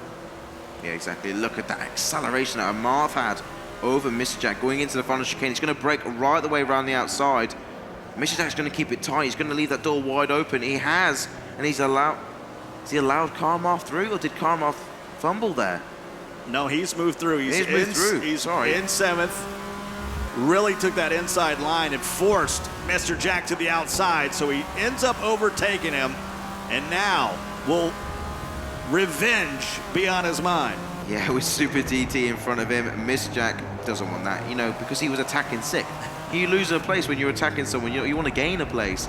So this is really going to be a battle now. Mr. Jack, though, he's not going to have the trouble of braking a little bit too early now. He's going to have to go max speed. He's going to have it all to do now. Let's go up front. 3rd place, that is a Tax Johnson. He needs some points. He's sitting down at about 7th in his own group, so really a top 3 finish would be huge for him. Yeah. About 100 feet behind Rozzy. Got to be careful, though, because just has Chris a little bit behind. Yeah, exactly. I mean, in the first stages of the semi-final round, he would have been happy just to settle with a 3rd. Now you get into the last two races. He'll take 2nd if he can grab it right now, because now the pressure's piling on him. Like you say, he's 7th in his group. He needs those little bit extra points, and he's actually kept with Ross the entire 7 laps at the moment, or 6 laps at the moment, as they go into the last lap. Coming out of Chapel, moving their way down to Stowe. One of the few turns left here in this race. 18 turns on the track. And now they'll make the turn through Stowe, and it's chicane time. And who's going to make the move? I think they're all going to keep. They're all at fair distance at the moment. I mean, even GTZ Chris, these top 4 here have moved away. They've separated from the main pack at the moment. Everyone's about 100 feet apart from each other right now. That's the spacing. See if they can close the gap as they move through the final lap. Yeah, Martha's got it all to do. Final lap. He thinks, he's going to have it, he thinks that he's going to have Super GT under his belt. We saw Super GT take, lead in a race for a good portion of the time. So don't underestimate him. He's definitely got potential. Look at that. Well, that was beautiful from Super GT. Cut straight back. Any chance that Amarth had, he didn't have it in the end. He really just cut the front of his car off. Got to break in those situations. So they make it through the arena here on this final lap here on Silverstone GP. And Diablo riding along in 5th, trying to hold off the Super GT, who now has making a move on his mind. He's played defense for a majority of this race, and now he's thinking about making a move. Yeah, Super GT, come on, man, you've got this. You've got half a lap to go. I know you've got a mouth on your back, but you can do this. You've done it before. You can do it again. Car Lightning out in front at the moment. He's not going anywhere, though, because those front, like we said before, top 4 at the moment are separated equally. I think it's going to stay that way, to be fair. Unless something happens in that final chicane. This is really important. We're on board with Super GT, who's actually making ground on Diablo at the moment. Diablo goes shallow into the corner. Nowhere for Super GT to make the cutback. He'll definitely have the run down underneath the bridge. Super GT with a little bit more pace coming out of those curves. Now he's got to work his way down to Stowe. Just 3 turns left before they make it back to the finish line. Lightning way out in front now. Coming out of the chicane. And can Super GT make a move on Diablo? So close. Oh, Diablo has to let off there. Oh, there's nowhere to go. It's so tight around there. And not enough room to make a move, so Lightning will take another checkered flag here in race 7. And we had some good battles there. There was some spacing, but there was a few battles that really is going to be some difference in some points. I don't know how much it's going to change the leaderboard, because it's really been the same cast of characters we've seen all evening long in Group B. Well, now that Rossi and Tax Johnson know, they've seen the group table, they've seen the results that they have, you know, they've got to now make up those points, and they've only got a short amount of time to do it. They've only got a couple of races left. They've got to make the pile of pressure on, and they did just that, getting the 2nd and 3rd. Well, I could tell you what, Lightning has been tough. He had that one little moment where he finished, well, with only 4 points, but the rest of the time it's been checker flag, checker flag, checker flag. Yeah, it's been a straight, 100% success rate between the two of them. I think they've had 11 race wins. That's crazy, but it shows how good the car and esports racing team are. Let's take a look at the final results for 7A. That was the race right before this one. Lage will take the win. Box will take the win. Force 1, Zermatt, and Virus. There's Harmonic still down in 7th. He's really been running in 7th. All about really all day. It's Harmonic's been 7, 8, or 9. Has to be a disappointing semifinal so far for him. He's been making points, but he doesn't feel like he's making enough points. He should be really in those double point sector. But the biggest loser right there for me was Roadrunner. Roadrunner had that big accident, 0 points, and it's crunch time. You can't be affording to get 0 points right now. Without further delay, we're rolling along here. Time for race 8. Buckle in. We got 2 more races to go. Yeah, we're... Sorry. Hey. I'm just driving the boat here. If you want to talk, you can talk. I'm not going to stop you. Yeah, man, we saw those last races. I don't know actually where we're going next. All right. We're next, man. Someone get this guy. Oh, no. Someone get fatigue setting in for this guy. Someone get him out of here.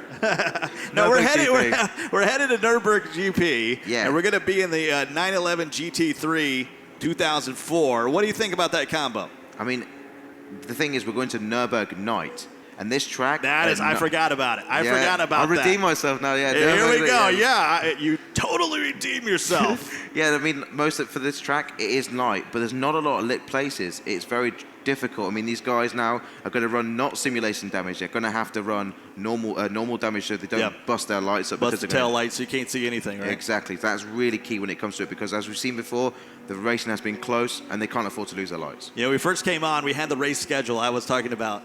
Let me tell you about race 8, because it's a night race, and you talk about fatigue setting in. Well, it's going to be dark, and you're going to have 2 little red dots in front of you. That's all you're going to see. Yeah. No race lines, no anything.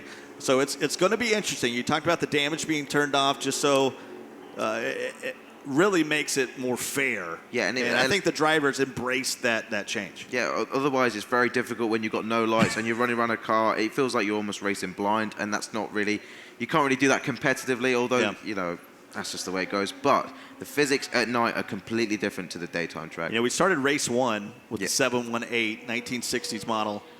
This feels like another one of those kind of races where, all right, you got to focus in. This is one that you could easily overlook or easily, you know, sort of lit the focus off. Well, I don't know how I'm going to do on this one, but it's time to grasp it and have confidence. And we did get a note that Lage has clinched it into the finals. So if you take 7 flags in a row, 7 checkered flags in a row, that's pretty good for saying, oh, okay, you're probably going to be one of the top 12 moving on. So virtually he could probably go back to the campsite right now and take it. Just take a break, yeah. No, let someone else win the race. I think he wants to go a clean sweep. Yeah, he's you not. talked he's about not it. gonna stop now, 9 out of 9. I think we might see it. It's a record. It's an unbeatable record, to be fair. Like, you know, if he can do that, that's going to be really, really impressive. I think, well, if anybody can do it, it's going to be Lage. You know, we were talking earlier in the day about the disappointment he had when Lightning took the New York Invitational that started the whole season 3. And ever since then, he's been absolutely locked in. Yeah, I mean, like, he's gonna get absolute revenge. He's here for blood, and you can smell it on him. He's sat opposite his racing partner. He knows he's gonna win it. Well, he thinks he's gonna do really, really well, and he's gonna put the challenge to Lightning. Well, we could talk about him all night, but let me tell you more about him. Here's more on the man they call Lage. You can see from France. This is his home country. Yeah. And why not? Go follow him on Twitter. Why not? No, exactly, man. You know, he's on home turf, and it's always, you get a little bit, obviously, the support is massive when you're on home soil in any sort of sports, you know, and he's relatively young, so young, and he's like so much full of potential. He's got a long way to go in his Forza career, esports career. Yeah, only 22 years old. Of course, he's part of the esports and cars that have been so dominant. Really, the only disappointment they've had today is probably Davey Skills, who had a rough quarter, you know, qualifying, that he just couldn't get back into it. And when you don't have the points, you don't have the points, and it's hard to move on. Yeah, exactly. He said that his best race finish was first. Actually, his worst race finish was also first. So it's got like, he's not done anything but first. It's like, you know, that's the definition of consistency. And I think, you know, for the last 2 races, he's got it in the bag. And I think as we have 2 races to go, we're going to be Nürburgring GP, and it's going to be night, folks. Nighttime. And I know for a fact of all of Season 3, we haven't had a night race. No, this is the first one. This is the first one, and it's definitely, you know, the dynamics are completely different. You know, the handling ability of the car improves, but you lack that braking performance. So let's see what happens. Well, the headlights are on, and we are green to go here on Nürburgring. It is night outside in Le Mans, and it is night on this track. Yeah, exactly. You can just see N Virus there. Oh, they're all racing. What? This is Ghost? I don't think this is quite exactly what this I think is meant to be. I think everybody needed a giggle. Everybody needed a little giggle to wake them up. Just throw it up in the air, and of course we'll get everything. Exactly. So I think we're going to be definitely coming back out the lobby and reset that. Otherwise, we're going to be racing hot laps. Now, no damage is one thing, but no collisions another. No, that's completely different. Yeah, definitely. All right, so we'll restart that and get it set up. I think everybody needed that. Everybody needed a little. That perked me up, definitely. I was like spinning out just watching it. No, I didn't know. I had in my notes night option. I didn't have ghost option in there. Or Casper option. Like that wasn't definitely not there. But that was really interesting. I know we got a lot of folks walking around the area out here, maybe feeling like they're dead from being up for long hours. But no, we're not doing any ghost mode out here. So, tell me about your racing experience. You know, you have a fair amount, and that's why we have you here for your knowledge. Okay. Tell me about the difference of just locking in on a night race. Okay, so like night racing is for me, it's completely different. Like if you did like Nürburgring full, like the Nordschleife in the dark, it's so hard to do. And like without racing line, like you talk about it, like taking off racing line, it's a whole different aspect. You have to relearn the game, retrain, and it kind of like, you have to refocus in and learn all the marks, and that's crazy. It's crazy, but it's an achievement when you can do it. Well, let's dive in. Let's look at this track here. It's Nürburgring GP at night. And you can see just 3.2 miles, but we've seen some incredible racing with these hard curves. There's some sweeping curves in there, but there's some hairpins as well. Allie, why don't you tell us about your favorite parts of this track? Yeah, Nürburgring, especially at night, is a very, very technical course. The first sector is maybe one of the toughest in this game. I mean, it's a very sharp hairpin, and you go around a selection of very short, cambered little turns with very, very vicious curbs on them. It's all about just keeping it clean through there and making sure that you can carry your momentum, because everybody else behind you will be doing their best to do the same thing.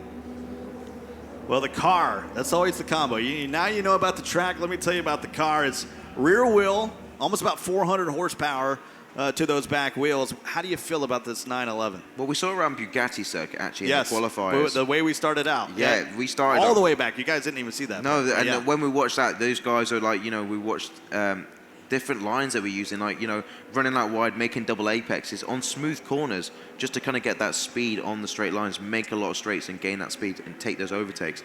But here, right now, do you really want to risk that at night time? I mean, the only parts of this track that are lit, I think, are second corner, third corner, and fourth corner, and then maybe a little bit down towards the last chicane, but that's it. That's it. You're running blind, so, you've got to be really careful when you're doing that sort of maneuvers. 2004 was the first year they brought the 911 GT3 to America.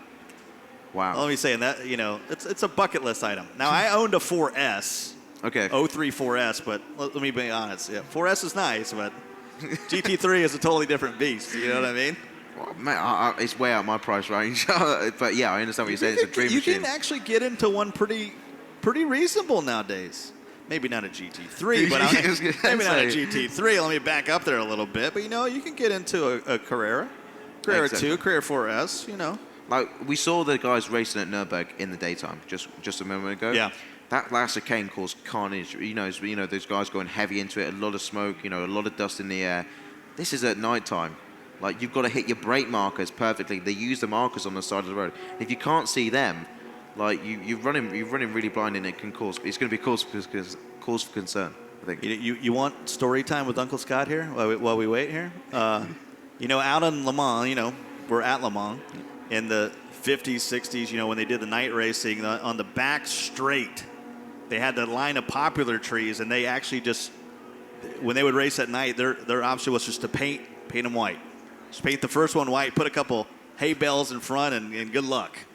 Things have changed a little bit. Things have changed a little bit out of Le Mans. We got racing going outside, live music, everybody's walking around. It's been a totally amazing atmosphere. What was your first response? This is my first time. Your first time. How'd you feel? Yeah, exactly. When we came here, obviously, in the taxi, like 20 minutes, you could hear it down the road, the roaring, the qualification. First thing we did was just dropped our bags and straight over to Dunlop chicane, because, like, you see the whole, like, Dunlop chicane straight through to Tetra Rouge, and that was fantastic just to watch that. It's a little surreal. We spent a lot of time virtually racing around Le Mans and a lot of these tracks, and then you actually come to them, and it's like, okay, I see that. I see exactly where it is, and it sort of just becomes true, becomes surreal for you. Yeah, exactly. When you see the graphics of Forza and then you see the dynamics of the gameplay, you think, oh, this is as real as it gets. And then you actually go to a race, it's completely different. All right, we're set up. We're back, ready to go. It's Nürburgring GP at night, race number 8. One more race after this one for this group, and it is all green. Go, go, go here for Group A. Lage, of course, on the pole. The question is going to be Box, Zermatt, Envirus. These guys got to make some move if they want to grab some points and move up the leaderboard. Yeah, Force One there, reduced down to third. Well, he actually went wide. He hasn't lost anything at the moment. Zermatt, though, and Envirus looking to quickly capitalize on this because he feels like they maybe feel like they can intimidate him here. Oh, and that's Harmonic getting sandwiched at the moment. He can't make his way through. He's just going to try and get there. Envirus going wide, giving a little tap there with the tail. FLH Racers running alongside him. He'll just tuck back in behind Envirus. Let's see what he can do. Got to be careful going through turn 7 here, the forward curve. You know, and one thing I can tell you, this is different. This is much different, even from a broadcasting standpoint of it's all by the headlights.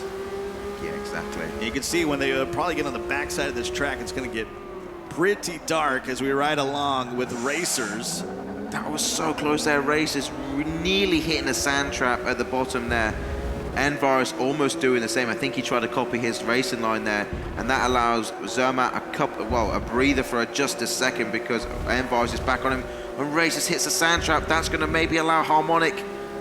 No, he can't get past him. Goes defensive back on the race line. Good job from Racers. Right on the front bumper. There as we go down to 4th place. Zermatt coming around. And I think you're going to see a lot of sort of mimicking, a lot of carbon copy racing here. And just maybe lay back and hope someone makes a mistake. And you move up less with your aggressiveness and you move up more with your opponent's aggressiveness. Yeah, I think the way to race in night time personally is just be consistent and let the guys make their own mistakes and then pass them when they're not there. The interesting thing about the marshalling, as we see a little, maybe a corner cut there, is how much grace, how much forgiveness are you going to give for some of these cuts, some of these maybe getting all 4 wheels off the track? Yeah, definitely. You know, when it comes to cutting, if you're gaining advantage, that's definitely something they'll look at. But if you're not gaining anything, then they'll look on to the next one because there's going to be lots and lots of incidents they're going to have to marshal. Well, it's dark outside, now it's dark inside. Nürburgring GP, we talked about that. Zermatt maybe getting forced off on the inside as Envirus was unwilling to give up his line here in lap 2. And I tell you what, you move around the Mercedes arena here, back into turn 5. At some point, you got to start making some moves. Yeah, exactly. Zermatt there was managed to hold off. He had to run over the apex because Envirus left him no room. Carlage still out in front of 400, 500 feet and still gaining. Separates him and Envirus in 5th position. Look at that, out in front there. Only 130 feet though is separating him and Box. Let's see what Box can do compared to Lage. Yeah, so Box pushing up on Lage. You also have Harmonic, who's moved himself into 6th place, but it's all Lage up front. And I don't know if this is the time you want to be out in front. I mean, there's a lot of open track, but it's sort of up to you to set the pace. And we have Force One off on the side, and that's going to cost him a couple positions as he drops all the way down to 7th. He's battling racers for that 6th spot. He does have the inside line, though, Melch. No, he does have the inside line, but it's very difficult to power out a Schumacher when you take the tight line, especially when the guy around the outside has got all the grip he needs. So Racers will comfortably take 6th position from his teammate. Unfortunately, he went into the sand trap. He'll be kicking himself, but 5th place at the moment, Car Harmonic. I think that's actually the best race result he's had so far, and hopefully he can keep it. He's moved up to 5th, Racers in 6th. You're along with Force One in 7th as he got off on the side. Dropped down a few positions, and now he's going to try to battle Racers to try to get back in that top 6 here. Absolute surgical move by Racers. Yeah, pinpoint precision there by Force One on his teammate Racers. I think though, when he saw that dive bomb, I think, Racers is going to let off. Doesn't want to damage his teammates' race. He knows he's charging. Force One has been really strong these last couple of races, moving up the pack a bit. He only made a slight mistake. He's going to be back on the back of Harmonic soon. It's just so amazing how much Roadrunner, who's running all the way back in 10th, has fallen off. Because, when we started the day, we did a couple races together. Roadrunner was looking really good. Well, it just shows that, you might have the talent, but yeah, if you're starting at the back, you're really getting ousted out from the word go. Like, you struggle. Unless something happens, you just struggle all the way. Well, I can tell you one thing. Box has been really consistent out there. What do you say, Ali? Yeah, absolutely. I mean, we talk a lot about words like consistency, accuracy here at endurance races like this final for the Forza Racing Championship.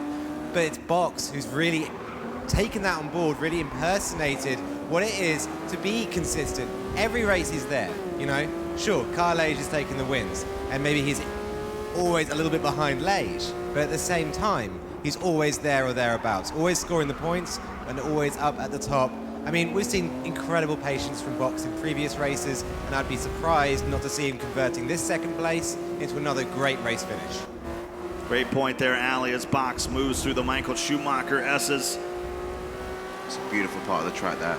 Absolutely beautiful, and just interesting to see that car have locked out the grid at the moment. Top 3, Lage, followed by Box, followed by Zermatt, with N-Virus 100 feet behind, challenging for that 3rd step on the podium. We saw this in the last race we had, race number 7, that really those top cars started getting kind of evenly spread out. And that's what you see in 1, 2, 3. But N-Virus hot on the heels of Zermatt here. If you got to squint your eyes a little bit, but yeah, that's Zermatt up there, those 2 little red lights. Yeah, exactly. I mean, that's all that's all these guys are basing their braking marks on. When you got something in front of you, you use them as a braking guideline. But when you have to use the tiny lights in the darkness, these guys are tired. They've been racing all the time. It's going to hurt a little bit. Car Harmonic though, still in 5th position at the moment, and he's only 50 feet behind. This is going to be one to watch. So we move into lap number 4, halfway through this one of race number 8. This is Group A. Group B will have this challenge next, and probably sitting over there thinking, okay, this is, I'm pretty tired. I'm not ready for this. We're not seeing a lot of challenges, I have to admit. These guys are playing, a big safety net. They just want to, if they get a position, fine, but they're not really challenging because at night time, it can cost you more than it's worth. So like the risk to reward ratio is just not worth it. They're just going to keep the points and secure whatever they can. Well, Harmonic, who's not had a terrible day, but he's been 7 through 9. It's one of those things, if he could get a top 3 finish, brilliant. That would maybe move him up the leaderboards and give him an opportunity in the final race of the semifinals to have an opportunity to move into our grand final, which will be the top 12 drivers, and that'll kick off local time today. Well, I guess we're on Sunday now. Yeah. At 10 a.m. Yeah, exactly. I think at the moment though, because he's been running consistent 7th place and 8th places, he's going to need some big like scoring points now. So maybe team riding. If Zermatt's already gained a position, he's qualified already. Maybe, I don't know. Like he drops back and let Car Harmonic have it.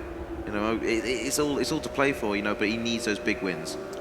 Well, you got a lot of esports plus cars. Lage, Box, Zermatt, all running 1, 2, 3, and Harmonic is in 5th. And I tell you what, Ali, really some fatigue, some sleepiness is starting to set in for our drivers. For sure, Scott. I think this, is the race we can characterize as the sort of deepest, darkest point of the night here.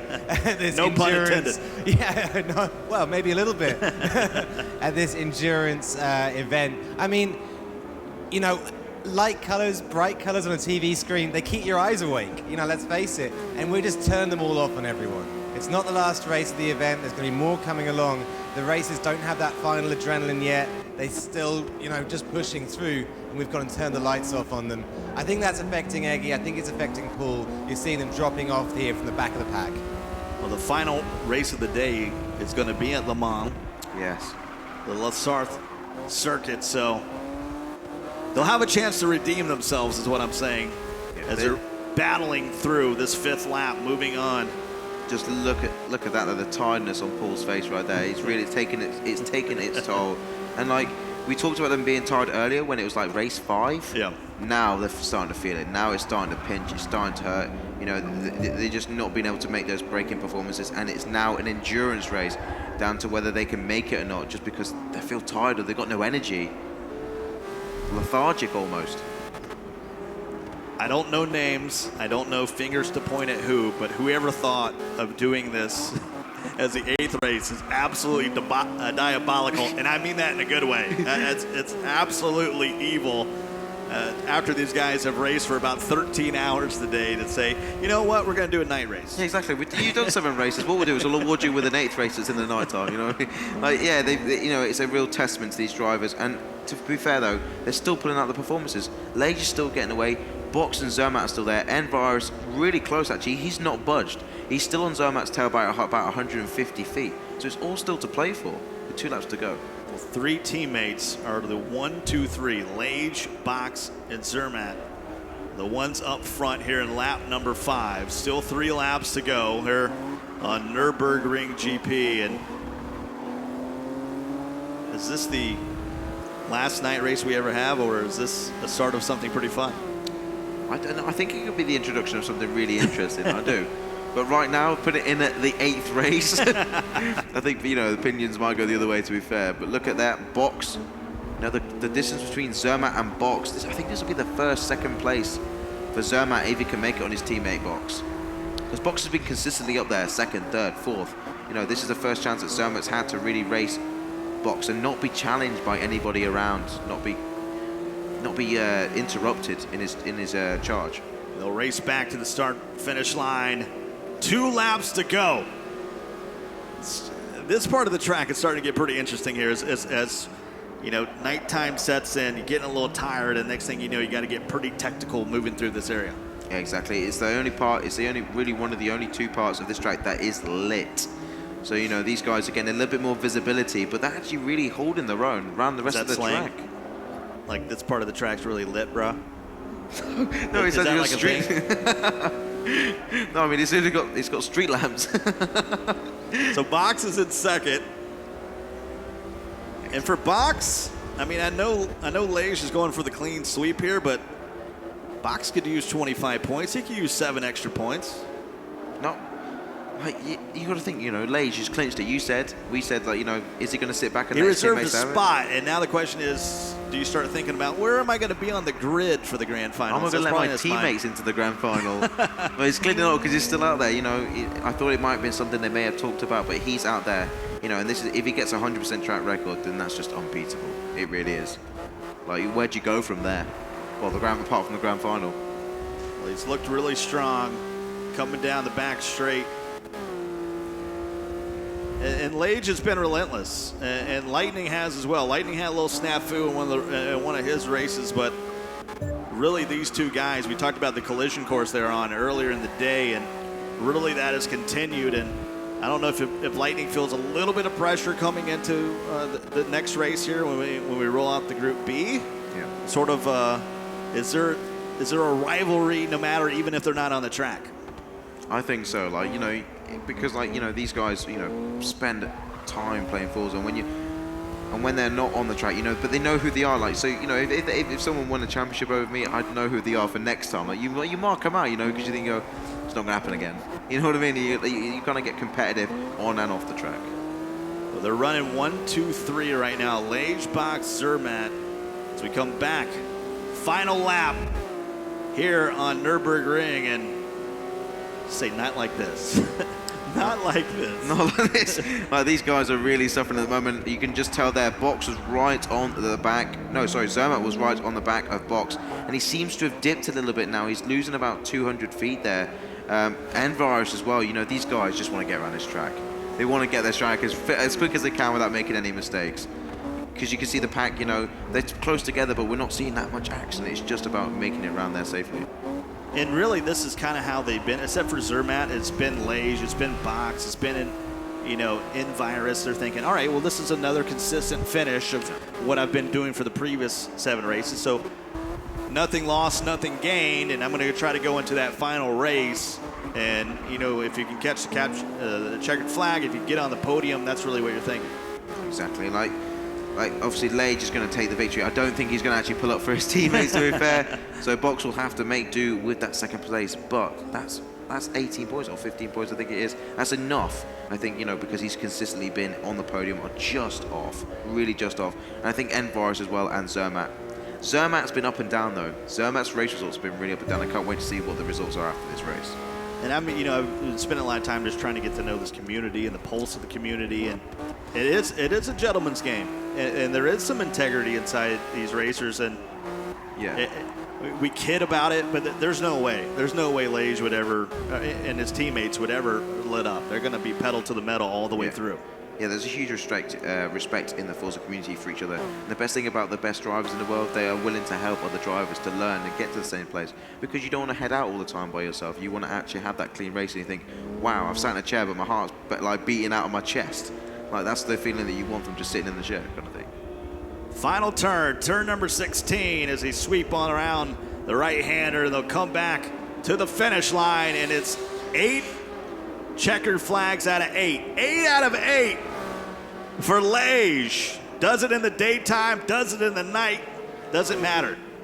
Well, he's going to have to maybe do it in the wet in the grand final. I mean, like, that is a, you know, it all completely different to nighttime and daytime. That's all. Good job, buddy. So A little applause coming from the patrons, the supporters, and then Lage, Box, Zermatt, that's your 1, 2, 3. And if you're an esports plus cars fan, you're feeling pretty good. You're feeling pretty good out there that they ran this strong on a night match. It's, like I said, you're already 13, 14 hours into this endurance. No, exactly. You know, you come into the end, you've got a couple of races left, you can make it. That was a real spanner in the works for those guys, but car 1, 2, and 3, solid performance. I think that's going to be, you know, cars. Lage has already made it in. He knows he's already made it in. I don't mean to laugh. I don't mean to laugh, but you know, when you start rubbing your face and working your eyes, it hurts. It does hurt. It does hurt. And that's all you can think about. You start thinking about that campsite. You start thinking about that comfy bed. Maybe you got some hidden snacks. Yeah. Midnight snacks. Get there, comb it up, go to sleep. Like. Well, let's take a look at the final results of back one race. That's Group B, race 7. Lightning. Final results here. He will get the checkered flag. Rossi with a big number 2 finish, and Johnson, boy, did he need it. He was sitting back in 7th place overall, able to capture those 15 points. That was absolutely huge. Yeah, you know, he had his moment, golden moment when we saw him at Kota, but he's been consistently in the top 4 GTC, Chris, and he's definitely I think he's going to make it into the semi-final just based on how many times he's finished in the top 6 of all the races. Well, we saw the leaderboard for this Group B, and you talked about maybe not taking risk, as they're going to have their opportunity to go to nighttime in Nürburgring GT. And the interesting thing will be, do we see a bit more aggressiveness in Group B than we saw in Group A out on the circuit? Well, we saw, there's a big gap. I think BAM A6 is 18 points behind, and he's in 7th at the moment. So, the top 6, maybe feeling a little bit more secure, but BAM A6, he's got to do a lot. He's essentially got to win this race or win the next race to really be competitive and make it into the grand final. Let's go down to the third member of our broadcast team. Ali, what's going on, my man? Yeah, as this championship develops, it's just incredible to see this kind of game of anything you can do, I can do better between Lage and Lightning. Both, of course, heading up their groups. But Lage will throw something down. He'll throw down a win. Can Lightning repeat it? And it's just been going forwards and backwards all the way through the event. Lightning's dropped 1 round. Can Lage get the absolute perfect selection of races tonight? It's going to be amazing to watch. Yeah, it has been amazing to watch, and it continues to be so. Yeah. Let me just ask you, Melish, how long continuously have you sat down and played Forza? Just not continuously. I think you can take bathroom breaks, you can grab you a slice of pizza, but how long have you had the Xbox on and grinded it? I think the biggest time I've ever done it was there was a massive V8 championship that opened up with the arrival of Forza 6. Yeah. And I just sat there and sweated that out. Ford Falcon ran by first, and I loved it. I loved it for about 13 hours. Well, let's move on to race number 8. It's this time. It is Group B. They're going to have the opportunity to go through this gauntlet that we call Nürburgring at night, and we are all green, and Lightning absolutely will take off. He's going to have Rossi behind him, and then Johnson, and GT Chris is already making a move, and I told you, this Group B is going to be a little bit more aggressive. Yeah, you're absolutely right there. Rossi, squeezing out Lightning there. We're on board with Lightning now, and Rossi is taking the lead of this race, wants to get out there. Now, he knows that Lightning, he saw the performance last time when Lightning was making it through the pack after being in 8th place. He's a very aggressive driver and will want to make those dive down the inside. So he's got to cover. That's his main job right now. Let him cover, let third catch up, and then you steal away. You know, we've seen a lot of racing, and I'm just going to put this out there. If whoever is in first place going through that first turn, I'm telling you, 85% of the time, they're going to take the checkered flag. So a very smart move by Rossi to jump on Lightning early. I'll get it done now, get it done clinically, and then really focus on getting that pace down. You can see, actually, yeah, you can see we're on board here. I think this is with 3rd place right now.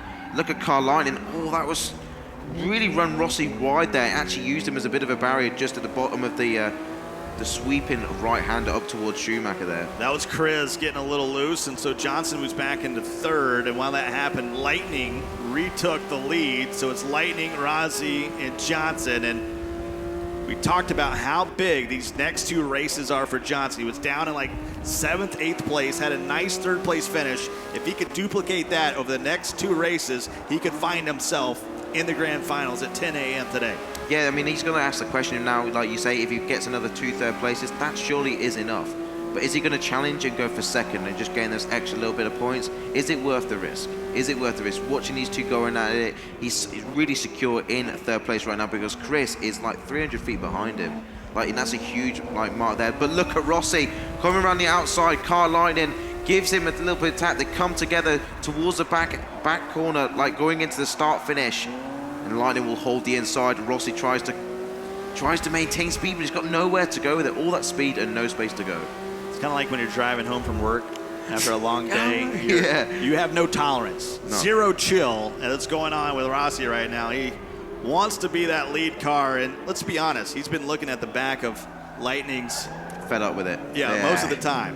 Well, actually, Lightning perfectly hit that there. You can see Rossi just trying to go wide and make the cutback here, but Lightning will break on the apex. He manages to hold the speed, though, and the momentum. He's going to dive down the inside of Lightning. No, he just can't quite do it. Lightning breaks on the apex, gets a bit of a bump. He gets a bit of a breather, actually, in fact. That's a way to wake your opponent up, give a little nudge in the back as we rolling through the second lap, moving into the Ford curve as you head down to that hairpin, turn number 8. And this is an opportunity where you can be aggressive or you can lay back. I think Tax Johnson is going to go aggressive. I think if he gets up towards the front 2, because Carl Lightning isn't really stealing it away. They're making mistakes. Oh, I think that was a little bit of a late break there from Mr. Jack. We're just on board with GTZ Chris in the 4th position, and you could hear the tire squeal from Mr. Jack trying to get hard on those brakes. Like I said, your brake efficiency needs to be a little bit bigger distance, but you do get that extra hand and ability run. This is some of the best we've seen Mr. Jack run all day. He's been in the back of the pack, so he's moved up in the 5th place, and he's hot on the heels of Chris. He really needs points, actually, because he's been battling towards, just outside the top 5 and maybe 6th place. He's in the bottle right now, I think. Like, he's in right in the middle of it. He needs those points, but he's going to be banking on other people's race results. So Lightning out in front,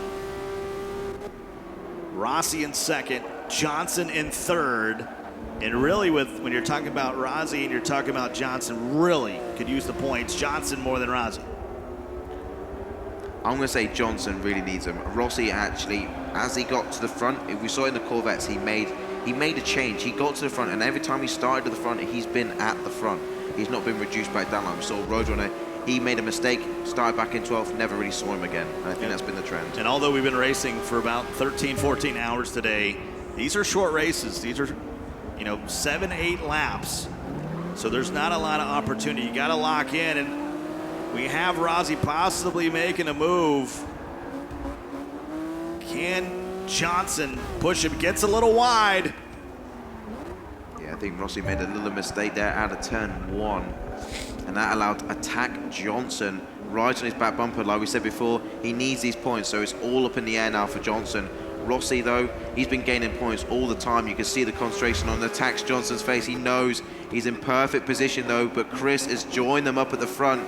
And it's a 3-way battle for 2nd place. Rossi leading with Johnson and Chris just behind. And you say to yourself, well, they have another race. There's one race left, but there's no guarantees. There's no guarantees you even finish in the middle of the pack. Yeah. In a blink of an eye, we've seen it today. You can end up being all the way in the back and be in 12th place. Oh, that's Attack Johnson went all the way to the outside. He nearly cleared the sand trap. I thought he did.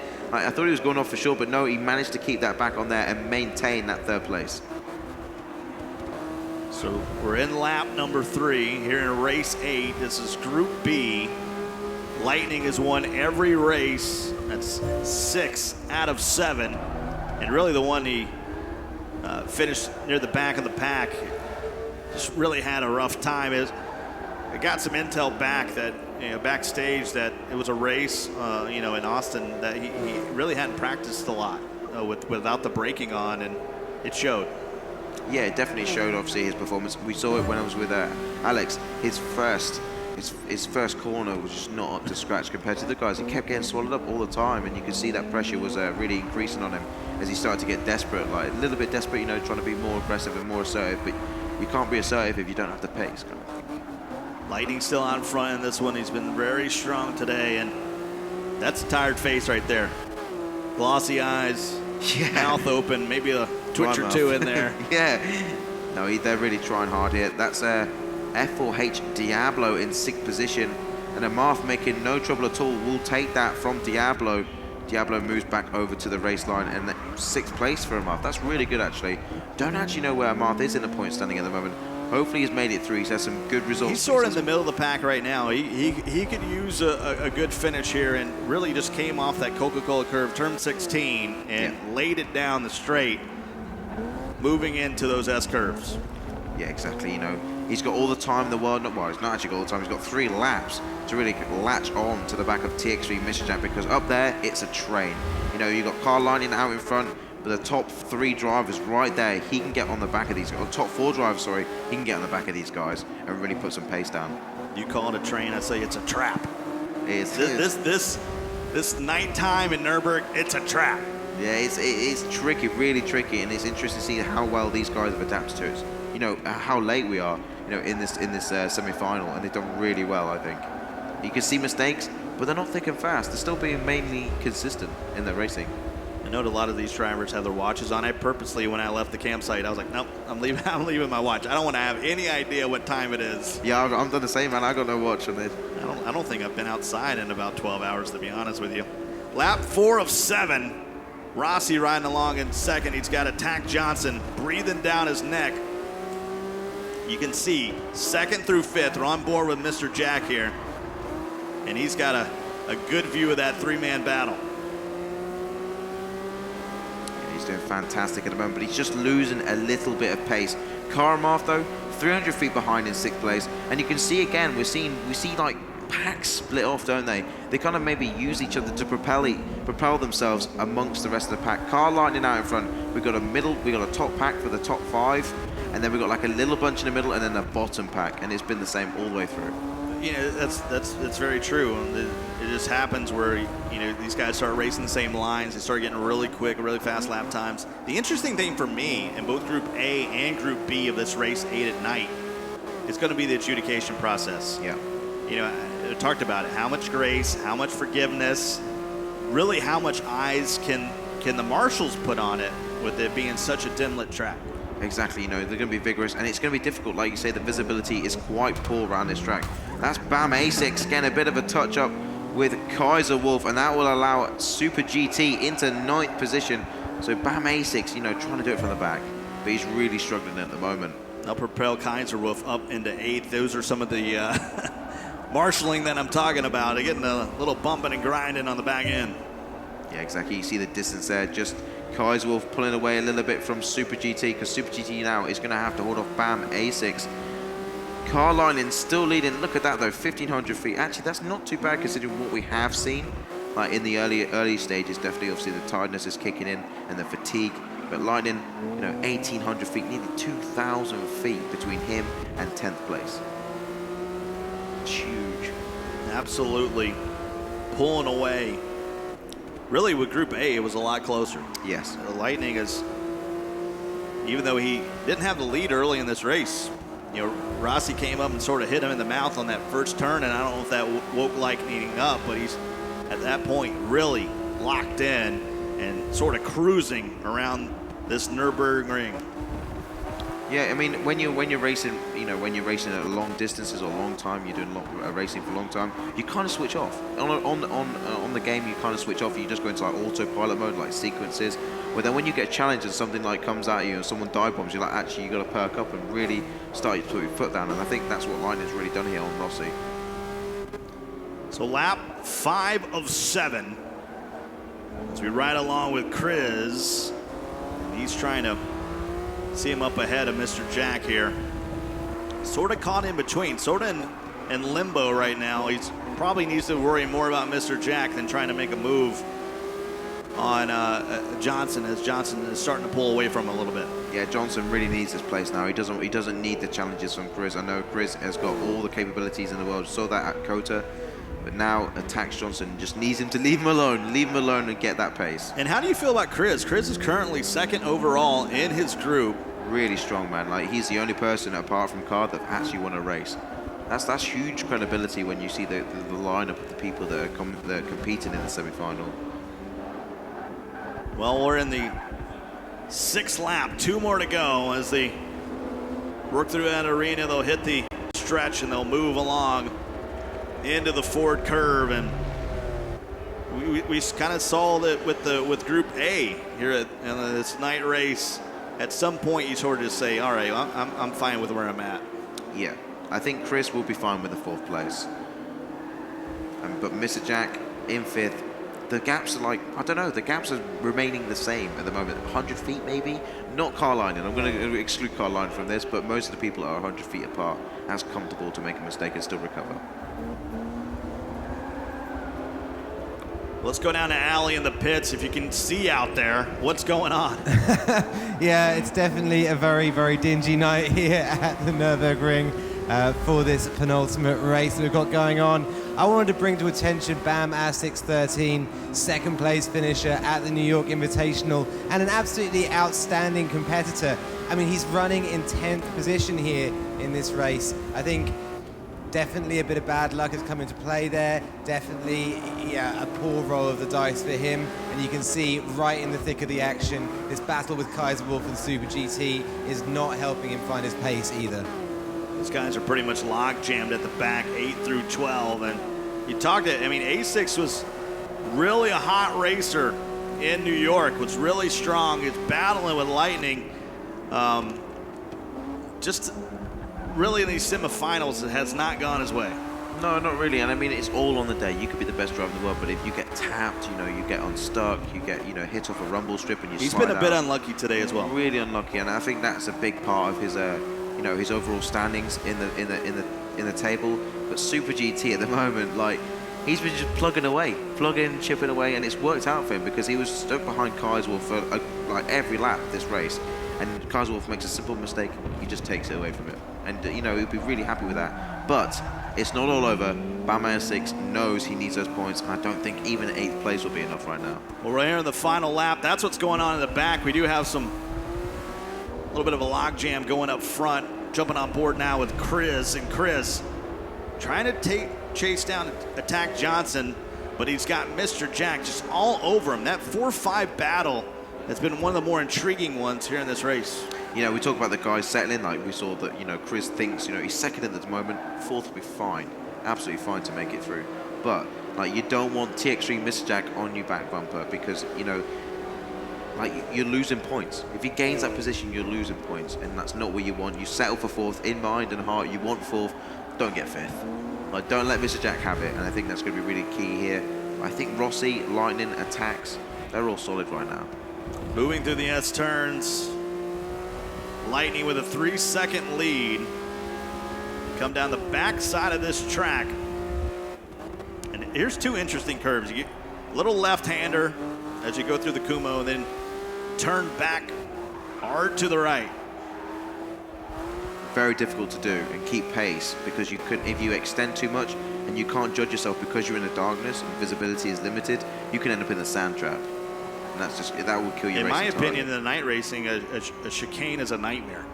Yeah, especially when it's not lit. The only thing you've got is your front something headlights. Like that? Yeah, something like that right there? Something like that. Yeah, exactly. I mean, like, here's a burst, they're coming into a little bit of a lit track now, then they go back into darkness. On an apex, it's so hard and difficult, but these guys definitely want to put the practice in. And Lightning will race past the finish line. He's going to take his 7th checkered flag of the day, 7 of 8 from the man from North Carolina. And he's got to be feeling pretty good moving into race number 9. Yeah, I mean, like, these guys are not going to let off. They're not going to give the points to anybody else. They're just going to take the whole lot, 100% as much as they can. And it's going to be great because they're going to be pitting themselves against each other in the grand final. We already know this. I mean, come on. It's going to be who else makes it in there, who's on the bubble, who's going to make it into that grand final. Well, the rivalry was going along for a long time, but it was mostly in favor of Liege until Lightning struck in New York. And the next thing you know, things got really heated up. And I tell you what, Liege is as focused as I've seen him throughout the season. We didn't see a lot of these guys because they were in the rivals path of the qualifiers. But once they got here, amongst their peers, they have been a step above. Yeah, exactly. Like they did the rivals maybe because it was the easiest option, but you know, you can't take away from them the hot lap specialists and they're excellent drivers as well. They're making it away through the pack. Saw Lightning come from 8th to 1st and still pull away, and it was in 2 laps. Like in 2 laps, like even to do that, I thought it might have been a dogfight to the finish. It definitely wasn't. He was gone already. Like he'd no messing around. Clinical. I want to say a phrase here that's going to be. Well, let's take a look at the results first, and then I'll tell you a little about the final race. Let's take a look at 8A. Well, they did it in the dark, but Lage still locking in. No penalties, no warnings. Box taking second, Zermatt taking third. It's a car party. No, it is a car party, looking out the first 3, and then Envar is only separating car harmonic. It could have been all 4 at the top. But, these names down the bottom, Roadrunner back in 8th. Like he said, he's got the skill, but starting in last, that's not going to help his title chat, or trying to get into the grand final chances. Paul and Eggy, though, these guys, we said it before, that, the tiredness is starting to kick in. Those guys just were feeling awful, really bad. Like, are you talking about yourself, or? I'm reflecting through that. I'm joking. Those guys, racing is so hard, especially when, you're already squinting because you're tired, and then you got to look at a dark track. It's just like crazy. And I know, a lot of people, were saying there's not a lot of physicality in this. I would 100% disagree. Yeah, beg to differ on that one, definitely. I almost rather be in a car where I'm actually, I don't know, moving my muscles a little bit instead of just my hands a little bit. And I'm gonna say some words that I don't think everybody in here wants to hear. It's time for the final race of the semifinals. Let's get this thing in. Let's get this thing done. Race number 9, and all they got to do is make it through this final race. And this is big. There's still a lot of people on the bubble. A lot of people going, carry the 1. All right, I'm a little bit out. Do I need to finish 3rd or higher? The thing you got to do right now is just race your best and let the cards fall where they may. Let's bring in our 3rd member of our team. It's time to. Can you tell us a little bit about this track? The track that's right outside the door alley. Yeah, exactly. It's all around us. It's the track that we can hear cars circulating around in this epic tornado that they create around this venue, Circuit de la Sarthe. It's the Le Mans 24-hour circuit. It's very, very high speed. It's quite technical with the curbs, but most of all, it's all about carrying that apex speed every mile an hour you can onto the long straights and make sure you're going a little bit faster than your opponents when you get there. Well, it's got a lot of history. It's the reason we're here, 8.48. And this is surreal. We're going to race the full. We're going to race Le Mans here. They're doing it outside. These guys are about to do it inside. It's the final race of the day for Group A, and let's do it during the day, if you don't mind. Here we go. It's going to be 5 laps, and this could be the difference between moving on to the grand finals or heading home. Yeah, exactly, guys. These guys are using the Porsche 962, well known for its speed, its unbelievable top speed, and it's what a track to do it on. Yeah, exactly. Paying heritage and tribute to the guys outside right now. We've got Kart Box in 1st position at the moment, with Kart Zermatt in 2nd. Racers is in 3rd. I wonder where Lage is right now. Well, Lage is back in 11. He sort of just said, well, you know what? I'm going to hang out. I'm going to hang out in the back. I'm going to take the scenic route around the backside of this track. That's an interesting move. We saw him. If you saw the beginning of the race, he just sort of like didn't go. Okay, so he held off. And I don't know if he blinked a little too long, and next thing you know, he's at night. Now, this is going to be interesting. That man right there, you could see the frustration about the way the thing started. Yeah, I don't think that was meant. That doesn't sound like that was on purpose. Yeah, that wasn't team riding. I wonder if he revved it up and was ready to pop that clutch and stalled it. Didn't happen, stalled it out. Yeah, exactly. That can happen when you're running clutch in P-Class cars. Very, very easy to do that. Racers are in 3rd, and Box and Zermatt now can really get those 25 points. Zermatt needs it more than Box, I'd say. Box has been top 5 contender all the time. Zermatt's had a roller coaster ride, but Racers is not leaving him at all. You can see Zermatt not quite getting the 2nd chicane just quite right, and Racers is on his back door, Harmonic just there. 200 feet behind, though, in 5th place is AMS Roadrunner. It's the Michelin chicane. Don't disrespect my guys.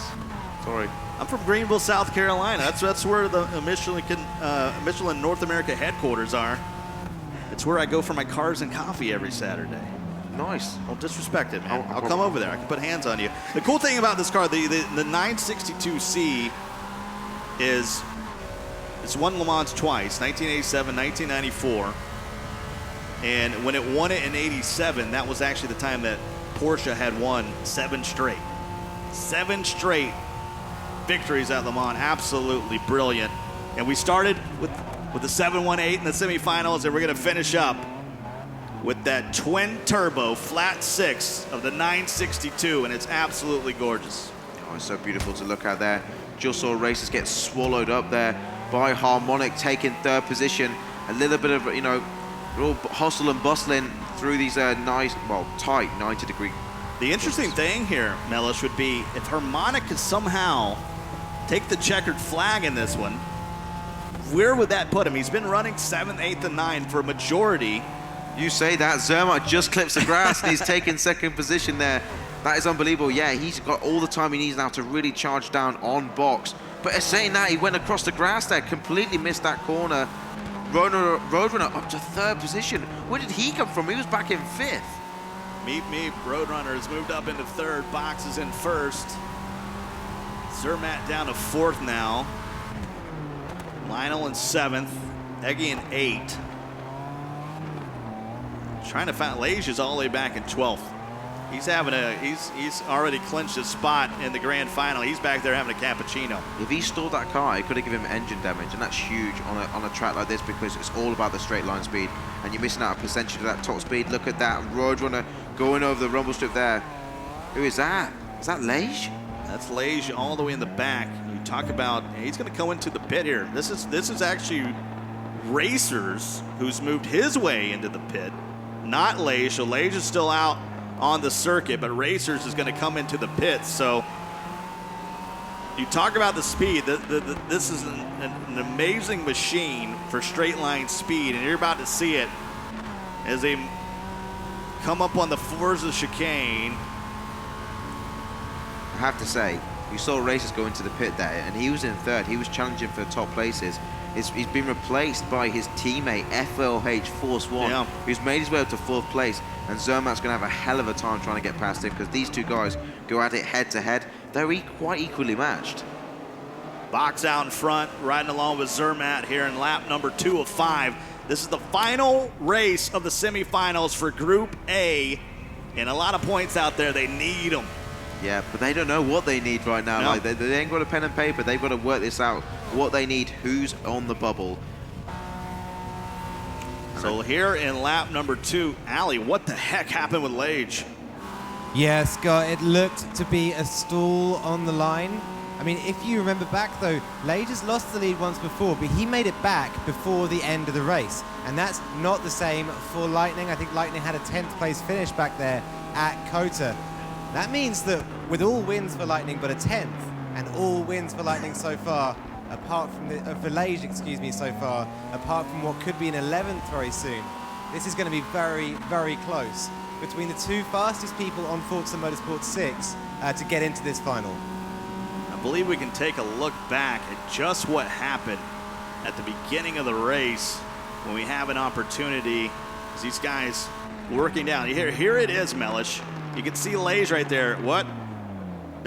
Slowed right down. It can happen to the best of people. Like running clutch in P-class cars. It does give you a slight advantage, maybe, but he's ruined his race almost. He's got a lot of work to do. Back in 11, we talked about he's already clinched, so we know he's in the grand final. The question is, with these points, if he finishes below Lightning, and Lightning had a 10th place finish, so if it stayed the same right now and Lightning won the next one, could Lightning end up being the one on the pole at 10 a.m. tomorrow? Ideally, let's work on the fact that he's going to win. You know, Lightning's going to win the last race. You know, he's got to get better. Lage's got to get better than 8th to take pole position and going into the grand final. So it's all on him to do now. The pressure, he's not actually felt pressure all, well, it must not pressure all night. Now this is the first chance. He's got to really make it count for him. So Roadrunner riding along in second place. Harmonix right behind him. This is the best race that Harmonix had this whole semifinal, and he's putting some pressure on Roadrunner as they head down the front straight. Yeah, Harmonic is a P-class specialist guy, man, but he's racing against Roadrunner, who just seems to be like leaving him a little bit. Oh, as I said that though, it's a curse. He hits the sand and the little yellow like rumble strips there. That's just unlucky, but he still maintains that lead. Still maintains that lead over Harmonic. It's still holding on. That's Harmonic coming in, and you see a little bit of damage there on the engine, so he's not at peak performance. That's 1%. That could be huge going down this race. Absolutely huge. And he's got to be careful that he doesn't add to that tally of engine damage, because he's going to get swallowed up by Force One, who's only 300 feet behind. Roadrunner in second, pushing it up. This is really where you can make this 962C really get going. Look at that, so keen from Roadrunner. Perfect on the braking, and he keeps it nice and tight. That's the best thing. We've seen the guys run wide so many times because under so much speed, like, it's easy to overshoot the braking point. Really easy. Roadrunner on point there, so late in this day. These guys are shooting for about a 3:20 lap time, 3 minutes 20 seconds. Sometimes you can do a little better. It's more difficult when there's other folks out there on the track with you. You don't get to move through those. And more difficult when you race until 3 o'clock in the morning. You know what I mean? That 13 hours straight. That's fair. I'll allow it. But Box at the moment leading this race, 800 feet, 900 feet, still increasing. So Box is really charging at the moment. 25 points will just, really secure his place. Come into the Mulsanne corner.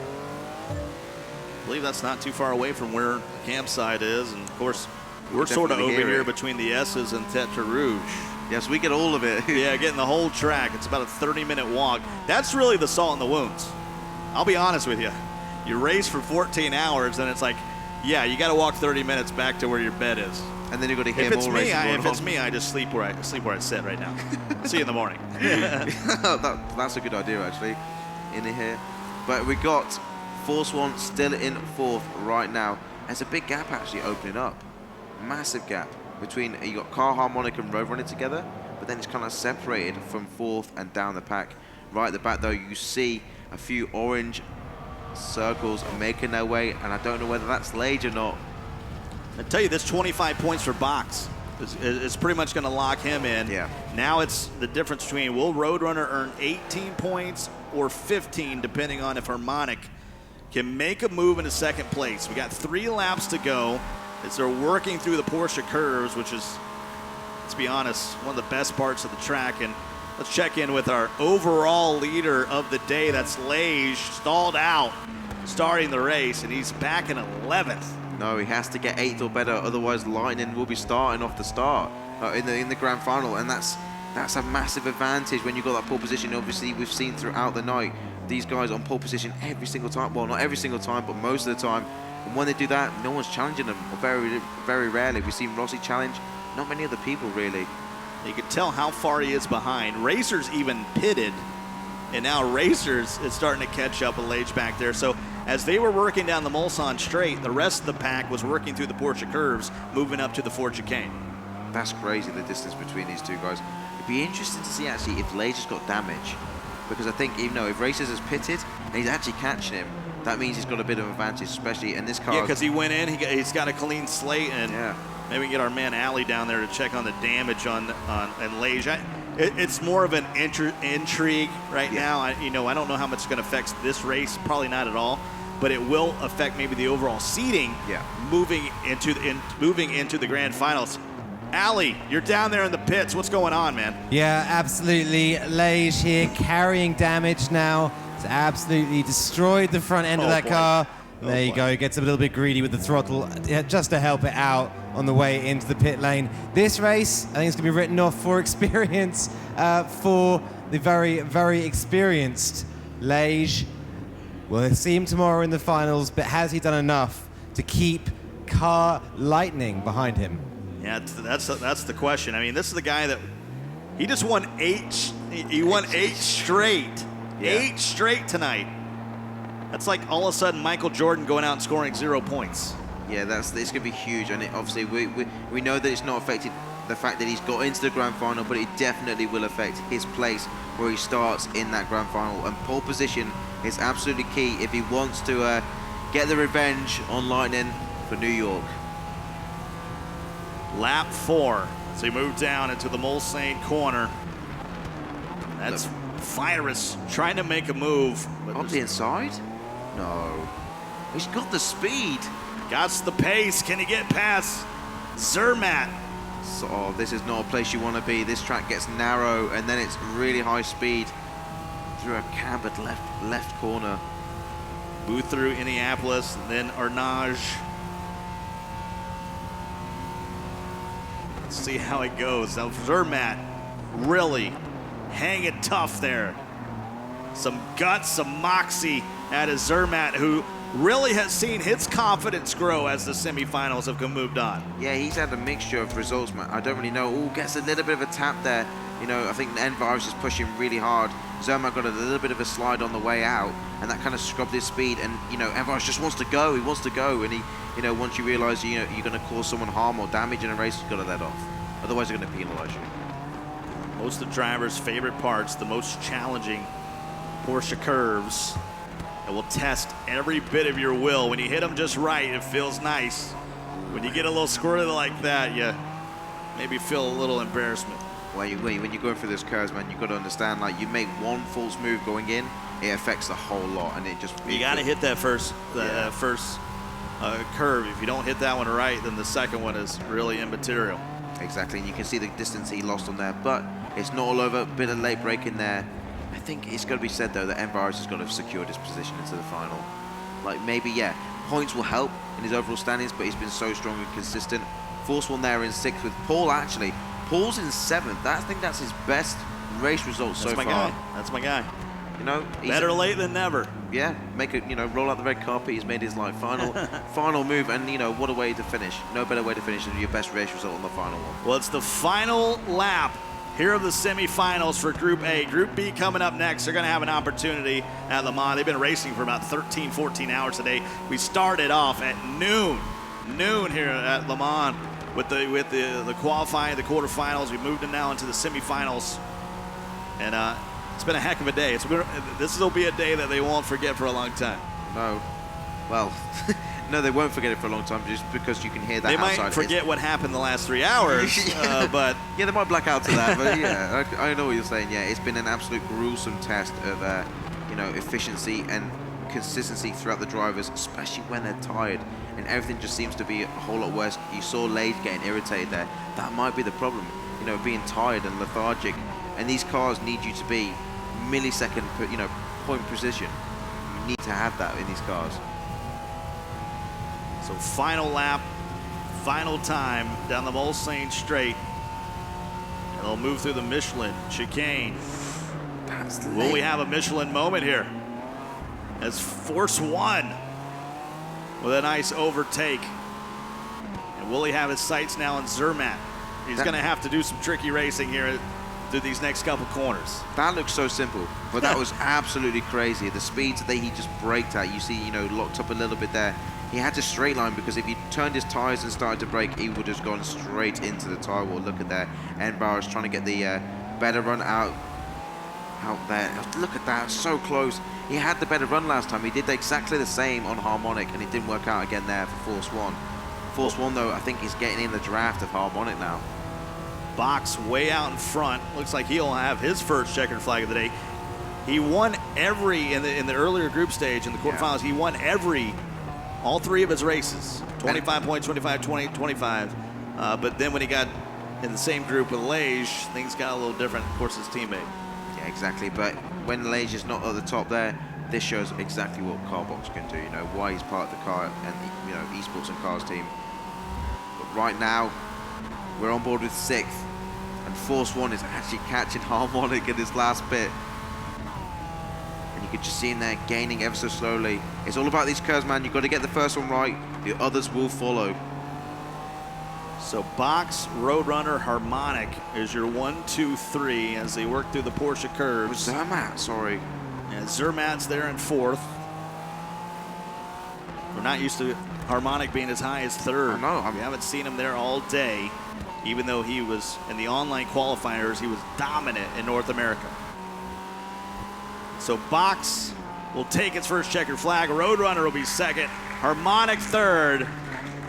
And a big sigh of relief for those that know they will be moving on till tomorrow, and those that maybe their journey here at Le Mans is over, a tip of the cap for going through 13, 14 hours. They can't be disappointed with themselves because it has been gruesome. Like, you know, if you've not made it, then you're a top 24 driver in the entire world of Forza. Yeah, you've just been ranked, and you've been, you know, everyone's seen your race. They know what you're capable of. This is no ordinary, you know, endurance race. This is small sprint formation, but loads of them. You know, like they just filled it all up and they've thrown everything at you. And it's worth noting, we're going to stay here with Lage. He's 2,800 feet, 2,900 feet, 3,000 behind Zoom. So will Lage win 8 races in a row and then finish last? Question mark? You couldn't have scripted it. I thought he might have just let off for his teammates, but he definitely did still. We saw that in the action replay. And his reaction couldn't have been more authentic to like, oh man, I just had a blunder. But we talked about that. You know, you've been racing all day, all through the night, and next thing you know, boom, right off the start. And we all know how important getting a good start and getting through that first turn. I think it's also important to say that it completely overshadowed the fact that Roadrunner, AMS Roadrunner, started 8th, ended up 2nd. Yeah. So in the last race, he really proved himself, and he can do that. He can run through the pack all day long. So great stuff by Roadrunner as well. And we needed that. He looked strong. Yes, he did. In the early going, and then now it's come back in the final race of his group and able to take 18 points. We'll have to see how that shakes out on the leaderboard as Group B starts to warm up and get ready for their final run through that. But we had the Michelin chicane. It wouldn't be nothing without the Michelin moment for Group A here on this final race, and maybe that was it. Huge stall on the line. Huge stall out by Lage, and then it's sort of business as usual from there. Yeah, exactly. Box ran away with him from the get-go, like no challenge whatsoever. Zermatt was getting under pressure, really, from Force 1 there we can see. Oh, man. You know, Lage just getting frustrated. If you have kids, turn their heads away, because you know, that was a tremendous collision. Yeah, that was a beautiful breaking point by Force 1 down the inside. That is so hard to do with no racing line. That was unbelievable. Well, there is Group getting ready to go. I tell you what, Allie, let's bring Allie in here. It's been a heck of a day for Group 8. What's on your mind, my man? Yeah, what an incredible day for all of these races. You know, just going to give a big hand to everyone from Group A who's just finished off their 9 stints tonight. Lage as well. I mean, we can all look at that stall. Yeah, it's tragic. It's really bad to see him not performing at his very best. But we've got to remember, 8 wins out of 9. That's still pretty good. Yeah, that's not. You know, you're not gonna be too upset about that. I wouldn't, at least. I have 0 wins. Is that good? No. Not good at all. Huh? But we think there it was right there. See it again. Just stalled out, and then the reaction. Well, you know, we think 8 out of 9 wins is pretty good, but clearly. No, he wanted 9 out of 9. Wins, he wanted the perfect. I don't know. You know, I'm from America. We have baseball. We call it the perfect game. You go 9 innings, and these guys are ready to go. These guys are ready to go for Group B. Group A is packed it up over here. Don't even know if they have the strength to stand. They do have some big smiles on their face. No, he's shaking their head. They're shaking their heads. No. I think a lot of them are either, if they're moving on or not, they're feeling pretty good about completing this endurance. Let's take a look. Yeah, a little bit relieved. Let's take a look at how that shook out in Group A. The 8B, that's the 8B race. So Group B, that was the nighttime. Lightning took that one. Rossi, Johnson, that's 1, 2, 3, as Chris falls down to 4th. Yeah, exactly. Kaiswolf getting a 5-second penalty there, reduced him all the way back down to 0. But it's still not enough for Bam Asics, only getting 2 points. He has to literally win this race. So was that 5-second penalty for Kaiserwolf having no shoes on? We'll have to ask. We'll have to ask Evan. We'll have to ask the race boy in the back. There you see it. No shoes. 5-second penalty. Don't take anything I say, because nothing I say is official. No, but I like that. Definitely, it's either All right, it's the final race of the semifinals. Group B is going to make 5 laps around Le Mans, and that was an awkward start. Yeah, carnage at the start. It looked like a Tax Johnson didn't get the start he wanted. Ooh, a little bit of lag there. I don't know. That was ugly. Whoa. And that's a Tax Johnson who got swallowed up, and that something must be going on. We got to be going.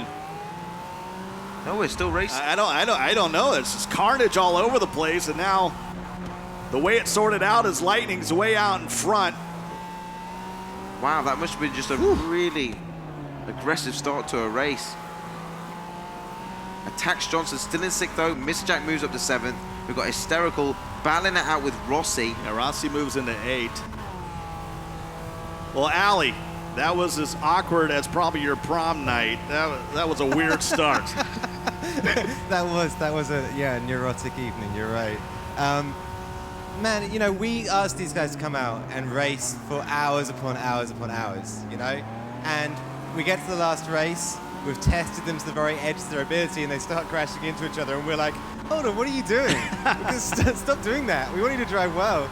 You know, that's not, I mean, it's to be expected, is what I'm saying. I think, there's a lot of talent in this room, and maybe they weren't showing it at their very best just then.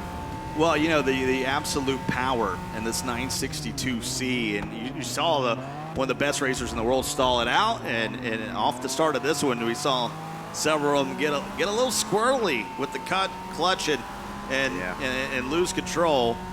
That's all been sorted out. Now we're still in the first lap. Lightning is out in front. Bam 6 is in second. What? Bam 6 is in second, and Chris is in third. This is actually really, really appropriate because A6 needs that race win. He needs that race win. He needs the 25 points just to be even considered to be in the bubble section. So it's absolutely crucial for him to get this right now. And I think it's more important who's at the back.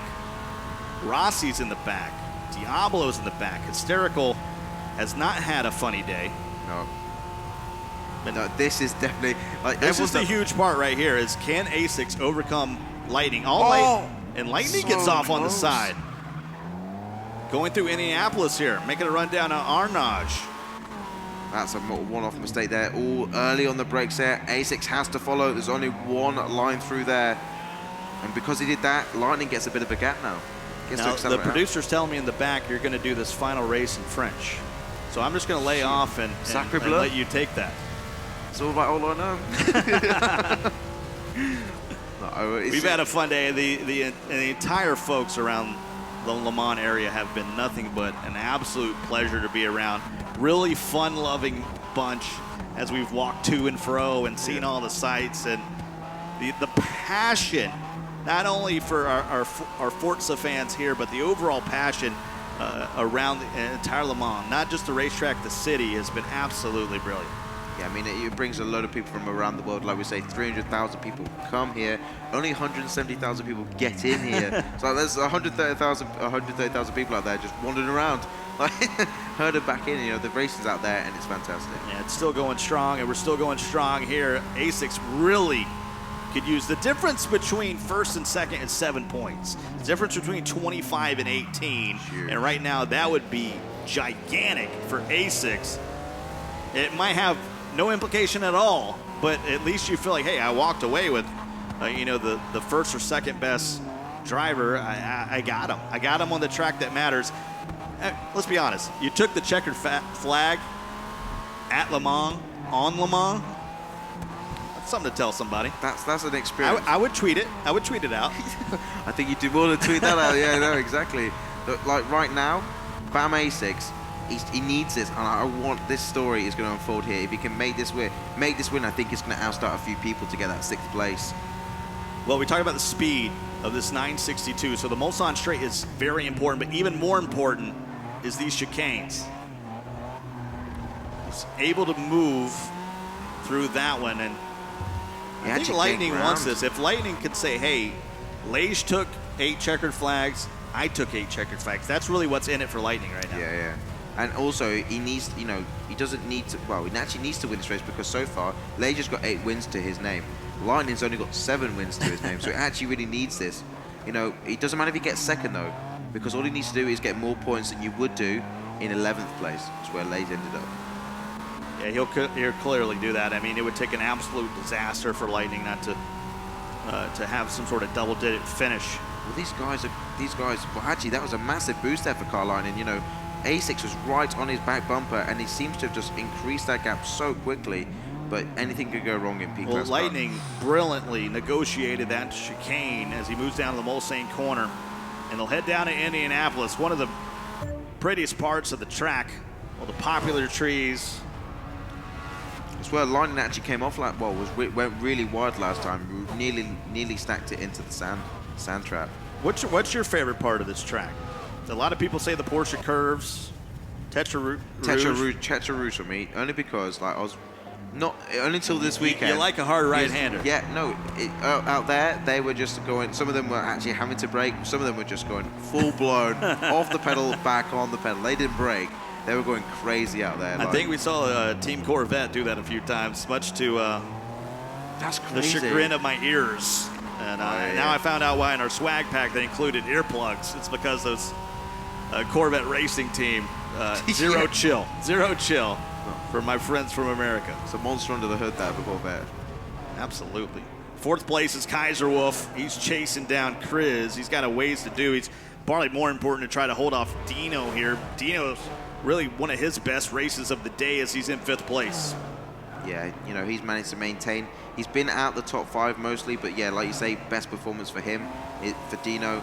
Kaiser Wolf, though, on this game, though, if you go extend over those last rumble strips there, it slows your car down completely, and you have to pick up it through the gears again. And you know, you can't allow that to happen when you're battling with Kaiser Wolf there for 4th position. Well, the amazing thing, after the awkward start of this Group B final race over the semifinals, it's been pretty technical, pretty tame the rest of the way. Yeah, no, I definitely thought there was some kind of technical difficulties at the start of the race, but I thought we were getting trolled, I'll be honest with you. Well, you waited well, we've had 18 races. This is the 18th race of the semifinals. You've done 18 races. Just can't make the last one. Definitely, like, you know, but it's definitely it's brought in action from other people in this race. So, you know, we're seeing Dino up there.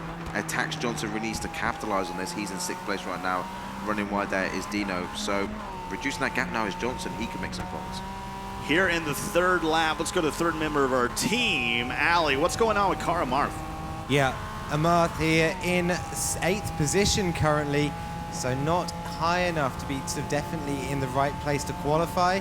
He's been one of these drivers who's been on the bubble throughout the whole night of racing, and so he's going to need in these last couple of laps of competitive Forza to really pull something out very special. He's got about 500 feet to close the pack ahead of him, but it's not impossible. Yeah, he's going to have to make some room up about 1,000 feet behind Mr. Jack right now, and that's going down that Mulsanne straight, so he's going to have to maybe get a little aggressive as he moves into the chicanes and the corners in Indianapolis. Arnage, Porsche curves, really from here on out, you're going to have to see almost a perfect race from Mark to even have the opportunity to maybe get into that top 5. It's going to take, you know, divine intervention for him to be able to catch on to the back of TX3 Mr. Jack. I mean, you see there Rossi, you know, one of the guys that got caught in the, you know, just before the Dunlop chicane turn 1, 10,000 feet behind. Like, you know, he must have had to go around the track and actually had to pit.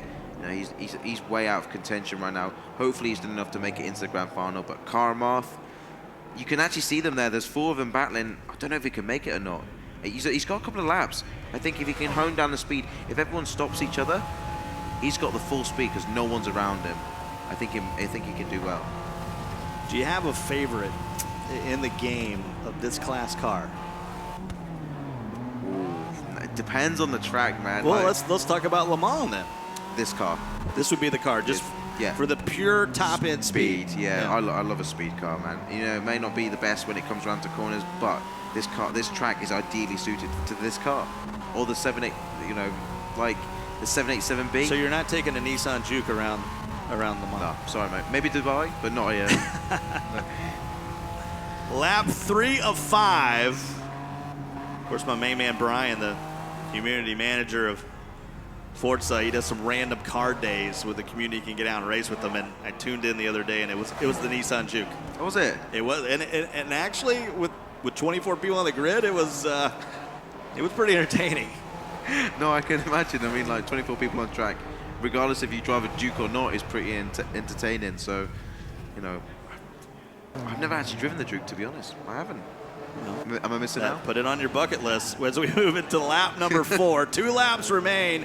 A6, while we were talking, moved into first. How dare you distract me?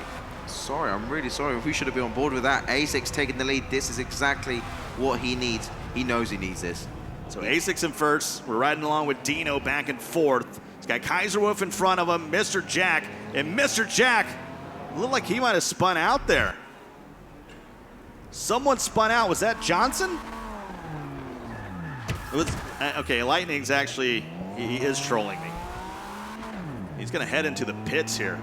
I don't know if that was intentional or not. Ooh, look it's at that all damage. reds. I'm all about it being all greens. It's all reds. I have to say, just doing quick mathematics in my head, I think that is going to bring Lage back to pole for the grand final because he's now. I was told there would be no positions. math. I'm sorry. I'm sorry. I'm sorry. I'm sorry. It's way too late for math. Hopefully someone's back there crunching the numbers. But this allows Attacks Johnson also to move up. He's moved up and gained a position. So he's now in 6th. Yeah. He was running along really in 3rd. So Yeah, he fell back a little bit. Yeah. It's time for you to poke Uncle Scott and say, stop telling Uncle Scott stories here. I'm sorry. Let's focus in on the race here. 2 laps to go. It's been a long day, but it's been an absolutely glorious day of Forza racing.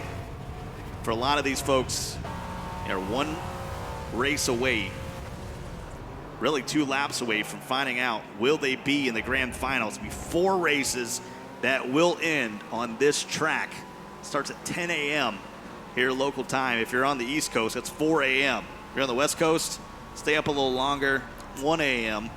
It's going to be some amazing 3 hours of grand final racing tomorrow. We'll crown the champ, and that champ will actually be on the real Le Mans podium, which, let's be honest, we're all jelly of that. Like, you know, obviously we talk about the prize pool that these drivers are aiming to get for, but I think being on the podium, that's more prestigious, and that, you know, memory lives forever, you know what I mean? Like, that's going to be so good. Well, that's the history you're talking about. You know, it's really the added a 5th class, which was, you know, Endurance Esports, and what better game to do it in than Forza? Well, it's the fact that they've added it as a class, which means it's recognized as a sport. Oh, they're going to be on the real podium. Yeah, I know. This is really happening. Yeah. You know, when people go, oh, it's just a game. It's not at that stage anymore. It's actually the fact where it's getting so close. It's that realistic, and you know, these guys put the time and effort in. And We've had a few drivers make the transition from virtual to real. Yeah. Sometimes it's just in your blood. Riding along with Lightning right now, he's in 10th place. And your calculations, your unofficial Mellish calculations, are he needs to finish 8th or higher. Yeah, definitely. Well, no, because he had to finish. Oh, I know it in my head. He's basically he did twice, 2 races. He finished 8th in 1 race. Yep. And then he finished 11th or 10th. He's currently in 10th right now. Where Lage went all the way through. That's true. So Lightning really actually needed to win this one. Yeah, he did. And A6 needed to win it too. He's actually in the lead right now, so He's brilliant. way for ahead. A6. He's almost 3 miles ahead. So Lage of Lightning. Divine intervention from the Forza gods. Hopefully he's going to get that pole position, which is exactly what he needs for his hunt to recrown himself as champion. So we're in the final lap. Negotiate these Porsche curves after coming off Arnage. And that is your leader. That man right there, A6, is absolutely tearing up the circuit. He's got Chris behind him, but he's 1,000 feet behind him. Kaiserwolf, Mr. Jack, those are your top 4 guys. And all you got to do is make it through the chicane, young man, and you're going to have a checkered flag on Le Mans at Le Mans. Yeah, exactly. And the best thing about it was right at the beginning we saw some of the big names that have been like 2nd, 3rd, 4th crash out. So now Bam A6 is in 1st. That's going to help them not gain any points, and he'll hopefully bump some of them out of that bubble area and take that 6th, or maybe even 5th. We have our top men working on it. Top men. I believe in them. Final lap. Asics in the lead. Coming down at straightaway, working himself through the chicane here in lap number 5.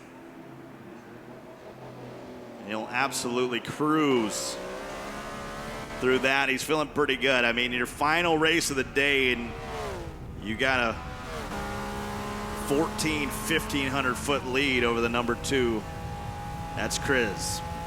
That's plenty. You know, it's going to take like a real action. Obviously, we have seen, as you know, proof showing us, you can make accidents by yourself. You can slide out at such high-paced cars. You know, like we say, the Porsche Cups, don't get that right first one, you could end up in the barrier, and that completely ruin your race. But Asics has been on form. He's been actually allowed to get out this time because he's been battling all the time. You know, Car Lightning and JSR Rossi getting out. You know, Bam Asics now in front, showing what he's actually capable of. Never too late. And he showed it in New York. When he was in New York, when he could get out in front, he was absolutely brilliant. But when you're back in 9 and 10, 11th place, it's just tough. Tough for these drivers, no matter how talented you are, is, you know, negotiating the traffic and moving up into that top 3 is sometimes a bit too much of a challenge. Exactly. Because and it's really the laps.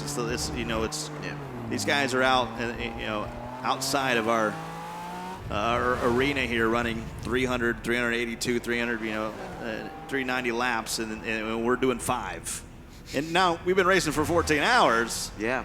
But it just shows you, how tough this can be. And it does look like, as he moved through the Porsche curves, that Bam Asics will get his first checkered flag. The first checkered flag, actually. Here in the semifinals. Yeah.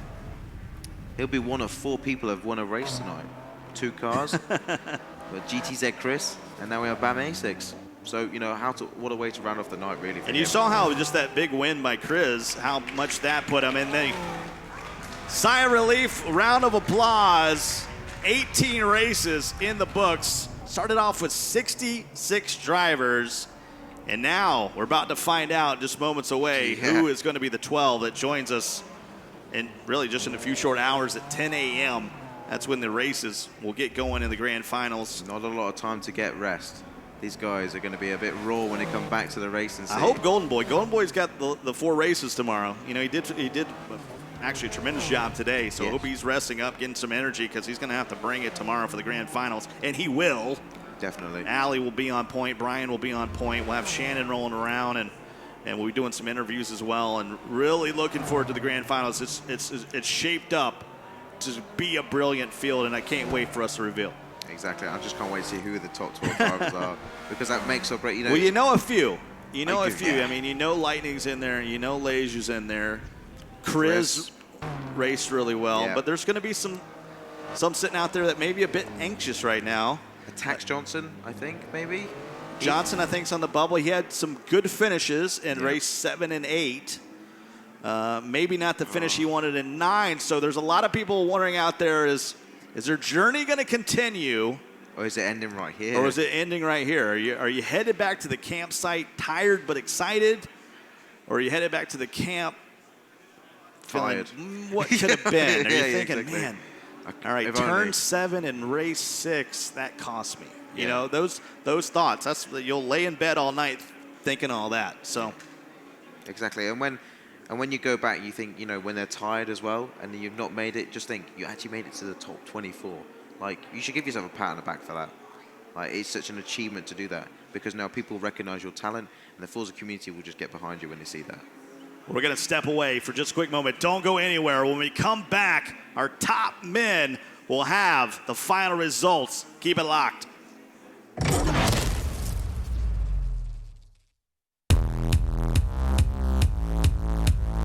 Okay, so I've just left Germany. We're now in Belgium on our way to Paris on this road trip to Le Mans, and someone is tired. Okay, so across the border into France, Lightning's still sleeping. We're going to go to Paris tonight, hopefully do a bit of sightseeing, possibly meet up with some other special guests, so keep you guys informed of that. And tomorrow we're going to be heading down to Le Mans, one more day to go, can't wait. Stuck in a pretty big traffic jam, which is unfortunate, but there is some good news. This man's alive again. spilling into Paris. I think it's a pretty cool car. Nice thing to see on our way in.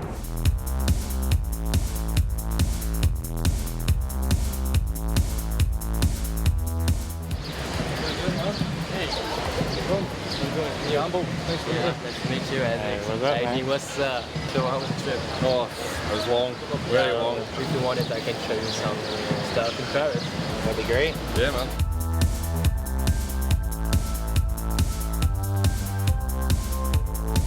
All right, 86. What are we standing in front of here? We're just in front of the town hall of Paris. So this is the Notre Dame de Paris. Spectacular looking building, which I'm sure all of us have probably climbed in Assassin's Creed.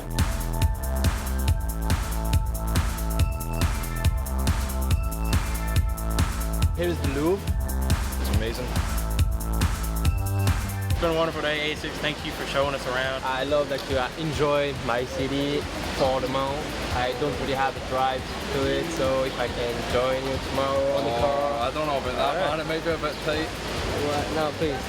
I'm kidding. You can come with me. Okay, cool. Thank you.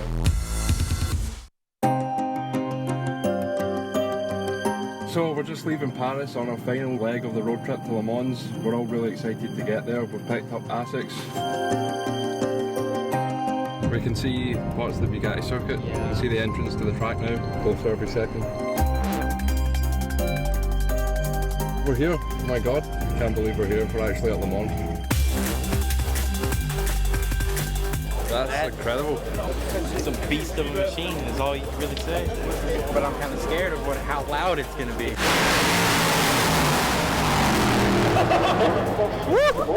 Alright guys, so we made it to Le Mans. We're just super happy to be here. It's been an amazing road trip, and to finally make it here and hear the cars already is brilliant. Absolutely incredible. That's what I'm talking about. Well, those guys had a tremendous road to Le Mans. The journey, once the guys have gotten here. So we got some homework to do. This is the homework that we're going to reveal. We have, we're going to have a 9A result. We're going to have a 9B result. And here is 9A. Box gets the 25 points with the win.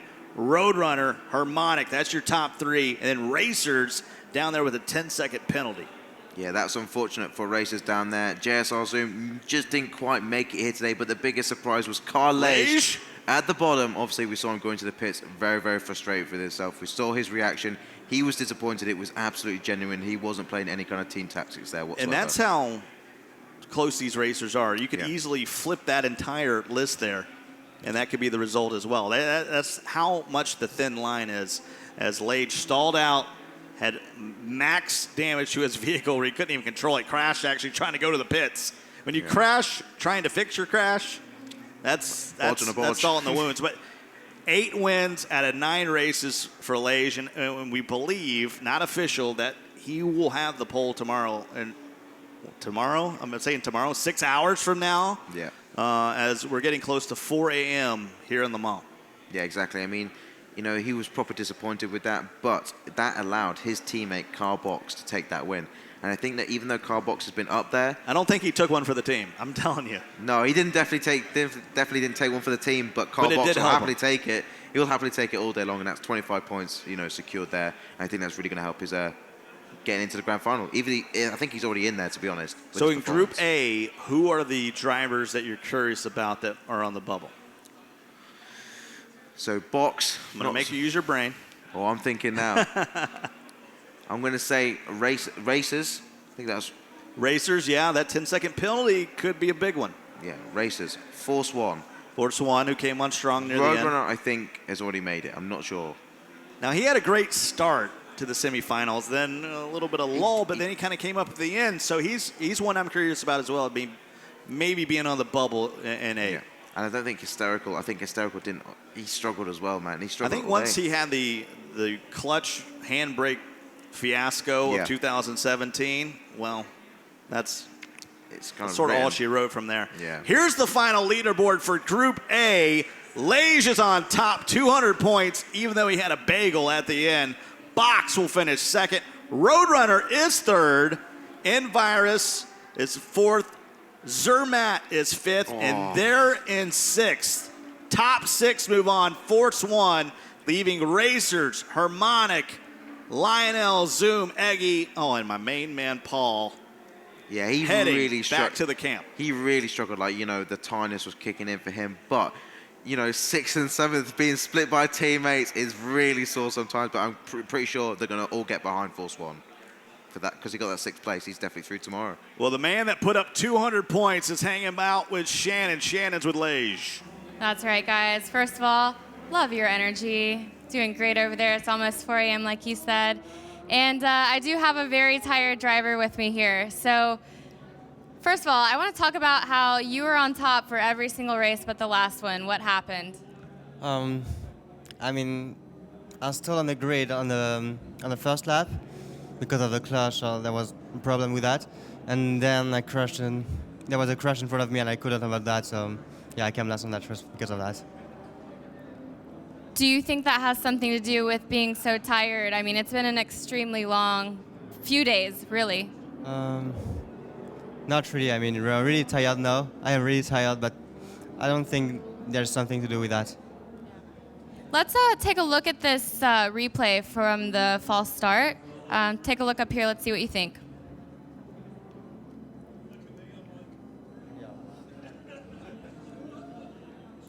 What are you thinking as you watch this? Yeah, so what can I say? I just stay on the grid and that's all. Tired? Yeah. Very tired. So that's the name of the game tonight, is basically pacing yourself, and you did that for most of today. We've got a few hours before we have to get up and do it all again, but that's when it really counts. So what's the plan? Sleep for maybe 3 hours, I think, and then I don't have the choice. I will be there at 9, and that's all. Well, we talked a little bit yesterday. This is your home country, your home. So what would it mean to win tomorrow? For sure, it will be great to win in my home country. It's just in front of my public, I mean, on the podium. So yeah, it will be a great feeling. Great. Well, good luck. Good luck tomorrow. Get some sleep. Back to you guys. All right, thank you so much. I can't tell who's more tired, Shannon Yeah. or Lage. It is 4 a.m. and you talk about long days. Shannon's been here for, I don't know, 5 days, just going non-stop, getting all that great content. The teams, I should say, that put all this stuff together. Just we're honored to be a part of. We rolled in like 2 or 3 days ago. Everybody else has been busting it. We get the fun job of being up here and honored to watch these great racers ride around. So that's Group A. Yeah. We know it's going to move on. They're doing the calculations on B, and I think a big part is that final race.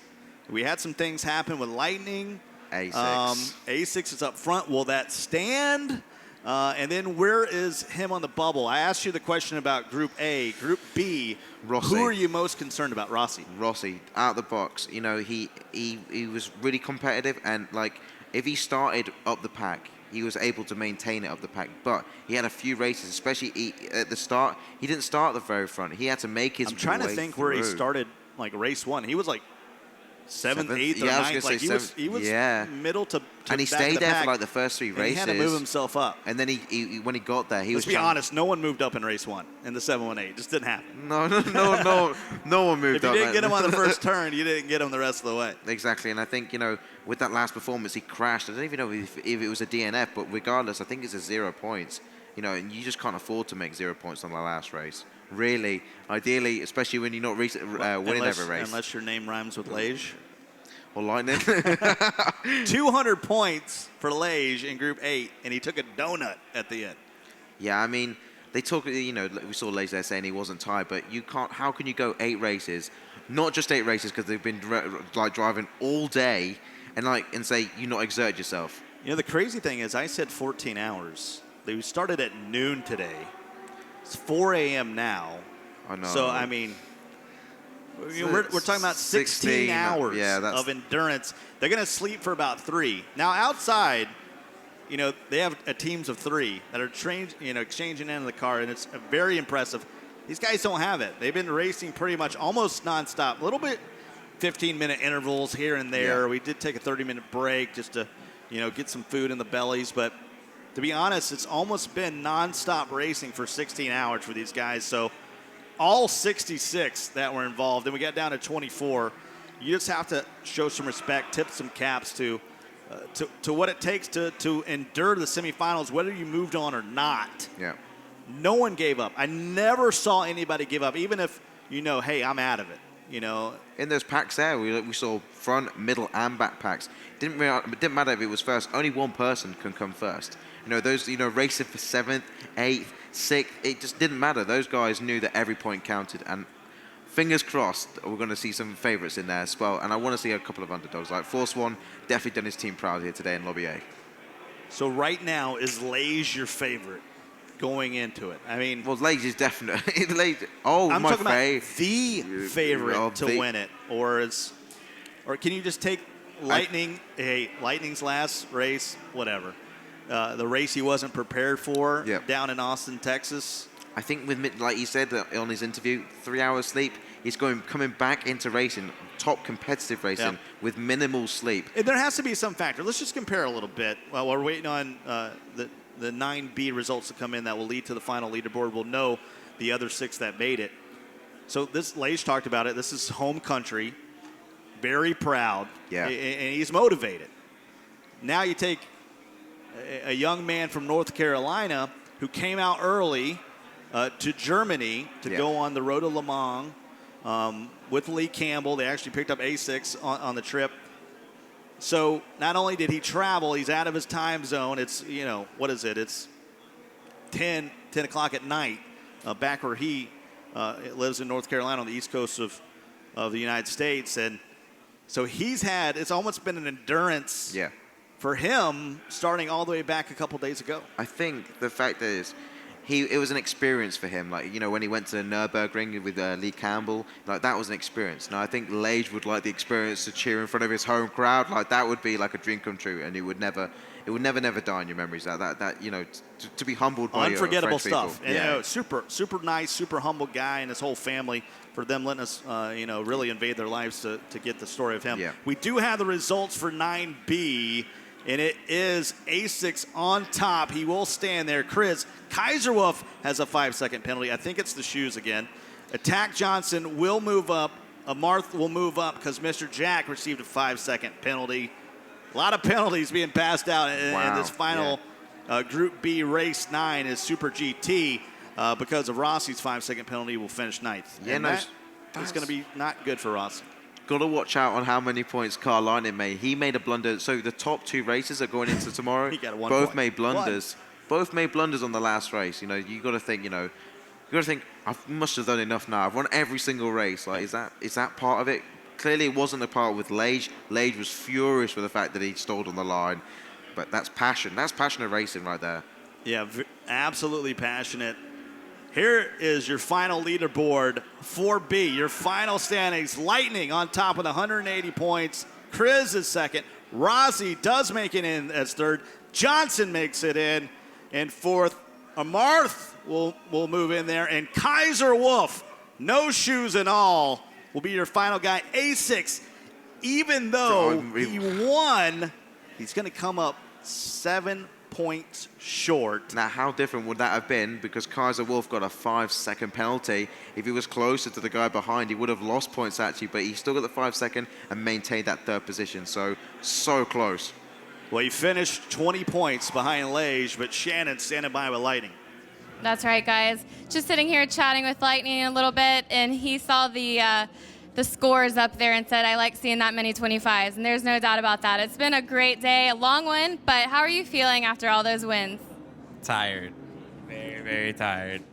Yeah, and there's a note I'd like to make here.